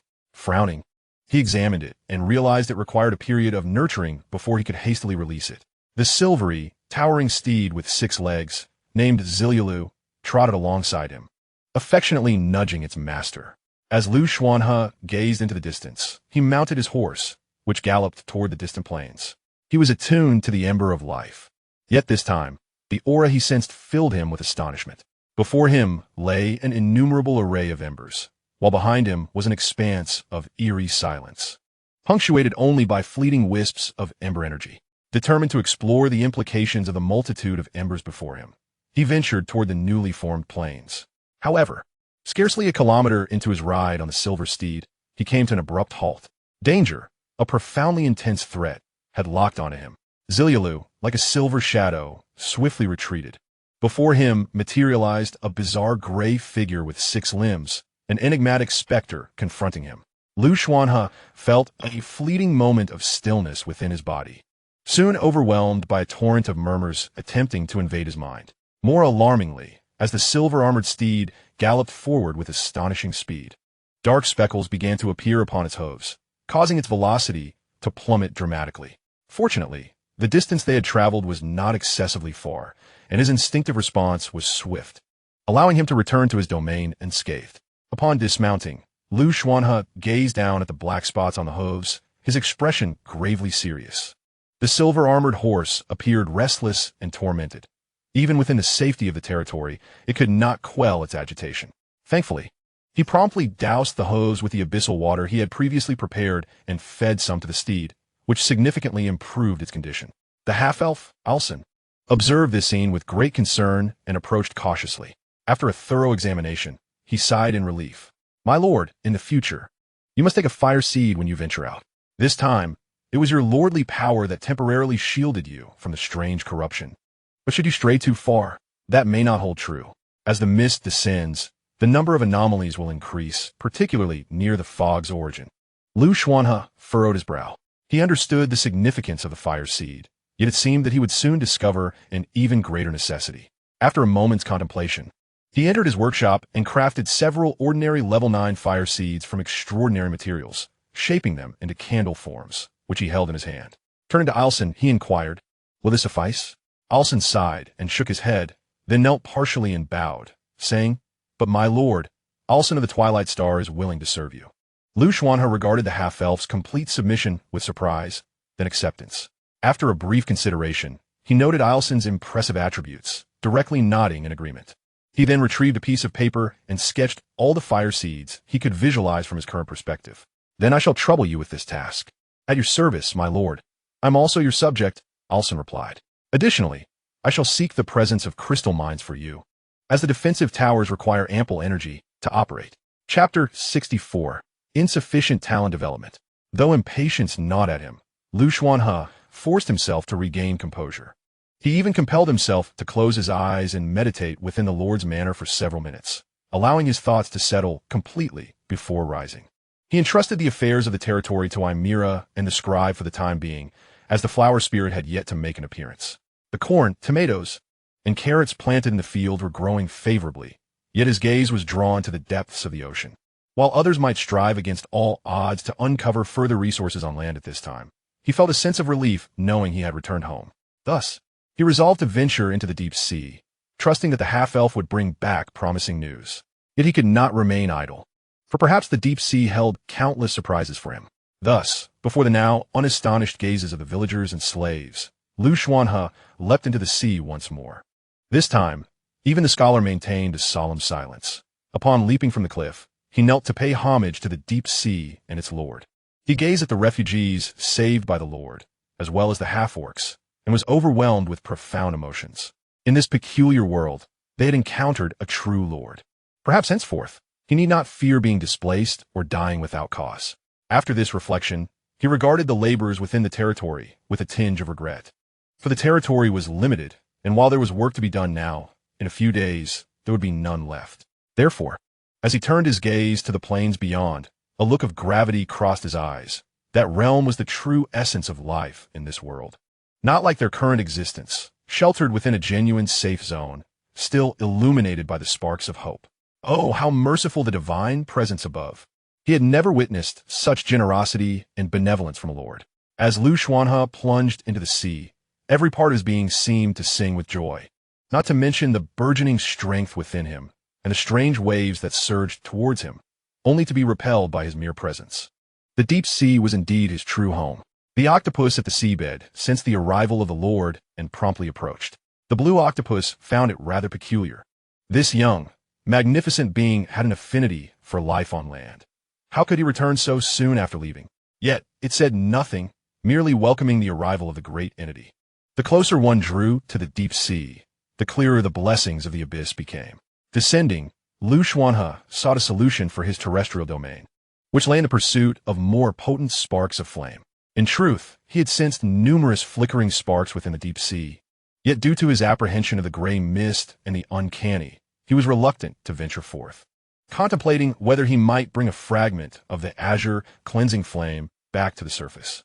Regrettably, this spark tree thrived better in its current location. After a few attempts, he ultimately abandoned the notion. The land territory could not be forsaken, and the deep sea territory, too, must flourish. The blue octopus, sensing the Lord's unease, took the initiative to speak. "My lord, the deep sea holds boundless treasures. The entities from the abyss lack for nothing, be it those tattered land deeds, sparks of flame, or even more. You might consider venturing forth. The closer one approaches the deep sea, the more those peculiar and eerie beings retreat. Should you feel the presence within the mist attempt to show you disrespect, you might seek the depths of the deep sea, where resided powers that none could contest." The ethereal and graceful voice of the blue octopus resonated through the water. The mist may erode the sea, yet it cannot penetrate the depths of the ocean, which is a domain of noble lordship. Upon arriving in the abyss, a wealth of ancestral memories awakened within it. Thus, it became aware of the true nature of its existence, a unique pathway to ascension. The land deed indeed possesses extraordinary power. Upon hearing the words of the blue octopus, Xuanhe was filled with curiosity and inquired, "In the realm of zero, the spark signifies nearly everything. Does the deep sea also harbor a spark? He was not referring to the previous notion of azure sky purity fire, but rather to a deeper significance. After hearing the Lord's statement, a gentle glimmer seemed to pass through the blue octopus's large eyes. It extended one of its tentacles, and a cluster of flames ignited upon it. If this is what you speak of, then the spark has already been kindled within me since my return to the deep sea. No, this cannot be right, Xuanhe thought, gazing at the flames upon the octopus's tentacle, which indeed emanated a familiar essence of the spark. Yet this was undeniably perplexing. He stood stunned, staring at the spark on the tentacle, astonished. What is this? This is the protection I possess as a creature of the deep sea, the blue sacred fire. The blue octopus carefully contained the flames that leaped from its tentacle. If you seek the spark, do not forget the blessings of the deep sea upon you. It took a step back and then raised the tentacle, performing an exquisitely graceful gesture. Xuanhe realized he had perhaps overestimated the distance and feared the mist excessively. Yet, this was a natural inclination. After all, the mist he had encountered was indeed quite eerie. At that moment, the territory of the deep sea lay beneath the ocean floor. The precise depth uncertain, yet devoid of any strange aura. Most areas were shrouded in darkness and tranquility. Ordinary individuals would find themselves overwhelmed with dread, whereas Xuanhe felt a profound sense of safety emanating from his very soul. It was indeed safe, was it not? The deep sea continuously reassured him of his security, whether upon the surface or merely submerged in water. Contemplating this, Xuanhe seemed to grasp an understanding, and thus he ventured toward the outer reaches of the deep sea territory. After moving 3 or 4 meters beyond the boundary, he extended his hand, observing the spark ablaze within it. What is this? This is not the azure sky purity fire, nor does it possess the uniqueness of a killer whale, which can roll near the azure sky purity fire to become enveloped in the essence of the spark. The blue octopus followed Xuanhe into the open water, its own body radiating the essence of the spark as well. This is the deep sea. At this point, the blue octopus's expression shifted oddly. Yes, it is still the protection bestowed upon your relatively weaker self, if I am not mistaken. Very well then. Xuanhe realized that he had only tapped into a mere fraction of his innate potential. For instance, had it not been for the direct reminder from the blue octopus, he might have taken considerable time to notice the anomaly represented by the nameless spark within him. However, my lord, your human form is exceedingly frail. While you may find ample protection in the depths of the ocean, do exercise caution, for should you venture too close to the surface, certain entities may inflict devastating harm upon your currently vulnerable human physique. With clarity, Xuanhe comprehended this warning. He closed his eyes and attuned himself to the surroundings, utilizing the innate ability bestowed upon him by his lord to seek out the sparks hidden beneath the ocean's depths. He consciously disregarded any sparks near the surface or on the open sea. In this meditative pursuit, he indeed managed to discover something. Yet, it was evident that the deep sea was rife with formidable presences and numerous powerful sparks, flickering in and out of his perception. After prolonged concentration, he finally seized upon a faint trace. He had found it. Chapter 65, A New Town. Beneath the deep sea, depth held little significance. The vast, boundless ocean, descending from the mists, had an origin unknown. One thing was certain. This place was perilous, whether amidst the elusive gray fog above the surface or in the abyss below. It was a realm beyond the reach of mortals, even for those who had transcended their humanity. Xuanhe sensed an enigmatic spark swirling around him, as if the blessings of the deep sea had materialized into a tangible presence upon him. The coordinates of the sparks discernible to the Lord flickered like stars in the night sky, ceaselessly shimmering.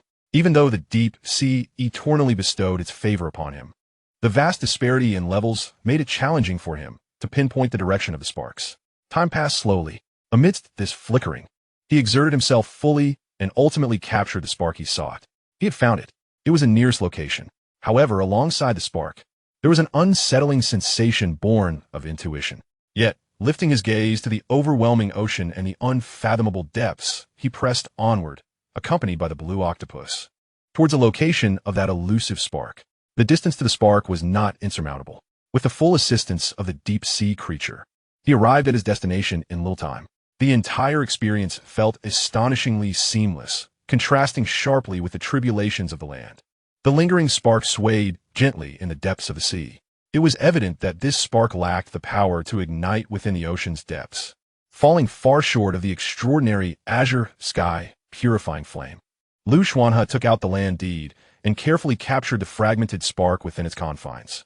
In the realm of the Zero World, a staggering 90% of the fire seeds can only be contained within a land deed, a truth that holds particularly for the more unique and formidable among them. After acquiring the desired fire seed from the tranquil depths of the ocean, he did not depart. Instead, he gazed upon the quaint town, now shrouded by the sea. This was the town referred to by Moore, the elderly scholar whom he had once rescued from the plight of the refugees. Yet, this town, engulfed by the ocean, evoked an unsettling chill within him. What had transpired in this place? Before him stood an exceptionally intact town, most of its structures remarkably well preserved, with a stone tablet bearing the town's name, Xuanhe Town. A faint essence of the fire seed lingered upon the tablet, nearly extinguished and barely perceptible, likely detectable only by the Lord. Yet this detail seemed insignificant, for the town of Xuanhe was teeming with people. Some had just stepped out of their homes, others were bending down to pick up objects, while a few rushed through the crowd, mouths slightly agape as if to utter something. In one fleeting moment, these individuals were engaged in their daily activities, and in the next, their lives were abruptly halted, forever frozen in that instant. Faint expressions of confusion and worry predominated among the townsfolk, with a handful exhibiting concern, and a few others displaying sheer terror, an overwhelming dread. Beneath the depths of the ocean, the silent Xuanhe town appeared to harbor an unspeakable horror. Xuanhe had initially intended to merely observe this town, but he suddenly lowered his gaze, sensing a visceral reaction from the essence of life itself. The hairs on his arms stood on end, and goosebumps prickled his skin, a primal fear of a natural enemy. A gentle flicker of the burning fire seed brushed against his being, dispelling the shadows that enveloped his spirit. The voice of the octopus resonated nearby, tinged with palpable regret. "My lord, this is a town beset by the uncanny. It is truly lamentable. The owner of this land deed appears to have been extraordinary among humans, yet perished here. Had fate been kinder, we might have witnessed a city rise within this region." Xuanhe swallowed hard, gradually calming his tumultuous emotions. "Do you know what calamity befell this town?" The blue octopus shook its head. "You may inquire of the humans on land. Their understanding of the uncanny surpasses our own. As beings of the deep, we have always enjoyed the protection of the fire seeds, and the peculiarities emerging from a mist dare not encroach upon the ocean. For it is home to many formidable entities. Even in the depths, death can fade away, my lord." The ethereal and sincere words of the blue octopus provided a modicum of solace to Xuanhe's troubled heart. The inexplicable and desolate demise of this town filled him with a profound apprehension towards the uncanny. "I find it rather peculiar that this ember continues to burn while the town has fallen into ruin, devoid of any capacity for resistance." As he posed the question, a semblance of conjecture had already taken root in his mind, yet he yearned to hear the perspectives of others. Octopus, from the depths of the sea, waved its elongated tentacles, gazing upon the distant town, and remarked that, at that fateful moment, the terrestrial settlement bore an insurmountable force. The ember they possessed had no means of resisting such overwhelming power. This strange phenomenon, while capable of instantaneously obliterating all vitality, could not, however, reach the ember itself. It was as if he stood suspended in time, recounting the events that transpired in Xuanhe Town with stark clarity. This, too, was the conjecture of Xuanhe. Upon hearing the words of the blue octopus, he exhaled a sigh of frustration. "This world is perpetually fraught with peril, my lord. Death shadows everyone relentlessly. Yet, without a doubt, you possess the ability to confront any danger." Xuanhe was uncertain whether this referred to his blessing from the deep sea or something else entirely. In any case, he did not share the blue octopus's inexplicable confidence. To speak candidly, after witnessing the devastation of Xuanhe Town, he grew increasingly anxious about the development of his own territory. Fortunately, he had now acquired this shattered ember, even in its damaged state. Its essence far surpassed that of his ordinary 8th level ember. Upon returning to his domain, he might explore the possibility of restoration. He turned and departed, journeying alongside the blue octopus towards the realm of the deep sea. Unbeknownst to them, every inhabitant and living being in Xuanhe Town was engulfed in flames. The crackling sound of the ember seemed to carry whispers that did not belong to the depths. Yet, this strangeness, once submerged in the sea, had lost all power of corrosion and pollution. Xuanhe resurfaced once more from the ocean floor, bringing with him a formidable, albeit fractured, ember. Chapter 66. The Furnace. Even after returning from the seabed to the land, the tragic state of Anyu Town lingered persistently in Xuanhe's mind. He then glanced at the fragmented ember he held in his hand. Fragmented ember. Originally, it was an ember that had reached the scale of a town, possessing the ability to shelter, purify, and restore. Even when subjected to a degree of erosion, it could recuperate. However, due to an overwhelmingly powerful attack at that moment, it had essentially lost its capacity for autonomous restoration. If provided with a sufficient amount of fuel, it could return to its normal state, merge with any territory, and swiftly form a remarkable ember structure, the name of which would be bestowed by the owner of the land deed. Rating: 7th level ember, weakened. This ember, in contrast to the one he currently possessed, lacked the prefix ordinary. Although it was long known that the force that had drawn them from Earth had initially bestowed upon them a spark that was decidedly mundane, essentially a trivial ember, this stark contrast rendered him momentarily speechless. He had an inkling that the embers the half-elf had witnessed on land were likely far more potent than the ones he currently possessed. With a sigh, Xuanhe acknowledged that he had too few embers at hand, and he resigned himself to the fact that the 8th-tier ordinary embers within the Lord's Manor would have to suffice for now. Subsequently, he integrated this fractured ember into the land deed, which gradually manifested a new structure within his territory. Utilizing this ember was 100-fold simpler than employing the Azure Clean Flame. Within the domain, a furnace emerged, its flames a vivid red with a hint of pale earthiness. Yet, judging by the intensity of the flames, it was evident that the ember within the furnace was exceedingly feeble, lacking the vigor typically observed in ordinary embers nearing their critical threshold. Fortunately, he had stockpiled ample firewood. The primordial forest was replete with trees, if nothing else, and he had even harvested a considerable number of green tree spirits. Subsequently, Xuanhe fed the firewood into the furnace in handfuls, his demeanor initially composed. But as time progressed, a weightiness settled upon him. Instinctively, he glanced at the cluster of green tree spirits within his domain. He had previously thought their number sufficient, yet now it seemed woefully inadequate. Firewood was an unceasing necessity. Thus, he gathered the first batch of green tree spirits, previously scattered across his territory, and consolidated them with the others. The task of guarding the territory did not require the green tree spirits capable of producing firewood. He continued to feed the firewood into the furnace until his hands trembled, too apprehensive to check how much material remained in the void repository or how much he had already contributed. With a sigh of relief, Xuanhe wiped the non-existent sweat from his brow and watched as the new furnace structure was finally restored. He exhaled heavily, thankful for the outcome. Observing the now blazing earthy flames and reviewing the information on the structure, he finally felt a sense of ease. Anyu Ember, self-named, originally referred to as Star Ember, a 7th-tier ember sufficient to protect a small town, possessing a degree of self-restoration capability, has formed an extraordinary architectural furnace within the deep-sea territory.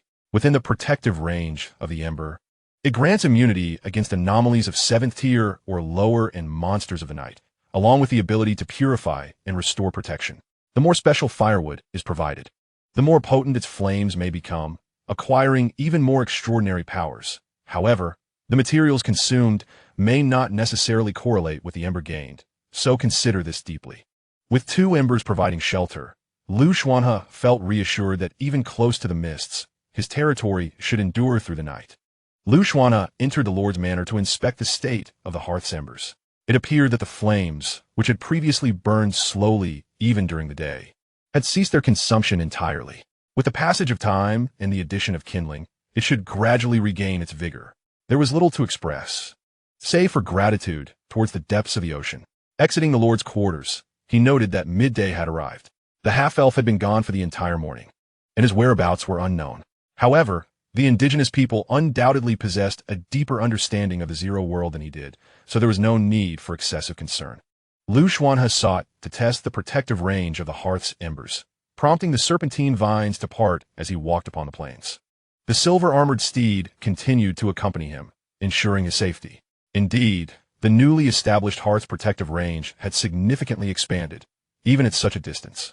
He could still sense its safeguarding presence. Although he had only ventured a few hundred meters, it was considerably far compared to the safety zone.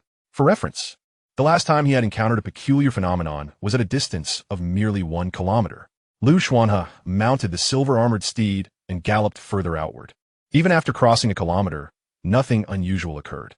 He hesitated for a moment before continuing his run, but soon came to a halt, squinting at a figure in the sunlight. Initially, he feared it might be another creature, but upon closer inspection, he recognized the disheveled half-elf, Ailson. In that instant, his pupils contracted, and after a brief contemplation, he dashed forward. If his conjecture was correct, the true safe zone for a village-level land deed extended a full kilometer beyond the village itself. Although the town-level embers did not offer the same extravagant protection as the land deed, they were far from reaching their limits. He pressed on for another 2 kilometers, and as expected, he sensed that while there remained some protection from the hearth's embers, it was no longer secure for him. Thus, he resolved not to venture any further. Fortunately, Ailson had already noticed the Lord's arrival. Though he was swift, there was still a notable difference compared to the speed of the silver-armored steed. A creature specialized in swiftness. Almost instantaneously, as Ailson came into view, the Lord also spotted the peculiar figure with black hair, trailing behind him. Go! The immense force and inertia propelled Ailson onto the back of the silver-armored steed, and a silver shadow raced swiftly towards the territory. The black-haired figure observed the domain with an unsettling gaze. Although it felt nothing, it sensed the encroaching fog and retreated. My lord, you have saved me once again. Although I failed to bring the embers, I have brought you something far more important. Due to this entity, I have channeled all my strength to restrain it. Otherwise, even this bizarre being, which is nearly at the 7th level, would not be able to pursue me so easily. Within 1,000 meters of the territory, both individuals breathed a sigh of relief. The silver-armored steed slowed down, and they dismounted. Deepsea Village was now within close reach. The half-elf, Ailson, presented the item he had cradled in his arms to the Lord. Chapter 67, The Active High Mind. Ailson offered forth what he had discovered amidst this newly formed plain. If, prior to reaching deep sea, he had regarded this territory merely as a temporary dwelling, his understanding was utterly upended upon entering the depths with the Lord. He realized that his perception of this human lord had been woefully superficial. This was not the fleeting human he had once encountered. After remaining here, he began to reflect on his previous attitude and contemplate the future. Seeking fire seeds was not his forte, yet he meticulously recorded the surroundings of the fire seeds he observed. However, the active crystalline ore was something he could indeed find. It was this unique ability that had gradually afforded him his current strength. What he now presented to the Lord was an extraordinarily rare active mineral, which had required him to expend considerable energy to suppress its vitality, thus evading the bizarre pursuit that shadowed him. Active High Mind. Xuanhe gazed at the writhing purple mineral with a hint of astonishment. Ailson, unperturbed by the Lord's surprise, further presented it before him. My lord, once you acquire it, you shall comprehend its essence. Xuanhe sensed no immediate danger from the mineral and reached out to take the purple stone. The moment it touched his hand, he experienced a rare awareness of the land deed's insatiable hunger. This mineral, known as Active High Mind, harbors a power far greater than that of crystalline ores. It is a genuine strategic resource, requiring exceptionally high standards for extraction. Hence, I have only managed to procure this single piece, as I had to suppress its vitality to evade the nearby bizarre entity. As my lord can observe, the Active High Mind possesses formidable vitality, almost akin to a living mineral. Of course, it lacks any intelligence, but is exceedingly animated. Typically, a small fragment of Active High Mind can serve as a long-term energy source for the town, much like the defensive towers you have established within your territory. However, the true strength of this mineral lies not solely in its powerful energy, but in its ability to grow and regenerate, as well as its capacity to repel bizarre entities to a certain extent. Generally, to navigate through the mists, one must carry this special active mineral. Only such a mineral can serve as an energy core to prevent losing direction within the fog. Otherwise, utilizing other crystalline minerals as a source of energy to penetrate the fog will result in rapid contamination and erosion, rendering any return impossible. Listening to the words of the half-elf, Ailson, Xuanhe gained a modicum of understanding regarding this matter. Yet his curiosity was piqued by the evident veracity of the land deed. Furthermore, do you know how such active high minerals are typically employed within the territory? Unbeknownst to the Lord, I am but a wanderer. Ailson took a step back and performed a courteous bow. I comprehend now. Xuanhe entered the Lord's manor, bearing the active high mineral the size of a human head, and subsequently produced the land deed. Rather than a mere act of consumption, it appeared that within the territory, a new structure was gradually emerging. This edifice seemed to extend beyond the confines of the territory, likely due to the limited space within. Once the active high mineral fully integrated into the territory, forming an expansive mineral vein that spilled forth from the village, he realized that the mineral's capabilities exceeded Elson's descriptions. Conversely, the most significant function, astonishingly, seemed to elude Elson entirely.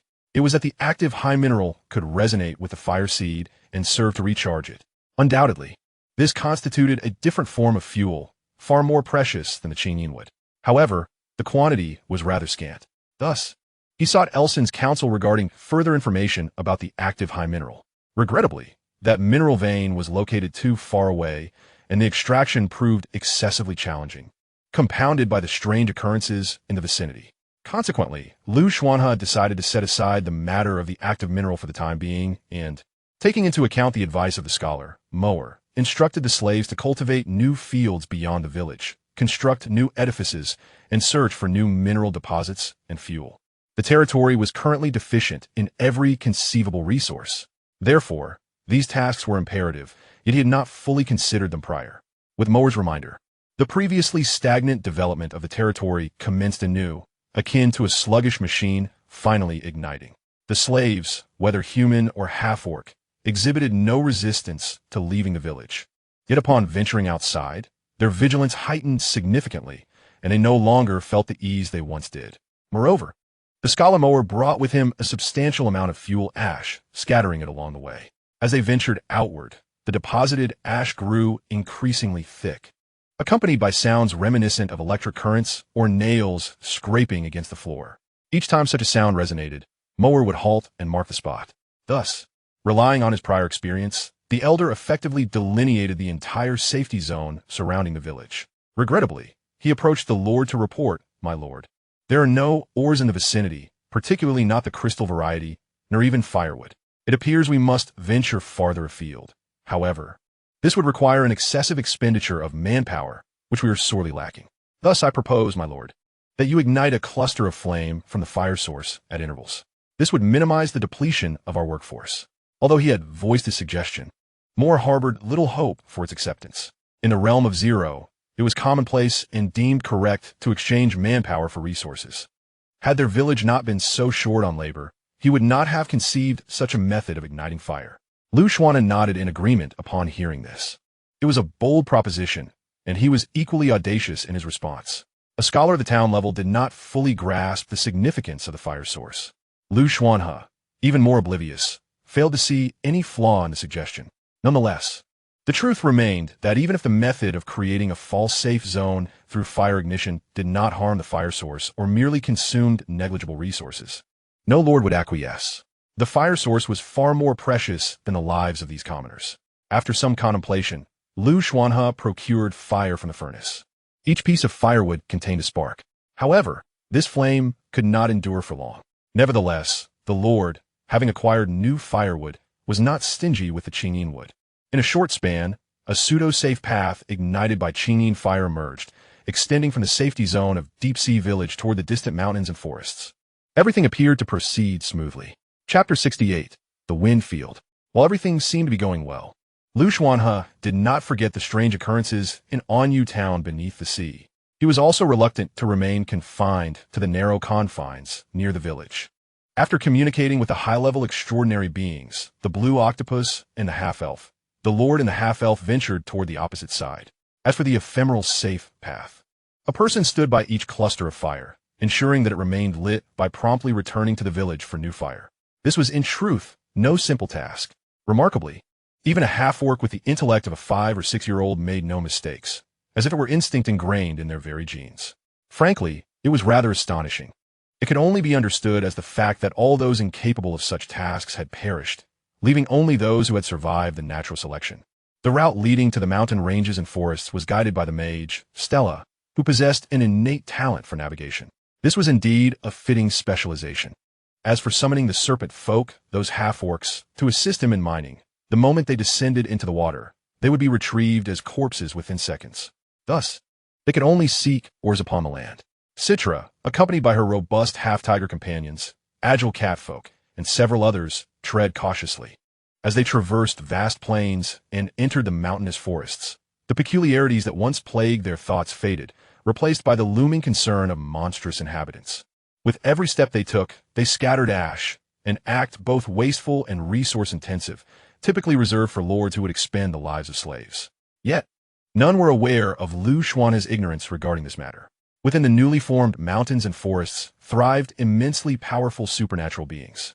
The forest was a cacophony of diverse sounds, and Citra, leading her team, felt beads of cold sweat trickle down her brow, gripped by profound anxiety.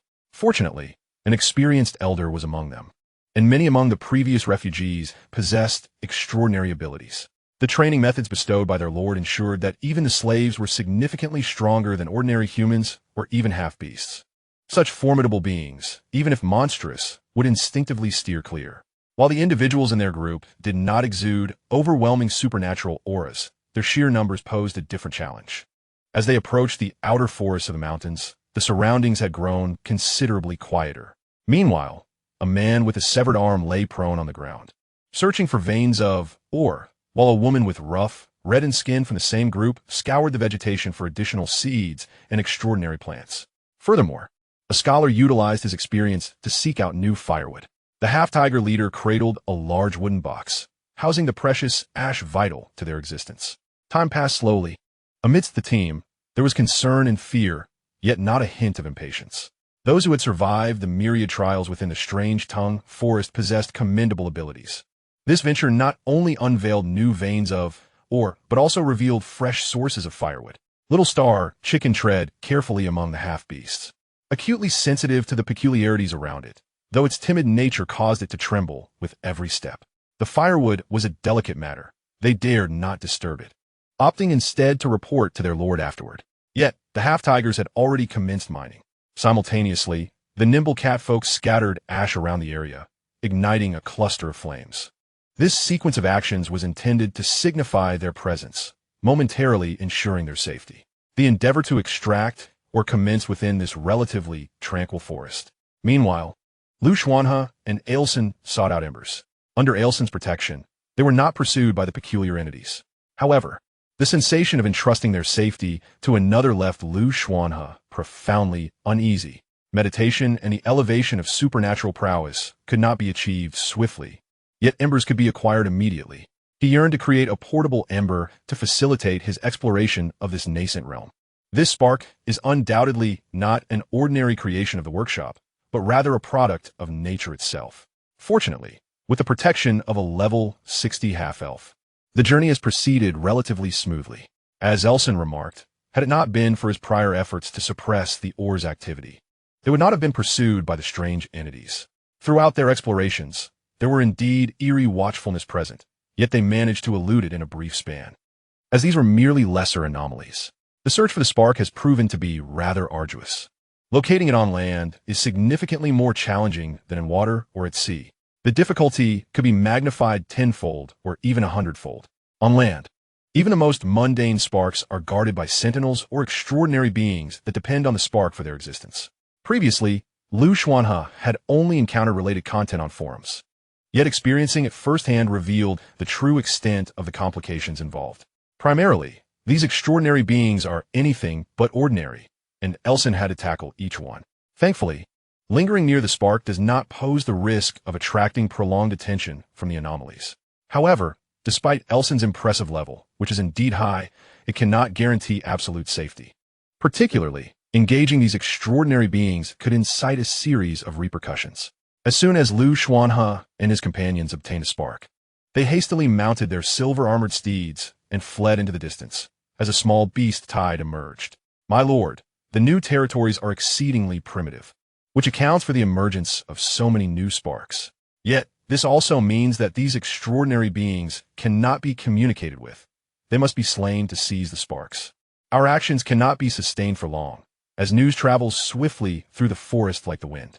Even I can only manage to secure 3 sparks at most. Beyond that, I cannot guarantee your safety, my lord. Elson's expression bore a hint of concern. His acquaintance with the lord was limited, yet he sensed a certain unpredictability in his actions. Xuanhe understood this well, and his gaze shifted towards another area. "I know," he replied. "But Elson, look over there." The half-elf followed the direction indicated by the Lord. First taken aback, then his demeanor turned grave. "My lord, we are in trouble. This is an emerging tribe. They possess innate extraordinary abilities and can communicate with both plants and other extraordinary beings. I did not anticipate that these two locations would be so closely situated. If discovered, this new tribe will undoubtedly seek to seize your territory, my lord. I have witnessed a dominion fall in such a manner before." Xuanhe paused briefly. "No, I'm not referring to those beings." He had not yet laid eyes on the indigenous life forms, his vision not extending that far. "I am speaking of that mountain range." Elson just noticed, and upon closer inspection, he was astonished. Those were the mountains of wind. How could a wind field appear here? Xuanhe was equally surprised to see the floating mountains and wanted to inquire about what they were. However, upon hearing wind field, he immediately recalled something he had previously encountered. Elon egg. The egg state of the 6th level extraordinary life, Elon, which requires placement in a wind field to hatch. And the first creature it sees upon opening its eyes will become its master. A wind field. Chapter 69, Attack. The very place that piqued Xuanhe's curiosity had miraculously manifested before him. This meant that his Elon egg could also hatch. "My lord," he remarked, "this newly emerged region indeed possesses many wondrous powers, as the legend suggests. It is said that within the wind field reside numerous powerful and intelligent beings. I had only heard of such places before, never did I expect to witness one in reality. Only within the floating mountains can a wind field appear, and beyond it lies the legend of dragon lairs. The truth of those tales remains unclear." Xuanhe gazed at the floating mountains, not intending to venture too deep on the first day, planning instead to explore further later. He then turned to the half-elf Elson and said, "Take me to the location where you discovered the active high, or this outing was not solely to seek more embers. Another objective was indeed this active, or the purpose was singular, to set sail." He had not forgotten his deep-sea blessing talent, and being so close to the ocean, it was unthinkable to confine himself to land. However, facing the fog-covered sea, one must always retain some contingency. Originally, he thought he would have to remain on land for a while longer to seek other means. But he never anticipated that Elson would present him with such a delightful surprise. Now, the only question remaining was how to mass-produce the active high, or there was nothing particularly strange about the active or itself, but it was surrounded by many anomalies, and its inherent vitality required immense power to suppress. Otherwise, it might escape. Elson, with a grim expression, conveyed this insight. Xuanhe acknowledged his understanding. He glanced at the half-elf and realized that traveling without a means of transport was exceedingly inconvenient. Unable to ride a half-horseman, he could only look for nearby herds of horses or special mechanical constructs later. Thus, the two proceeded towards the Urbane. It seemed that due to the ember he possessed, there were not many anomalies along the way. In fact, one could say they largely evaded their presence. This phenomenon greatly pleased him, especially upon seeing the natural cave pointed out by Elson, where the purple active or gleamed brilliantly. Upon entering the cave, they carefully surveyed the surroundings, confirming that there were no other dangers. The only peril lay in how to transport the ore back after mining. He calculated the approximate time and distance to reach this place, and a sense of clarity emerged within him.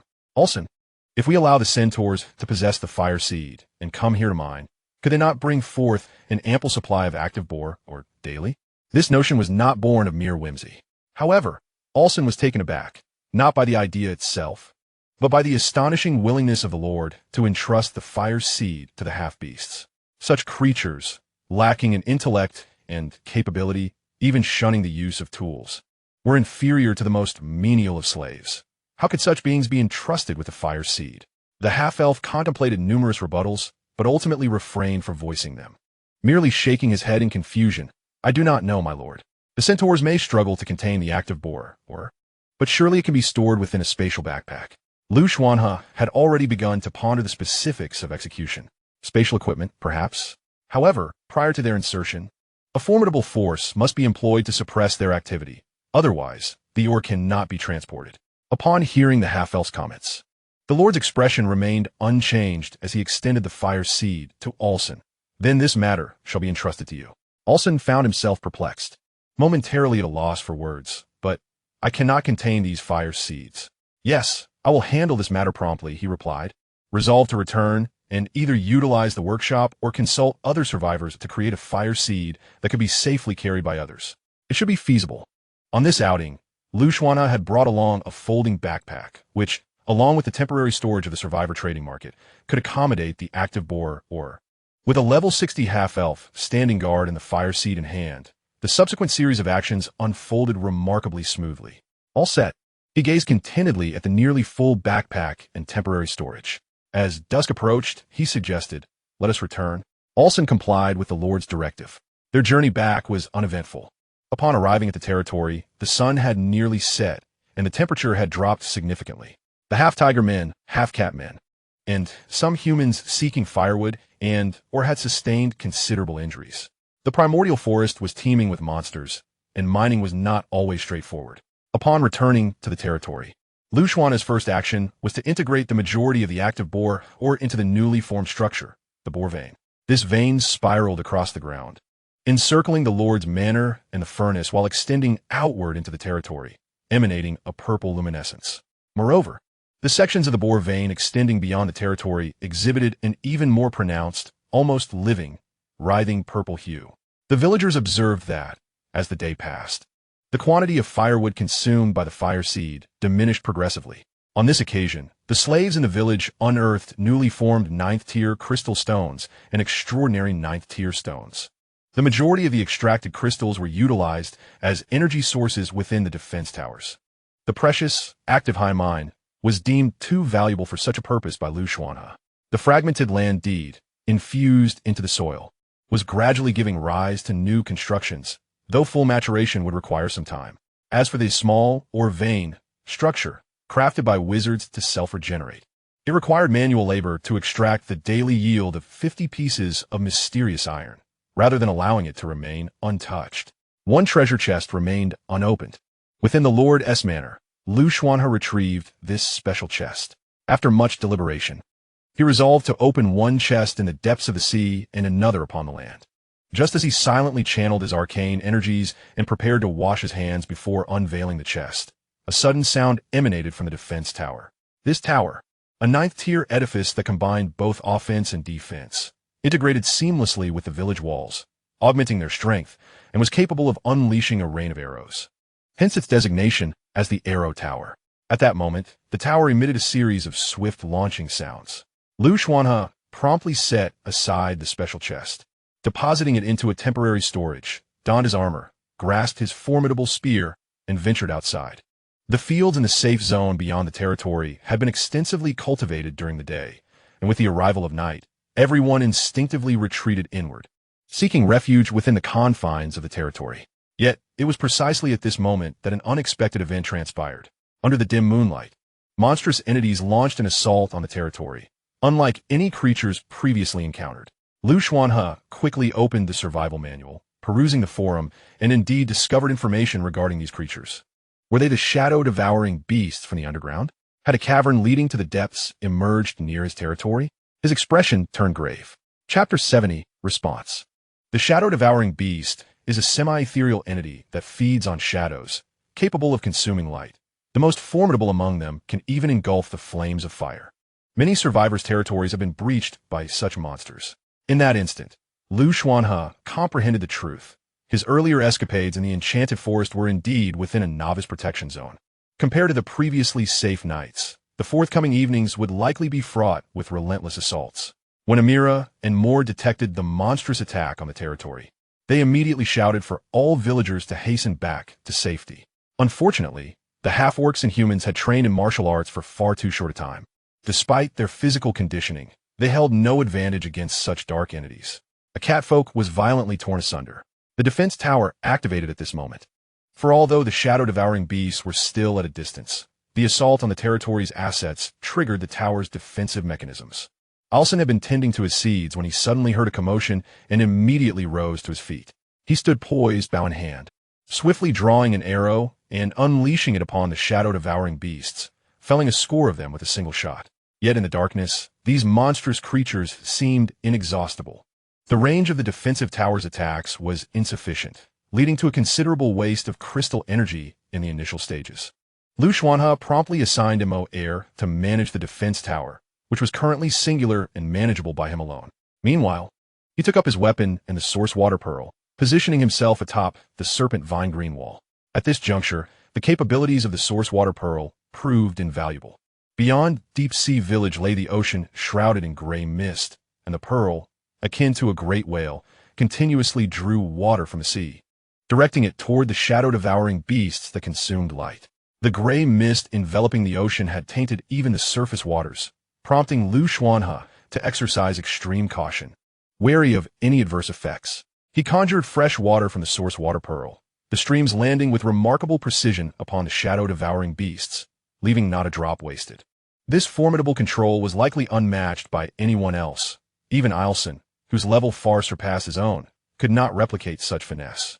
The relentless tide of shadow-devouring beasts surged toward Deep Sea Village, yet they were firmly held at bay by the half-elf's arrows and the mist-laden seawater. They remained at a considerable distance from the serpent vine green wall. Upon contact with the gray mist-infused seawater, the creatures emitted distorted, shrill cries, their bodies dissolving as if succumbing to festering wounds. What had begun as a mere experiment unexpectedly yielded such devastating results. After all, the ocean was a resource not to be squandered. The potential ramifications of the gray mist-infused seawater touching the ground were unfathomable. Fortunately for Xuanhe, blessed by the depths of the sea, manipulating the seawater was a simple endeavor. Had he not been concerned about the mist-laden water passing through their territory, he would have dispensed with the source water pearl altogether. Thus, with the ability to retract at will and under meticulous control, not a fraction of the gray mist-infused seawater fell to the ground.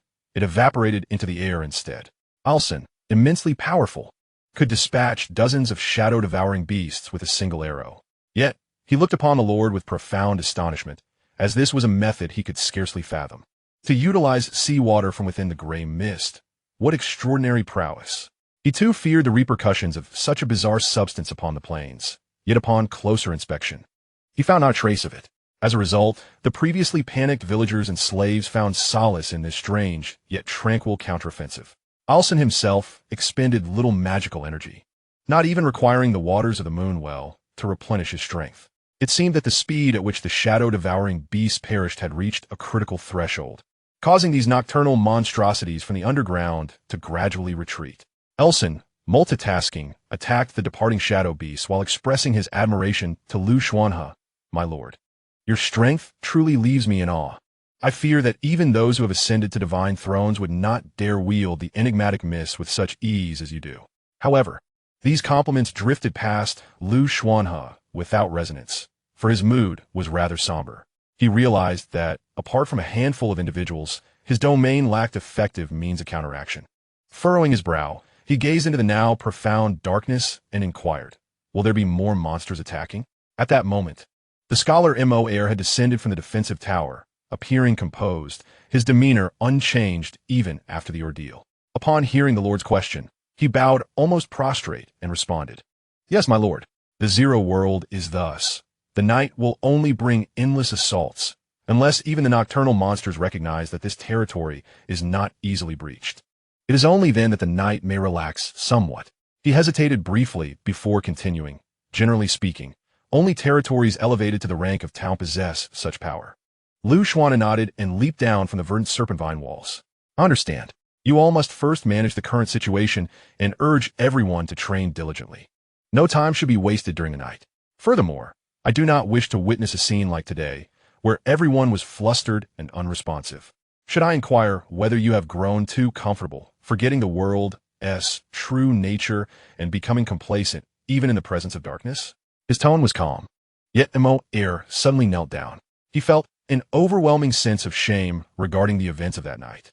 Even he, having spent a prolonged period within the territory, had indeed lost much of his vigilance compared to the past. "I understand, my lord. Rest assured, such occurrences will not transpire again. I will arrange for the slaves to patrol." Hearing this, Xuanhe nodded. "You and Imola go to the warehouse to fetch healing medicines for the injured and record the consumed supplies. At this stage, our territory is most in need of manpower. Besides remaining vigilant against the nocturnal monsters, I wish to avoid unnecessary deaths." Xuanhe stowed away the source water pearl, instructing later, You will report on the events that transpired in the forest during the day. Subsequently, he donned his armor and made his way towards the Lord's manor. Throughout this exchange, Elson refrained from interjecting, observing the Lord's departure.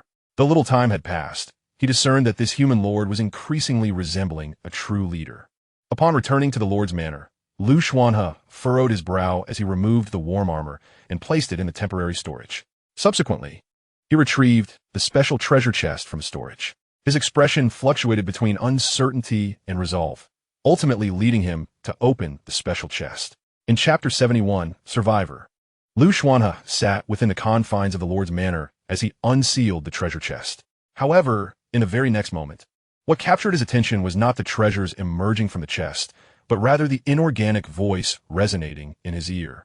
Missed announcement. Congratulations to Survivor Tong Tong for encountering a special micro-apocalyptic natural disaster and successfully surviving, unlocking the apocalypse record list, and obtaining one special treasure chest and one title with real-world bonuses.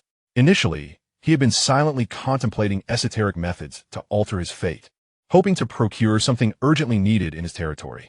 Yet, this announcement abruptly seized his focus, leaving him too astonished to regard the treasure chest before him. A title with real-world bonuses? He took out the Survivor's Manual and, as anticipated, found that during the time he had refrained from checking the forum and chat, an overwhelming amount of messages had accumulated. Other matters could wait. The most pressing concern remained the recent announcement and the meaning of the apocalyptic natural disaster. Private channel backend 999. Ren Xingxing. What does the phrase apocalyptic natural disaster even mean? I simply cannot comprehend it. Zhang Jingjing. You don't understand? Neither do I. But I suspect it's akin to the catastrophic typhoons on Earth. Such natural disasters must surely be considered significant by ancient people, not quite apocalyptic. It's merely a guess. Chunmu. Only in this group can one encounter such trivial chatter. I can tell it's this group the moment I see 99 messages in the backend daily. Unlike the groups I organize, where hardly anyone speaks unless it's a major event. Lin Xingya. The more idle one is, the more frivolous the talk. Self-awareness is key. Look at Brother Liu, who rarely logs in, and other leaderboard elites are similarly occupied with their affairs. It's just us, idling away in daily conversations. This Tong Tong seems to be a former top survivor, right? How high was she? I recall you mentioning her. Ren Xingxing, in the top 1,000. But her talent is quite unique, akin to a tarot card ability, hence my previous mention. Why do you inquire? Lin Xingya. See if she still appears on the leaderboard. I just did a quick search and couldn't find her name in the top 1,000,000. So there's little point in looking further. Chunmu. Latest news. Her territory has indeed been largely destroyed. Every structure obliterated, the embers extinguished, and all villagers perished. Only she survived by hiding within a tarot card and seemingly escaped to a specific location. Zhang Yao. Chunmu, is there more news? How can the eerie night remain unresolved while we face yet another apocalypse? Do they wish for our survival? Chunmu. This is all I know. The land deed continuously upgrades and strengthens, ensuring survival. Our organization has recently interacted with numerous indigenous individuals, and the information we have gathered generally aligns with this. The land deed is of paramount importance. Apart from a few exceptional non-land deed locations, only the land deed can offer us protection, whether it be our own or that of the indigenous people. I have not stumbled upon particularly useful information, yet I still sent a message and opened another group chat. This group chat was established by Chunmu, comprising the Lord from the leaderboard. Upon scrolling up slightly, I discovered that just 1 minute after the fog announcement was released, Tong Tong had also been added to this group. Such decisiveness, coupled with the information and channels, indicates that this organization is becoming increasingly extraordinary. Xuanhe. Has someone truly encountered a micro-apocalypse already and managed to survive? This person's talent is remarkably potent. Tang Sijia. Let us share information. I have managed to gather intel regarding the apocalyptic disaster. The current situation is far from optimistic. Xuanhe. It's not as straightforward as that. Have you forgotten that someone previously revealed false information in the group, nearly leading to Gao Xinhong's demise? Now, even if we receive news, who can ascertain its authenticity? Yuzhinjin. There is no need for concern. That person has been removed. If there is indeed false information, we are willing to bear the consequences, for this group was originally formed to facilitate better cooperation. If we remain silent, we lose our purpose. Tang Sijia. I have no interest in beating around the bush. After exploring for so long, I have not encountered a single fellow Earthling. Survival is becoming increasingly precarious. You were still engaging in internal strife, akin to madness. Tang Sijia. I shall disclose my findings directly. The Zero World does indeed harbor apocalyptic disasters, reportedly emerging from the fog. I cannot confirm this, but the timing and location of their arrival are highly unpredictable. However, those with prophetic abilities can observe them. Even the most rudimentary micro-apocalypse possesses the capacity to devastate an entire city. I am uncertain how Tong Tong has managed to survive, but I urge you to be cautious. Tong Tong. The apocalypse will relentlessly pursue you until your ultimate demise. Tong Tong. I have received this information as well and have discovered a solution. If I venture to the edge of the fog or enter it, the apocalypse will cease its pursuit.